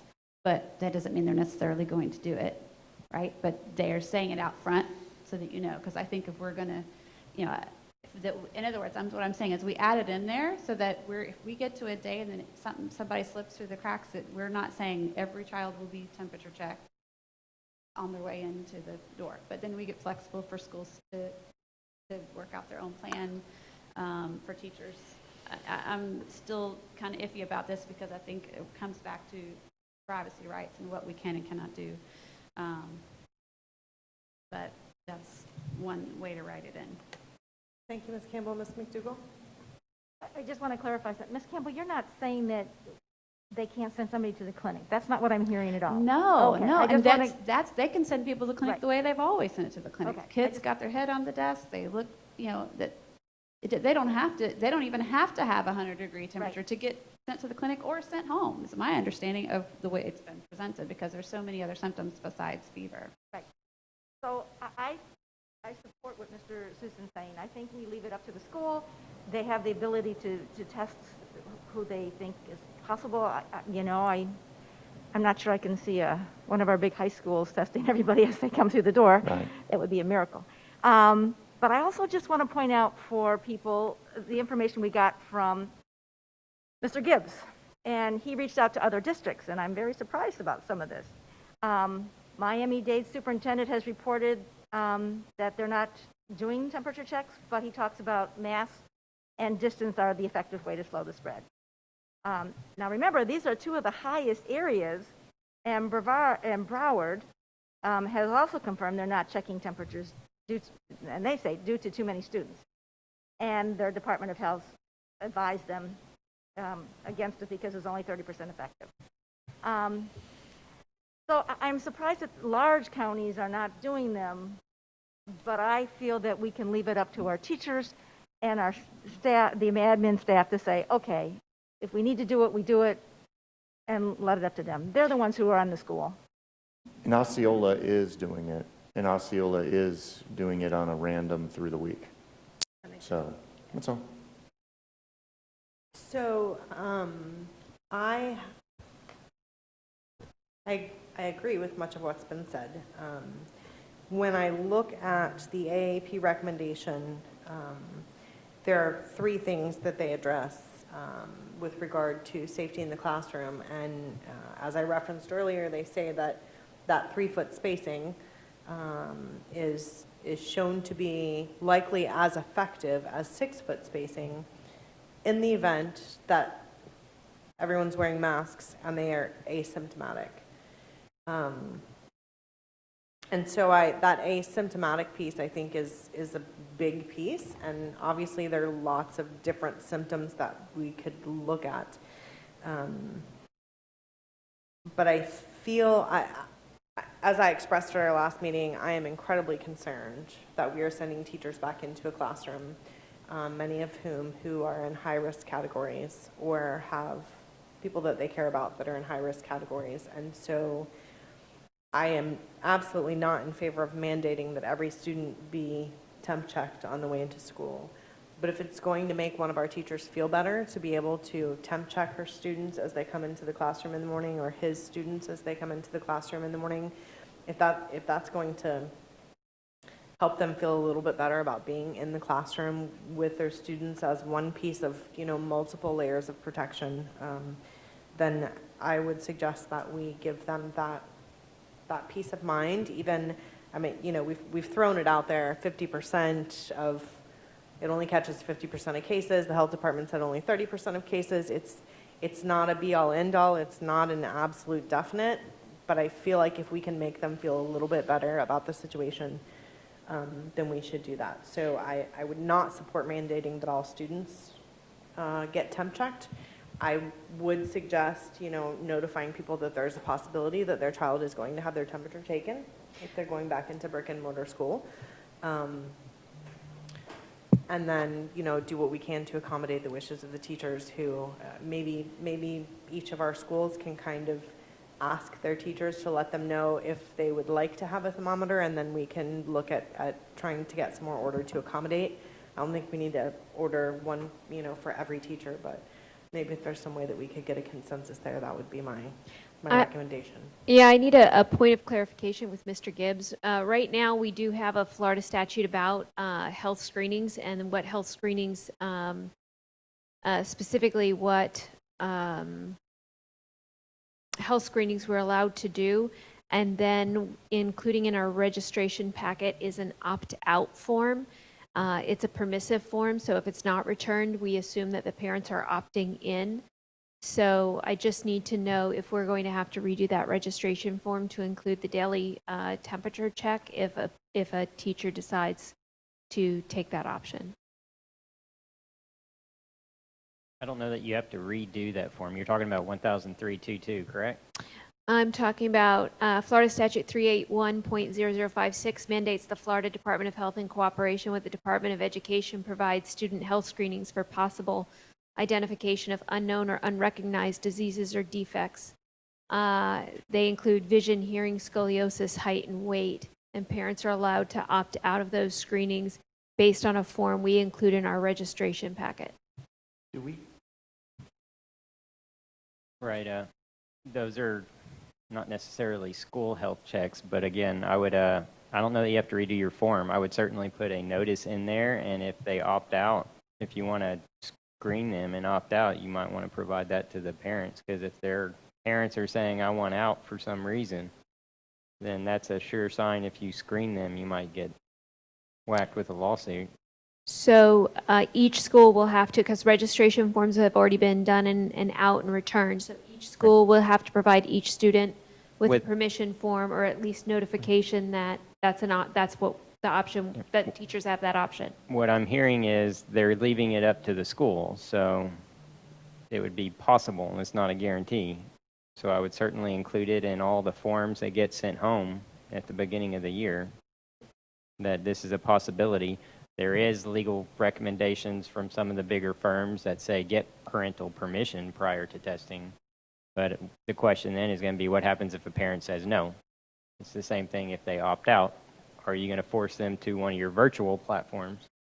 Can I ask a point of we already are going to have a teacher have a student walk in front of them, and if they exhibit signs of COVID, we are going to send them to the nurse. Correct.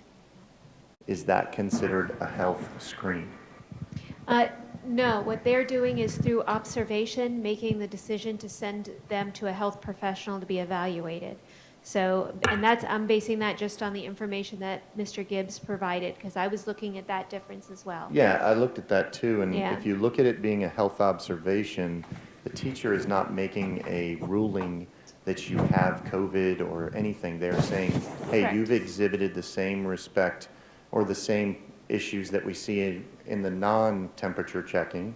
So I don't know if temperature checking a student as the same as looking at them and saying they have to go down to the clinic falls into some new defined screening that we have to send home stuff. It's the same process. They're going to go to the nurse, and the nurse is going to be the one that truly performs the health screening, not the teacher, because the teacher's just making an observation. Hey, you've got a higher temperature according to this thing, go get checked out. They're not performing a true health screening, which is where that statute's defined. When I looked at this earlier, I looked it up while we were there, and it's defined as basically as like the nurse making that determination, not the teachers. So I didn't understand why we would apply that section because it's an observation to it. I defer to Mr. Gibbs' judgment.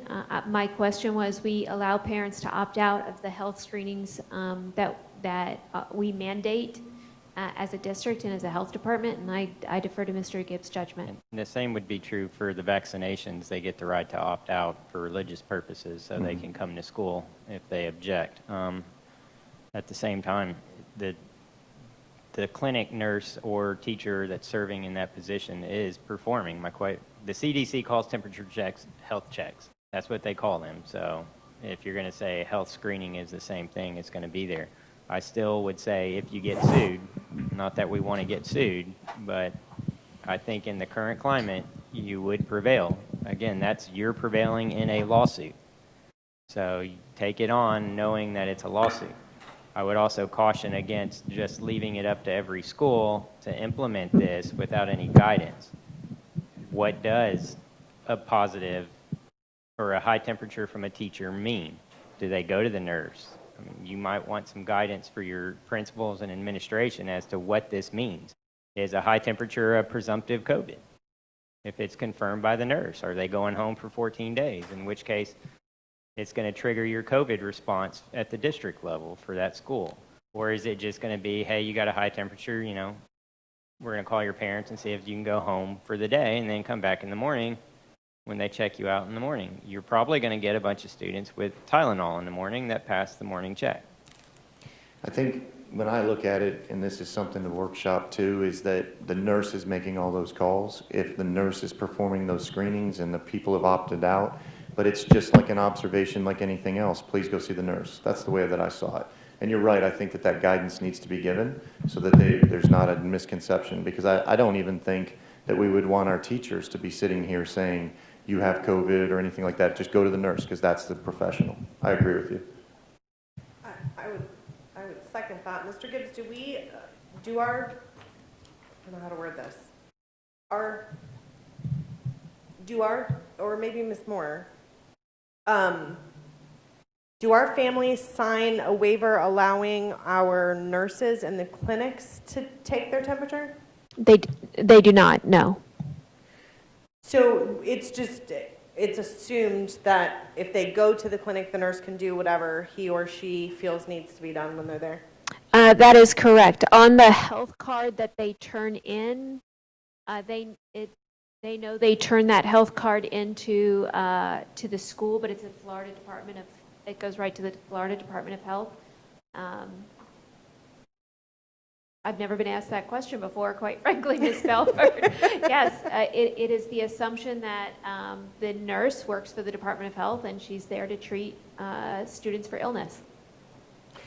So my recommendation would be that we move forward with giving teachers the opportunity, should they choose, to temperature check their students, with it just being a quick check and then sent on to the nurse for verification, with guidance that this is no different than any other student that we would be sending to the clinic. If a child, when my kids are in school, if they were running a fever, the teacher would touch them and say they feel hot and send them to the clinic, and the nurse would take their temp and call me and I would go and get them.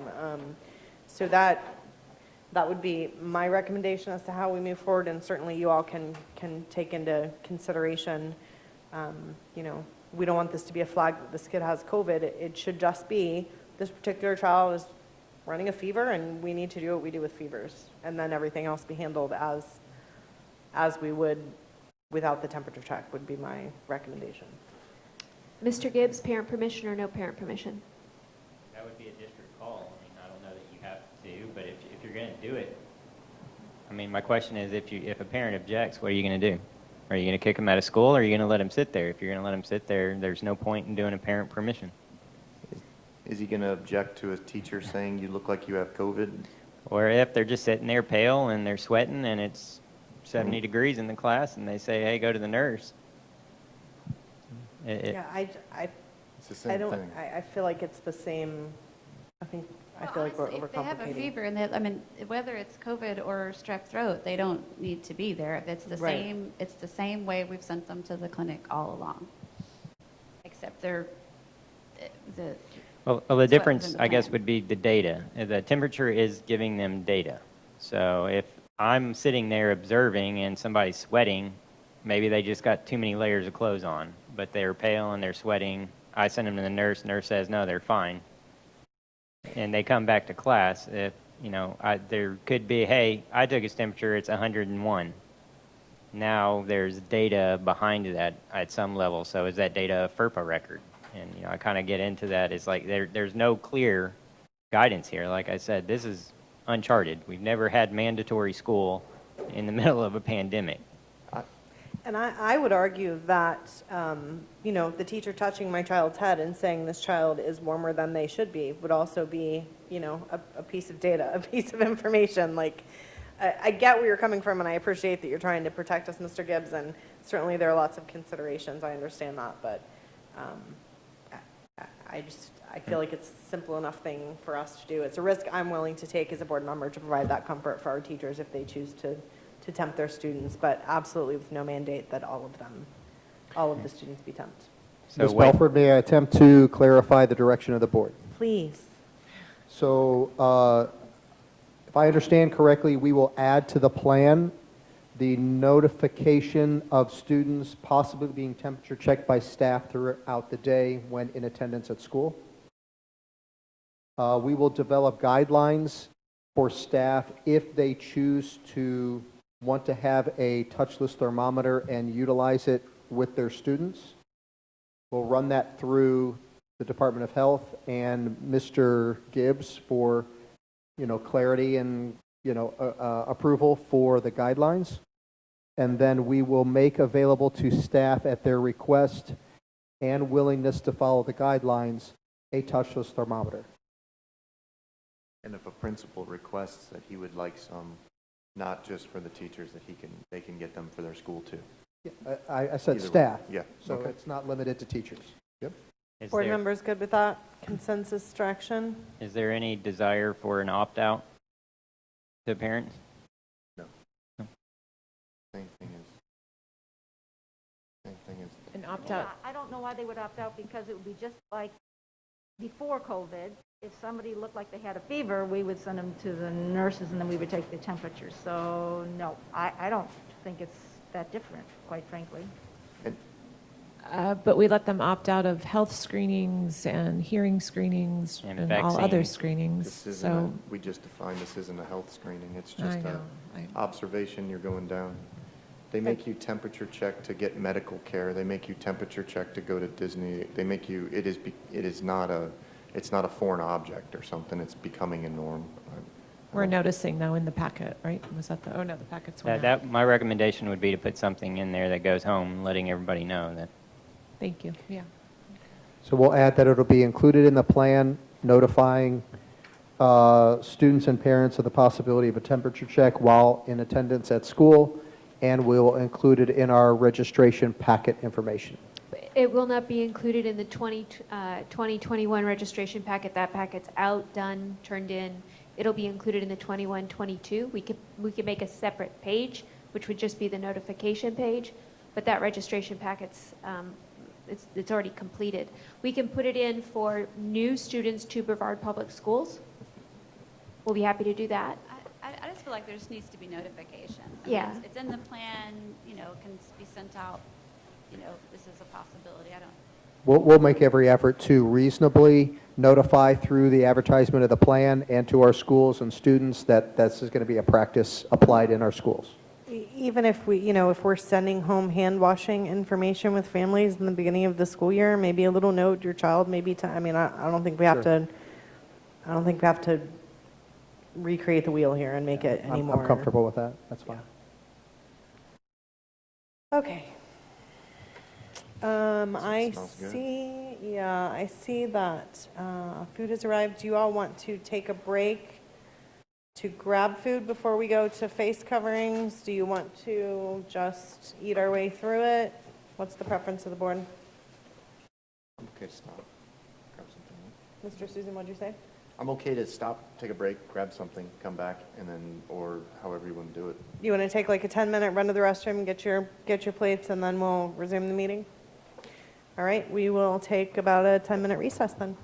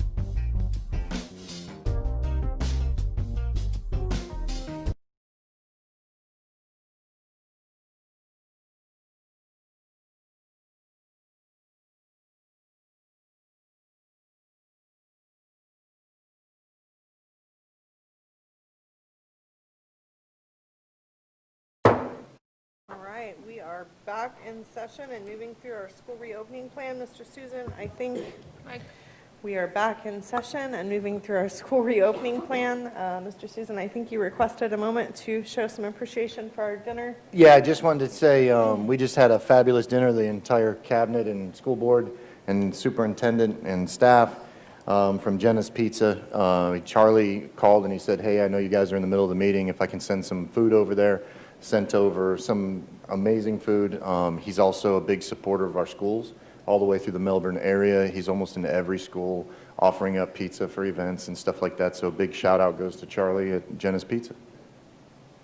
And many thanks, because we definitely work better when we're not hangry, right? So You got to have those meatballs. Those meatballs are good stuff right there. we certainly appreciate the sustenance to get us through. Okay, so we are moving into slide 32 and 33, dealing with face coverings. Any comments, questions, concerns from any board members on those two pages? Ms. McDougall. Thank you. We heard from at least a third of the parents, teachers, people who called in about mandating face coverings and how all the science is coming out that the way to stop the spread is social distancing and face coverings. So I like that we changed the language, expected, but I kind of like mandate better. And I don't know if anyone else has the appetite for that, but what I heard our governor say over the weekend was that this is an airborne virus, which it is, and that it spreads even with talking in a air-conditioned closed area. So what exactly do we consider a classroom? Right now, we're spread out. We have a much bigger area than a classroom would have. So I feel relatively comfortable. But I really do want to support the safety of our teachers and our students. So yes, expected is good. And if that's the best that the board wants, I will go with that. I like mandate better. Mr. Susan, did you? I'll wait for them to weigh in. Oh, I'm supposed to go second to last. Go. You ready, Ms. Campbell? Sorry, yes. You're still chewing? Trying to swallow my pizza. I'm willing to change the language from where to what they put in there today, which is expected, because I do expect our staff and our students to do that. But I won't repeat the things that I had said, for time's sake on Thursday about not wanting it to be mandated. But I go back to the survey that Mr. Colucci sent us that he collected from the teachers back a few weeks ago. And even of the teachers, and of course that's been, almost a month, granted, since some of them put their input in, but how many of you expect to or anticipate wearing masks? And only 65% said yes. And of the ones who said yes, how often? And all the time was, I think, about 48%. So, there's just going to be times when it's not going to be necessary or would be actually getting in the way. So, I just still want kids there not to be the discipline factor. And as soon as we say mandate, and we all say we don't want a discipline, practice placed on it, we're asking people to be, I think the words were, be reasonable in their monitoring of it. If we say mandate, then we take that out. If we say mandate, then we have to start making lots of exceptions. Except for this person, except for that person, except for when you're on the playground, except for when you're whatever. I mean, if you say mandate. So I think the way that it is expected, we're going to set that bar. This is where we want everybody to be. But not have to come up with, a page full of rules when it would, you're not going to be in trouble if you don't have it on. Ms. Descovich? So I'm sure you all read through what Dr. Sullivan sent us from the American Pediatric Association, right? Did I say that right? American Academy of Pediatrics. Thank you, American Academy of Pediatrics. One of the things I liked about it, and I think we should pay attention to, is the breakdown. I mentioned on Thursday, some of my concerns was having the same expectations of a pre-K student that's 4 years old and a 17-year-old senior.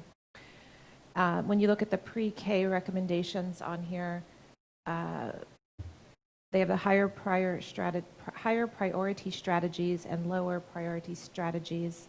And under the face covering section, that one's put under lower. It's the only one that's put under lower.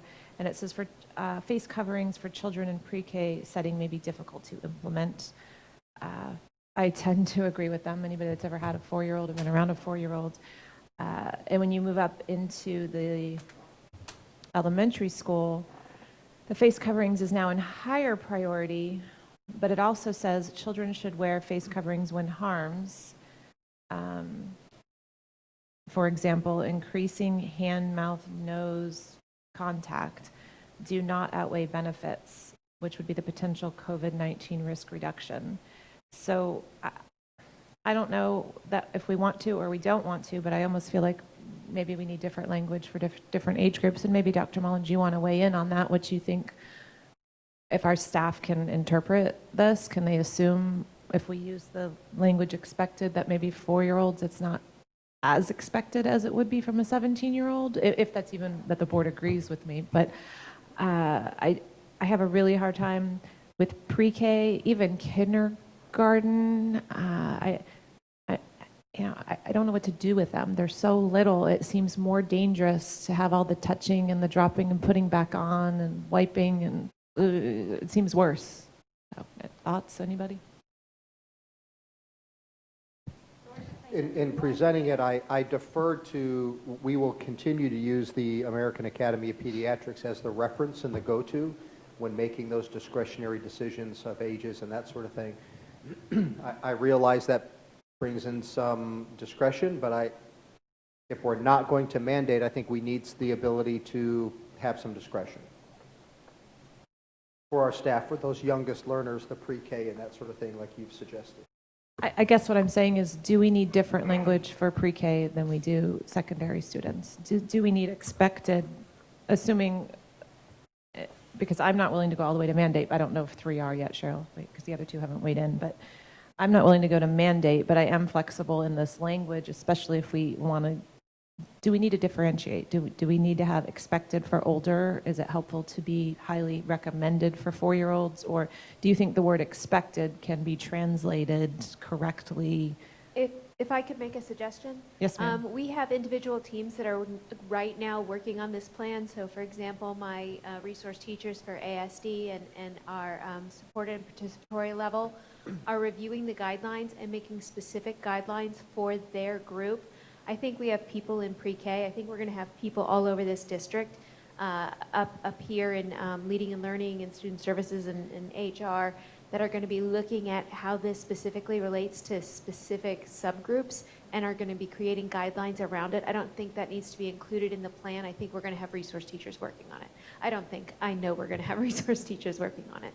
And do you think that they're going to kind of pattern after this and have more flexibility for 4-year-olds? And yeah, what they're going to do is, some of that seems common sense, but with 9,000 employees, we can't always assume that everyone is going to interpret things the same way. So I'll specifically talk about this ASD population and our participatory and supported level units. They're going to be looking at, okay, so it is expected they wear masks. What does that look like for an ASD student? And what are some of the things that we're going to have to know going in and work with that student on? What does that mean to wear a mask, and are there sensory issues? Same with supported and participatory. We're going to have to teach them, how to wear the mask and how not to touch the mask and how not to drop it on the floor and to pick it up. It's all going to be part of what those individual teachers, they're experts. They are experts in their field, and they're going to see things that I didn't see and you didn't see, but they're going to see through this and say, we need to define what expectation looks like with those special populations. We need to give our teachers guidance. and we need to teach them and give them the information to teach the students on how to do this safely and appropriately given that specific population. Thank you, Ms. Moore. The other text in that statement is when social distancing cannot be adhered to. And I think it's important that if we go this route, that we also point that out, because in the cafeterias, I guess we're sitting X feet apart. Did we have that written somewhere? Or was I reading a different county's plan? Might have been reading Osceola's. There's going to be a lot of times that you can social distance. Osceola, their plan was interesting. It's not their plan, but it's like a 3-page flyer, it looked like, that maybe they're sending out to parents. And it actually said things like, wear your mask in the hallway, but if you're at your desk and everybody is spaced out and sitting, you can take a break for a while. And Ms. Campbell kind of referred to, you need a break sometimes if you've had it on for hours and hours and hours. I just want to make sure we don't have a kid just needs a little break and they take it off, and then teacher is, not happy and they're scared, or the kids are picking on them, or this whole mask thing is so, just look around with adults. They can't even behave nicely with each other when, and make exceptions for each other. So I have concerns for our staff and our students. Short answer is I'm most comfortable with our former language of strongly recommended, but I understand that expected might be where we end up going. Does that give you enough to work with for me? And I would love to see a little differentiation between ages. Mr. Susan. Well, I'd like to mandate common areas, and I'll tell you why. Classrooms are going to be very difficult to monitor and to keep in control. But I truly believe in what Ms. Campbell and others have said, that there's going to be situations where everybody gets together, that they're going to be on top of each other, they're going to want to move together, they're going to bump into each other. And if we're going to truly stop the spread of this virus, I think that we need to do everything we can in order to do that. Now, I think that inside the classroom, that's very difficult. A lot of my teacher friends have said that it's going to be way too much for us to actually monitor and work inside the classrooms and keep them on top of it. And just like you said, Ms. Descovich, they want to take those things off. They want to be able to, eat and a bunch of other things. But the key is that in those common areas, in between the class changes, in between all of that stuff, I think that it behooves us to do it. Because if it is going to stop the transmission of what we hope is, and help our students and not shut down schools and not infect people, I think we would do it. So my idea is not to go as far as you do, Cheryl, but I'd be open to going for the common areas. And then with a strong suggestion, just like we have currently. Thank you. I'm sorry. Sure. So we talk about if there's social distancing. So I'm getting questions asked, what exactly will consist of social distancing? How far apart? We're saying 6, but we know some of our classrooms, that's going to be very difficult to do 6 feet apart. I'm just saying that's the reality. Right. So if we say expected, does that give the teacher the teeth to do what they need to do to keep everyone in that classroom safe? I'm asking the question, that's all.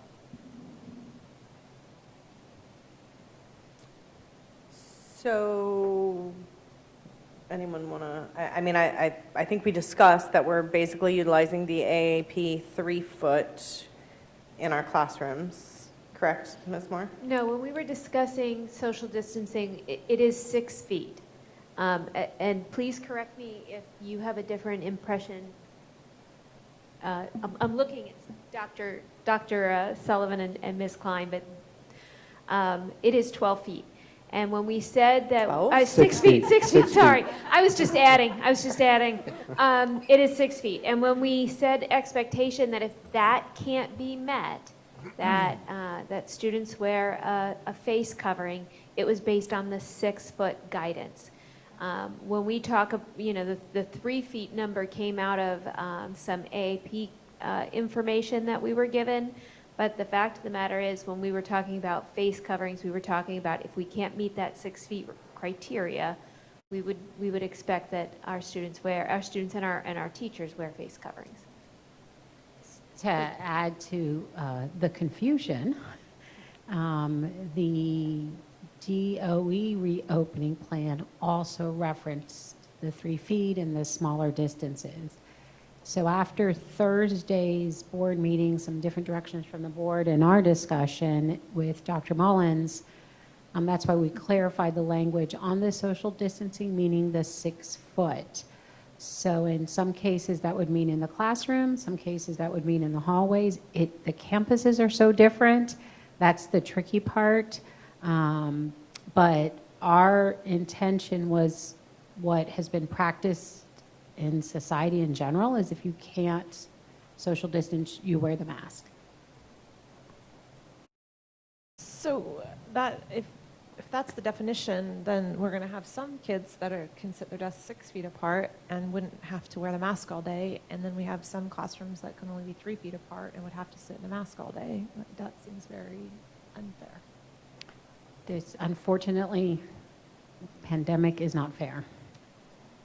Right, but I'm looking at the pediatric site again, and it says desks should be placed 3 to 6 feet apart. So and I just want to be clear, that was just our logic. We defer to whatever you guys decide. No, I'm trying to, I'm talking about what's right and what's healthy and what's recommended by experts right now. And the American Academy of Pediatrics, did I get it right that time? Yes. Ms. Belford, is recommending 3 to 6 feet. Why would they start with the 3? Because they want to be nice and they know we have small classrooms? I wouldn't think the American Academy of Pediatrics Can I would address take that that real in place. quick, Ms. Descovich? Because Yes, I think ma'am. they actually lay it out in the document. They say evidence suggests that spacing as close as 3 feet may approach the benefits of 6 feet of space, particularly if students are wearing face coverings and are asymptomatic. So that's their logic for justifying 3 feet, because they have apparently found, although they don't cite their source, that 3 feet gives the same benefit as 6 feet if there are face coverings and asymptomatic. So let me just throw this out there. One of at least my major concerns, and I think it is with you all, for mandating masks or highly recommending or expecting masks, is to protect our teachers and staff, because many of the people that want to send their children back to brick and mortar that I have heard from absolutely do not want any masks. And so, I'm like, well, okay, if you're super afraid and you absolutely want your kids in a mask, you have all these other options to do online schooling and such. That's where you're safest anyway, is to do e-learning at home or Brevard virtual. But then we have this teachers and staff that we want to protect, and they don't want a classroom full of students. Some of them do not want a classroom full of students that are unmasked. But the teacher could social distance. The students may not have a choice if we have 20 in a classroom and it's small, but the teacher can social distance. What do you guys think? Is that a fair statement? The teacher can always stay 6 feet apart, or no? Is that not just in some cases? But by nature of their job, at some point, they're going to have to get close. I feel like here, we've upped the language from where we were on Thursday. I think we're in this balance, and we're not going to make everybody happy in any of these decisions today, probably. Are we going to make everybody happy? Because people think so differently. But I think by leaving it at expected, we can up the bar of the expectation level, right? Probably up the bar of the percentage of people who will wear them, right? We're, like I said, we have our support from the union. I know I just got an email the other day saying, hey, I hope you'll support Ms. Belford. I think you were the first one to bring it up the other day, to bring it, changing language from strong encourage to expect, like transportation. But we don't have the discipline factor in there, but we do have here's where I'm concerned. These are the two things I want to stay away from. I want us to stay away from, disciplining either an employee or a student because I took a breather. But I also have heard some concern from some teachers that they somehow, I'm not sure how this got around, but they had the expectation that they won't be able to have, let's say, a mask lesson on the first day of school. This is why we wear one. This is how we wear one, and instruction in that. And I know that didn't come from anybody in this room. So I also want us to stay away from that. I don't have a problem at all, even though I don't want us to mandate masks. I don't have a problem at all with it. Here's how we take care of one. Here's how you wear it. You don't, put it under your chin like we see people all the time. This is what social distancing means because, kindergartners don't necessarily know what that means. I don't want us to do that either. I'm fully open unless there's some reason why they can't. I don't see any reason why we can't have teachers who actually incorporate that in part of a science lesson or a social studies lesson or morning meeting or whatever. Am I on target with that? Yeah. No, nobody from here has said that they can't do that. In fact, it would be totally appropriate. Good. Thank you for saying that. It's on the record. So let's discuss mandated for a second. What is, if we went with Mr. Susan's route of mandating in common areas, so you thinking hallways and things of that nature, Mr. Susan, where you start walking around and getting closer together? Is that what you're recommending? Yeah, and Dr. Mullins made a good point. One of the issues when we start mandating, which is I think some of the biggest piece, is the becoming a discipline nightmare. Right? That's what I was just going to ask. What happens when they won't? Right. I mean, you got the kid that wears the hat in the hallway.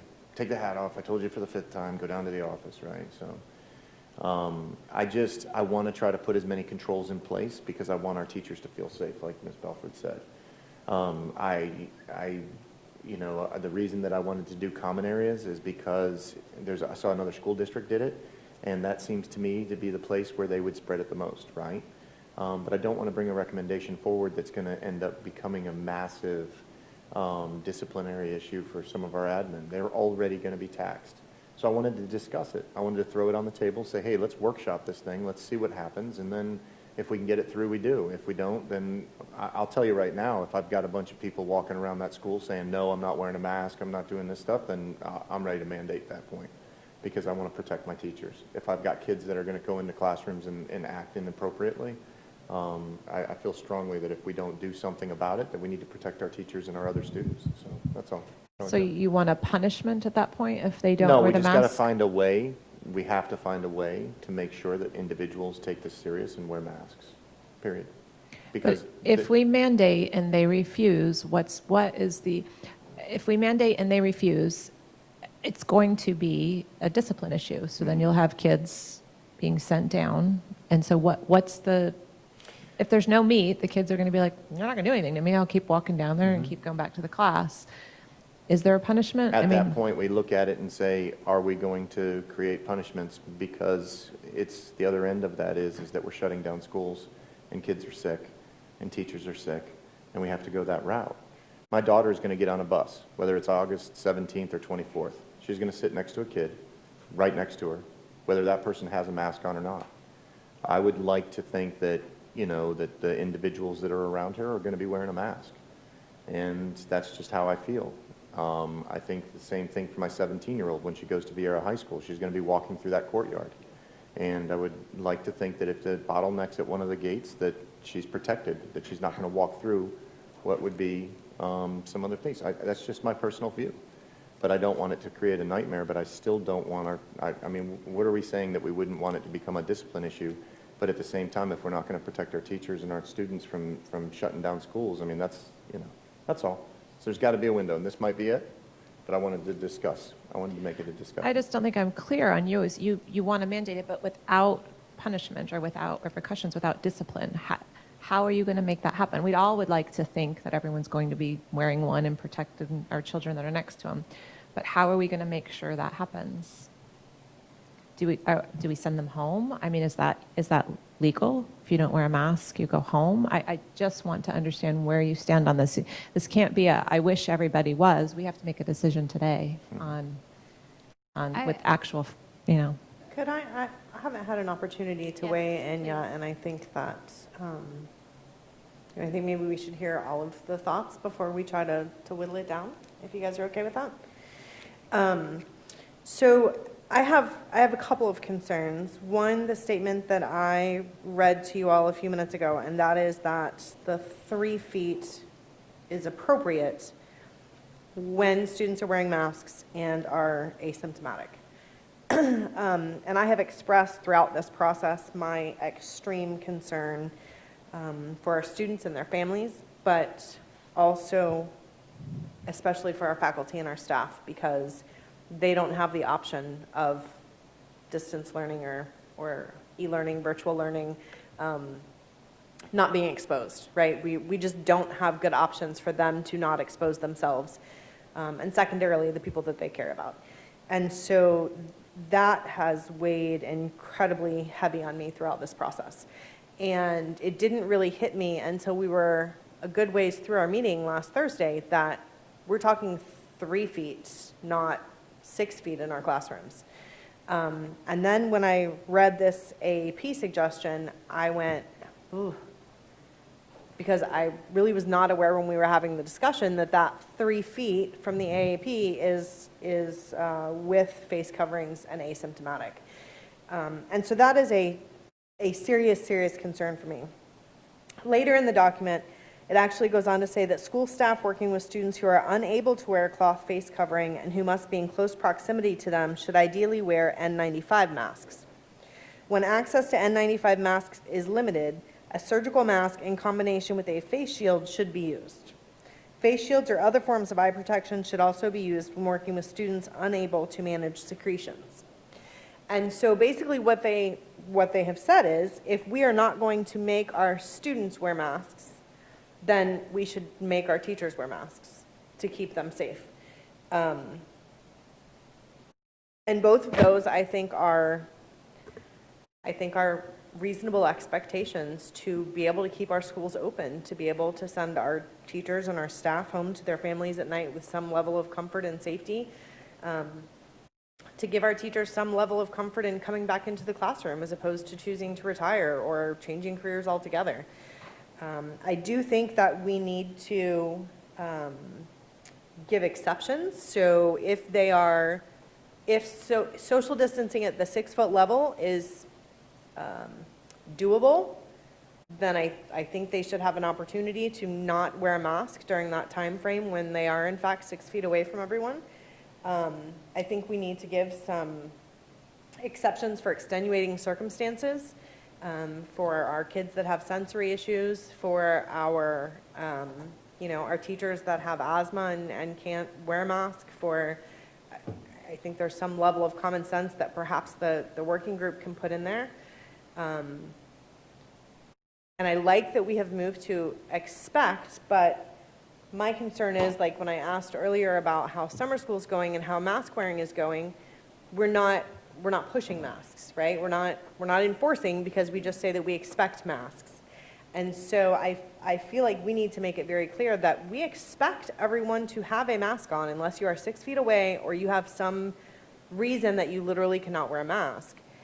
And I think we need to even take it to the point that we need to offer a mask. If a student comes into a class or is getting on a bus and they don't have a mask on, I think we need to offer and encourage for them to wear one. Not in favor of discipline. The last thing we need to do is suspend kids from school or anything crazy like that. But at the same time, we've got to have some strong language to encourage that this is actually taking place, because otherwise I fear that we're not even going to have enough teachers to start the school year. And then as soon as they start getting sick, we're going to be up a creek. And meeting class size amendment, forget it at that point. We're not going to have any options.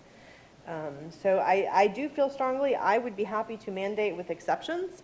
But if the will of the board is to just expect, then I would ask that we be very clear that that is a strong expectation and that our team members do what they can to encourage that that is followed through on without discipline. So, my 2 cents. I don't know how that plays into everyone else's thoughts, but.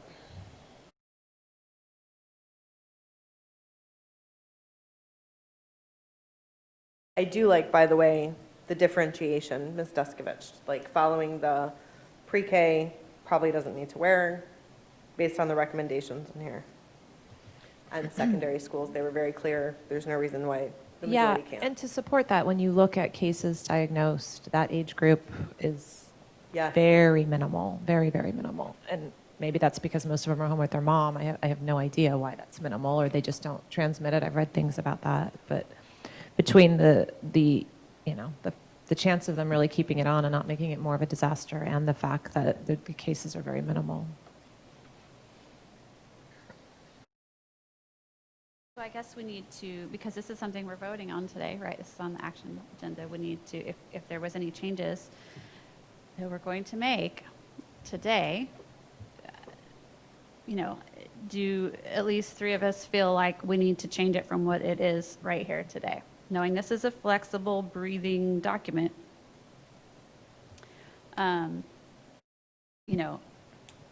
or when you say you want it to be very strong, you want to leave this wording the way it is, but make sure in our implementation of it that we are providing masks, that we are, talking about it. They've already talked about making videos to encourage people along with the hand washing videos and all that. Where, what are we talking about?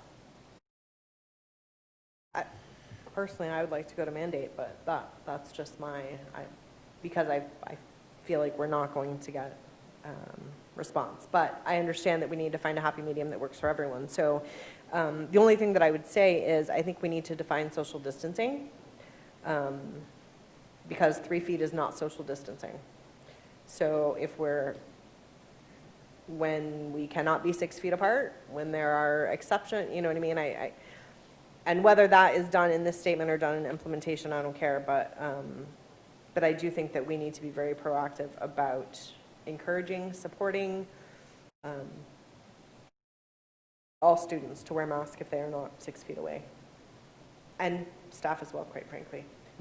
Unless they have, obviously, those students who have sensory issues or health issues that prevent them from wearing masks. We understand that. But. Ms. Belford, can I ask Ms. Klein and Ms. Sullivan to weigh in on what they think, since this is a big deal? Ms. Klein first and Ms. Sullivan second, or vice versa?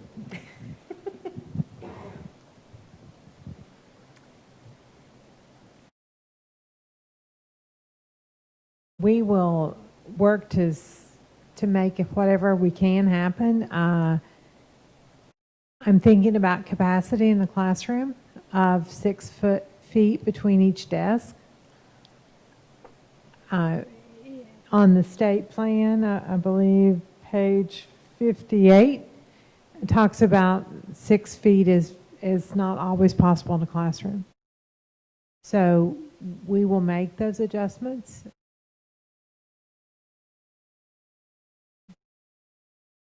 And cafeteria will have to make additional adjustments in there as well. Because currently the plan was 3 students at a seat area with the bench seat. I think with 6 feet, we'll have to go to 2. 1 on each end. Ms. Klein, is your interpretation that it's going to be very difficult to make sure, guarantee that we're going to be 3 feet apart, 6 feet apart? I mean, here's what I'm getting at. If we're wearing masks inside the classroom, you can do small group, correct? Correct. You can get closer. The validity of the education and is a little bit more. And I just physically, there's a couple of my schools that I know down in the Melbourne area that I think a lot of the kids are going to come back. And I think that we're going to be in a situation where 6 foot social distancing is going to be very, very difficult.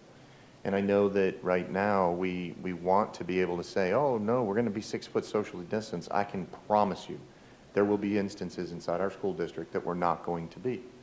So at that point, does it behoove us to do this? So anyways, Ms. Klein, I'm sorry, that wasn't a question. That's me just rambling.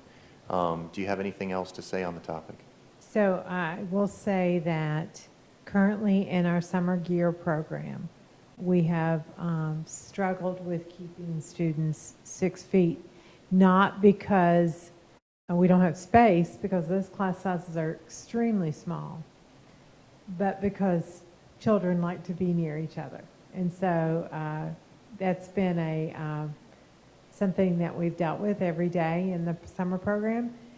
The other thing is I truly believe in the hallways, because to mandate, you think of 17 first graders in a line 6 feet apart walking down the hallway, they're going to have to be in a mask in the hallways.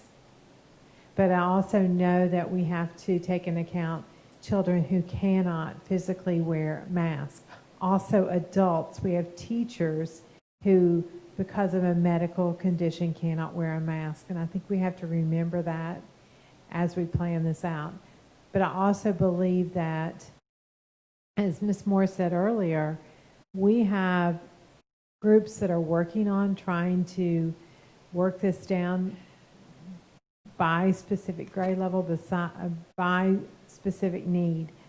And I agree with Ms. Descovich. It's important that we look at it by developmental level, because a first grader or a kindergartner or a 4-year-old in a mask is different than a 17-year-old. Just to add, for clarification, and it's for my, because I met with the team about it, I don't know, a couple of days ago now. The social distancing, the caveat when social distancing cannot be adhered to is applicable wherever a student is in the school, whether it's in the classroom, whether it's in the hallway, you know, those types of things. So that's not a caveat just in the classroom. That's anywhere. Mm-hmm. The vision is like we are, wearing the mask, you know, pulling up the whatever. It's one of these all day long, and we teach and we help our students and each other remember and have some, I would suggest, positive peer pressure that we all own each other's safety by applying our mask. Hey, we're too close. Let's put our mask on. Maybe that's over idealistic, but that was what we talked about. It's going to be an on and off circumstance and situation, which is a different environment than just strongly recommend, because then you have an environment where students never have a mask and never wear a mask, and those who do by choice. So that was my vision of encapsulating what this statement builds, and it will be a culture building environment. I mean, mandatory masks there'll be as much effort managing that environment as there with this, just from a different perspective. But again, I had to share that because that was my thought process as we went through this, from the strongly recommend to the expectation.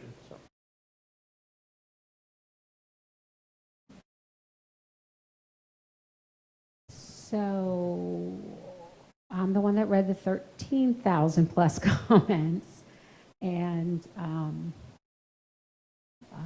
our teachers, our students, and our parents feel strongly and feel differently. And so, that's going to present itself as an issue pretty immediately to our schools. We have staff members and teachers that feel strongly about masks and not wearing them, and we have several that feel strongly about wearing them. So we're balancing the strong opinions of parents, students themselves, and teachers and staff and administrators, and they're not always medically driven, or at least they are in their mind. So we landed at expected and at social distancing because I'd like to believe that regardless of everybody's different opinion, that people's personal space, everybody respects. Like, regardless of the differing opinions, whether those opinions are driven by medical, political, I don't know, whatever, that everybody respects people's personal space. And so the fact of the matter is, I think we all are the kind of humans that respect that respect, even if it's not necessarily what I do on my own on the weekend, I'm going to wear it because I'm in your personal space. And 6 feet is really our personal space. And where it used to be maybe like 2 feet. And so now our personal space has gotten wider. And so I think ultimately, like, that's where I land. Like, no matter what you feel about masks in general, like, people deserve their personal space to feel comfortable and safe, and we can do that for each other. So I don't know if that answered your question on my opinion. Our campuses are really different. In some of our campuses, the outdoor space, they actually are spread apart. Like our presidential schools, I would have to say, yeah, you need to wear, that's just too much contact. So We landed here because it was really about each person deserves their space to be respected.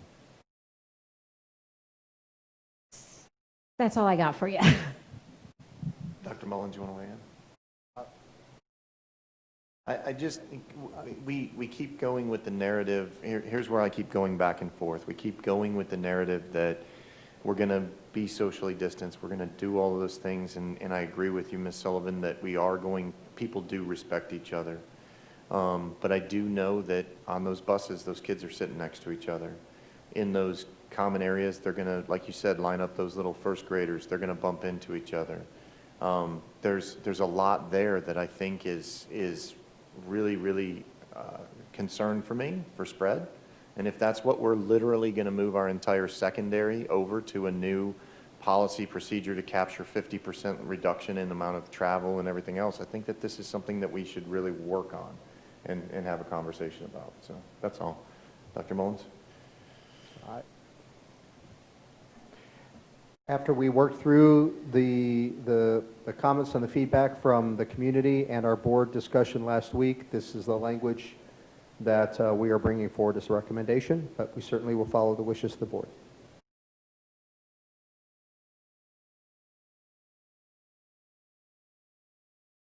Ms. McDougall, did you want to talk? I just for a few minutes. I don't have a problem. I can go with expected. It is expected. When you are less than 6, if the social distancing isn't there, it's got to be expected. Because we wear a mask to protect the other person. We're not necessarily protecting ourselves. We're protecting the other person. So I really feel that's an important message that we convey to our students and staff. You're protecting your student, you're protecting your buddy, especially if you're not been able to be 6 feet apart. I get that 6 feet apart. I get that somebody who's 4, 5, 3, it's going to be very difficult. And I would be very surprised if we can get those students to do that and maintain it. It would be very difficult. No, I don't want any punishment, but I do expect that in the classroom, when people are 2 feet apart or 3 feet apart, that they're wearing a mask. That's what I expect.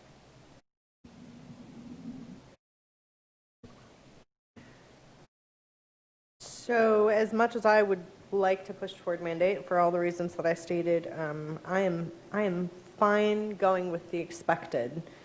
But I do think we need clarity, and however you achieve this, when your work groups get together, I do think we need clarity on social distancing being 6 feet apart and not 3 feet apart. I do also think that it needs to be that all of our adults need to be encouraged to encourage the others to be wearing masks. So what I don't want is, for example, I got an email from one of our bus drivers who said, and I don't know if everyone was copied on it or not, but he or she is driving for our summer program. And the other morning, 5 kids got on the bus. Maybe it was 6 kids got on the bus, 5 kids had a mask. There was no mask offered to the 6th one. Just assumed that there was a decision made not to wear a mask, as opposed to, hey, did you want a mask so you can have the same as your friends? Or, you know what I mean? I think there was an assumption that it was a protest to wearing a mask, as opposed to just a lack of having a mask to wear. And then in the afternoon, when the kids got back on the bus, I think only 1 or 2 of them had masks still at that point. And there again, no mask offered to them. So my concern is that if we go with expected, as opposed to mandate, that our adults, who are primarily going to be responsible for keeping our schools safe, right? Because we're not going to be there to handle it each and every day at all of our schools.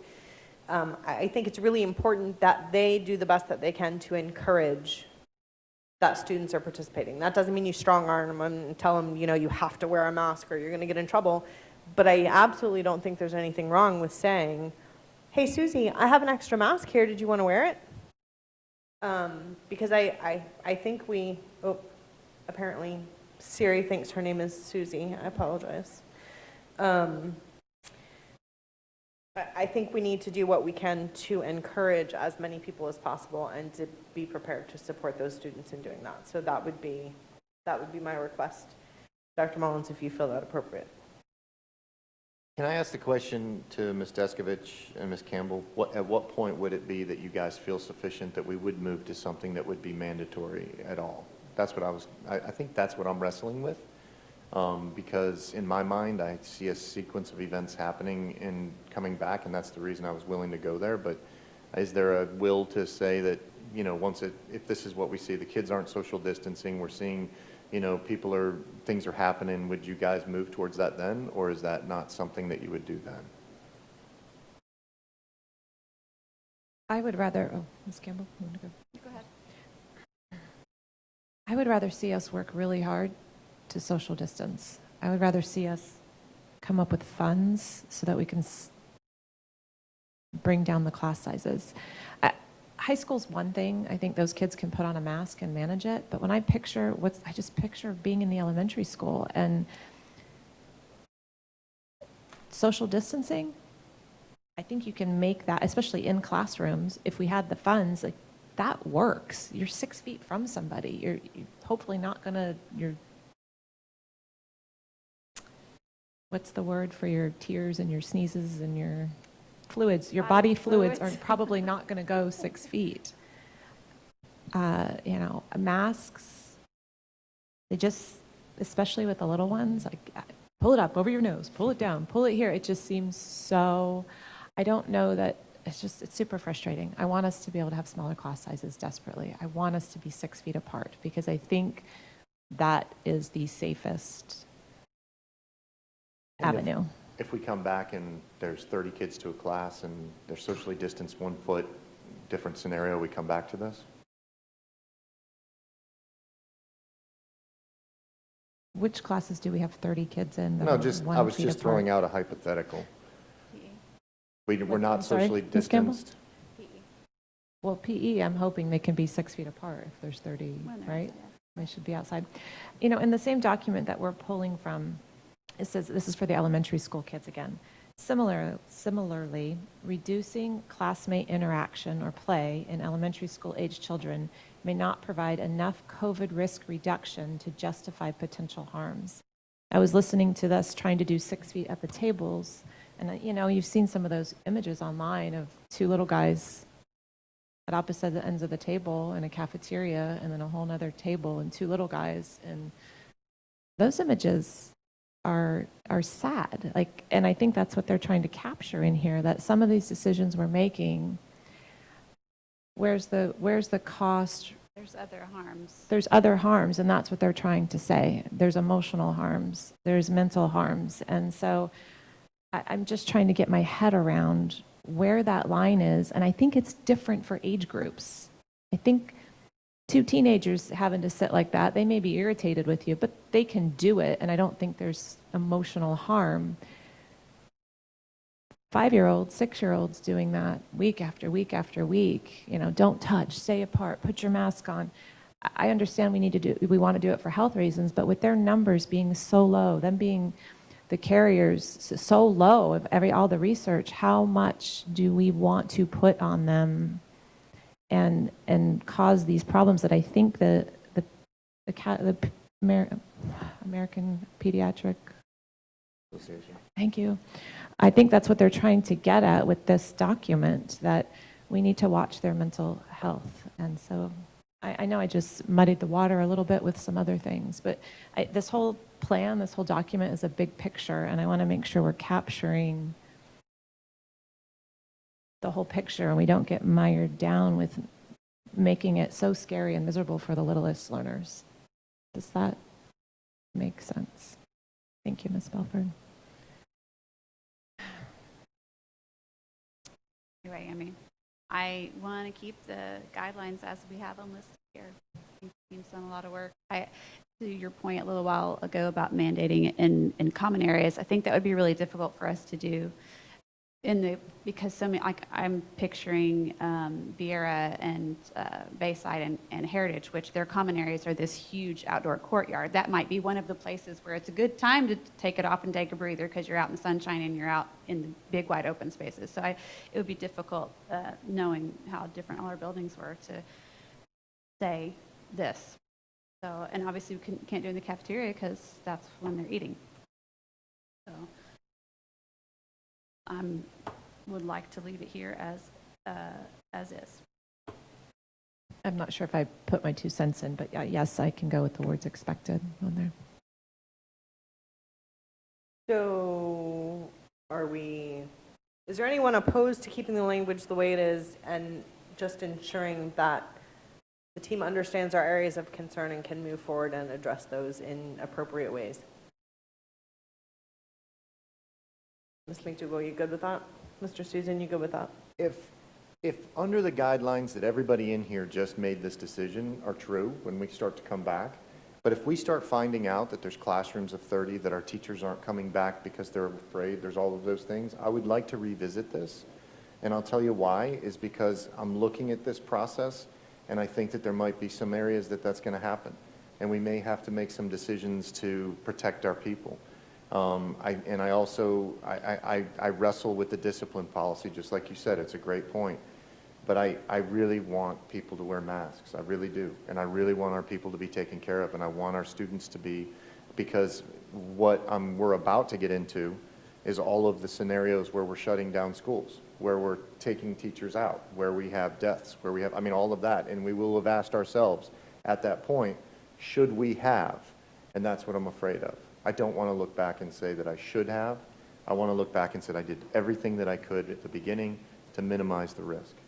And I think there's some risk here. So I would like to come back to this if we start to hear that things aren't working out the way they are. That's all.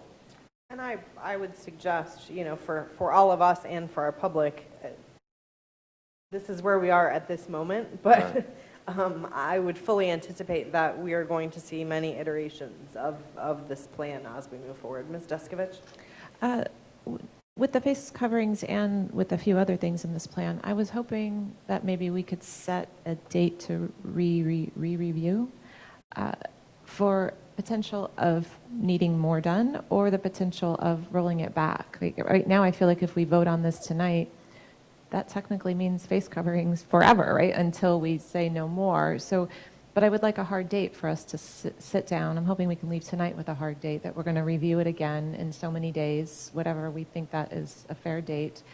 So that, to Mr. Susan's point, if things have gotten worse, I think if things start getting way worse, we're going to be getting frantic calls and stuff's going to happen. But I just think it's our role to set a date and review to review this again.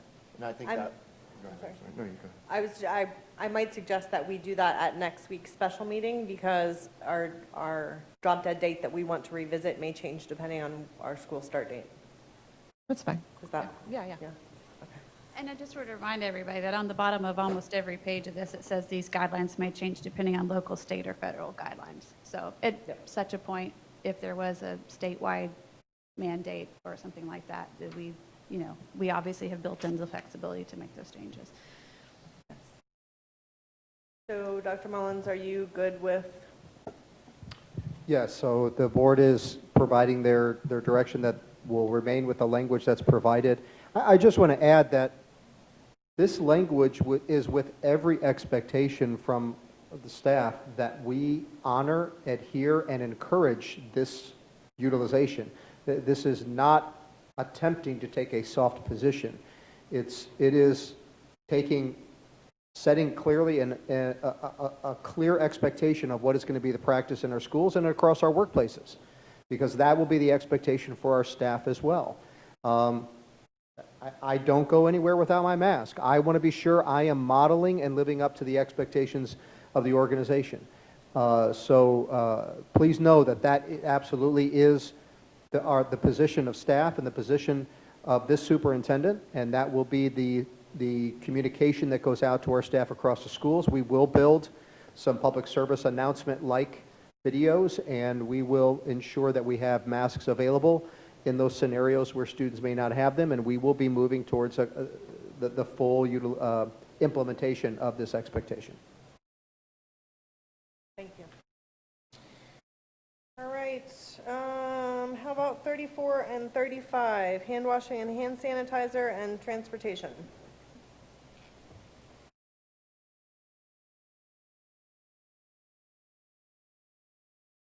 Mr. Susan, got anything on those two? I'm saving it for next. Ms. Descovich, you have anything on those two? All right. Then let's move on to food and nutrition services and school clinics. Comments, questions, concerns? Mr. Susan? No, I'll wait. What are you waiting for? Well, I was just going to ask, she did a really good job of walking through what it's going to look like when those, but I didn't know. One of the issues that I had, Ms. Moore, was just to walk through what that looks like when a student goes there for them. I think you kind of touched on it, but if you can just give me kind of a, okay, a student has said, you are in my class, you kind of exerted, please go see the clinic, right? Walk me through, the person walks down, checks in to the clinic, what happens here, parent notification, stuff like that, if you don't mind. I think you might have to turn it on. Nope. Oh, yeah, there it is. I can give you the typical case scenario. So if a student is sent down to a clinic, they're going to do a first check, assuming nobody else is in the clinic at the time. On the first check, if it's determined that the child is exhibiting symptoms of COVID or any illness really, but specifically since we're talking about COVID, symptoms of COVID and a temperature, they're going to make an attempt to notify the parent, and they're going to give that child a face covering and put that child in an area that they are not in the traffic pattern of the clinic,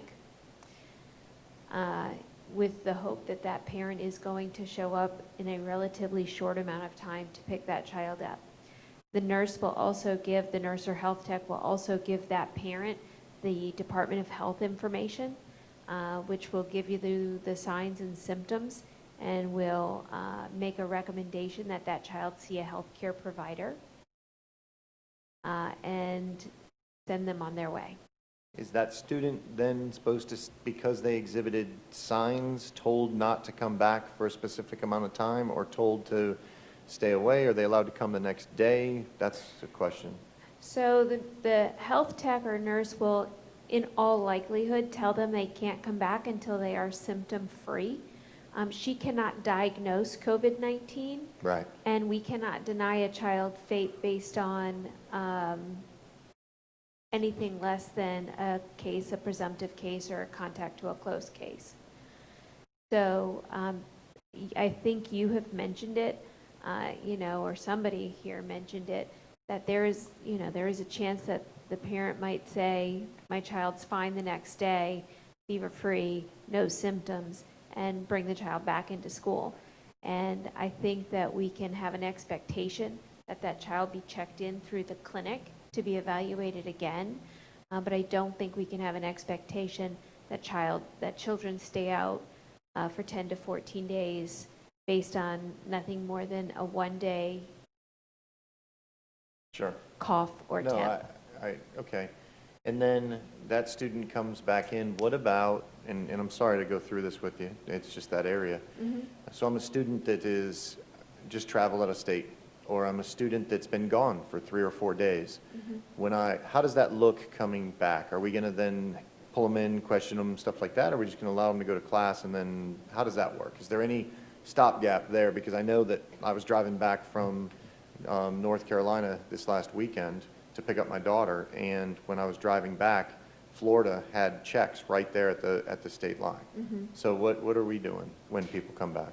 So when students travel out of state, we would treat them just like we would treat any person under the CDC and DOH guidelines of, if you travel to the CDC areas that are designated, you're going to be quarantined for 14 days. So that would be the expectation there. It would also be the expectation of our schools that they would provide instruction during that time. The other case scenario you mentioned was, I'm sorry, I forgot. No, that's good. It's just the absence. Yeah, but there was another, a 3-day absence. So if a child is out for more than 3 days, for 3 days or more without notification, it is our expectation of our schools to call that family. That's in our Code of Student Conduct. It's in our policy to find out what's going on. And we would have to make that decision based on the information that the family gave us. And of course, all of this is under the supposition that we're being informed of these things. And just to verify, because you had talked about traffic, it is a separate room that the students will be placed into? It is a separate area. There are some of our clinics are really big, and we're going to be able to cordon off a space in them. Some of our schools, I mean, it's just hard for me to guess in 80 different schools what that area might look like. But it is, the clinics are aware that it needs to be a separate area, and the principals and our health techs or nurses will be working on that. Okay. Okay. Okay. All right, I'm good, because you did cover the other stuff in your presentation. Thank you. Anyone else for food nutrition or school clinics? Okay. Moving on to custodial services and academic and social emotional learning.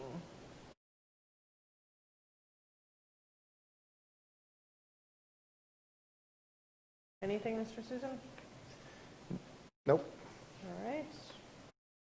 Moving along to academic programs and extracurricular activities. And visitors to campus.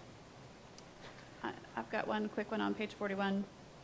The fourth bullet point says that PE classes won't dress out, and the question has been asked, does that mean that the locker rooms will not be utilized in any way? I know because it came up from one of the PE teachers that that's a place where there's a lot of bathrooms, and that's kind of the chance that kids hold it all day, and they usually have some time because they're changing clothes to use those restrooms. Are we saying locker rooms are completely going to be closed, or just not dressing out? I guess that's a Dr. Sullivan question. I would certainly think there would be appropriate times for the restroom to be utilized as a restroom for the students in the PE class. It's going to be the closest restroom, just like you would send a student to a restroom in general.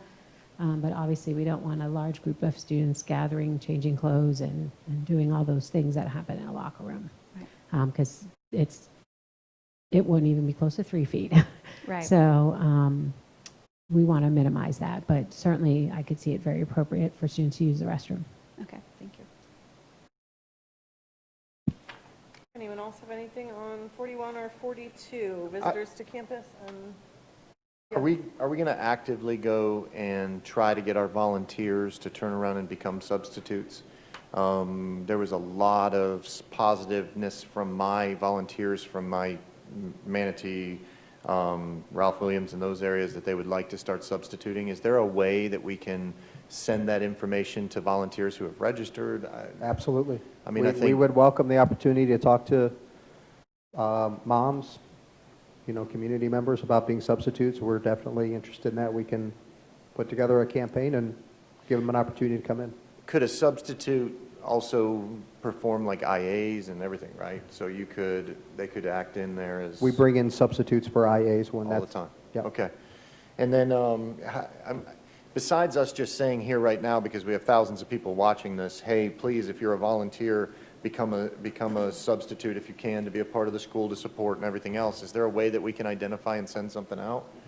Like, can we email them? Are they registered in the system? Do we do social media push? How do we get it? Because I truly believe our substitute issue is going to become a major issue, and I'm trying to circle something here. Yeah, Dr. Thady, do we have volunteers in an email database? I don't know. That piece I don't know, but I do know we are actively working through a substitute campaign right now for this very reason.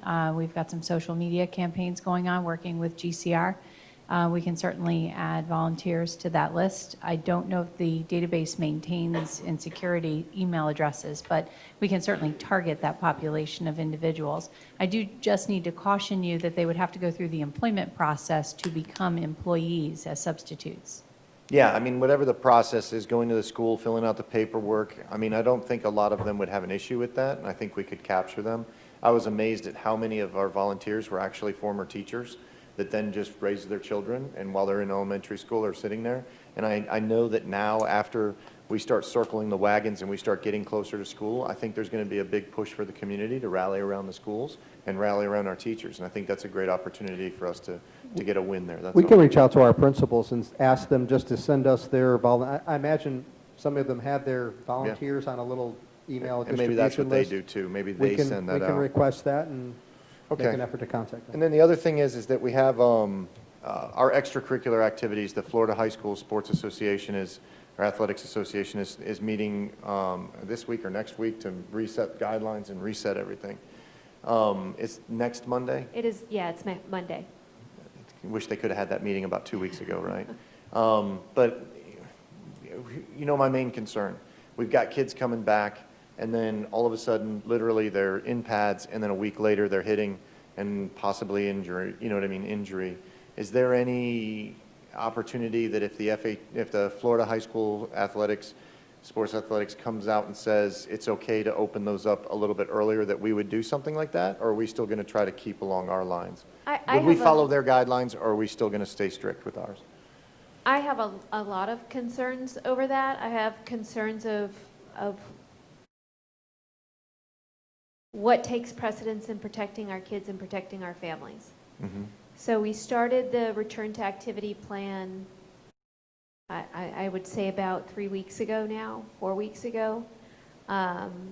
We have had, I'm going to say, between 7 and 10 instances of a COVID positive case, taking all of the precautions that we put into place. And so as we see the cases rise, and as we know the precautions that we put in place are lessened as the return to activity plan continues, I have a concern of what that means for the spread. Because part of the activity plan was that we keep the kids in very small groups. And so as we've had to send people home for 10 to 14 days, it has been very small groups of students as opposed to 40 or 50 students. I continue that same concern as we go into school, because now that group of students is going to be touching an even larger group of kids. So I have that concern balanced against the concern that Florida High School Athletic Association may decide that they're going to keep to the fall plan of high school athletics, and what that might mean to students who aren't conditioned, because our return to activity plan has been protecting them and the community against COVID. So, Mr. Susan, I don't have an answer for you. I have to wait and see what they say, and then I'll bring the committee back together, and we'll take input from other athletic directors. But the fact of the matter is, it's a lose-lose decision, and we're going to make the decision that best protects the students, period. And I ran some of the scenarios through when I started thinking about it, because you're talking about that if a student tests positive inside of a classroom, that the scenario that plays out, right? Student tests positive on a football field or a baseball team.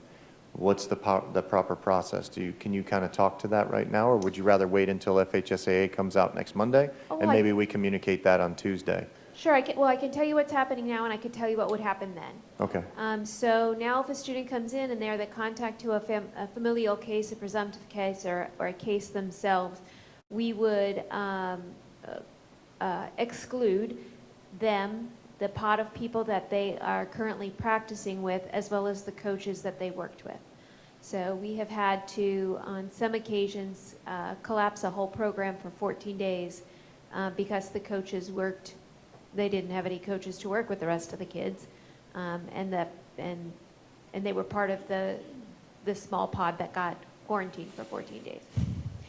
In the case of a student that were to come into us after we were in full play, and tested positive for COVID or was a presumptive case, it wouldn't just be the athletics that would be impacted, it would be the academics as well.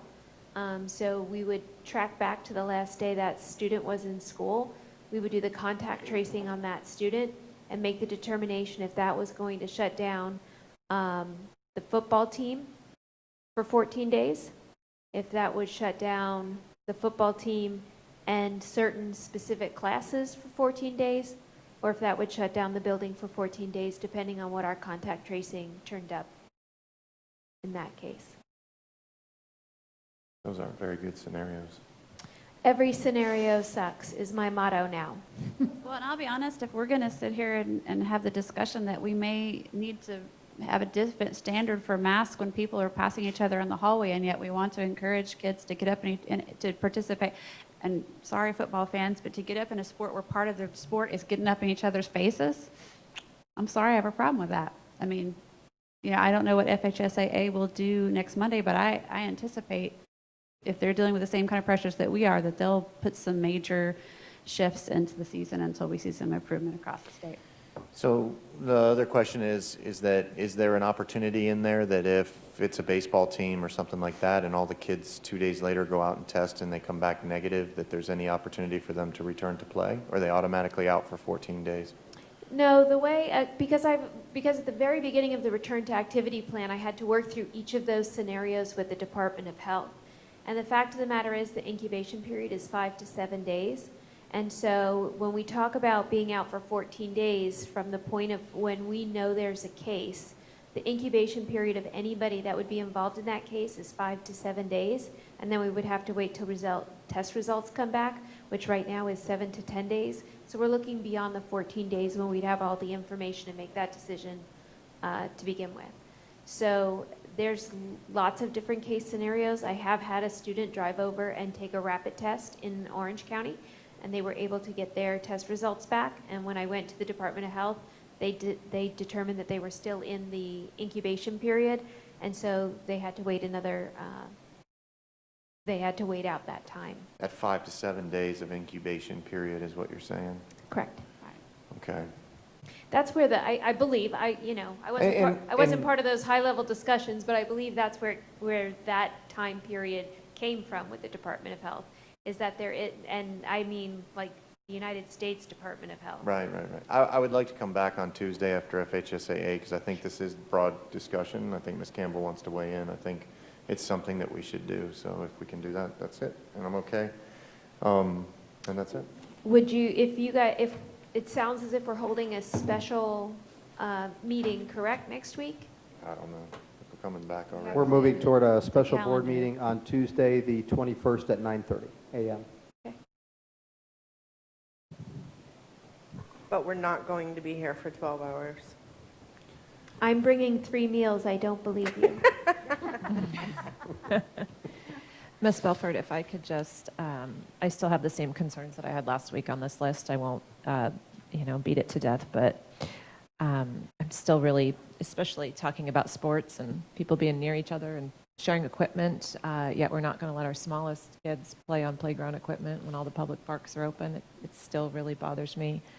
And then I do like the opportunity with our volunteers. I had a volunteer reach out this week that said she called, it was her time to get fingerprints. She's about to expire, and she called up here and they basically said, don't bother, just get fingerprinted in October or November. And I said, we're going to lose these volunteers. She was mad. She's like, I'm going to go volunteer somewhere else. I'm like, no. She's been a volunteer in one of my beachside elementary schools for like 12 years. And if that conversation could just be more like, hey, but here's an opportunity to sub, or, I think I reached out to Major Lanza and asked him, I said, can't she at least come up and get fingerprinted? Can't we keep that process going so we don't lose her? But I guess we're trying to keep people out of the building. And so we might want to look at a new approach before we, are desperate for volunteers when things are back in full force. I don't have anything on that page, but I do have something on 42 about, visitors in the school limited to emergency situations or enrollment. So we will be having I'm assuming parents right now come into the school with their enrollment packets, like new people into the area. So I want to share a scenario that happened because a staff member reached out to me. Over the summer, she was the office manager. Somebody came in, didn't know they had COVID. She got COVID. She is currently still out, but she was asymptomatic for several days, which is typical of this virus, and she wiped out the whole front office. So the whole front office now is out at this particular school. She is very afraid. She says, and this is where I like mandating masks. So if someone is walking into our school, going to hand a packet, we have no idea where they've been, who they are, who their contacts are. And so we're putting our office people at risk. And certainly we're going to put plexiglass, but is that going to be enough? So I don't know, I think we're making a mistake by not mandating masks, but I would like something on the door of the school. If you're walking into the school as a guest, the expectation is you will have a mask. If you don't have a mask, please ask for one. I just think we can't put our staff into harm's way. So, a couple of things, because I had a voice inside my over there that was curious as to how that shut down a front office.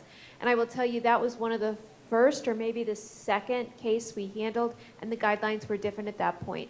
At this point, the front office wouldn't be, the front office staff would not be all sent home, but the front office would still be shut down for 24 to 48 hours, and then we would have our team work with the custodians to cleanse that area.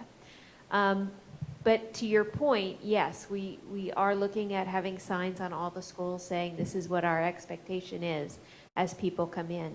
The other thing that's being worked on, and Beth Eddy can talk about it more, is about what our personal workspaces look like and what we can say as an employee as people enter our personal workspace.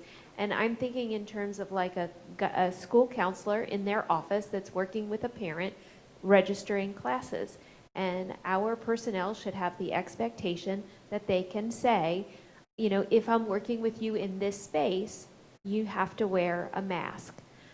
If that person entering into that space does not want to do it, then we're going to have to schedule a time where a larger space is available, or a different way to do the meeting, either Skype or some other way. Because we do have to protect our people, especially those that have smaller workspaces that engage with the public more often. Dr. Petty. So, Ms. Moore, you just stole all of it because that was the entire plan. No, we were pending the outcome of this evening's meeting. We have information set to go out to employees potentially tomorrow morning that reflects the discussion tonight and the expectation for masks and what workspaces look like, what it looks like when you walk out of your workspace and you're within 6 feet of somebody else. Ms. Moore is correct. If there's an occasion where somebody is without a mask and the person in the workspace doesn't want that, we're going to stop that meeting and find a larger location where people can be 6 feet distanced, or everybody will be wearing a mask. We've identified different locations everywhere, public areas, shared workspaces. There are some shared workspaces that are very appropriately socially distanced, and there are some shared workspaces that are not so appropriately socially distanced. And then we talk about personal workspaces and the expectation for the face covering. So we will be providing that guidance to all of our schools. It will go out in a separate email tomorrow and then be put in the leadership team packet as well next Monday. Dr. Theddy, to that point, can our teachers request that anyone that enter their classroom wear a mask? This is guidance for all employees. So if another adult is walking into a classroom, the teacher can say, I request that you please wear a mask if you're entering my room? So we have to keep in mind the expectation of social distancing. If social distancing cannot be maintained, and that's what Ms. Moore was talking about with the personal workspace, if there is no way when somebody walks into a classroom or into a cubicle to maintain social distancing, then yes. But social distancing is still, and I know one of the questions you had was the definition of social distancing, and that has been defined by the CDC as 6 feet. Okay, thanks. All right, anyone have anything else for 41 or 42? All right, then we move into, let's say, 43 through 47, which are the processes that, 46. The processes that Ms. Moore walked through as far as what happens in these different scenarios. Ms. Campbell? Yeah, this is my last question I think that I had written down. So we needed some clarification before this of testing and quarantining, and if a kid is sent home for a fever, but it's strep or various other things, or they have a sore throat, and it's strep or allergy related or whatever, are we still going to require them to quarantine the same as a presumed COVID? And I think you answered that, without knowledge of it being COVID, that no, that would be, like if it's strep and they go to the doctor and they get antibiotics and you're whatever, then they come back after you're supposed to be on that for 24 hours before you're not contagious anymore, or 3 doses, whatever, that they'll be able to come back. And we're not going to presume that everybody who has a fever or a COVID symptom has COVID. So I think I'm going to use one of Dr. Sullivan's terms, ish. So for a student that has COVID-like symptoms and has a contact to a case, we are making that presumption. Okay. For a student that has COVID-like symptoms, sees a physician or their health provider and is tested for strep, then that they are under now that doctor's care, and we will follow the orders of that doctor. Okay, gotcha. And which they usually have give a note saying they can return to school on such and such day. Correct. So I am really grateful for page 45 that you added in here, because I think this is clear. One of the problems that we are having right now is the length of time, because so many more people are going to get tests, whereas a couple weeks ago you could get a test and get the results back, like at the EFSC site, you could get it in 2 days, sometimes even under 48 hours. So, but now it's a lot longer, and so you're waiting around, and people are having to retest and come back. So these columns here, then on page 45, mean that we can do, as a presumed case, we can go ahead and treat that as, we don't have to wait for you to get a positive test before we put this in place. If you have the contacts and you are exhibiting symptoms, you're still going to follow the 14 days. And then we also don't have to, we're not waiting around for those results to come back, because that came up on Thursday. If an employee was a contact, they're out 14 days, well then, but they didn't get their test until day whatever, then do they have to wait 14 days beyond, if once the 14 days hit and you're symptom free for this many days and fever free, that we've listed here, then you can come on back. I guess the other thing that relating to this is, and I think this has to do with more with Dr. Thaddeus. I think I'll wait till 47. So that was it. Just wanted to know, making sure if we find out it's something else that we have a way for people to come back. Thank you. Anyone else for Ms. McDougall? Just one thing. I want to clarify, because I'm getting texts from people saying, why can't you mandate about the fevers? So you can't tell somebody that they're concerned, and we know this happens, that some parents will give their kid Tylenol and they'll come back the next day. So we do not have the legal ability to make somebody go get tested or even go to the doctor for that. So I want people to really understand that. It's not that we wouldn't like that, but we don't have the legal authority to do that. And I think people are thinking we do have that power, and we don't. Right. All right, anyone else for, very good point, Ms. McDougall, by the way. Anyone else for 43 through 46? Can I just Thank you for bringing that up because I've heard that a ton too. And I've also seen a lot of recommendations for us to have all staff tested before. We don't have the authority to force our staff to be tested before they start work. Is that a true statement? Under the EEOC and the ADA, in this particular environment, we can, but we don't provide the testing. And it would be in all, everyone would be have to be tested, or just those that are symptomatic. And we've been on the symptomatic side. Thank you. Additionally, Ms. Descovich, that was one of the conversations that we had on one of the Friday calls with FSBA with the State Health Department.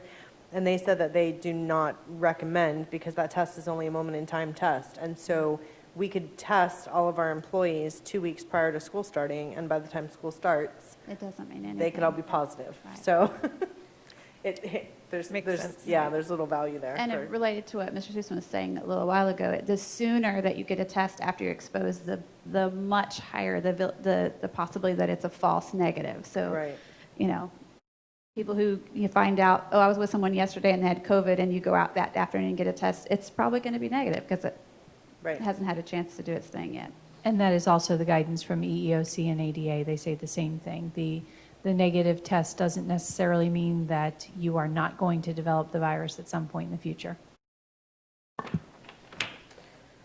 Okay, that's moving us on to 47 through 49.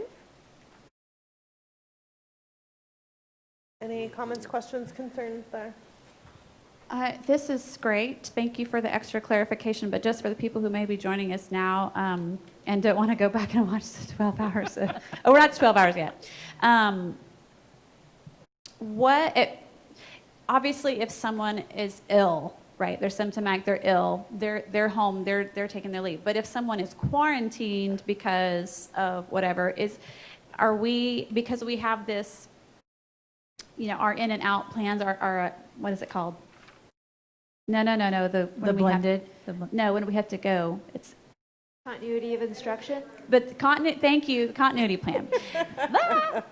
Too many words.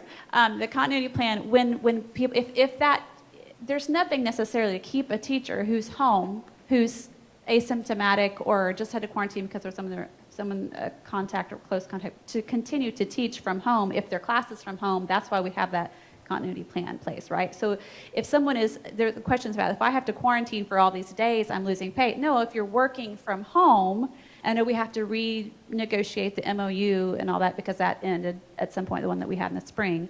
But they can continue that class. Somebody made fun of me for saying the word pivot. But if we pivot to, you know, to distance learning, then the class also does, then they're still working. They're still getting paid, and none of these leave situations have to take effect. That's correct. Okay, so the only time the leave has to take effect is if, let's say, just they are having to stay at home, but their class is not. Well, keep in mind that when we talk about employees, we are talking about all 9,000 employees. We're not just talking about teachers. So as you saw in the slides, there are occasions, and teachers were my illustrative example, where there is the possibility for remote work, and in which case there would be no leave taken. However, not all positions in our school district lend themselves to remote work. That's the caveat that I have to make sure everybody understands, because I want to make sure all of the listening audience also understands that we do have classifications of employees whose work does not lend itself to remote work. And in those cases, we would have to work through our leave scenarios on the exposure. If somebody is living with somebody with a positive presumptive COVID case, that was one of the examples I gave as well. Right. Like our bus drivers and our cafeteria workers. Yes, for that's example. correct. Okay. Thank you. Anyone else have anything on 47 through 49? I do. Mr. Susan. On page 49, we talk about staff leave considerations, workers' compensation, and those kind of things. I had mentioned before that I feel very strongly that if an individual gets the virus, that it's going to be a difficult thing on them to go through this. And as an employee, you can see some scenarios where you may be out months because of all of a sudden one person in your family, the next time it just could go around. And I wanted to reiterate, and if everybody else doesn't want to comment, they don't have to, but I feel very strongly that we should make up that extra 33.33% on that workers' comp so that they get a full paycheck when they're home because they contracted the virus while they were with us. Or they were forced to stay home and they can't work, they can't provide for their families. In some instances, our bus drivers wouldn't even be able to receive a paycheck to actually pay for the insurance, which is what a lot of them actually go for. So you would have people that would be falling behind to not even be able to pay for their insurance and some of those other things. So it's a big concern for me. I didn't know if anybody else wanted to weigh in on this. I feel very strongly about it. I think it's a negotiated part of our contract, but it might not need to be if we just make the decisions to take care of our people. That's all. I'll be happy to respond on that one, Mr. Susan. I think your heart's in the right place on it, but I think that is an unending can of worms. That is not, we would in essence be saying board contingency, we'll be willing to give it all up because we have no earthly idea what the cost of that could potentially be. You know, some people might be out for a month and some people might be out for 8 months. If they have hospital bills, are we going to pay the cost of the hospital bills? Are we going to, like, I just question where the logical threshold is on that. Like I said, I think it would be a fabulous thing for our employees, and I think absolutely if they are sick and it's proven that it is a work-related exposure, I think we definitely need to do what we can, and I'm thrilled to know that they're able to get workers' comp if that's investigated and determined. I'm just concerned about the financial impact of committing beyond what's already in place. Along those lines, can I ask about, you know, I don't know workman's compensation, so I want to ask the question. So who investigates whether the employee got it here at school or got it how do you figure that out? We currently actually have that process for all workers' compensation claims, and that goes through risk management and Mark Langdorf's office.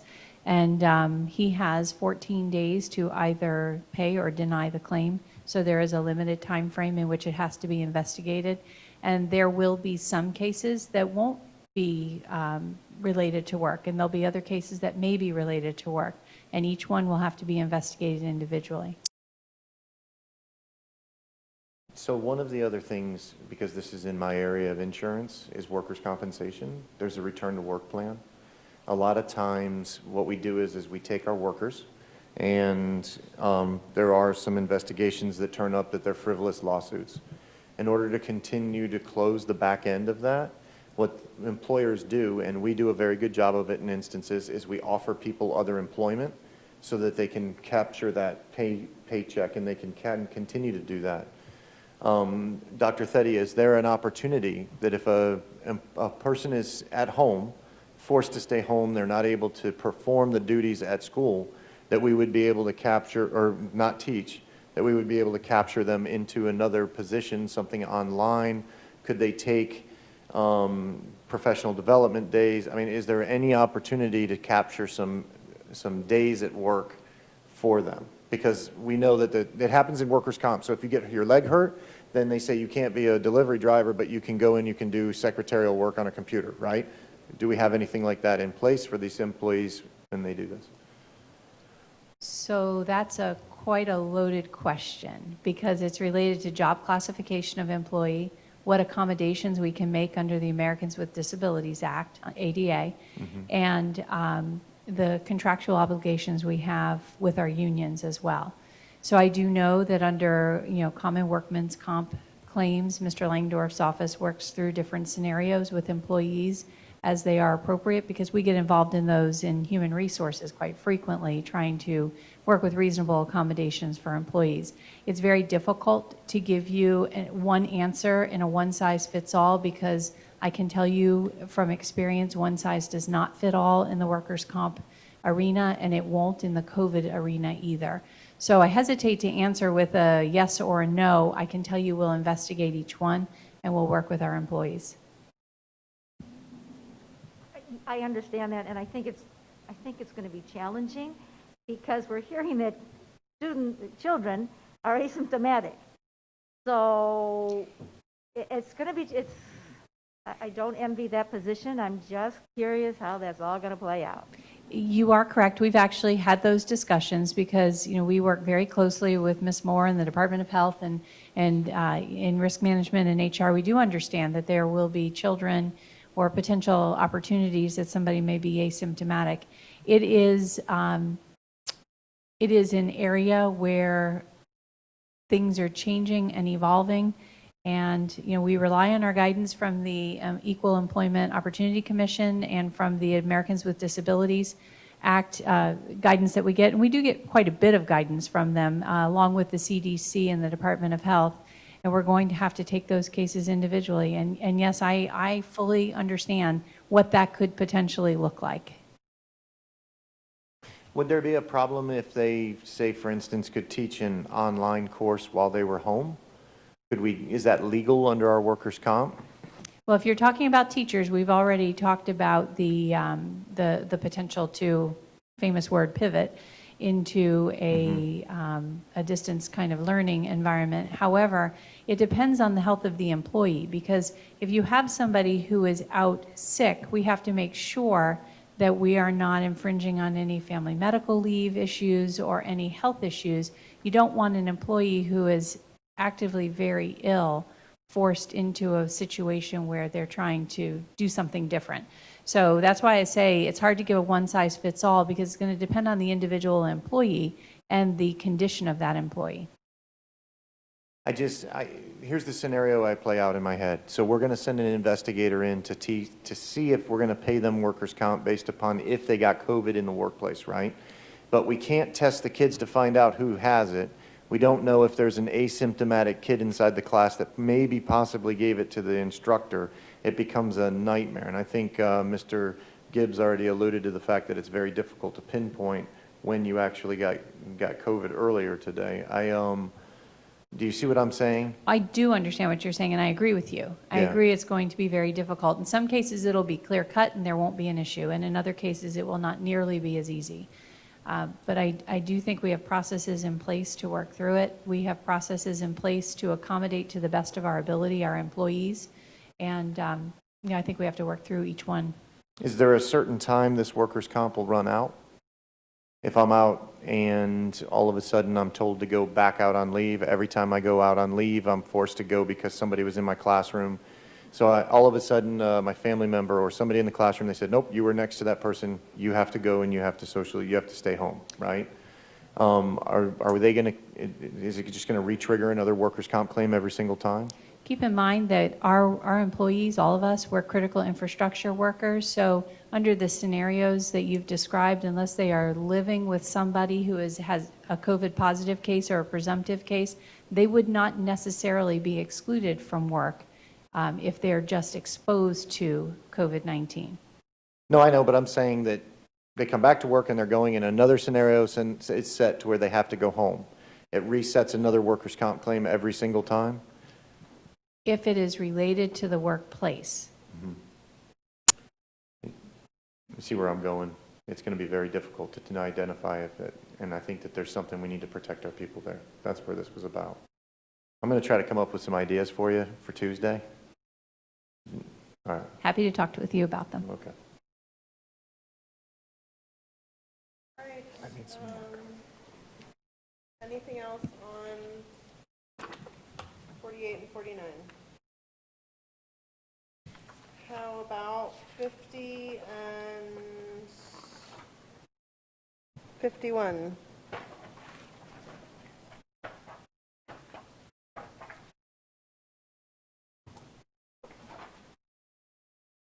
All right, then how about 52 and 53?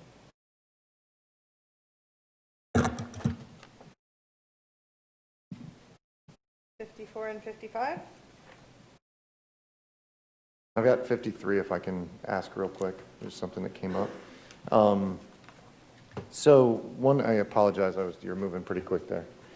So the aftercare, after school programs, is there a way that we can give teachers preference into the spots? Because I'm looking at the amount of people that we can put in a aftercare situation. Is there any way that we can look at giving teachers preference to the aftercare? Hi, Mr. Susan. Hi.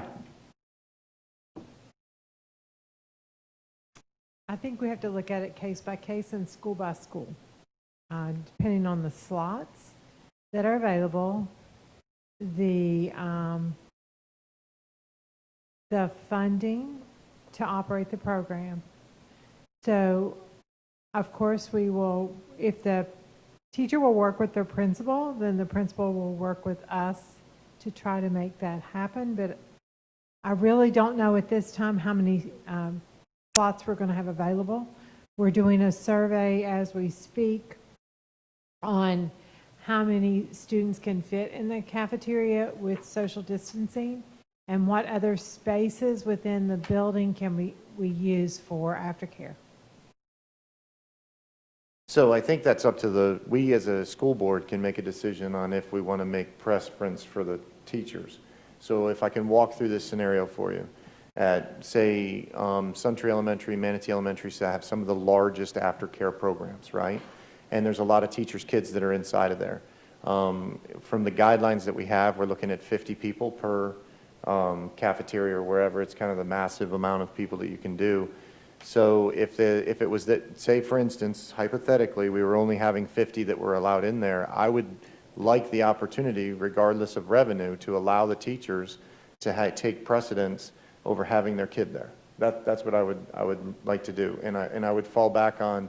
And I'm sorry, like I know I keep saying, you know, as if we have all the money in the world, but the bottom line is that I think we've been down this path before with the teachers, and I know that it's a reduction in rate, but at the same time, this goes a little bit further than that. I think if we're going to tell our teachers that we support them, that this is an angle that we could take care of it very inexpensively. So I would ask if there's any direction from the board to allow us to take precedence with teachers in the aftercare programs. Mr. Sisson, may I ask a question? Sure. You're talking about any BPS employee? Yes, I don't mean teachers. I apologize. Okay. I said that, and you're right. It's any BPS employee. And then I'm not aware of any BPS employee who hasn't had a space in their current school. Absolutely. I wouldn't say that you wouldn't, but in the fact of when we went moving, if it's that easy to where we can just make it a precedent, and the only reason I bring this up is because it came up to me with 4 different teachers this week that they said, hey, can we get preference? And I know that all of us are going to do the right thing. We're going to try to make them part of the team. We're going to make them work in there, but I think it sends a message to our people that we are going to take precedence for you, and that's the reason I brought it up. I mean, if we're going to do it anyway, I can't imagine a scenario where a principal is going to tell the teacher, no, I'm sorry, you can't come here for aftercare, right? So if we're going to do it anyway, it sends a message, and we're on the front end of the conversation. Anybody care to weigh in? I'm not opposed to the concept, Mr. Susan, but I think that we need to give Ms. Klein an opportunity to investigate the full impact of that before we give direction. Certainly, I want to do all that I can to support our employees, but I feel like that is a dive into a murky pond, and that we probably need to make sure we know the actual impacts of that decision before we make a decision on that, if you don't mind. Absolutely. How do we find that out, and how do I not create a bunch? I mean, I think we know how many teachers are actually in the system. We have it flagged already, right? Because they have a reduced rate inside of our aftercare center. So we would know they're already in there. I guess the other question would be how many we're going to be carving off. So if we have 150 that are normally at Manatee, we already know how many teachers are going to be in there because they've already gone there. They're already registered. It's already inside the system. The idea would be how much revenue is being taken off the bottom end because we are socially distanced and we don't have enough people. Okay. And then I also need to know what space we have available. Yeah. So I'm not mistaken, that is due back to me by the 20th of space available. Nice. So I hope to get you an answer soon, but I can't. I think it's not a question of if we can, it's just how much we're going to lose because we don't have enough space for the other people that actually will. Because I know our principals are going to stand up and try to do the right thing and get their people in there. It's just going to be how much money our aftercares are going to lose because they can't put the other 70 kids inside of a classroom. But I think it would do something very well for our employees if we were able to get out ahead of it and say we do value you and you have first right. That's all. Sorry. That was 53. Okay, I think unless anyone has anything else that we may have actually gotten through the reopening. 52. I got to say something about 52. I'm sorry. Can I throw something at you? Yep, afterwards, because I'm probably going to do it again, so you can register a bunch of them. 52 is our fire drills. Okay, so I looked, and Gibbs, you can back me up if you want to, but I looked through our statutes, and actually it says that we're supposed to work with our local people on our fire drills and what we expect and stuff like that. What I would ask is if there's an opportunity to do a virtual option where we would virtually show how the fire alarm goes or something in that respect. I looked at the statutes and it does not say that we can't do that. It just says that as long as we agree on what it looks like and in the event there's a fire alarm, everybody leaves. I could be wrong because I was going through it, but that's a big area of concern for me, so it just might be an opportunity. That's what I shared earlier, that we believe that there are options other than a traditional evacuation. That there are options that might be a that. simulation-like experience. Okay, that we're I heard exploring. simulation, I just didn't know. Okay, all right, that's it. Thank you. Anyone have anything else on the reopening plan? All right, then at this point, I will ask for a motion to approve the district reopening plan, granting the superintendent discretion to make necessary changes based upon direction and/or guidance from the governor, Florida Department of Education, or state or local Department of Health, and grant the superintendent discretion in lessening the restrictions in the reopening plan should the circumstances warrant doing so. As amended. As amended. Thank you, Next Mr. Gibbs. Tuesday. Move to approve. Moved by Ms. Campbell, Second. seconded by Mr. Susan. Is there any discussion? No. I thought I heard someone come with discussion. No discussion? Okay. Are you wanting to specify what amendments are being made? I'm just asking. Would you like to specify which amendments are being made, Mr. Gibbs? I don't have that written down, so no, I would not. Did we actually amend anything in the? You're didn't hear any mandating temperature checks at least, so I mean, or you're allowing temperature checks, so. The amendment that amendment or the guidance that I have written down is related to the temperature checks, notifying, there were three things, notifying on our, changing in our plan and notifying on our website that students may participate in a temperature check. We'll provide guidelines to staff and make available to staff at their request, and assuming their willingness to follow the guidelines, a touchless thermometer.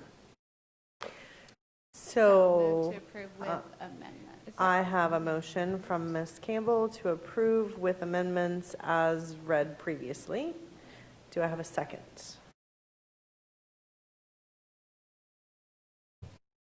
Are you kidding me? Gotta say it. Yeah, second the motions. Say that again? I said I have a motion to approve, as read previously, the reopening plan with the amendments that Dr. Mullins just read to us. I have a motion. Do I have a second? Yes, you have a second. Thank you. Motion by Ms. Campbell, seconded by Mr. Susan. Sitting there looking like, what are you guys doing? You guys are just standing there looking like. Is there any discussion? It's really late. Sorry, that's why. Yes. The people need coffee. All right. Ms. Escobar, would you please call for the votes? Mrs. Belford? Aye. Ms. McDougall? Aye. Mrs. Descovich? Aye. Mrs. Campbell? Aye. Mr. Susan? Aye. And the motion passes 5-0. Next, we have department school-initiated agreements. Dr. Mullins, you were supposed to say that, but I said it for you. You want me to just keep going? Sure. What are the wishes of the board? Second. Moved by Ms. McDougall, seconded by Ms. Descovich. Is there any discussion? Ms. Escobar, please call for the vote. Mrs. Belford? Aye. Ms. McDougall? Aye. Mrs. Descovich? Aye. Mrs. Campbell? Aye. Mr. Susan? Aye. And the motion passes 5-0. Dr. Mullins, Item G30 is on procurement solicitations. what are the wishes of the board? Move to approve. Second. Moved by Mr. Susan, seconded by Ms. Campbell. Any discussion? Ms. Escobar, please call the vote. Mrs. Belford? Aye. Ms. McDougall? Aye. Mrs. Descovich? Aye. Mrs. Campbell? Aye. Mr. Susan? Aye. The motion passes 5-0. Dr. Mullins. The next four items are in reference to policies. A policy work session was held on June 16 with a rule development workshop on June 30, which was the public's first opportunity to make comments. Today would be the public's second chance to comment before the board takes action. As I stated earlier, there were no recorded comments regarding any of the policies on this morning's agenda, which it was a whole lot of hours ago, so this evening's agenda now. I will now call for the motion to approve the revisions to Board Policy 9800, Charter Schools. Thank you. Second. Moved by Ms. McDougall, seconded by Mr. Susan. Any discussion? Ms. Escobar? Mrs. Belford? Aye. Ms. McDougall? Aye. Mrs. Descovich? Aye. Mrs. Campbell? Aye. Mr. Susan? Aye. The motion passes 5-0. Is there a motion to approve the revisions to the Board Policy 5610, removal, suspension, and expulsion of students? Move to approve. Second. Moved by Ms. Campbell, seconded by Mr. Susan. Any discussion? Ms. Escobar? Mrs. Belford? Aye. Ms. Descovich? Aye. Ms. McDougall? Aye. Mrs. Campbell? Aye. And Mr. Susan? Aye. The motion passes 5-0. Let's move on to Policy 7110, student accommodation. Do I have a motion? Move to approve. Second. Moved by Ms. Descovich, seconded by Ms. Campbell. Any discussion? Ms. Escobar? Mrs. Campbell? Aye. Mrs. Descovich? Aye. Ms. McDougall? Aye. Mrs. Belford? Aye. Mr. Susan? Aye. The motion passes 5-0. Do I have a motion to approve the revisions to Policy 7120, criteria for balancing school membership to capacity? Move to approve. Second. Who moved? I did. Moved by Ms. Campbell, seconded by Ms. McDougall, I believe. Any discussion? All right, Ms. Escobar. Mr. Susan? Aye. Mrs. Belford? Aye. Ms. McDougall? Aye. Mrs. Descovich? Aye. Mrs. Campbell? Aye. The motion passes 5-0. We are now at board member reports and discussion points. We don't have anything on the schedule. Is there anyone? Don't even. I am.